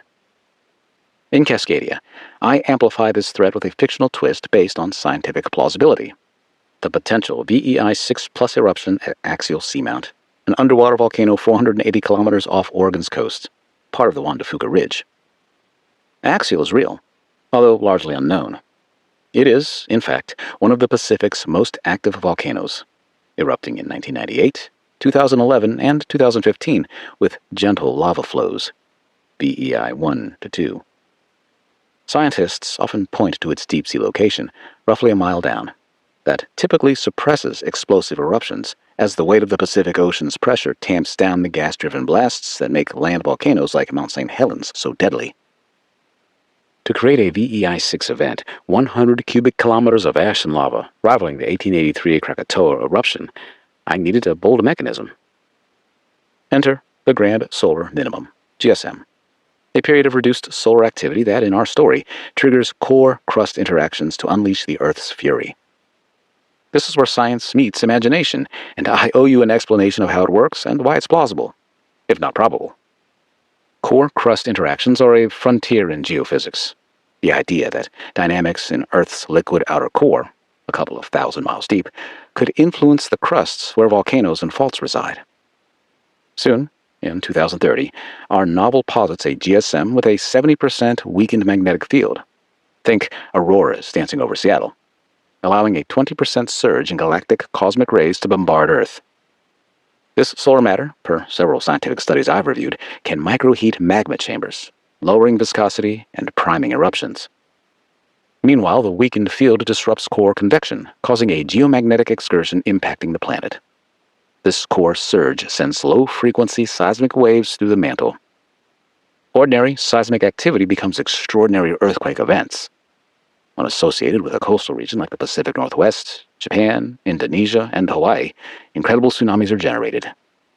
And this is just the beginning of the cataclysm. Around the Pacific Rim, the Ring of Fire, volcanoes are reawakened, triggered by the quakes. Seismic stress could boost the magnitude of earthquakes, which encourages greater than normal explosivity as volcanoes erupt around the most active region on the planet. Is this real? Could this grand solar minimum trigger this sequence of seismic activity causing volcanoes across the Ring of Fire to erupt? The GSM, oftentimes referred to as a little ice age, has happened many times throughout history. Prior enormous eruptions at Mount Etna, VEI 3, the Long Island eruption in New Guinea, VEI 6, the Gem Kornora eruption in Indonesia, VEI 5, and Mount Fuji, VEI 5, occurred during the Maunder minimum, 1645 to 1715. During the Dalton minimum, 1790 to 1830, which followed, there were eruptions at Mount St. Helens, VEI 5, Mayon in the Philippines, VEI 4, and at the most famous Ring of Fire eruption causing the so-called year without summer, Tambora, VEI 7. It's happened before. It can happen again. Sooner than you realize, in fact. Space weather forecasters, including Dr. Valentina Zarkova, Victor Manuel Velasco Herrera, and many of their colleagues have pointed to the upcoming period of 2030 to 2040 as the next grand solar minimum. The threat is real. Real-world news excerpts. Earthquakes can trigger mega thrust slip in Cascadia. EOS, Science News Online, April 8, 2025. Researchers have been studying Cascadia in earnest because the fault is capable of producing devastating magnitude 9.0 earthquakes. On 20 December 2022, a magnitude 6.4 earthquake shook part of Northern California, causing damage in the town of Ferndale. The event, which struck on a fault within the subducting Gorda Plate, likely triggered a months-long episode of slip along the nearby Cascadia subduction zone, according to a research paper published in Science Advances. This is the first study that documents post-seismic slip on the interface triggered by ruptures in the subducting Gorda slab. A three-way tectonic collision is occurring. Such fault interactions might be more common in subduction zones than previously thought.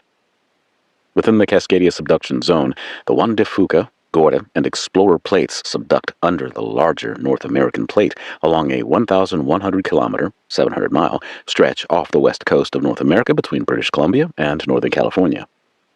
Cascadia subduction zone earthquake could be even worse than feared. NBC News Online, April 28, 2025. A once every 500 years earthquake in the Pacific Northwest could shake for 5 minutes and cause 100-foot tsunami waves. New research says that would be just the start of the horrors. When an earthquake rips along the Cascadia subduction zone fault, much of the U.S. west coast could shake violently for 5 minutes, and tsunami waves as tall as 100 feet could barrel toward shore. But that's just the start of the expected horrors. Even if coastal towns in Northern California, Oregon, and Washington withstand that seismic onslaught, new research suggests floodwaters could seep into many of these vulnerable communities for good. That's because entire coastal shorelines are expected to drop by as much as 6.5 feet when the earthquake strikes. The Cascadia subduction zone fault, which runs offshore along North America's west coast from Northern California to northern Vancouver Island, represents a looming threat.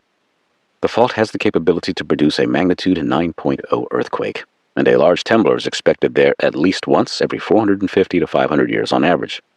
The last of those major quakes occurred in 1700. More than 1,600 tremors hit Japanese island chain. NHK World, Japan Broadcasting Company, July 7, 2025. Seismic activity has been intensifying around the islands of Akusekejima and Kozokarajima in the island chain since June 21. The islands have been rocked by a quake sequence with an intensity of lower 6 on the Japanese scale of 0 to 7. That is the largest in the recent history. Professor Takayuya Nishimura, an earthquake expert at Kyoto University, suggests that the seismic activity may be linked to subsurface movement of magma. This means that the magma circulating beneath the islands could be causing the earthquakes as it moves or puts pressure on the surrounding rock. The Takara Islands are situated within a volcanic zone known for high geothermal energy. This makes volcanic activity, including magma movement, a plausible explanation for the earthquake swarm. The unusual seismic activity could potentially trigger a much larger megaquake within the shallow faults around the volcanic arc, which in turn would result in a subduction megathrust. For the first time, scientists witness an undersea slow-slip earthquake unzip. SciTech Daily, July 5, 2025. For the first time, scientists have directly observed a slow-slip earthquake in the midst of relieving tectonic stress along the Nankai Trough, a major underwater fault zone in Japan. This gradual seismic event was tracked as it moved through the tsunami-prone segment of the fault off Japan's coast, where it appeared to act as a natural buffer, absorbing pressure. Researchers at the University of Texas likened the phenomenon to a fault line slowly unzipping along the boundary between two tectonic plates. "It's like a ripple moving across the plate interface," said Josh Edgington, who led the research while completing his doctorate at the University of Texas Institute for Geophysics. Unlike sudden earthquakes, slow slip events unfold over days or weeks. These events are believed to play a key role in how stress accumulates and is released along faults. The new observations come from the Nankai Trough, a submarine fault zone in Suruga Bay, located 40 miles from Mount Fuji, a stratovolcano. Acknowledgements. Creating a novel that is both informative and entertaining requires a tremendous team effort. Writing is the easy part. For their efforts in making this novel a reality, I would like to thank Hristo Argirov Kovatliv for his incredible artistic talents in creating my cover art. He and my loving wife Danny collaborate and conspire, the evidence is overwhelming by the way, to create the most incredible cover art in the publishing business. A huge hug of appreciation goes out to Pauline Nolet, the professor, for her editorial prowess as she ensures the millions of pages I have in print are near flawless. Thank you to a good friend, the incredibly talented Andrew Werlin, voice actor, Sovas Award nominee, and a first-class family man who performs the audio narration of my stories. If I may, before I thank those who provided me the science behind the Ring of Fire series, let me acknowledge and make an additional dedication to the inspiration behind a very important character, Winston, the beloved English bulldog of Dr. Duke Mercer. Shane Alubadin is the designer and owner of Duke & Winston, an iconic brand for all things English bulldog. The company was started with a single t-shirt in 2010. Today, the brand has an extensive line of apparel adorning bulldog owners like Danny and me, as well as home decor. In fact, it's rare to find a video or photograph of us when we're not wearing something from the Duke & Winston line. Shane's entrepreneurial story is both fascinating and inspiring. His financial contributions to nationwide English bulldog rescues is renowned. Shane, pronounced Shane, is an Englishman now residing in the Dallas-Fort Worth area. His English bulldog, a strapping old lad named Winston, passed away in 2023. It was a great loss to Shane, and to those of us who enjoyed watching his antics, and typical English bulldog insubordination, on Instagram. If you are a bulldog lover, or simply love supporting a small business, please consider giving Shane's website a look. Duke & Winston. Now for the scientists who helped make this happen. The Ring of Fire series is a big story, born from an intense fascination with Earth's rawest power, where fire, water, and fault lines converge. It's a story that I've been planning on writing for many years, accurately portraying the science behind the correlation between the sun's grand solar minimum The impact on the Earth's plumbing and the resulting volcanic eruptions required countless hours and years of never-ending research, as well as interviews of some of the brightest minds in the realm of Earth science. Having become obsessed with the tectonic threat posed by an active Pacific Rim, I immersed myself in the science and history. I reached out to contacts, old and new, to obtain the research that formed the basis of this book series. Source material and research flooded my inbox from around the world. Without the assistance of many individuals and organizations, this story cannot be told. Please allow me a moment to acknowledge several of those individuals whom, without their tireless efforts in studying the geology and volcanology of the Pacific Rim, the Ring of Fire series could not have been written. I relied on the expertise, dedication, and lifelong work of the scientific community. While I cannot name every article, paper, or interview that informed this novel, I want to recognize a few individuals and institutions whose contributions to our understanding of seismic and volcanic risk are nothing short of extraordinary.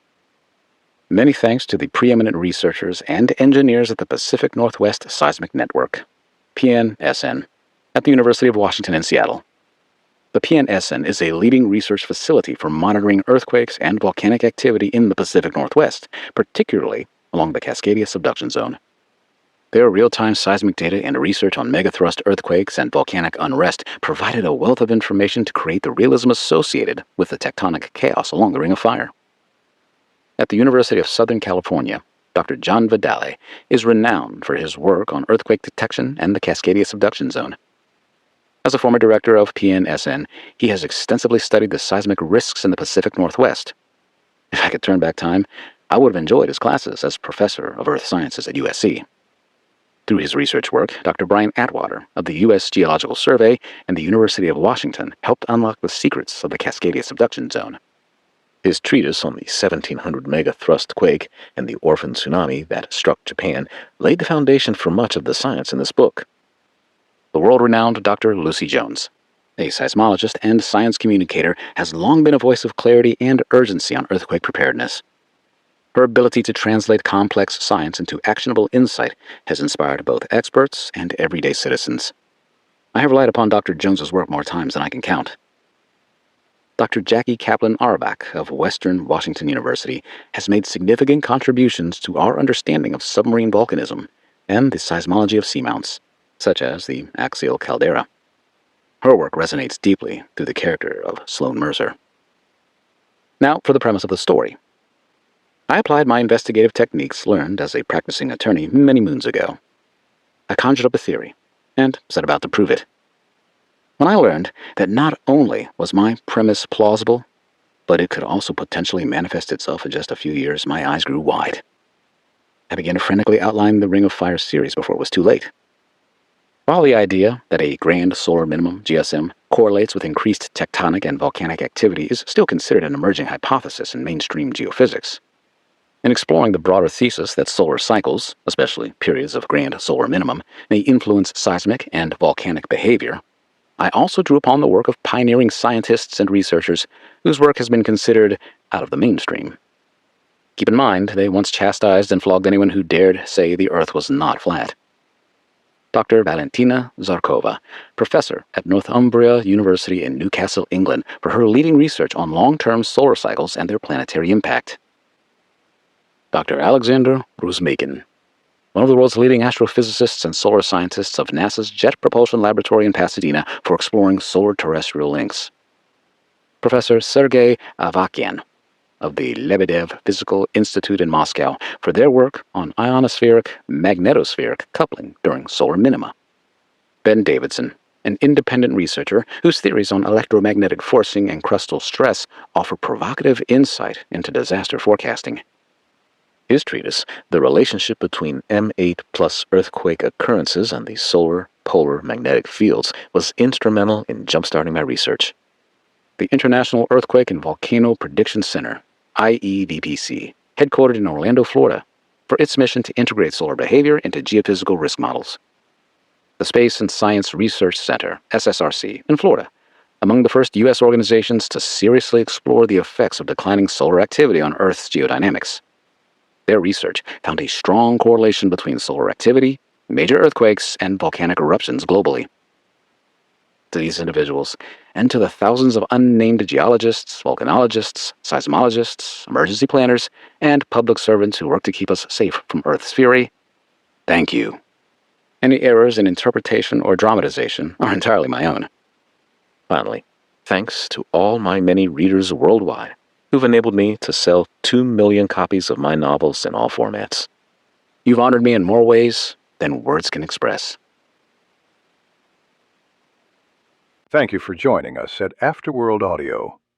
If you enjoyed the journey, don't forget to subscribe and stay tuned for more tales from the edge of humanity. Until next time, keep exploring, keep surviving, and let the stories of the afterworld ignite your imagination.